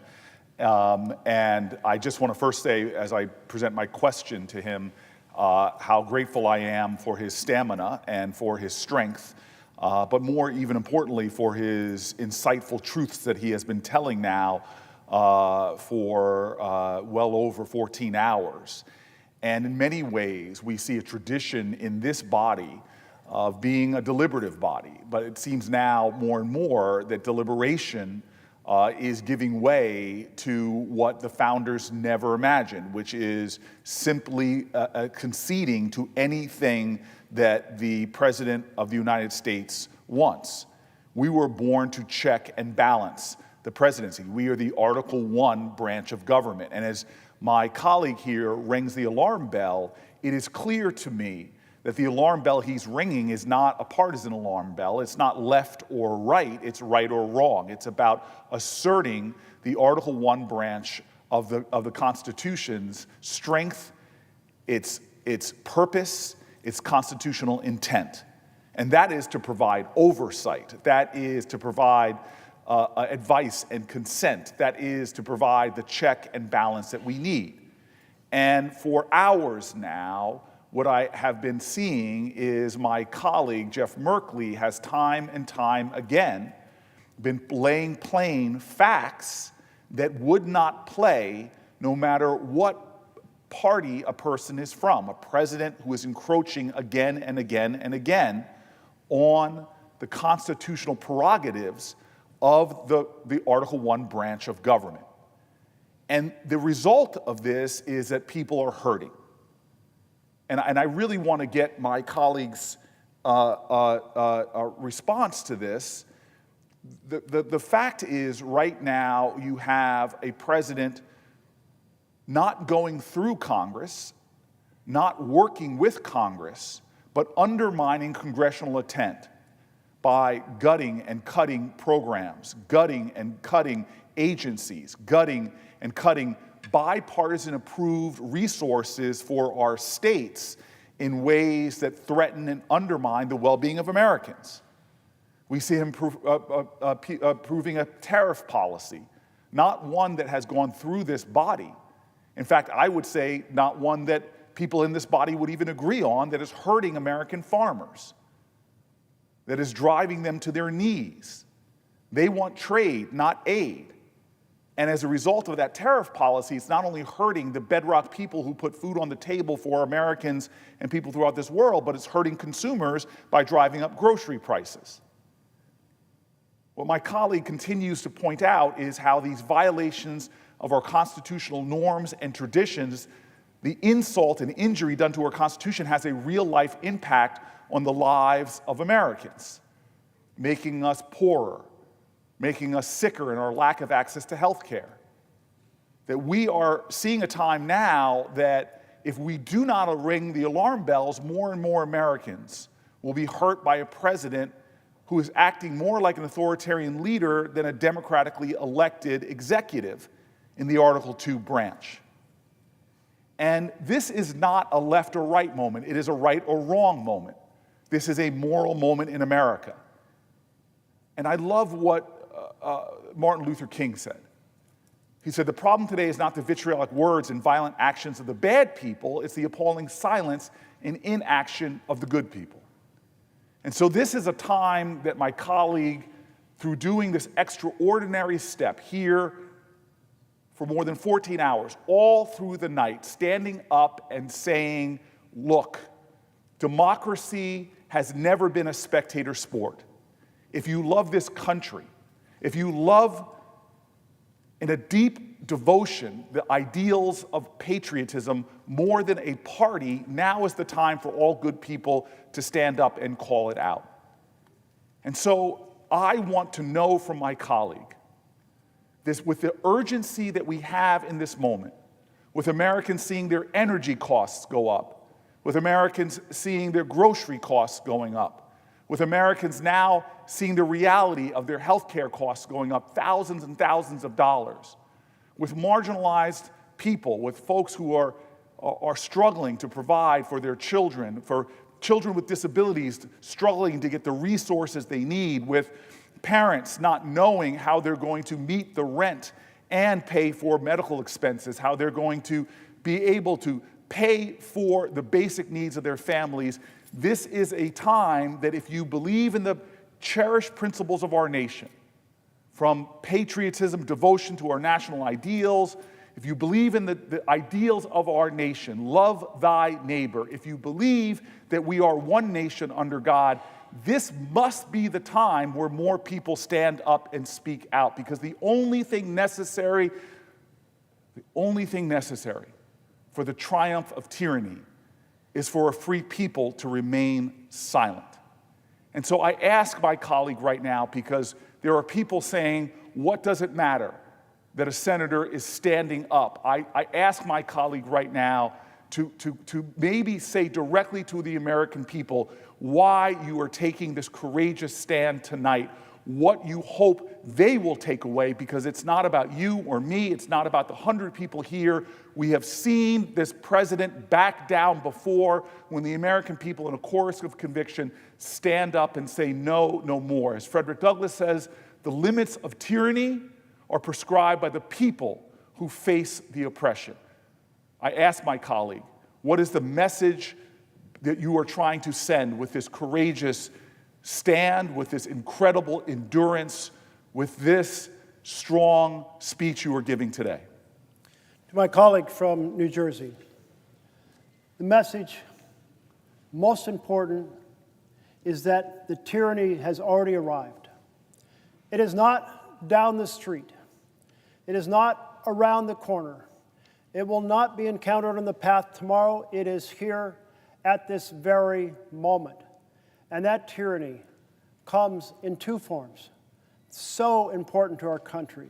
The first is the attack on freedom. Freedom is secured by due process.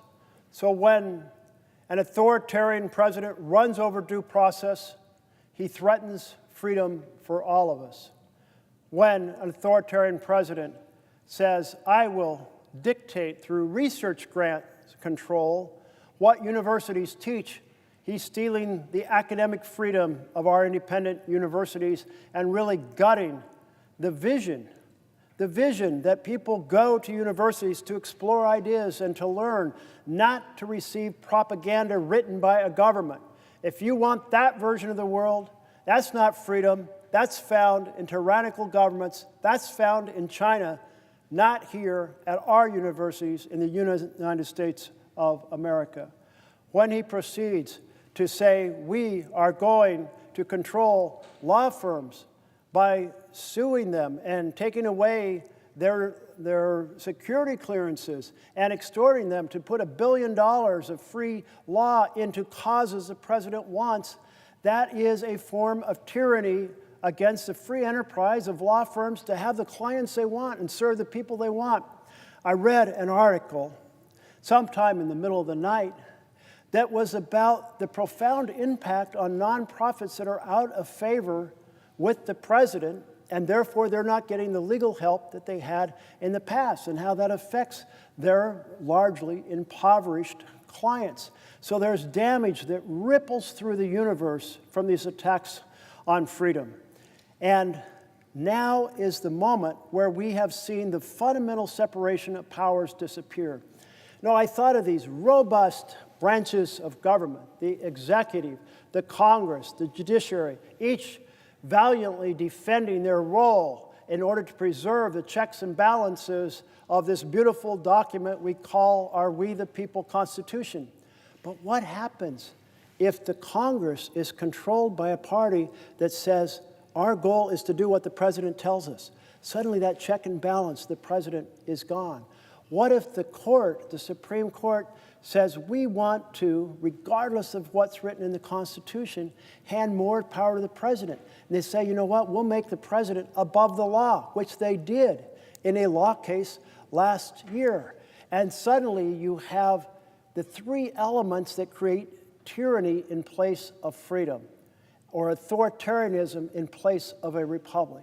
And those are a rubber stamp Congress, a deferential court, and an aggressive authoritarian personality with a good plan. And he came in with a good plan called Project 2025. And the chief engineer on that Trumpian tyranny train is Russell Vought at OMB. So every essential element of the authoritarian takeover of the United States is here right now. Now, you mentioned a reverberation about how the president's policies are making people sicker and poorer. And here is the connection. When you have an authoritarian government, it basically operates to the power of the billionaires. And so we saw it at the inauguration. We saw the billionaires standing behind the president. We saw Elon Musk standing behind the president. We saw Jeff Bezos standing behind the president. We saw Mark Zuckerberg standing behind the president. And when you do that, you're okay pursuing legislation that hurts families while helping billionaires. And that is the theme of what we have seen. Here's a picture of the billionaires lined up behind the president. We call sometimes the bill, his major policy bill, the great or the big ugly betrayal, because he campaigned on helping ordinary people. But then on Inauguration Day, there's no ordinary people behind him. There's no champions for health care, no champions for housing, no champions for education, no champions for good-paying jobs and investment in infrastructure.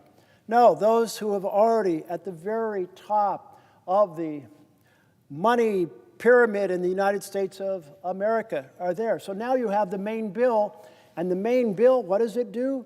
Well, it savages health care to pay for tax breaks for billionaires. It savages child nutrition to pay for tax breaks for billionaires. So the authoritarian takeover of our government is also linked to this assault on the families. As you said, groceries are going up. The president's employing tariffs that drive up the cost of groceries. If he was looking to help families, he wouldn't choose to do tariffs that drive up the cost of families. And in fact, the president doesn't even have authority under the law to do tariffs to begin with, which he just took it because that's what authoritarians do until the courts stop him. And the courts, moving slowly, have not acted. And you mentioned health care costs going up. Well, I don't know about what the new costs are in your state of New Jersey. In Oregon, the projection was a 68% increase in costs on the exchange. But nationwide, 114% average, meaning Oregon, well, as much as we're shocked by 68% inflation in health care policies, well, nationally, it's more than doubling. So think of all the people who will be unable to acquire insurance. And that's just a piece of the big, ugly betrayal bill, because then you get into the fact that they gutted Medicaid, the Oregon Health Plan. 70% of the children in rural Oregon are on the Oregon Health Plan. Think of the devastation when 235,000 Oregonians are projected to lose health care. And what happens when they get sick and they don't go to the hospital because they don't have insurance? So then they get sicker, and when they do go to the hospital, it's the emergency room. And maybe the modest health problem has become a major health problem. Maybe the diabetes that easily controlled has become a foot amputation or an eye problem, an eyesight problem. Maybe the cancer has grown or spread around the body. So not only is an illness more expensive to treat, but the odds of recovery are worse, and it's being treated in the most expensive part of a hospital, the emergency room. And then, because there's no insurance to pay for it, the hospital or clinic gets less revenues, and then they have to shut down programs or shut down completely, and then we have less health care for everyone in the community. And then you mentioned utilities, and I was just fielding a question from our colleague from Minnesota, and she said, what about that $8 billion attack on energy projects in blue states? Energy projects that would produce renewable energy that often, at utility scale, is 2 cents per kilowatt hour. My bill in Oregon is fairly cheap compared to the nation. I think it's 12 to 14 cents per kilowatt hour. I'm guessing yours is a lot higher than that. So if that utility can buy energy at 2 cents per kilowatt hour, your bill's going to go down. But I'm pretty sure your bill's going up because of the policies of this administration. So if this administration was worried about families, they wouldn't have passed the big ugly betrayal that does so much damage to families in order to fund tax breaks for billionaires, wouldn't be using tariffs in this manner, wouldn't be cutting low-cost utility projects that will lower the cost of energy. And thus, here we are, 10 months of making Americans sicker and poor. And if my colleague would ask the wrong question, because you're making such a great point, and I really hope America hears this, that these policies, these constitutional principles that we're defending here are not just arcane, idealistic things. They have a direct impact on our nation. That my colleague is laying it plain. This is what should be animating everybody, is that when you attack the health care of millions of Americans, it doesn't mean you're curing disease and they're not going to have a demand for health care. The demand is still going to be there. And if they're not getting their health care reimbursed, if they're not getting preventative care, if they're not getting regular checkups, they're going to put more demand on our hospitals, which are going to make our hospitals have longer wait times in the emergency rooms, that are going to have our hospitals have less reimbursed care, and our hospitals are going to strain and buckle under that, thus driving up the costs for everyone. You make it plain, and people should hear this. When the president lies to the American people and says he's about all of the above energy costs, he's not. He's about advantaging certain energy over other energy, and it's actually the lower cost energy that he's attacking. Those projects are actually going to lower people's bills. So here he is raising the healthcare costs for everyone, hurting the hospitals that we all rely on, and driving up energy costs for everyone, and giving an advantage to our competitors like the Chinese, who are racing on energy projects in the renewable energy space. But it's even more than that, as my colleague knows. When you have boneheaded attacks on our Constitution, as opposed to going through Congress where there's deliberation and debate, you are actually raising costs in other ways too. As my colleague knows, Americans right now are seeing the investments that we make that return for the taxpayer significant returns in science and research.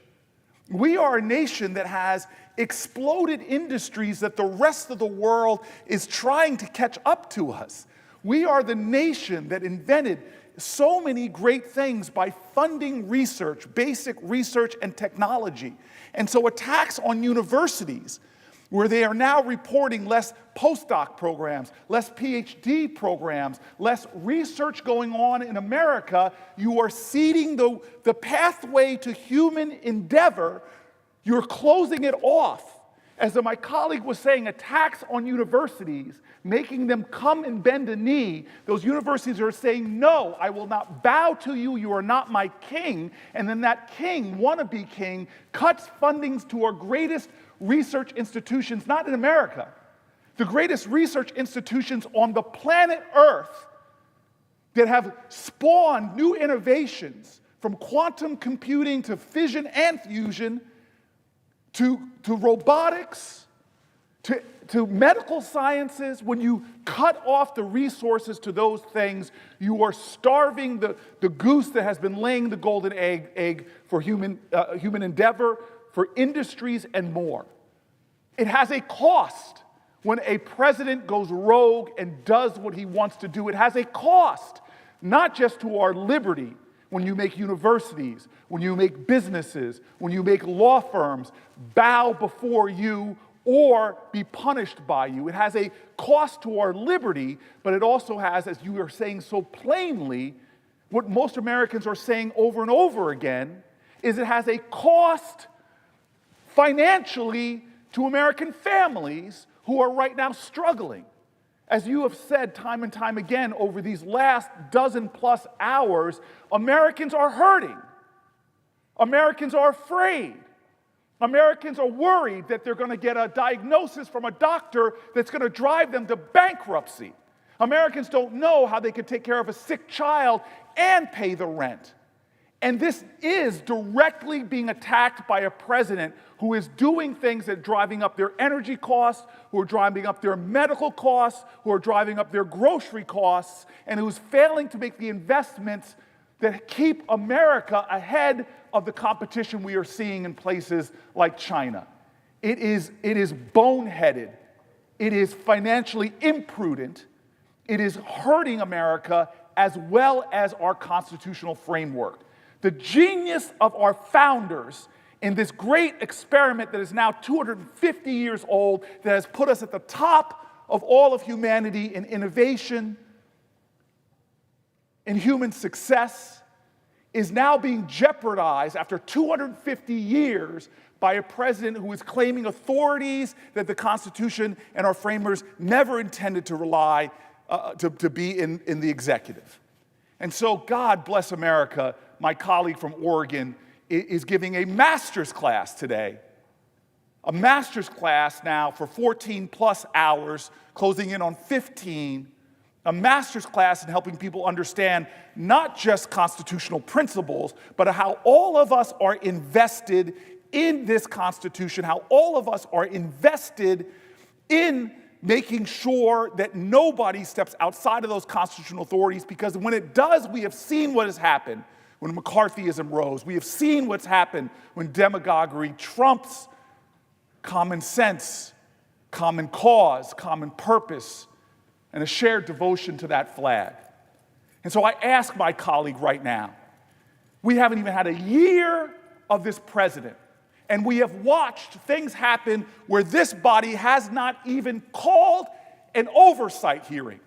When our very national security was in jeopardy. When you have Americans at the highest level of our Defense Department using a commercial app with reporters on it to release classified information, we didn't hold one oversight hearing. When we took the extrajudicial step to blow up speedboats, there has been no oversight into that claimed attack on people that were allegedly smuggling drugs. We are constantly not doing our job, which is not a partisan one. It is to hold this president in check, that no one operates without accountability and without transparency, because power is corrupting. And when you let someone do what they want to do, when they want to do it, without a check or a balance, it is corrupting. And we know that because we have the most corrupt president, dollar for dollar, of any president we've ever seen, through his crypto schemes, from him exchanging his authorities for compensation that makes him a richer man. Unchecked power leads to corruption. Our founders knew it and designed this system thusly. And so I ask my colleague now, that sense of urgency of a president who has been in office nearly 10 months, if my colleagues in this body do not start standing up and doing their job, holding hearings on his tariff policy, holding hearings on his agricultural policy, holding hearings on his healthcare policies, and I say that generously because they're not policies, they're not thoughtful, they don't reflect the wisdom on both sides of the aisle. They are hurting people. If we continue to let this president proceed unchecked, if we continue to let him flaunt the rules of our Constitution, if we continue in open eyes to do things like he is doing right now by ripping apart the White House, not going through any of the process whatsoever, that is literally contrary to the laws of what the people's house, not Donald Trump's house, the people's house, if we continue to let him go in this way without checks or balances, I ask my colleague, what are the consequences that you fear might happen in the next 10 months where this president, who wants to be an autocrat, is in the White House? The consequences of the failure of oversight are enormous. This is not one of the checks and balances people often talk about. They talk about Congress having the responsibility to define which programs will be funded and how much, under what rules they'll operate on, and the president has to execute those programs, therefore a separation of powers. And by holding on to that responsibility, we serve as a check on the effort for an authoritarian to be the force that decides which programs are funded and how much they're funded at and how much rules or what the rules will be they operate under. And we're seeing that transfer of power right now from the Congress to the president, because the president's deeply engaged in essentially the equivalent of a line item veto by slow-walking funds, by freezing funds, by impounding funds, by slowly getting to the end of the year, and then by filing a rescission request at the end of the year, watching them magically evaporate when the last day of the fiscal year comes. This fancy term called a pocket rescission. Absolutely, all of these are part of a line item veto strategy, and the president just implementing the programs willy-nilly the way he wants, as opposed to following the instructions from Congress. So in 9 months, we have seen not just an attack on the freedoms, we have seen not just an attack on the cost of living through utilities and through food and through health care going up and up and up, but we have also seen this fundamental collapse of oversight that you've pointed to. If this much damage to the checks and balances can be done from January to October, if this much damage is be done to costs that Americans experience from January to October, if this much damage can be done to American freedoms from January to October, then that next 10 months, that's amplified because the administration's in full gear now. They're not diverting attention trying to get a Secretary of Defense confirmed. They're not diverting attention trying to get the head of the FBI confirmed. No, they're in full gear now with this set of instructions that flow from this plan, Project 2025, developed by our current director of OMB, Russell Vogt.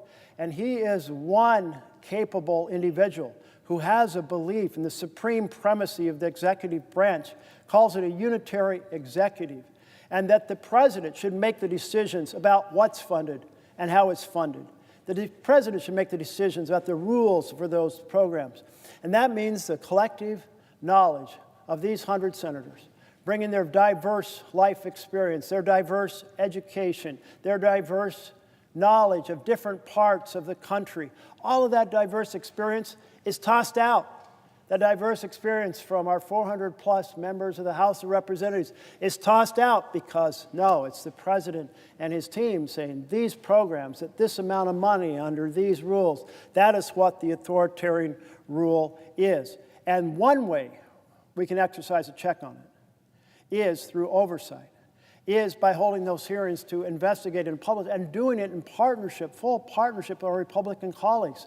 I mean, that should be a collective goal of us all together who believe in the vision of the Constitution, of this check and balance. And out of that information flows action items. When you oversee and see what's going on, then you get together and say, what's going wrong? Let's fix it. But you can't get to the point of saying, let's fix it, if you've got your eyes covered up, your hands over your ears, your head in the ground, and saying, I don't want to look at the administration. I know a lot of bad shit is going on over there, but man, that's the president of my party, and if I dig into that, he's going to be very upset. And we have seen how he is personally directing criminal investigations about people who have criticized him. There is concern by some of our colleagues, rightly so, that if they be the ones to speak up and say this is wrong, they will be next on the list, the enemy's list. And when you think about the fact that on that enemy's list is even our own fellow senator. Like this is people who he was unhappy with because they said that the 2020 election wasn't stolen. And so now he's going after them. In one case, he lifted the security clearances, not just for the person who spoke up and said the president, Trump, is wrong about the election being stolen, but he took the security clearance from all of his coworkers. So a collective punishment strategy. This idea of weaponizing the Department of Justice, this intimidation of free speech, that really does affect people in this chamber as well as outside this chamber for fear of being targeted. And indeed, one way they can be targeted is through their own folks back home. So when one of our senators said, this big, beautiful bill is a train wreck for health care, and I'm not voting for it, within hours, that colleague had been threatened with a primary and announced, you can't threaten me with the primary because I won't run for election.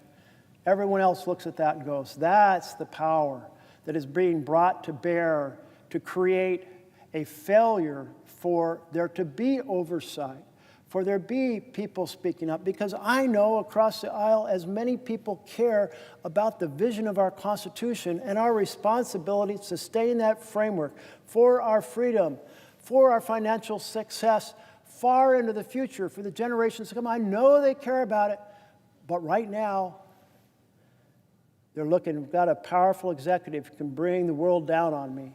And I'm hoping somehow we will have a few courageous folks to be at the front of the line and say, I'll take the hit. I'll stand up and say what everyone else is saying privately, that this is outrageous, an outrageous attack on freedom, an outrageous attack on the structure of our Constitution, an outrageous increase in the cost for ordinary families, that the vision of families lose and billionaires win is wrong for the people that I represent in my home state, regardless of it being blue or red. That the idea that health care is being slashed for tax breaks for billionaires is wrong. That nutrition programs are being cut for tax breaks for billionaires is wrong.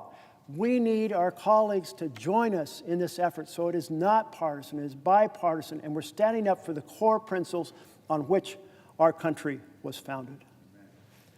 I thank so much my colleague from New Jersey. And I see my colleague has arrived from Illinois. I want to thank, through the chair, I want to thank the senator from Oregon for his leadership in bringing this issue before us. We have something in common. Both of our states are facing militarization from the federal level of government. Nominally in Chicago, the president argues that the city is unsafe. I watched this last Saturday as 100,000 people gathered for the No Kings rally and parade, a peaceful, nonviolent gathering of Americans expressing their constitutional feelings and right to express themselves in this republic. I know that you're facing the same threat in the state of Oregon, and recent court decisions seem to suggest that there's more time in the courtroom ahead. I would just say to the senator from Oregon, thank you for leading this conversation. There are so many aspects of this presidency that you could address. And I'd like you to address, if you will, this militarization issue. We have carefully crafted in our existing laws prohibition against the use of military force for law enforcement. It makes sense on its face because these men and women, as good as they are in National Guard units around our country, are not trained primarily in law enforcement. Theirs is a much different type of training. And secondly, to overcome state and local sources of law enforcement is a major constitutional step. And yet this president has initiated it in my state of Illinois, in your state of Oregon, and in the state of California. Would you address this aspect of your comments this morning? My colleague from Illinois, I so appreciate the question. And certainly you feel it very personally when the target of the president's militarization or the sending of the military into our states is your own state. And you see it with very clear eyes because you go and visit and witnessed and you understand what's going on. And I know in my state, I went down and I saw these 3 women protesting outside of the ICE building. I think they had a sign, I think it had a flower on it. And since that time, what has developed are a demonstration of joy and whimsy. Joy and whimsy. And what I mean by that is I mean the protesters understood that Trump was trying to start a fight and then a riot, and then have that riot be a justification for federalizing the National Guard. And so we had many steps in this process. The first is, he said, I'm going to federalize the Oregon National Guard, and Oregon Attorney General appealed it, and the district attorney, not the district attorney, the district circuit judge, district judge, proceeded to say, wow, the administration's description of what's going on is untethered to the facts. This is not a rebellion. There is not an invasion, so no, you can't federalize. That's a test in the law. And a very similar decision, I think, was reached by a district judge in Illinois. And then it went to the circuit court. And the circuit court in Illinois, my understanding, is they backed up the district judge and said, yep, no rebellion, no invasion, you can't federalize. Well, in Oregon, the administration took another tack. They said, well, okay, we can't federalize the Oregon troops, but we will send in troops from Texas, or National Guard troops from Texas and California that have already been federalized. And the district judge in Oregon said, no, I'm sorry. Once federalized, it's not like you can just travel through the countryside doing whatever the hell you want. You have to have a rebellion, or you have to have an invasion, and you have neither. So no, you can't come. But here is what really worries me about this. When you have an authoritarian president, they have a playbook. And that playbook was carefully crafted for this president under Project 2025. It involves so many pieces of stealing the power purse from Congress, overriding due process, attacking the power of universities and law firms, attacking the ability of free press, including lawsuits against the Wall Street Journal and pressure created against our networks on what information they can air. And an additional part of this playbook is to be able to use the military to suppress domestic dissent. And to create the path for that, you want court decisions that say it's okay, and you want the military to get accustomed to being deployed, so when you tell them to go and suppress domestic dissent, they'll do it. And so here we have the fact that the president was stopped, but there is now 2 more steps coming that I'm really worried about. One is that in California, the Ninth Circuit, a 3-panel set of judges said, one of them said the district judge was just right. There is no rebellion, there is no invasion. But the other 2 said, well, you know what? Even though the district judge used the definition of rebellion that was considered at the time, basically that there has to be a sizable group that is well organized, that is weaponized, seeking to overturn the government. And we think maybe you should apply a looser definition of rebellion. And then, instead of looking at the facts on the ground at the time that the president wanted to federalize the troops, look back a few months when there were a few more arrests, and maybe that's a justification to say there's something like rebellion. But most importantly, you should give high deference to the president. And this is what terrifies me, because I'm afraid that the Supreme Court may issue a decision even soon on a shadow docket on the Seventh Circuit decision, and they'll say, yeah, it's a rebellion if the president says so. And that is insane. That opens the door to using the military anywhere the president wants, anytime, against our citizens, violating the fears of our founders who didn't want a standing army to begin with because they felt that it threatened freedom, because they knew executives, chief executives, are tempted to use standing armies against their own people. That's what kings do, and that's what authoritarians do. So they were terrified of having those standing armies. And then we had the whole concept developed after the military was used in Reconstruction that's enough. Military needs to defend the nation, not be used. So we have the Posse Comitatus Law, and the Posse Comitatus Law says you can't use the military for domestic action, but there's an exception to it, the Insurgency Act, or Insurgency Act. And who knows what's going to happen with the interpretation of that act. So I really appreciate your bill that says the military cannot be used for law enforcement, because right now the courts could give the green light to the president to use troops and federalized National Guard in exactly that fashion. And we need to close that avenue down and do it fast, because we got an authoritarian president bent on being able to use military against the people of the United States. If the senator from Oregon would yield for another question, you recall as I do how many times candidate Trump and even President Trump spoke before rallies supporting his cause and railed about the murderers, terrorists, rapists, criminally insane, and sexual predators who were coming across the border and threatening us. And his argument was that it was that fear of criminal activity by them that warranted his federal intervention in many states, including our own. I just wanted to give one example that is timely and tells the story. First, let me say that fewer than 30% of the people who are being detained by ICE, fewer than 30%, have any criminal conviction whatsoever. These people may be here out of status. For example, they came in on a student visa and stayed when they should have left, or came in here in a tourist visa and stayed when they should have left. But to brand these people that are being detained now in the streets of Chicago, for example, as criminals, violent criminals, as the president described them, is totally unfair.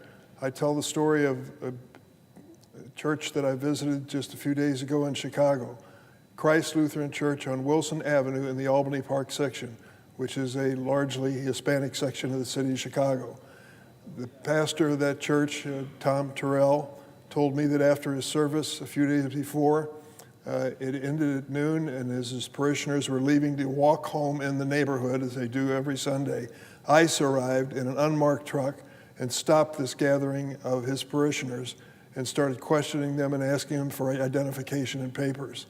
This is becoming common in Chicago. When others noticed it, they came to their front porches and out their front doors and started blowing whistles to let people know that ICE was in the neighborhood conducting this.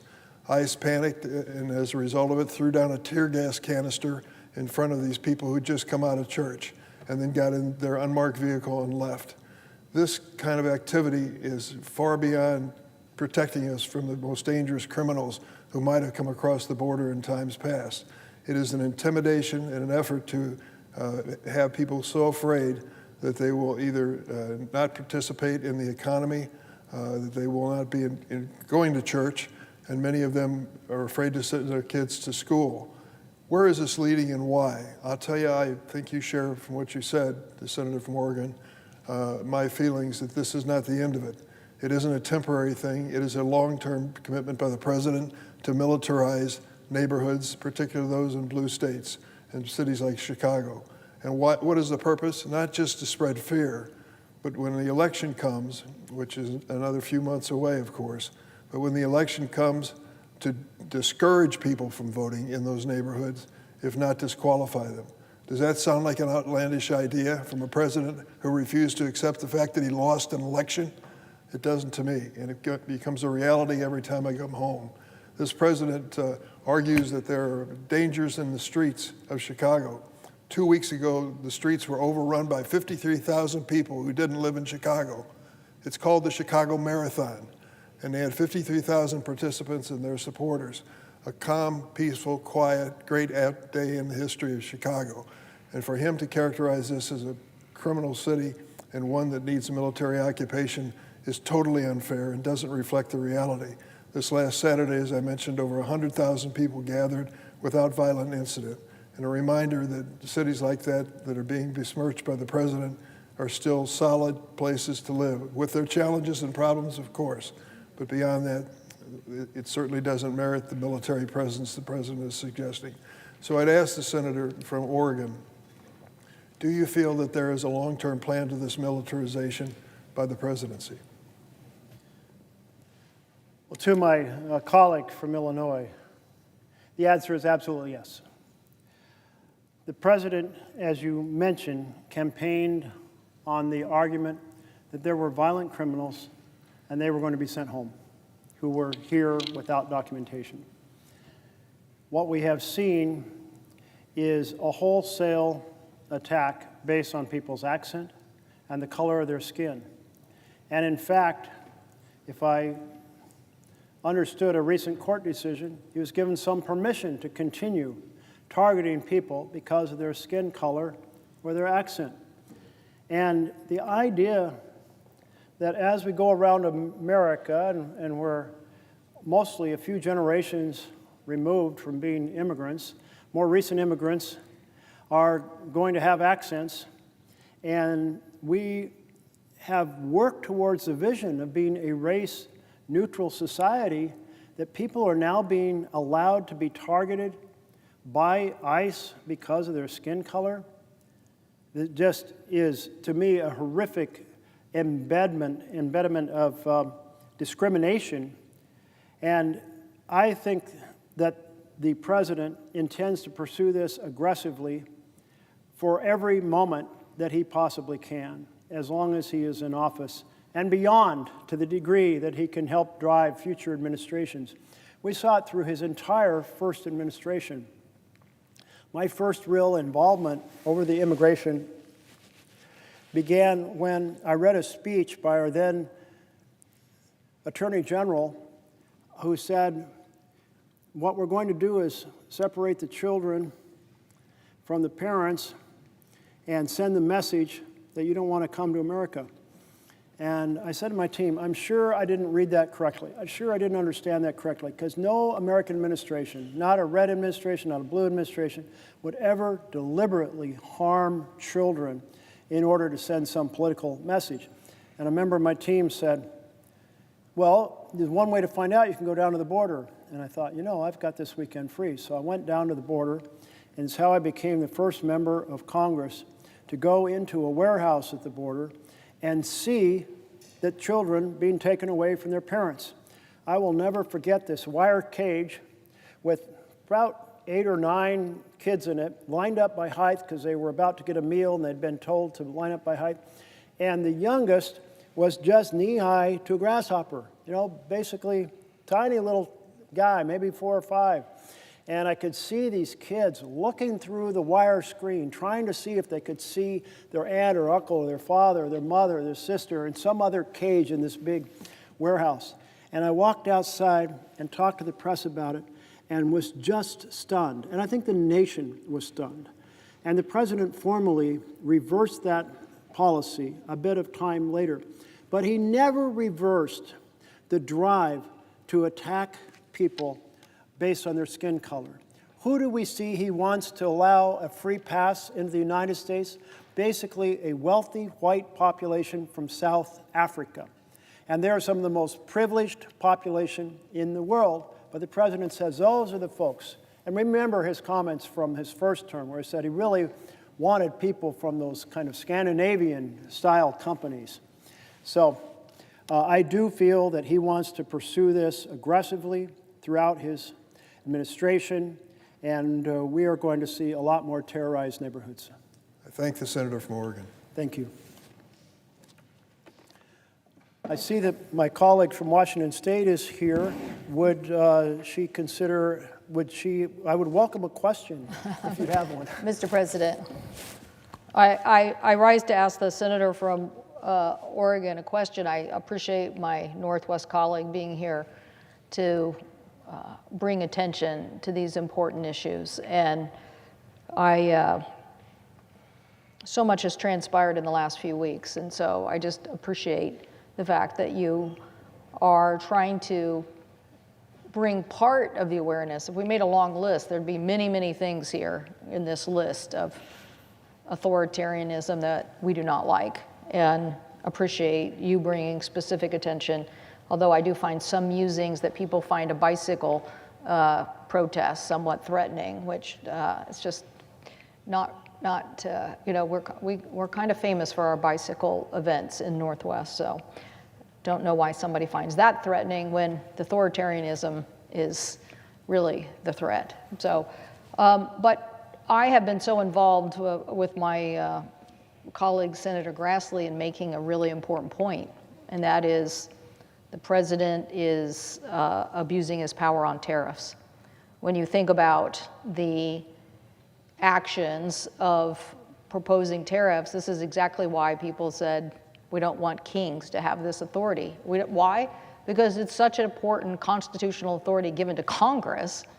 It is not something that we think that the President of the United States should have to usher in economic impact in this dramatic way. And the IEEPA tariffs, the lower courts have already said, yes, we don't think that he has this authority. He's been abusing this authority. Now he's going to try to say there's other emergency powers, and hopefully the courts will continue to do their job. But when I think about all of the things he's done, and lots of them are big issues, to me, this one, to basically wield an economic impact on the cost of affordability for Americans, for housing, for food, for transportation cost, a whole myriad of things, when it's only the authority of Congress to do this.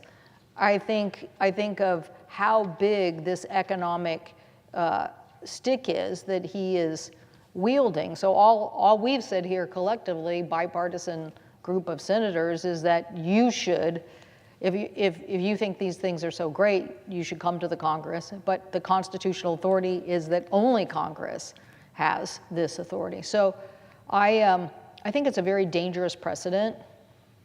I think it, you know, in a global economy with a lot of economic activity to be had, I don't think it's a good idea to have somebody in the office of the presidency acting as if these tariff policies are their domain. And clearly, the cost of this on goods and services, particularly those that are really, really hurting us, like I said, affordable housing and things of that nature, are really the impacts. And I don't know to what degree, sorry to say I didn't stay up with you and watch all night, so I don't know what degree you covered tariffs, but I don't know what you think about this particular point in this debate of yours about the authoritarian power and how much is being abused on tariffs. I so appreciate the question from my colleague from Washington State, and I'm heartened to hear of your work across the aisle with Senator Grassley to try to address this question of tariffs.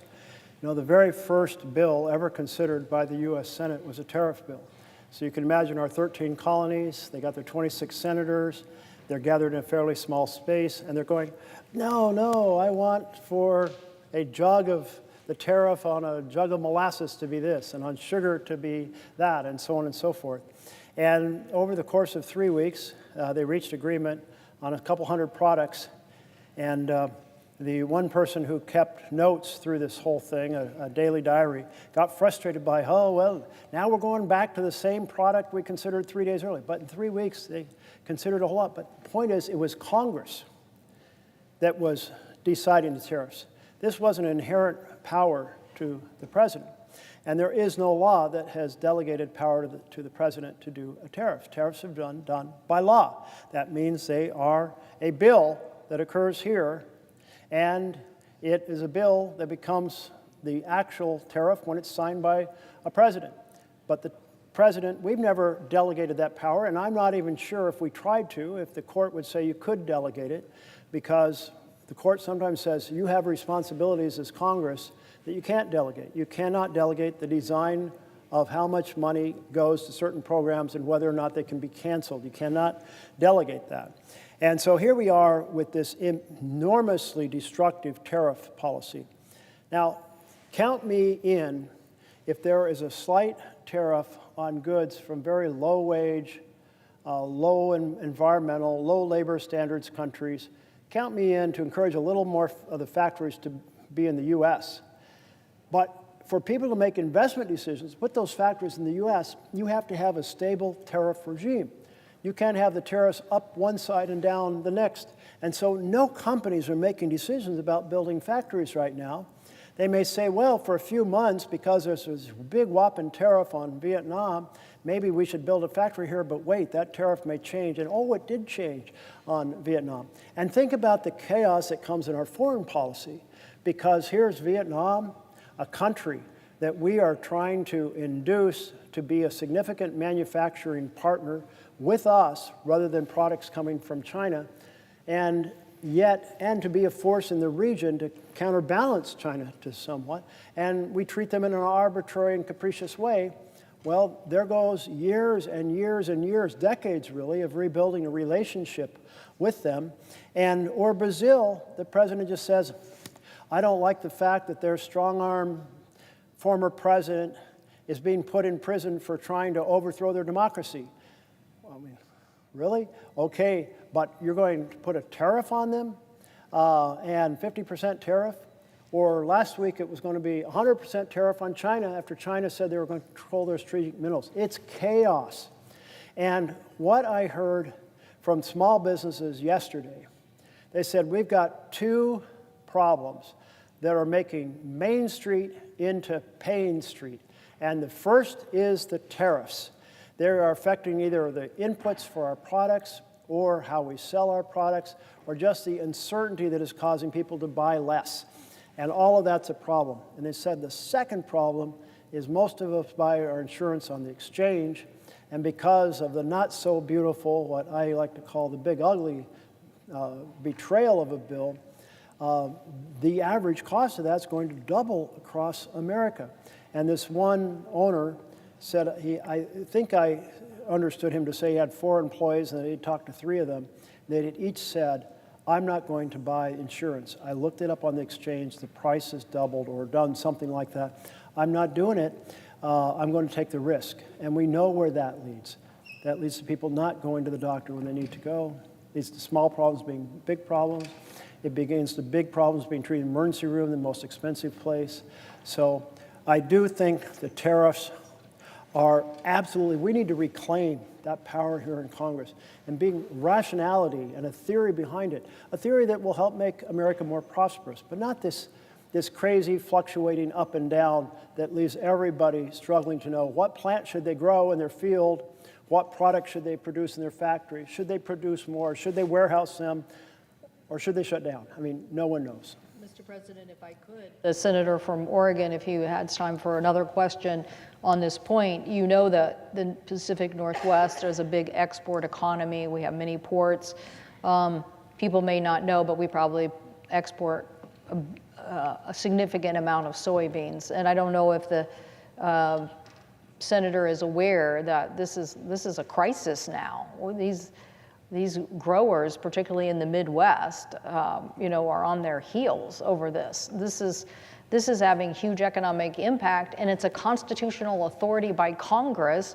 And instead of our colleagues dealing with this authority and dealing with the fact that their own constituents are getting run over, they're still, ignoring the fact that the president is abusing these powers. So I don't know how much you're aware of this, but it is these kinds of activities that lose you shelf space, go to some other country, and then when you try to get it back, the country's already in business with somebody else. So this is affecting our growers across the United States.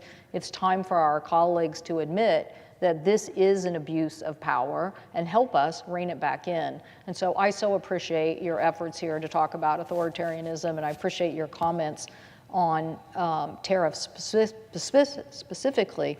But this is, one side of it is the consumer impact, and the other side of it is the economic impact to growers who wonder why they send people here to vote and take care of their interests if you're going to have somebody at the White House who's just going to run over them. And I hope that we can continue to emphasize this. And of course, obviously, on the healthcare cost, we put out a report now I think 4 weeks ago, about the high cost of healthcare being implemented because of the lack of the ACA tax credits. But by the way, guess what was in that report? That tariffs were also having an impact on the cost of healthcare. So it is impacting us on healthcare, the very underlying issue of why we're here and trying to get some relief for the American consumer as now they start to see these bills and see the choices that they're going to have. But tariffs are affecting our economy in a very significant way, and it's time for our colleagues to say this is not the authority. They have a chance to sign on to our bill. They certainly could sign on. There's 7 Democrats, 7 Republicans. They certainly could sign on and say that they support that. I don't see anybody on the other side of it making a case that the president has this constitutional authority. It's more that they're just silent. And America needs to know that, that our economy is being hurt by tariffs, and it's an abuse of power by the White House. So thank you. I appreciate my colleague's question regarding particularly the soybeans. And my understanding is that China was a major consumer of soybeans, and they have bought exactly 0 beans. Massive amount in the past. But now when you go from huge tonnage, ships and ships full of soybeans, and then you drop down to 0, wow, the overproduction of soybeans, how do I, price drops on them, what do I do, how do I store them, they're going to go bad, where else in the world can I find a market, can I get China back when all this fuss ends, and meanwhile, Brazil is stepping up in the soybean world to provide that supply, and once you lose that relationship and that trust, and the personal connections, it's very hard to get those customers back. So I understand the distress for our farmers.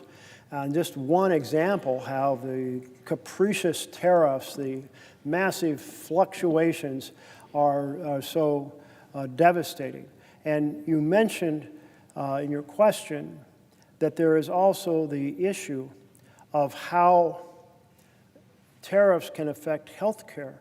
And I have heard that tariffs are being placed on a lot of the ingredients that come in, including from China, to make our medicines, and therefore that drives up the cost of drugs as a factor. That's at least one connection. I suspect there's others, maybe the cost of wheelchairs or medical devices, I'm sure more. So Washington is an extraordinary exporting state, coast on the Pacific Rim, as is Oregon. We are about the same size. We have kind of a friendly, competitive relationship between our 2 states, but we have the same issues, and it means that we often work together to try to solve those issues for our region of the country. And I thank so much for your leadership.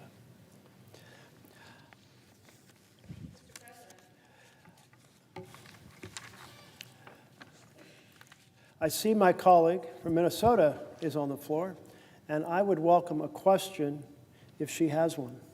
If the senator from Oregon would yield for a question, I appreciate that. I have a specific question, but I'd like to just actually follow up on the interesting conversation you were having with Senator Cantwell from Washington about soybeans, because I represent Minnesota, a very large soybean state, and when I was just home in Minnesota last weekend, I heard a lot about what's happening with soybeans, and you're exactly right. Senator Merkley, we're having a bumper crop of soybeans. The beans are pretty much out of the field, and Minnesota farmers and producers are trying to figure out what to do with those beans. And because of Trump tariffs, the market for China, the Chinese market for soybeans has been decimated. Trump tariffs have completely ruined that market. And as I think you said, Senator Merkley, these export markets for American agricultural products, it's not like an on-off switch. It's not like a pipe that you just open or close. These relationships in these export markets are incredibly important. And so what's happening here is American and Minnesota farmers are looking at this as they're seeing, okay, Trump tariffs have made U.S. Soybeans basically non-competitive. And so China, our biggest export market, is turning to South America, in particular turning to Argentina. And American soybean producers are literally wondering how they are going to pay the bills when their operating loans are coming due right now, and they're looking at the loans that they're going to need to take out, the working capital loans they're going to need to take out for this winter in order to buy fertilizer and seed and all of the things that they need to get crops in the ground in the springtime. And it is so offensive to them that at the same time that they have lost this market in Argentina, the President Trump, is sending billions of dollars to Argentina.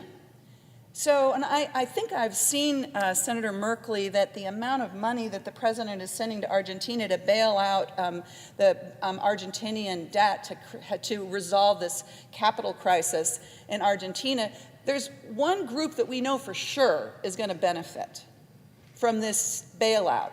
And these are the friends of Donald Trump in the United States of America, the big fund managers, the big private equity firms that made huge investments in Argentinian debt, hoping that it was going to go up, and sure enough, it will, because of what the current president is doing. So, helping big Wall Street fund managers, hurting American farmers. That's the story of what is happening with Donald Trump and his tariffs right now. Senator Merkley, I was listening last night to what you were talking about, and you gave a really powerful quote, or a paraphrase perhaps, from the book How Democracies Die. And one of the things that you highlighted, I want to just quote here, you said, "There has to be a fierce reaction in the year that the authoritarian starts to dismantle the Constitution." Well, this is the year. And I was reflecting on this as I was thinking about what happened all across the country and what happened in my home state of Minnesota, I'm sure in Oregon as well, with these huge demonstrations that we saw all over the country. I'm going to ask you to reflect a little bit more on what you said last night and what we've seen here with this reaction to the authoritarian activities of the president. But I wanted to just share what I saw in Minnesota was really remarkable. By all accounts, nearly, maybe up to 100,000 people turned out just in Minneapolis, which is, the biggest city in my state. Minneapolis and St. Paul are roughly, 2.5 million people all in. But we had 80 of these events all over the state. And what I saw, and I'm wondering what you saw in the demonstrations in Oregon, what I saw was incredibly patriotic people showing up, people who love their country and want to keep it, people who understand that in this country we swear allegiance not to a king, but to our democratic values and to our Constitution. And it was remarkable to me to see that love of country and that patriotism. And I also saw that, and I will love to hear your response to my question and comments. I also saw a lot of people turn out at these big events who don't typically come to these, don't come to political demonstrations. It's just not their thing. But they felt compelled to do this, maybe because of what you were talking about, Senator Merkley, earlier, which is they understand that there needs to be a fierce reaction. And the year that an authoritarian starts to dismantle the Constitution, and they were there to demonstrate their allegiance to our Constitution. So maybe I'll pause there, Senator Merkley, and I would love to hear your thoughts on this. Well, I so appreciate the question from my colleague from Minnesota. And the commentary I was giving is more my distillment, my impression of the information in this book, rather than a straight-out quote from it. But that essentially you have in the past the death of democracy came at the hands of men with guns. Now it's coming through people who get elected. And after they get elected, they work to erase the separation of powers. They try to get a legislature that will be more of a rubber stamp and say, we'll do what you say. Well, suddenly the whole vision of Congress laying out the programs and the amount to be spent and the policies is supplanted by Congress just saying, What did you want us to do? Okay, we'll do that. And then the Supreme Court hands more power, and we've seen that happen here in the U.S. as well. Certainly with the Trump versus United States, where the Supreme Court found invisible ink in our Constitution. I'm pretty sure neither of us can go through here and find anywhere in Article 1, and certainly not in Article 2, which addresses the executive, that there is any sign that they want the president to be considered above the law. And yet that's what the court said. So to the broader question of how, once you are in this authoritarian takeover, what are your odds of stopping it? And in general, the authoritarian works to entrench the authoritarian rule. So people get knocked down when they speak up, and then other people are afraid to stand up and become more timid. The press gets a little more careful after getting sued. Wall Street Journal got sued for $10 billion. Maybe gets a little more careful about what it says in its newspaper. The network, which is threatened with the possibility of losing its broadcast license, or the network that's threatened with the possibility of a merger opposition, may say, okay, you know, we're going to change our programs. We're going to get rid of that program that Trump doesn't like, or we're going to get rid of that comedian that insulted Trump. And you start to see these effects pile up, and they grow over time. So in that first year, if there is not a reaction from the people, then people assume two things. Oh, that sounded outrageous to me, but maybe it's not so bad. Maybe that telling universities what to teach, having the government tell them that isn't so bad. Maybe telling the broadcast news what to put on air isn't so bad, and so forth. It's like maybe kicking people out of the country for exercising their free speech on college campuses isn't so bad. No, if nobody's protesting, it's like, oh, well, maybe that's not so bad. And it makes it easier for the authoritarian power to get a deeper and deeper grip on the system and become the status quo. And that's why you need a protest in the first year to say, no, this is breaking the norms. This is breaking the law. This is violating the Constitution. And we are not going to take this assault crushing our freedoms. We are going to stand up and say, hell no. And then people go, oh, well, I thought those things were pretty outrageous. And look, there's somebody or some group or some force I can get behind to help know that I'm not alone. Because as a normal citizen, what power do I have? But if someone else is organizing and speaking out, and that's why this march, No King's March, was so important.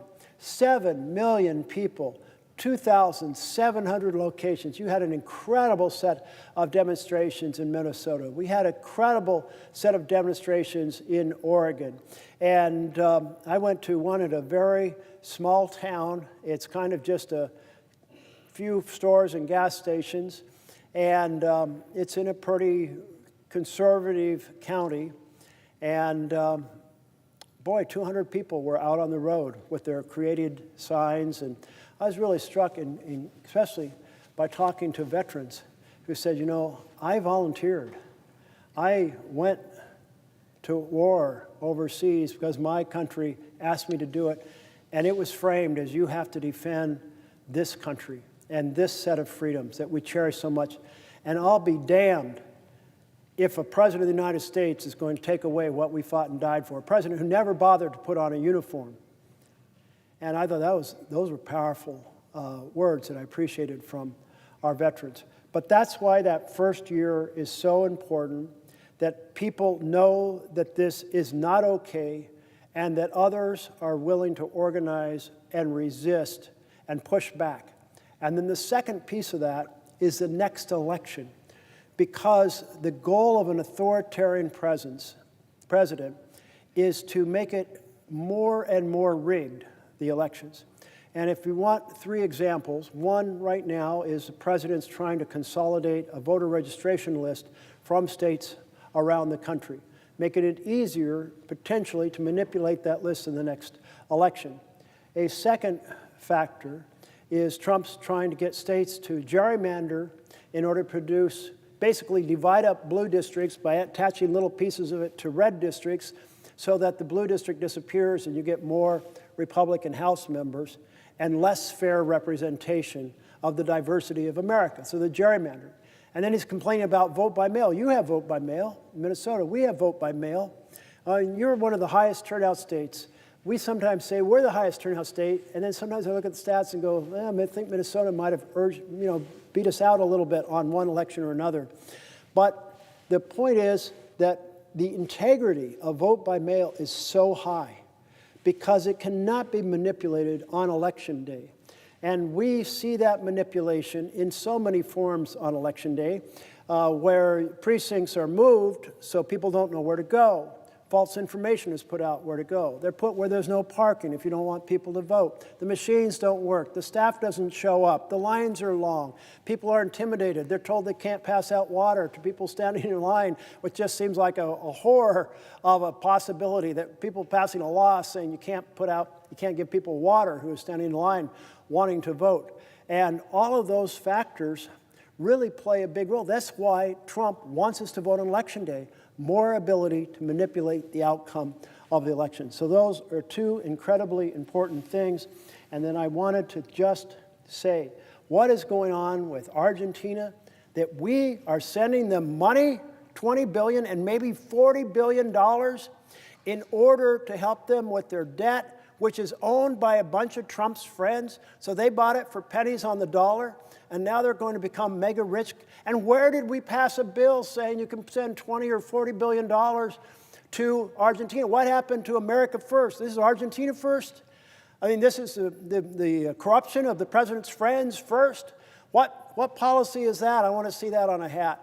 It is an outrageous. I mean, you think about $40 billion. That's approximately $100 for every single person in our country contributing to bail out Trump's friends who bought up Argentinian debt. No, hell no. I don't know what authority he's doing that under, but let's take it away. Let's get our Republican partners to join us in saying that we should take it away. If the senator would yield to one more question. Yes, I will yield for a question. I want to just follow up on something that you talked about with the attempts by the Trump administration to consolidate and get some control over our voting process in this country. One of, I think, the strengths of our country is while we should have high national standards for free and fair elections, we have control over elections at the local level. And that gives our electoral system a lot of resilience. I want to just thank our Secretary of State in Minnesota, Secretary of State Steve Simon, for refusing to provide to the Trump people our voting rolls and data about our voters as a way of protecting our local control over our ballots. And I want to just follow up also with what the senator from Oregon was talking about, with the way that the president is ignoring the rule of law, ignoring the Article 1, ignoring the powers of Congress. And I was thinking a lot about what the preamble of our Constitution says. I mean, the preamble of our Constitution says, "We, the people of the United States, in order to form a more perfect union, establish justice, ensure domestic tranquility, provide for the common defense, and promote the general welfare, and secure the blessings of liberty to ourselves and our posterity, do ordain and establish this Constitution for the United States of America." That is the promise that we all make each other in this great democracy. And what I think we see happening, I wonder if the senator would like to comment on this, what I think we see happening is that President Trump is trying to undermine that promise. And he's trying to exhaust us and distract us and make us feel like we actually don't have any power to have much of an impact on what he and Russell Vought and his administration does, and that will cause us to just give up and give in. But of course, Americans are stronger than that. Americans are more resilient than that. Americans care more about their democracy than perhaps Donald Trump believes. or expects. And one of the powerful things that I see happening, that I saw happening this weekend and I see happening all over the country, is Americans standing up and saying, basically, we know a bully when we see him. He's not as strong as we think that he is, and he's not as strong as he wants us to believe that he is, and we're going to stand up to it. And that, Senator Merkley, gives me a sense of faith and a sense of hope as I see people put their faith in this democracy into action every single day in the ways that is meaningful for them personally. Colleague from Minnesota, appreciate the question, but I particularly appreciate the recitation of the preamble. And I grabbed my pocket constitution here that I've been bringing up various points through the night. And the line that I have highlighted here from some previous time was, and secure the blessings of liberty. Secure the blessings of liberty. You know, psychologists may say there's a hierarchy of needs.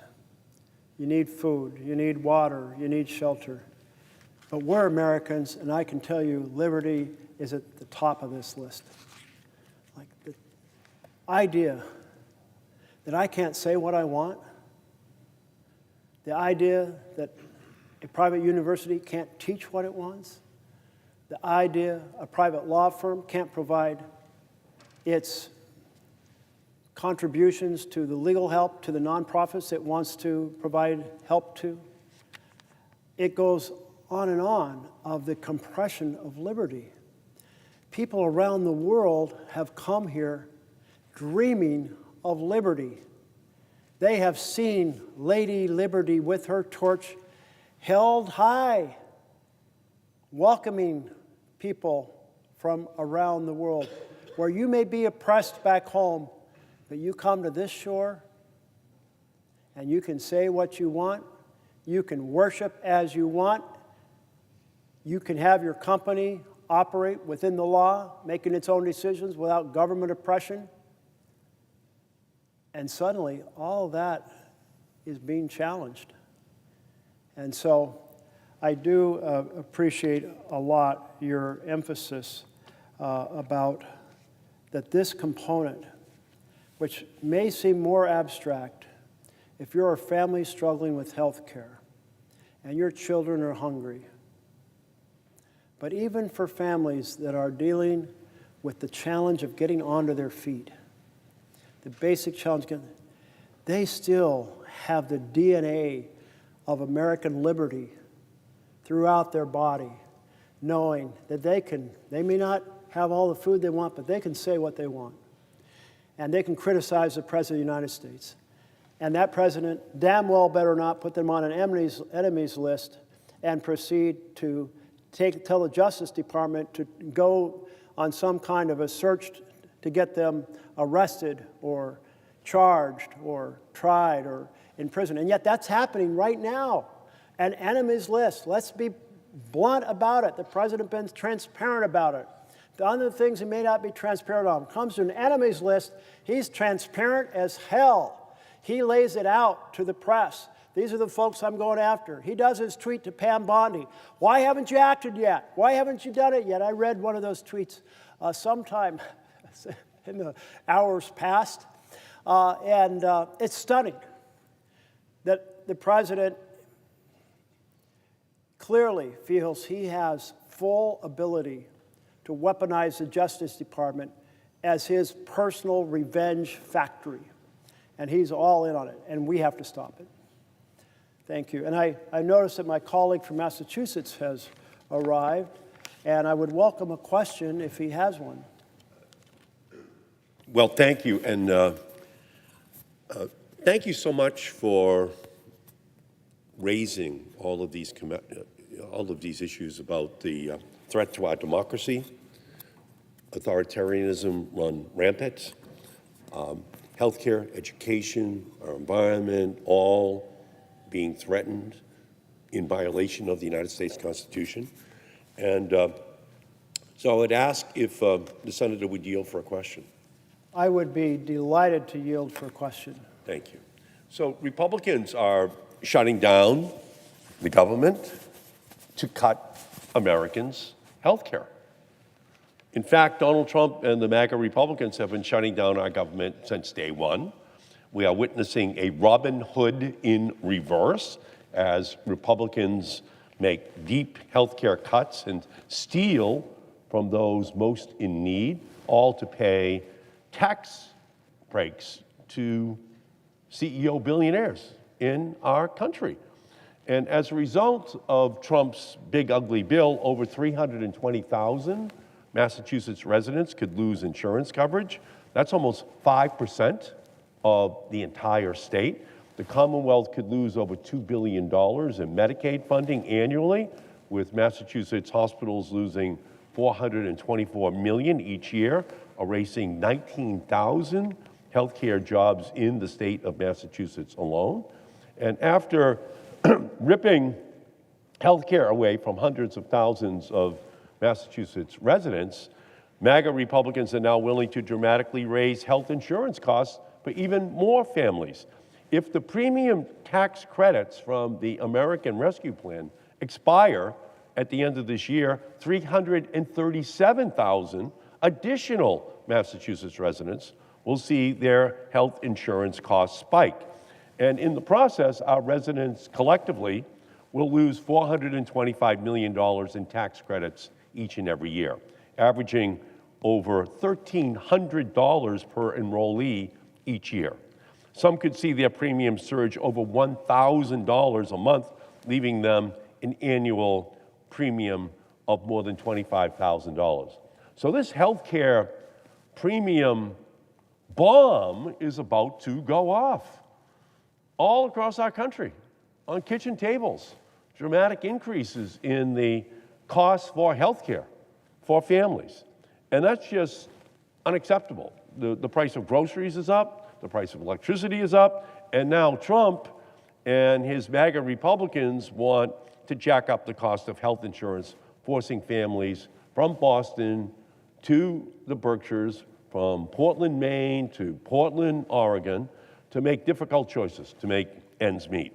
So right now, thanks to these tax credits, a couple in their 30s earning $50,000 in the city of Boston with 2 children could pay just $4 a month for their health insurance premiums.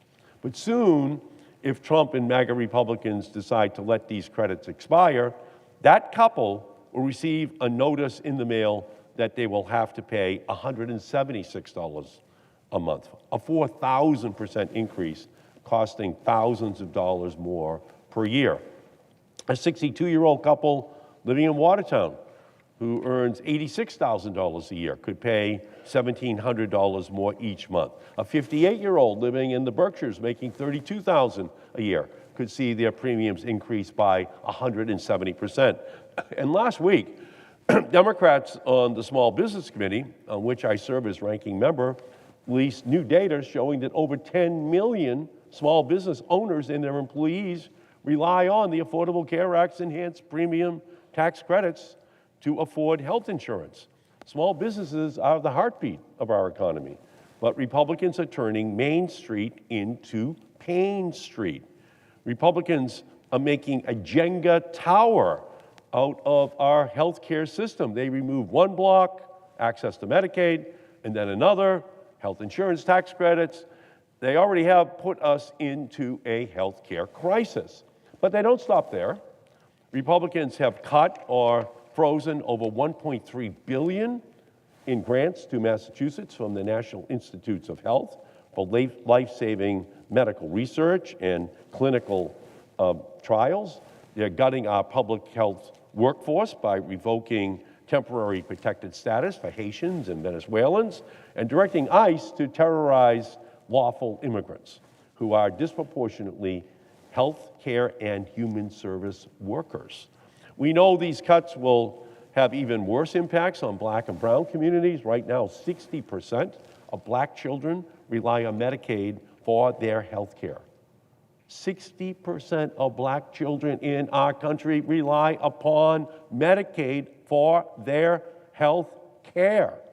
If these cuts go through, Millions could lose access to checkups, asthma treatments, and mental health care that keep families healthy and children in school. It would leave parents with impossible choices between medicine and meals, and restrictions on Medicaid don't just trim budgets, they cut into lives. And with each Jenga block Republicans remove from the tower, Americans' health care becomes more and more unstable. And we know how Jenga ends. The tower collapses. That's where we are heading right now. But Democrats are not going to let our health care system collapse. The Republicans want to loot the health care system of tens of billions of dollars and then hand it over in tax breaks to the Republican billionaires who are their supporters. Well, the Democrats are not going to drive the getaway car in the biggest health care financial heist in the history of our country. We are not going to do that. We're fighting to keep the premiums affordable. Republicans call it a government shutdown because they don't want to admit what they and Trump are doing. It's a healthcare shutdown. And Speaker Johnson has Republicans in a political witness protection program right now. They're scattered all over the country. We want them to come here so we can negotiate with them to solve this healthcare problem. We can solve the government shutdown and the healthcare crisis with one vote on the floor of the House and the Senate. It wouldn't take more than that. They just have to come here. Right now, what we have is a president saying, well, there's nothing to negotiate on the shutdown. And so ultimately, that's going to be the challenge which this country is going to be facing because the Republicans are refusing to come to negotiate. So we're calling on Donald Trump and Republicans to reverse their cruel cuts, return the funding they looted from our healthcare system, restore access to essential care for all Americans. So I have a question for my colleague. As this ticking healthcare time bomb gets closer to exploding, how will it hurt Americans' wallets and our national economy? Well, I so appreciate the question from my colleague, who certainly laid out a lot of ways that it's going to have a huge impact across the country and in your state of Massachusetts. And I was thinking about several of the points that you were making, which really are parallel for Oregon, but they're parallel for every state. In some cases, the states that are most affected are not even states that are blue states. And that is certainly true for we're talking about these tax credits, because 75% of the folks who access the tax credits on the exchange are in states that President Trump won. So we're not advocating to restore affordability to health care because it's an issue in our states, although it is certainly an issue. We're advocating because it's the right thing for every American, that health care is a right. It is a foundation for a family to thrive. When I think about the things that enable a family to do well, it's health care. It's a decent home, a decent community, that is housing. It is education, the opportunity for good education, and it is a good paying job that sets your family on its feet. Health care, fundamental foundation. In my state, the projected loss of people because of the slashes to Medicaid is 235,000 people losing their insurance in my state. A projected increase that isn't as high as the rest of the country, and now that we're starting to get numbers directly from the exchange, from the insurers, maybe we'll find out it is as high. The projection across the country was a more than doubling, 114% increase. And why is that? Because the premiums go up and the tax credit comes down. So a gap that was this big becomes a gap that is that big. 114%. In my state, projected 68%. Now, am I happy that that's less than 114? Yes, if it's true. But here's what I know about inflation in a fundamental item. People get pretty nervous when they have 5% inflation. They get really upset when they have 10% inflation. When they have 68% or 70% or 100% or more inflation, they're not going to buy the healthcare policies. And you mentioned Main Street is Pain Street. Maybe I heard you say that in the past. If so, thank you, because I've been using that phrase I'll try to give you credit for it, because it may well have been in something I overheard you say. And I talked yesterday, because we had folks representing small businesses visiting here on Capitol Hill, and one of the individuals said there are two things that are causing us a lot of pain, and I couldn't resist. Main Street turned into Pain Street. And he said one is tariffs, and the second is the health care. He said so many of us small business owners, we don't have enough to negotiate with a Kaiser or Blue Cross. We have our folks, our employees, go to the exchange. And he said he'd talked to 3 of his 4 employees, if I got the numbers right, and he said it doesn't sound like any of the 3 of them are going to buy health insurance. They're going, if it's that expensive as what it appears when I go online right now and I see the premiums up and the tax credits down and the gap in the middle that I have to fill in too big for what I earn, I'm just going to take the gamble. In various forms, it sounded like that's where his staff were in. And he knew that any one of them might win that gamble. They might get through a year without a health care problem. But if there's a group of them, a few of them are going to have significant problems. And then they're not going to go to the doctor because they don't have health insurance. And then the problem's going to get worse. And when they do go, a small problem becomes a big problem. And when they do go, they're in the emergency room, which is the most expensive place to provide health care. And the preventive care disappears, which is such a big piece of what we tried to do on the exchange. Either you get insurance in which you are covered for pre-existing condition, insurance that your children can stay on your policy to age 26, insurance where preventive actions are free because an ounce of prevention is worth a pound of cure, and tax credits that make it affordable. You eliminate that affordability factor, we're back where we were. And I tell you, that impact on rural Oregon, it is devastating, because rural Oregon is less affluent than urban Oregon. So there's a higher percentage of folks who are on Medicaid, our Oregon health plan. And when it comes to children, we're talking 70% of the children in rural Oregon have the Oregon health plan. What does knocking 235,000 people off do? And what does it do to the revenue of the clinics and the hospitals that have to shut down projects? Or according to the Sheps Institute, 300 hospitals across the country will probably be forced out of existence, and they won't even have a hospital. They won't have any programs. Where are you going to go 70 miles down the road to find your next hospital in rural America? So it is a very big deal indeed. I'm so glad you raised it. And there is a tie-in to the authoritarian structure that I just want to emphasize.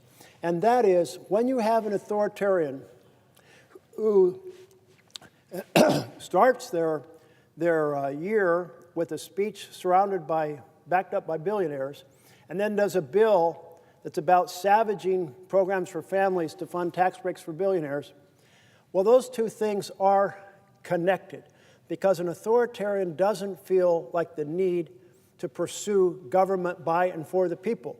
If you're pursuing government by and for billionaires, then savage the programs for the people and fund the billionaires. They're your friends all around you, including friends who bought up Argentina debt that we're going to ship $20 billion or $40 billion off to. Outrageous. Would the Senator yield for a question? I would be delighted to yield. Thank you. I'd just like you to follow up a little bit on that University of North Carolina Shep Center study. I requested them to do that study, and it came back, and it was a blistering, scalding indictment of the Republican support for these dramatic cuts to our healthcare system. And it concluded, as you said, that over 330 hospitals, rural hospitals in our country would close. That was 30 in Kentucky, 30 in Louisiana, disproportionately rural America.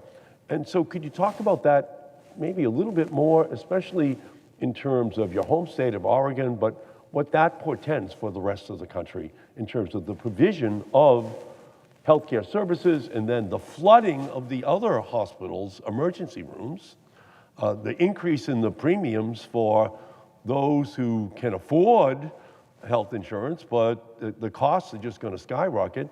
And just elaborate, if you could, just a little bit more on that looming crisis. Trying To your question, I want to repeat my main mission statement for being here through the night, and that's to ring the alarm bells of alarm at this authoritarian takeover and at this strategy of doing authoritarian bills in which families lose and billionaires win. Families lose their health care or their nutrition benefits or their Medicaid in order to fund tax breaks for billionaires. But I am so glad you requested that study from the Sheps Institute at University of North Carolina. They're highly accredited, highly capable, great place to go to for this sort of information. And I think back to a couple years ago where we had a hospital in Baker City, Oregon, and they announced very suddenly they were having to shut down their maternal care unit. Now, it's quite a ways down the highway to the next hospital. And depending on the roads you take, can you even get down those roads in winter when there's ice or there's snow if you're having to go 40 to 70 miles depending on your undertaking? And boy, the idea that when you're trying to get prenatal care, you got to go that far, round trip, the idea that maybe it'll be harder to get classes that you're supposed to take to help you prepare for being a good parent. The idea that when you go into labor, you only got a limited time, and are you going to make it to the hospital? Anyway, it's a big deal to this medium-sized town to lose their maternal unit. But why'd they lose it? Well, that is inherently an expensive program. So what happens when hospitals are looking at increasing costs, and they've got significant personnel costs? They may now have increasing costs from the tariffs, because the tariffs affect some of the drug prices, and they're going, well, we're not balancing. We gotta, where are we losing the most? And so they cut a program like that. Or maybe they cut their drug addiction program, and folks who needed drug addiction just have nowhere to go. Or maybe they cut their mental health program. But the point is, sometimes they are so close to the line, they're like, we cannot make it anymore. We have to consolidate into a single hospital further down the road, or we have to partner with someone else, and we got to shut the whole thing down. And so that's where I think the possibility of using 300 or more hospitals comes in, particularly in rural Oregon. You have a whole bunch, or rural America, you have a whole bunch of families that don't have insurance. They're going to the hospital for care, they're going to get care, but then they can't pay the bill, and suddenly the crunch is too big. 235,000 people in Oregon lose health insurance through Oregon Health Plan and can't pay their bills. Maybe an additional group, significant group, loses the ability to get health care through the exchange. That's a lot of uncompensated care, and maybe that hospital just can't make it. That's what's happening. We've been losing hospitals in rural America for that reason. They're already at the edge. And so this type of blow, which in the Republican bill was placed for January 2027. Now, that may have seemed like a long time from now, but that is basically 15 months from now, we're going to be seeing the implementation of this dramatic assault on health care. So that's why I see it seems legitimate to me that we can see that sort of damage to health care across the country with hospitals in rural America shutting down. I appreciate so much my colleague having joined us. And I see my colleague from Connecticut. If you happen to, let me see what the right thing to say here is. If you have I'd be willing to yield for a question if you have one. Mr. President, thank you, Senator Merkley. And let me just say how much I appreciate, your colleagues appreciate, many Americans appreciate the labor that you have put in to raising these alarm bells tonight. And I would appreciate the chance to ask you a question. Listen,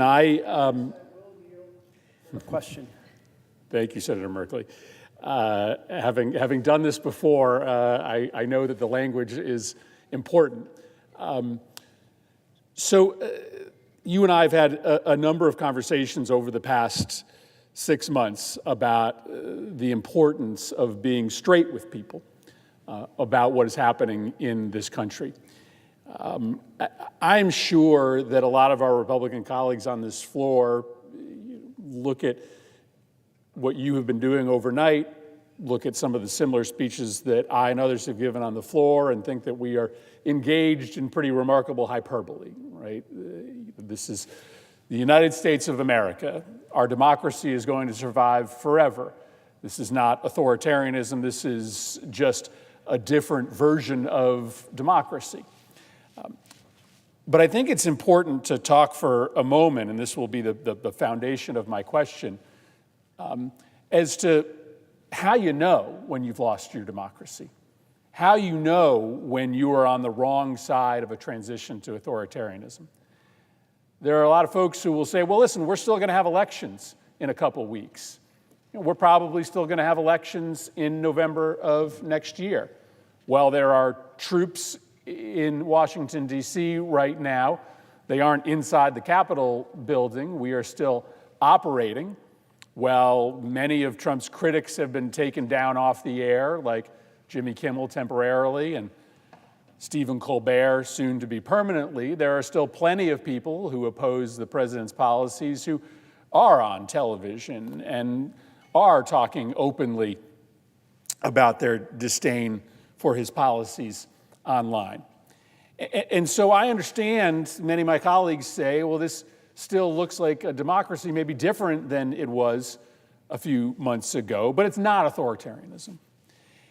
And I guess what concerns me is that there's not going to be this day when democracy turns off. There's not likely going to be a cancellation of elections because President Trump is following a playbook that many other would-be autocrats have used successfully to transform democracies into either autocracies or deeply illiberal democracies in which the opposition party never wins. That's what happens in a place like Hungary or a place like Turkey. They still have elections. There are still critics of the regime. In fact, the opposition party can still win a mayoral race or a local election. But the rules are rigged such that the opposition party never has enough oxygen, never has enough support, never has enough ability to air their case that they ever win at the national level. And you can see, as you have articulated overnight in this heroic effort, you can see this very detailed plan to constrict the space that the opposition, which is from an organizational standpoint, the Democratic Party has to operate. And it is a plan that Donald Trump didn't create himself. It is a plan that has been midwifed in other nations that he is copying. It's first and foremost about punishing dissent, targeting individuals who have been critics and using government power, whether that be the Department of Justice or the FCC, to silence those critics. It's about commandeering the spending power of the federal government to say, if you criticize me, you are not going to get federal spending. Right? Just a few weeks ago, the president canceled all energy projects in Democratic states. Just in Democratic states. A clear signal and sign that if you speak up against me, you are not going to get federal funding.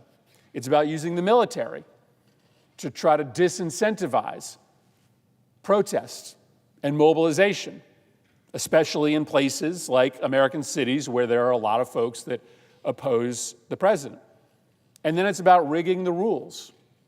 The president has been openly targeting Act Blue, which is the primary way that Democrats raise political contributions. It seems as if he may try to shut down the vehicle by which people make contributions to Democrats. He is instructing Republican states to do something exceptional, which is to change congressional boundary rules outside of the normal schedule, so that even if he's deeply unpopular, even if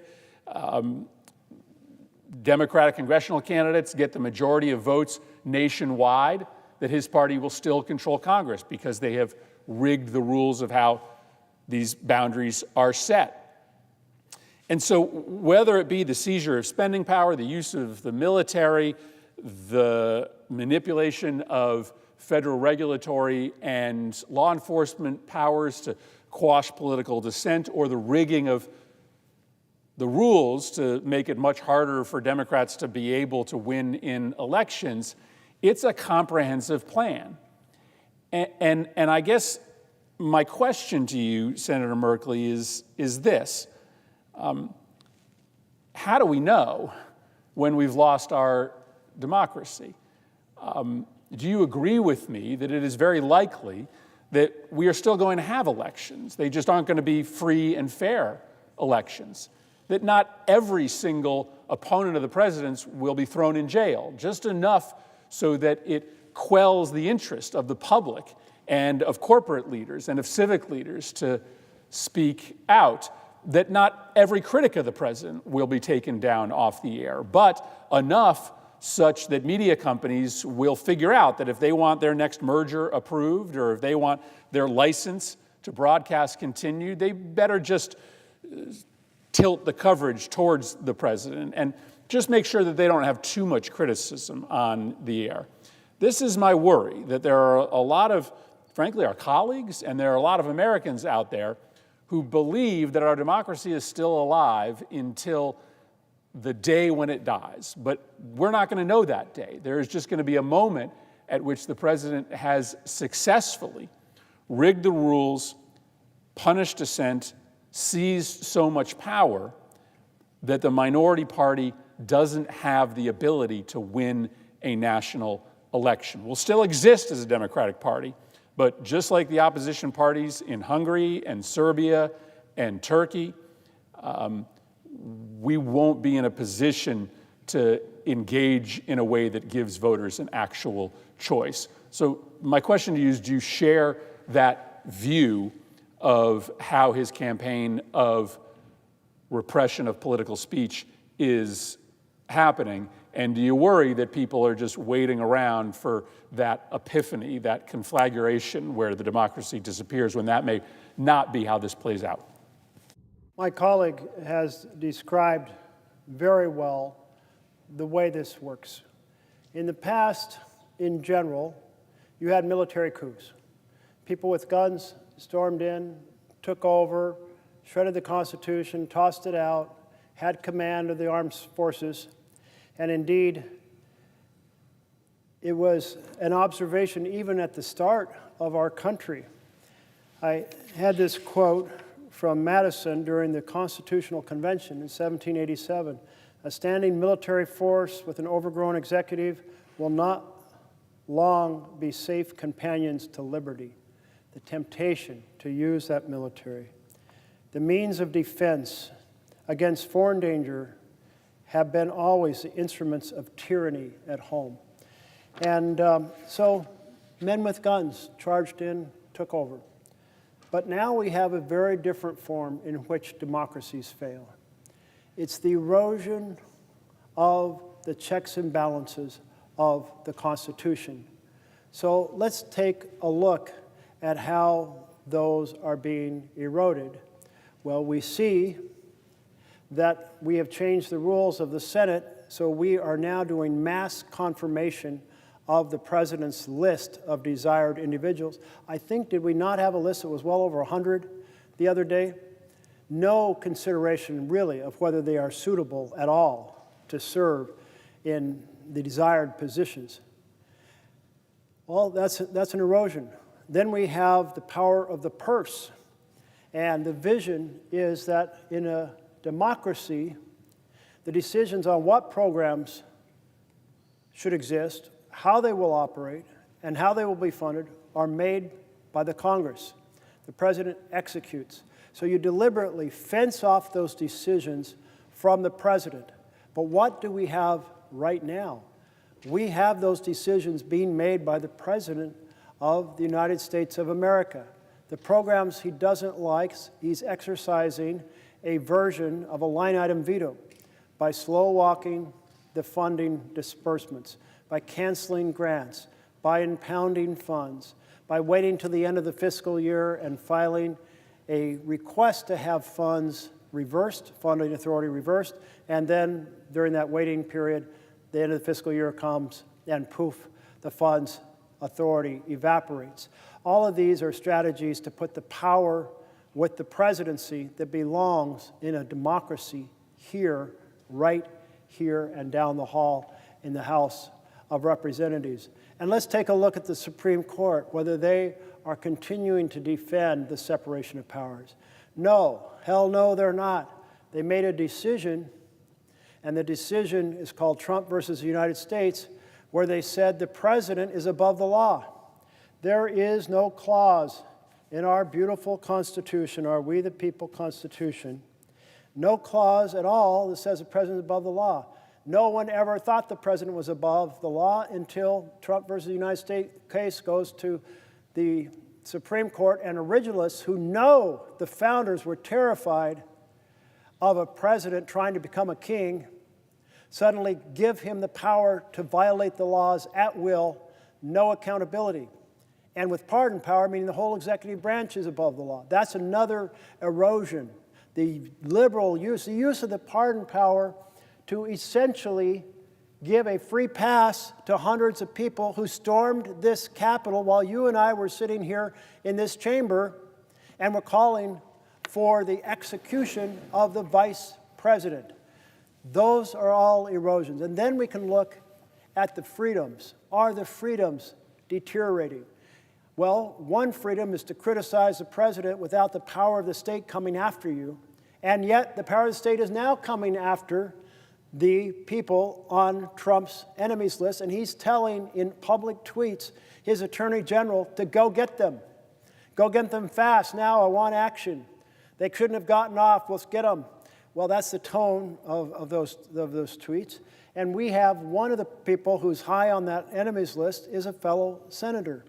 If you have the whole power of the executive branch coming after you, targeting you, not because you've done something wrong, but because they want to take you down, that's an authoritarian state, and it's happening right now here in the United States of America.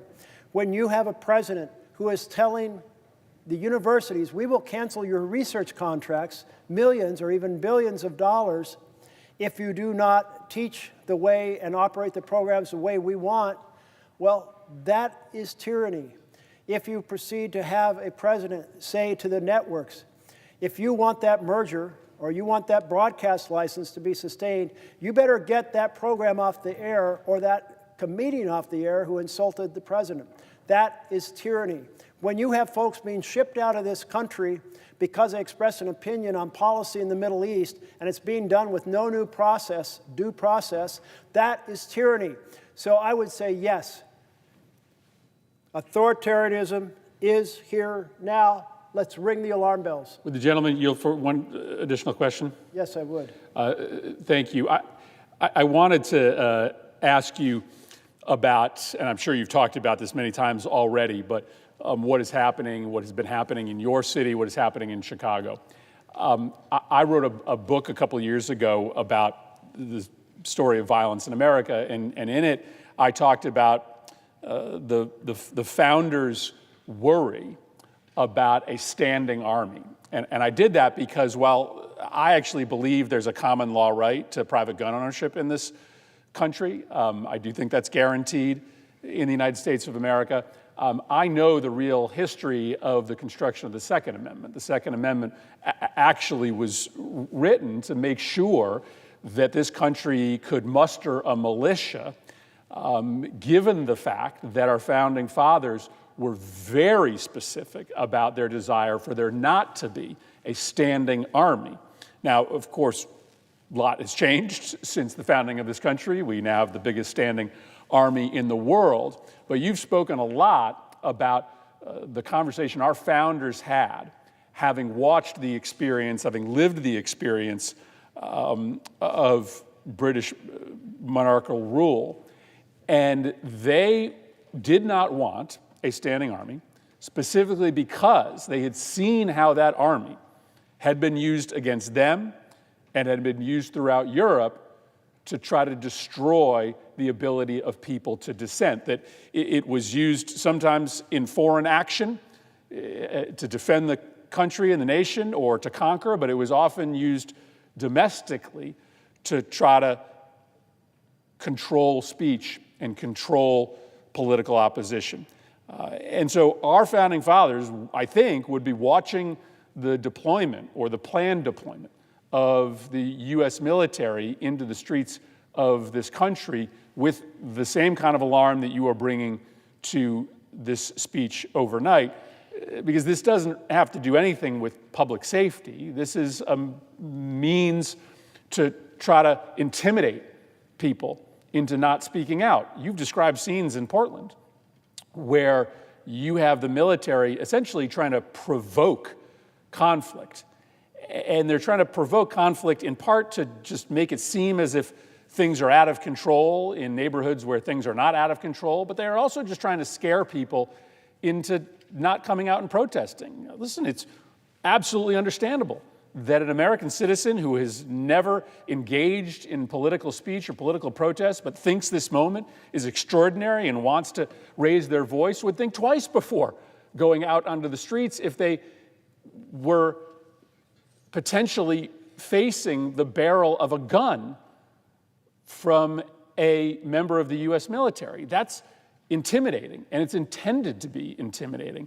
And so as you've talked about our founders' worries about how this country could fall into despotism, what do you think they would say about the use of the military today, 250 years later, to try to politically intimidate U.S. citizens in our cities?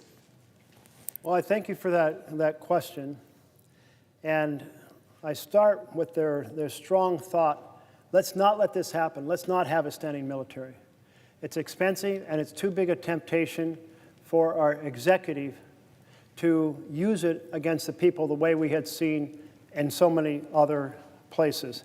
That second stanza, or that second phrase of what Madison said during debate at the Constitutional Convention, the means of defense against foreign danger, that's the Army, have always been the instrument of tyranny at home.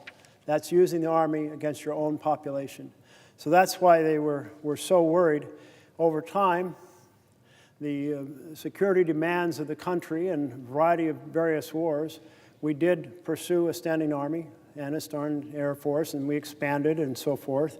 Got the Marines, got the Navy, and we have the militia, the National Guard. And I think they would say, you've been pretty lucky so far that the understanding was so deeply rooted that these could not be used against your own population, except in extraordinary situations. And one of those extraordinary situations would be if the civil rights of individuals were being disturbed and you needed a deployment to help restore them because the local forces wouldn't protect those civil rights. And it's written into the law in just that fashion. And that's why there was a deployment to help students go to school, black students be able to go to school when folks were trying to block them to go to school in the South. That's what that deployment was about.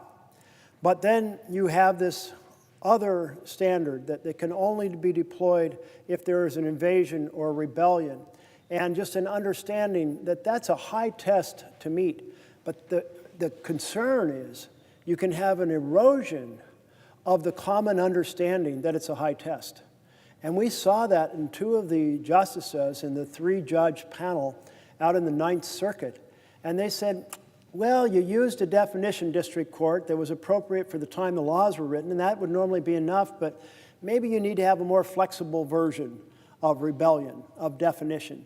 And maybe you need to go back in time a few months when there were a few more arrests, and maybe that gives a stronger case to recognize that the president might be able to deploy. And you should give high deference to the president's interpretation, separate from the facts. And I mean, just that last point, high deference to the president's view. And what it says is it destroys the barriers put in place, the standards put in place. No longer do you need a rebellion to be allowed to use federalized National Guard in America. No longer do you need evasion. You just need a president to say, looks like a rebellion to me.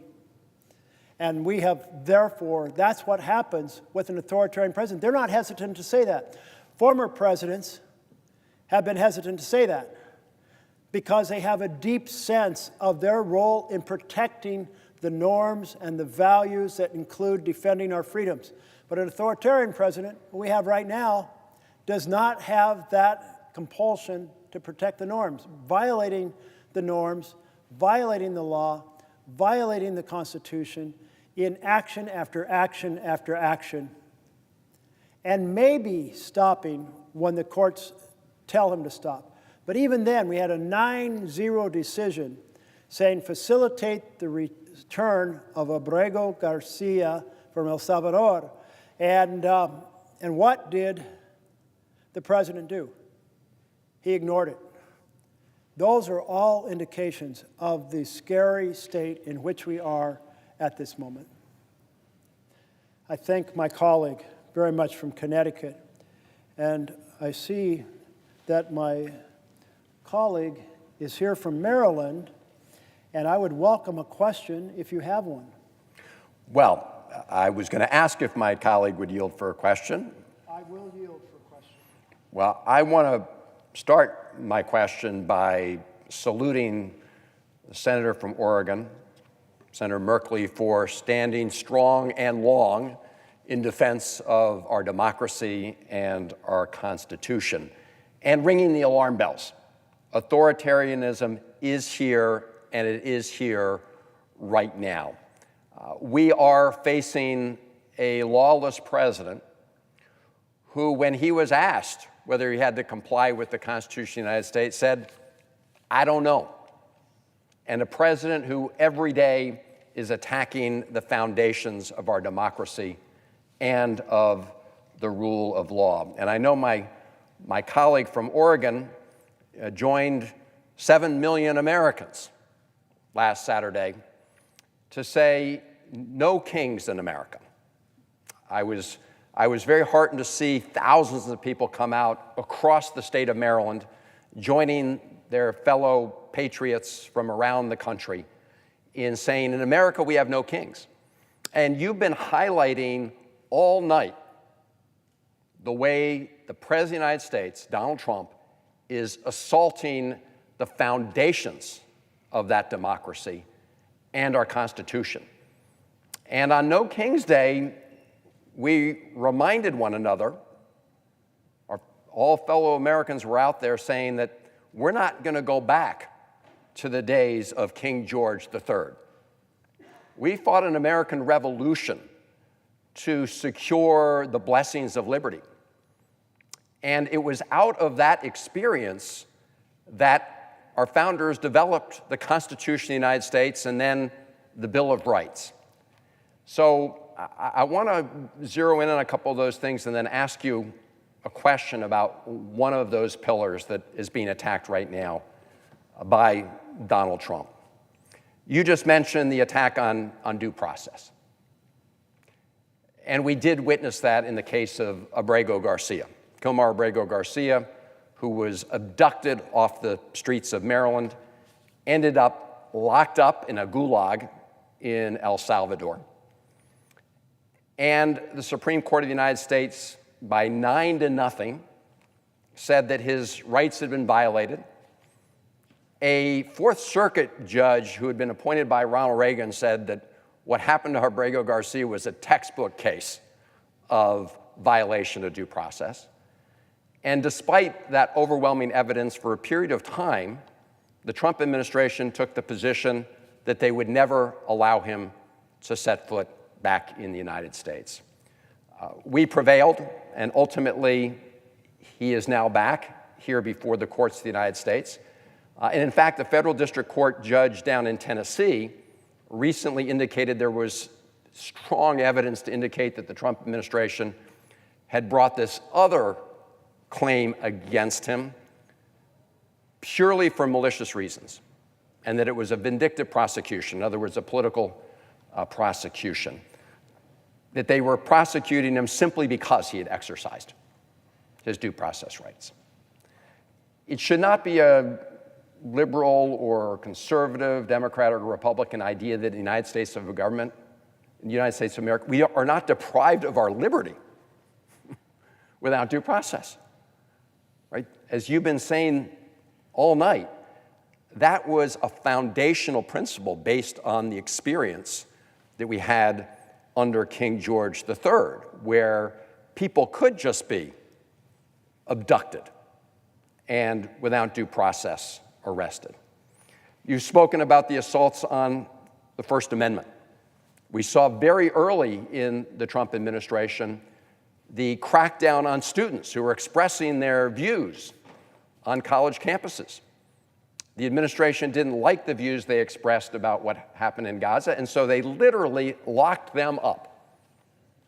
Now, again, fortunately, the courts have intervened, and most of them have been released from prison. Their cases are still pending, but the judges have made clear that what these students experienced was a gross violation of the First Amendment in the United States. And of course, we saw that continuing, as you've indicated, with the weaponization of the federal government, whether it's the FCC or other instruments of the federal government, to try to deter, crack down, stop speech that the President of the United States doesn't like. We saw the whole Jimmy Kimmel case, where for a period of time, ABC did take him off the air.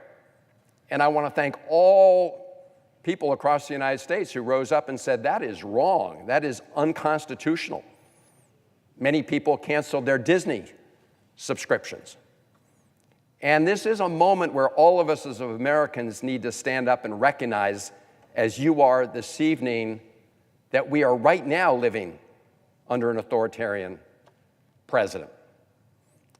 We've seen, and you've experienced it firsthand in your state of Portland, the president trying to implement the statement he made, the outrageous statement he made, that we are going to use American cities as training grounds for our military.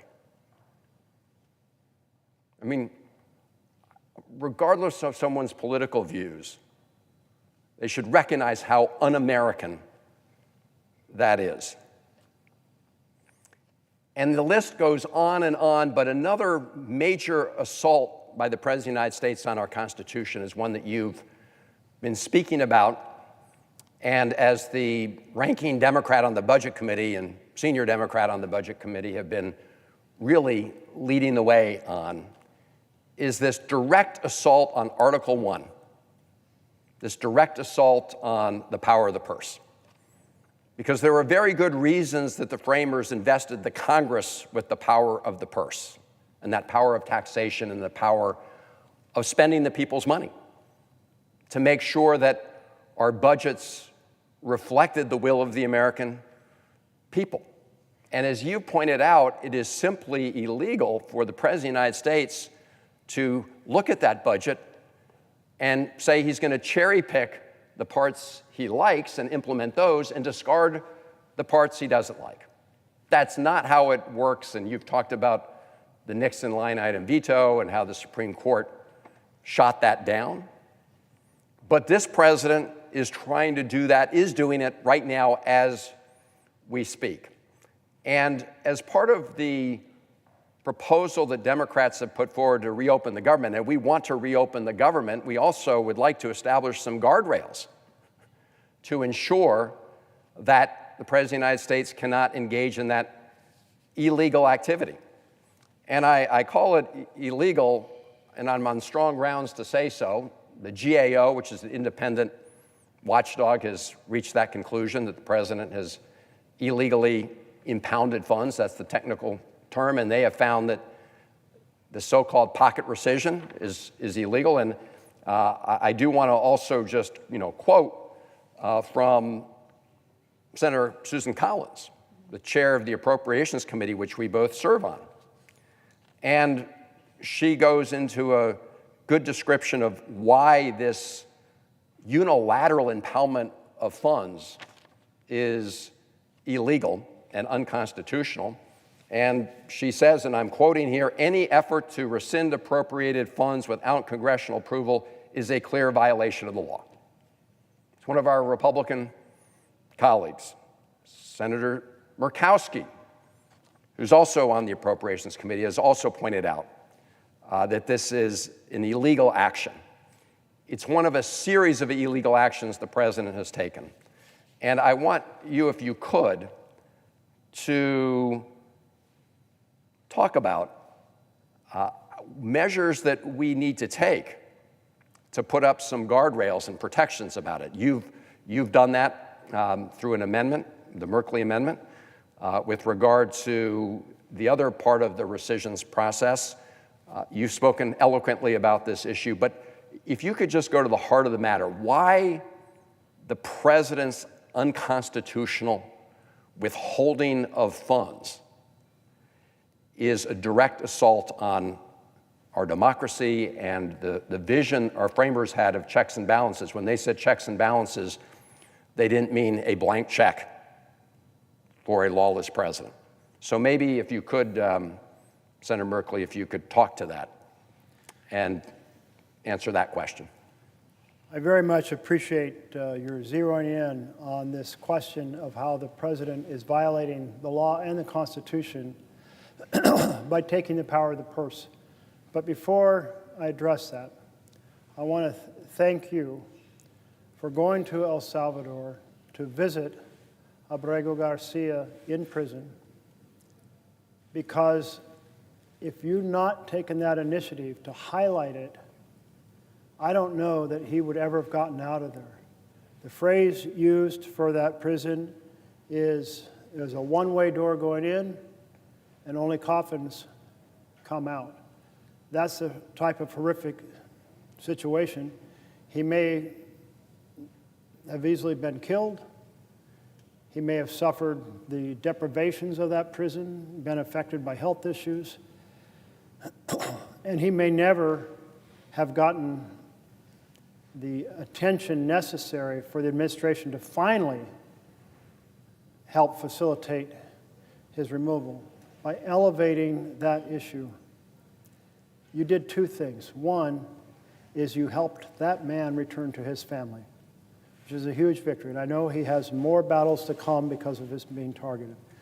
But second of all, you brought in an American recognition that due process matters, that court decisions matter, and that we're paying attention and we're going to keep making as much good trouble as we can when we see violations of fundamental rights for Americans, for the benefit of the individuals involved and for the benefit of everyone else, where we will hopefully dissuade the administration from violating the rights in the first place. So thank you so much for that trip and that undertaking. And in regard to the difference between a democracy and an authoritarian state, it often comes down to who controls the money. You control the money, you make the decision about what the programs are and how the programs are implemented and how much they're going to get.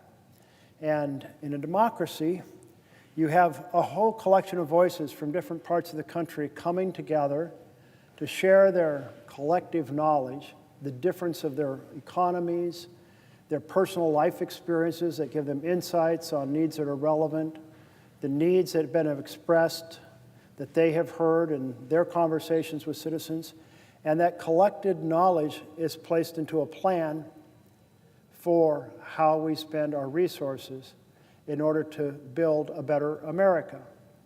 And the values of our country are deeply embedded in those spending and program decisions. But in an authoritarian state, you have one individual, a man, potentially a woman, and that individual says, this is the way it's going to be. I like these programs, and I'm going to fund these. Those other ones, forget about them. And that, then we're in a dictatorship. And the president is exercising every effort to secure that power over programs. And it's not doing it secretly. Mr. Russell Vought, who was the OMB director at the end of the last Trump administration, and who is the architect of Project 2025, is very open, even before his hearing before the Budget Committee, saying, I believe in the unitary executive, and that the president can make the decisions and can impound funds. I don't agree with the Supreme Court decisions of the past, and I think we get the Supreme Court, we're going to get a different decision this time around. And we did get a little taste of that just recently in a shadow docket decision in which the question was, if the president submits a request to reverse a funding decision, that's called a rescission, but reverse a funding decision, submits it within the last 45 days, and there's a 45-day grace period in the law that the president doesn't have to disperse the funds, and therefore you reach the end of the fiscal year and poof, now you're outside the window. And that money evaporates. The authority to spend that money evaporates. So that was the strategy that was tested with the court. And I expected the court to say the following. In the rescission law, it says no rescission, no undoing of the existing spending, is in fact legitimate unless it's been submitted to the House and Senate and voted affirmatively by the House and Senate. Now, the House and Senate don't have to, well, they don't have to do the whole proposal the president sends. They can pick pieces. But the pieces that pass both chambers, then the president can shut down that spending.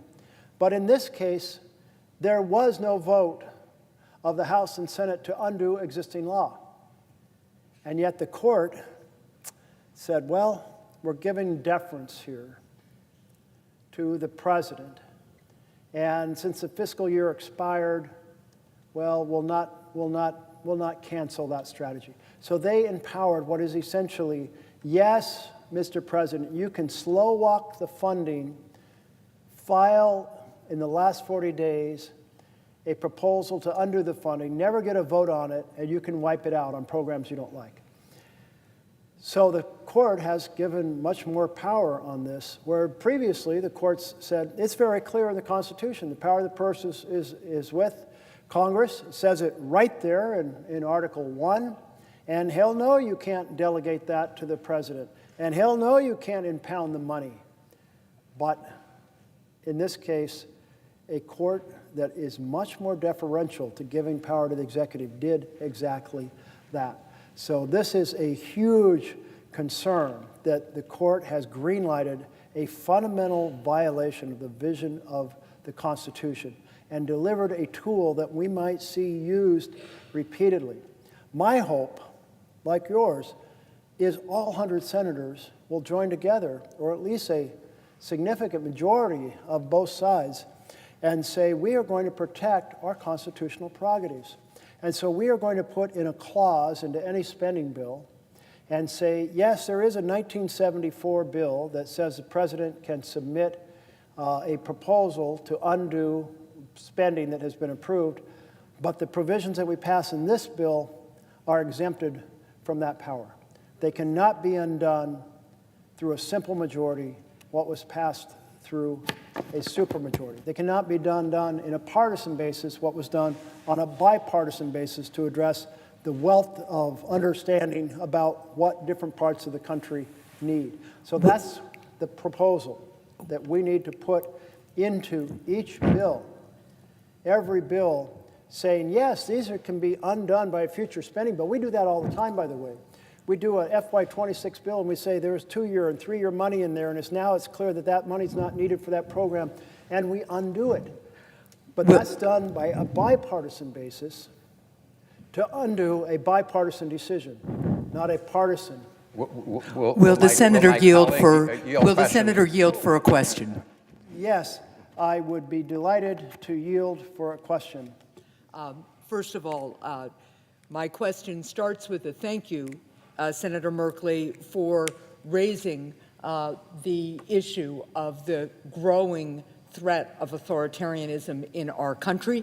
I thank you for noting and being a champion of the very principle that our country was founded on, which is that we are a country, a government of, by, and for the people.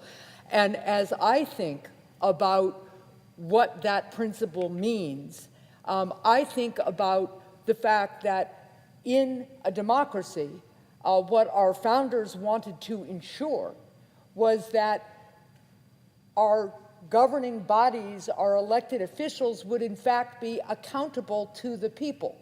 So what does being accountable to the people you represent mean? Well, about 50 years ago, this Congress came together and in a bipartisan way passed something called the IDEA, the Individuals with Disabilities Education Act. Why? Because families all across this country, from every political persuasion, understood that their children with disabilities could learn and thrive if they had access to public education just the way other kids did. And because families spoke up, because individuals spoke up, we now have seen 50 years of IDEA, special education, in our schools. We have more work to do in that direction, to be sure. We need to get more resources to our local schools, the way the IDEA originally promised we would, from the federal government. But because families demanded it and their elected representatives heard them and listened and acted and believed they were accountable to them, the quality of life for children and families with disabilities has improved exponentially. Then I think about Medicaid expansion. When I was governor of New Hampshire and the Affordable Care Act passed, one of the things that states had the opportunity to do was adopt expanded Medicaid so that people who had mental illness, for instance, or substance use disorder, addiction, could get care under Medicaid, or people who were working part-time and had chronic illnesses could actually get health care. And at first, in a divided legislature, a legislature that was one chamber Democratic and one chamber Republican, the Republicans blocked Medicaid expansion. But gradually, the people in my state of New Hampshire, the live free or die state, spoke up, spoke out, and said, this is really important to our families. And as a result, we found bipartisan agreement to expand Medicaid, provide health insurance coverage so that people could get better and could get fully employed and could then go on to private insurance, something critically important. Again, this happened because the people in my state, the elected leaders in my state, believed they were accountable to their constituents. Now, I think a lot about authoritarian regimes and their lack of accountability, because authoritarians don't believe that they are accountable to the people. They believe that the people are their subjects and are accountable to them. And that, of course, is what we are seeing from Donald Trump right now. I think about the fact that in 2022, we passed in this body the PACT Act, and it was signed into law. That is the law that provides health care to our veterans who have been made ill by toxic exposure during their service. These are our brave heroes that we owe everything to, we owe our very freedoms to, and this body came together because veterans all across this country and their families and their supporters came forward and said, we have been made ill in our service, we need health care, and we came together and on a bipartisan basis because we believe and know that in a democracy we are accountable to the people, that we then delivered something that the people, the veterans, our heroes, the people we owe the most to, we owe our way of life to, could get the health care they needed. That is the difference that having elected leaders in a democracy makes. And so, as I think about this administration taking health care away from millions of Americans right now, one of the challenges we're facing is that people's health insurance premiums who get their health insurance on healthcare.gov, those premiums are due to at least double on November 1st. In my home state, that means that a 60-year-old couple earning $85,000 a year is likely to see their health insurance go up by $14,000 a year at a time when a recent report says that if you are a family of four in New Hampshire and earn $100,000 a year, you cannot make ends meet because of the cost of housing and groceries and energy, daycare, health care. So we now have an administration led by a president whose authoritarian tendencies you have laid out so well, who is standing idly by while this healthcare calamity is facing us, Because, of course, it's not just people who get their health insurance on healthcare.gov who are going to see their costs skyrocket. It's going to be the entire health insurance premium marketplace that is going to see increases. So we are looking at a president who is busy building ballrooms, buying vanity airplanes for his Secretary of Homeland Security, doing all these things to satisfy himself and the people around him, but who doesn't seem to believe he's actually accountable to the people. I always thought that in the United States of America, we weren't subjects to be ruled, we were citizens to be heard. So, Senator Merkley, can you speak a bit to how this administration's attacks on our democracy have real impacts on the day-to-day lives of Americans? I appreciate so much this passionate question from my colleague from New Hampshire. And there's no one here among the 100 senators who have spent more time working on issues of disability, bringing their own life understanding to bear to help millions of people across this country. And when we expanded the folks eligible under standard Medicaid, it had a huge impact on the availability of health care for disability. And then the additional work we did to try to say health care is a right, it's a foundation. Let's build a system where everyone has access. But the way you have framed the difference between a democracy and an authoritarian power is powerful. Under democracy, leaders are accountable to the people. And I'm pretty sure that these 100 senators all think about the fact that people elected them because they said they would lead on certain issues and carry the fight, and that they have a responsibility to follow through and make it happen, to honor that social contract they have with their voters, that they're accountable to them. And if they're not accountable to them just in terms of their work that they do here, they're going to be accountable at the next election. But the attitude of the president is very different. And as you put it, in an authoritarian regime, it's more like the leader believes the people are accountable to the leader. And wow, what a difference that makes, because suddenly there's no need to worry about the health care of the people.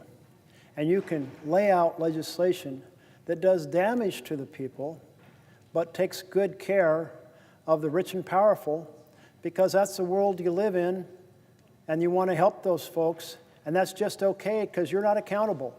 And that's the connection we see between the authoritarian presence of the president, who proceeds to attack and diminish due process, free speech, academic freedom, free press, proceeds to weaponize the Department of Justice to go after his list of perceived enemies, and then strives to create conflict in order to send the military in to address the conflict and expand his authoritarian power.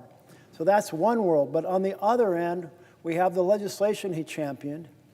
And how could a leader accountable to the people do a bill, support a bill that cuts 15 million people off health care in order to fund tax breaks for billionaires, or run up 30 years of debt, 30 trillion over 30 years, to run tax breaks for billionaires? That debt is going to haunt us in the future in terms of being able to do basic programs in healthcare, housing, education, infrastructure, job creation. And the answer is because he's an authoritarian leader. And that's how these two things are connected. And these real impacts that you're talking about are so evident. Child nutrition programs, savaged to do tax breaks for billionaires. And here we are in this Republican shutdown designed to ensure that the cuts to health care continue. And there's more damage to come to ordinary people. States will run out of their women and children funding. States will run out of other basic programs. food banks are going to run out of food probably because of the additional burden that they're sharing. And not one element on the president goes, I'm accountable to the people. I'm supposed to be here driving welfare for our entire nation. I can't let the health care go double in price, as you pointed out, on average across the country. I can't allow a program go into effect 15 months from now. In January 2027, there was millions of people losing their Medicaid. And then even in that bill, he has a third attack on health care, which is to change the way that states can receive or develop their match. And if states can't raise enough money to do the match, they've got to really shrink the programs. And that's like a 2028 impact. So it's like impact, savage, the health care in multiple layers. And this is the connection between the authoritarian mentality and the real effects that devastate families in our country. Well, would you yield for another question, I Senator? would love to yield for another question. Because as you were talking and as I have been thinking about the various ways in which a true democracy delivers results for its people, I mentioned in my prior question the fact that we passed in 2022 the PACT Act. And, you know, I was with a group of veterans right after we passed the PACT Act, and I thanked them for all the advocacy that they had done to get it over the finish line. And then we got talking about the war in Ukraine and why it was so important to stand up with the Ukrainian people who are fighting for the very freedom, for the very form of government that we so cherish, our democracy. And I found myself asking them the question, and I'll ask it to you now, Senator, would Vladimir Putin take care of his veterans the way the PACT Act proposes to take care of our veterans? So what are your thoughts about that? Thank you for posing this question, which has not come up in the many hours that I've been standing here, but is very relevant to the question of what happens under authoritarian control. And first, recognize that Russia retained some trappings of democracy, but it's clearly a dictatorship. And that's the danger. When you have that authoritarian presence, certainly Putin is that personality. And he did get the Duma basically to become the rubber stamp. And he did get the courts under his control. And everything that flows out from his authoritarian presence. And when it comes to how he views the Russians that he's sending to war, he sends them expendable pawns. I mean, they were sent on unbelievably unsupported missions to be shredded. And over time, certainly the Russian military has gotten much better. But in those phases where he just wanted to pour people into the front and enormous numbers were dying, I still think actually the number is pretty high per day, it was like, again, he's not accountable to the people. And one thing he did, which was very effective, is control over the press. Because I expected the mothers of all those folks being sent in to be shredded to become a massive force, that resistible force that would shake the foundations of Russia. But they didn't, in part because the information was so dramatically controlled. And this is where even these early stage efforts to control and discourage dissent, or I guess you could say uncomplimentary programming by our networks or by our newspapers, the suits that have been filed against CBS and ABC and told basically you have to pay off these suits if you want the government to do its basic function to approve your mergers. Then the attack on public broadcasting and the attack on the Wall Street Journal and more. I mean, the list is long. But when a president, an authoritarian president, wants to control the press and at least discourage, make people think twice about challenging him, I mean, a $10 billion suit against the Wall Street Journal, I don't know where that will end up, but I imagine there are folks thinking, do I need to be more careful in what I say in this story? Oh, my news agency might get kicked out of the White House briefing. Oh, that's another strategy to cut off.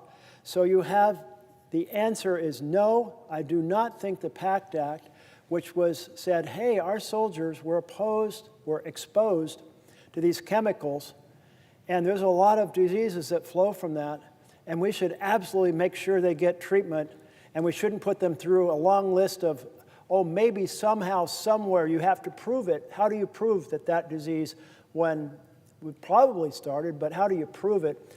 PACT Act, great act. And on Ukraine, I mean, here is a country that threw out a president who was trying to put them under a thumb of Putin.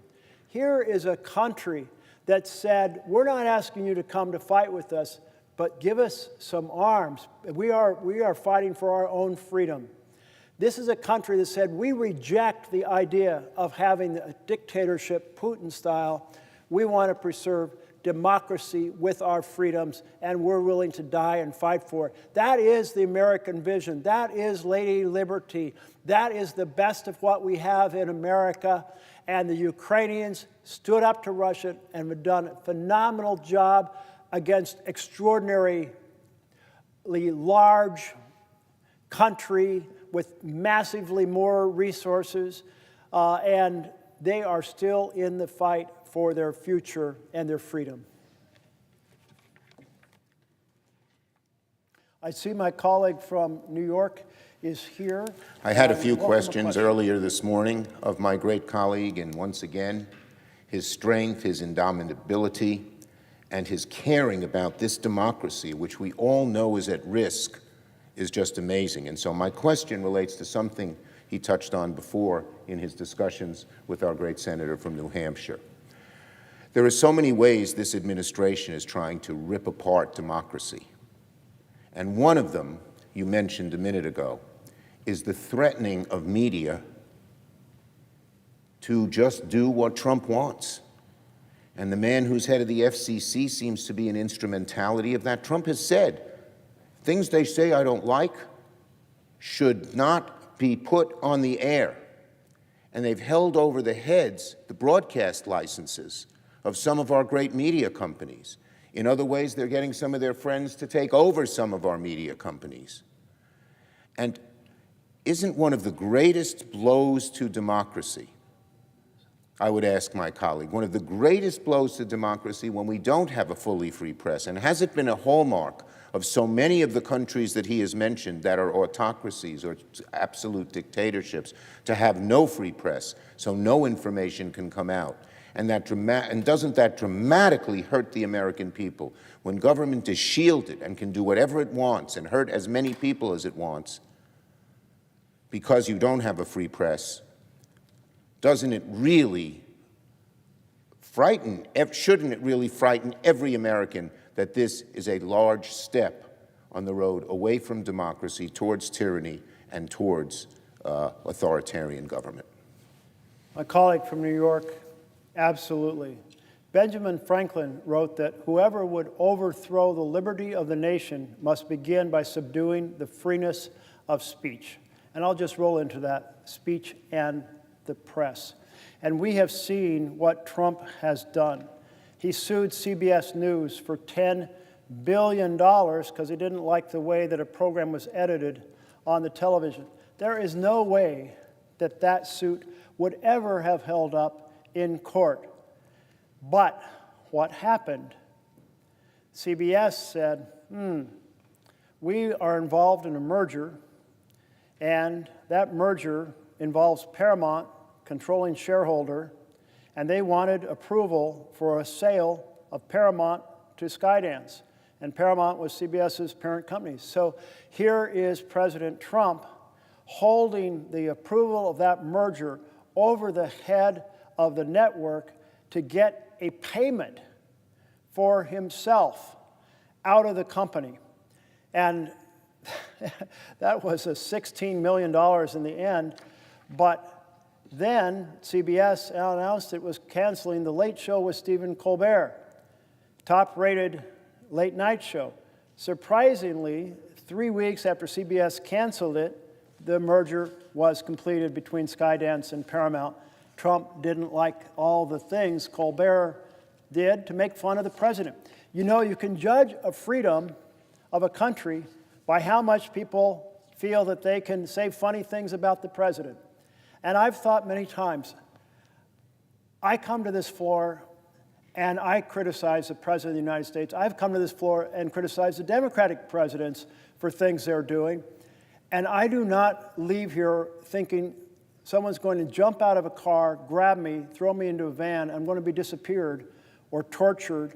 Yet that is so common in authoritarian settings. And it's so actually disturbing to me is one reason that I constantly raise the fact that I hate that we are seeing forces deployed across the United States that do not have an individual identifier, because that makes me think about when people jump out and grab people, and they did this at the protests in 2020 in Portland, no label, threw them into vans, unmarked vans. You didn't know what the hell was going on.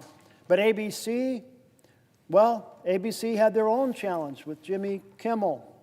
And there was a situation where Nexstar and Sinclair, they own dozens of ABC affiliates.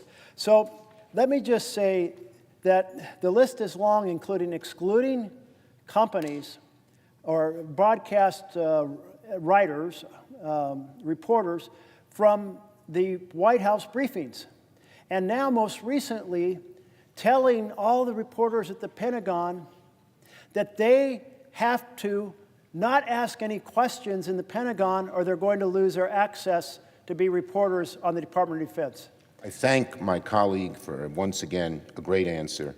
The freedom of the press is at risk, and if the freedom of the press is at risk, so is our entire democracy. I see that my colleague from Massachusetts has come, and I know she will have some excellent, thoughtful, and perceptive questions. So I will yield back to my friend from... I'm so glad that you emphasized the issue of freedom of the press, and amazingly how it's under attack in all these different ways. Here in the United States of America, it's unbelievable. And it's why I'm ringing the alarm bells. The authoritarianism is here now. Thank you, Mr. Leader. And I see that my colleague from Massachusetts is here. Yes. And I would welcome a question if you have one. I do. Mr. President, I'm seeking recognition. Senator from Massachusetts. Thank you very much. My friend Senator Jeff Merkley is ringing the alarm bell. He is carrying the momentum of millions of peaceful protesters at No King's Day directly onto the floor of the United States Senate for all of the spineless Republicans in Congress to see. I want to be clear here. Peaceful protest is patriotic. Holding the floor to protest the Trump administration's lawlessness is patriotic. Standing up for what is right, that's patriotic. And I am proud to join my friend Jeff Merkley in saying this part out loud. Donald Trump is not a king, he will never be a king, and America does not bow down to kings. So thank you, Jeff, for reinvigorating that energy and bringing it to the floor of the Senate today and every day. You are a true patriot. So let's talk for just a minute about what's going on here. New reporting from the Wall Street Journal this morning says that the average cost of a family health insurance plan is now $27,000 a year. That's a stunner. $27,000. And that's after years of rising costs. The cost of healthcare is rising faster than inflation. Healthcare is too expensive, and families are barely hanging on. So what do we have to do? We have to protect Americans' health care and lower costs for families. Seems pretty obvious, right? Not to Donald Trump. In fact, Donald Trump and Republicans are doing the exact opposite. Their genius plan was to pass legislation that will rip away health care from 15 million Americans, jack up premiums for millions more, force rural hospitals and community health centers to close down and shut down the entire government instead of coming to the table to save health care and lower costs. Now, Republicans just keep right on bowing down to Donald Trump. They seem to have lost their spines. Every one of them needs to go to the doctor and get a spine transplant. But instead, they are willing to make it more expensive for everyone else to go to the doctor. Make no mistake, our healthcare system is already broken, but Donald Trump and the Republicans are making the problem so much worse. Families in Massachusetts are now starting to get notices this week telling them that their healthcare premiums are going up next year. We are taking hundreds of dollars a month. Some families are seeing their premiums more than double. Others will get priced out of their plans completely, leaving them with no coverage at all. And it's not just Massachusetts. Americans across the country are counting on us to lower health care costs. And I want to share some of their stories right now. From a family who gets their health care through the health care exchange, quote, "If our premium doubles, we will simply not be able to afford it. Either my husband or I will have to scramble to find a job with benefits in a saturated market, or we will be going without insurance for the time being." So that is the story of a family who could get kicked off their insurance altogether because their costs will go through the roof. More uninsured people means more costs for everyone else, and that is a lose-lose for the American people. Here's another one from a teacher. "My healthcare costs are going up by 39%. How do I even live?" Families across this country are asking themselves exactly the same question. Democrats are here right now fighting for every single one of those families. Here's a story from someone else. Quote, "If my premiums go up, I'd have to cancel my insurance because my check would be gone and I have an autoimmune disease. It would be over for me. How could I raise my 2 boys and care for my parents? I'm the stronghold of the family." You know, that is the reminder that this kind of increase that the Republicans are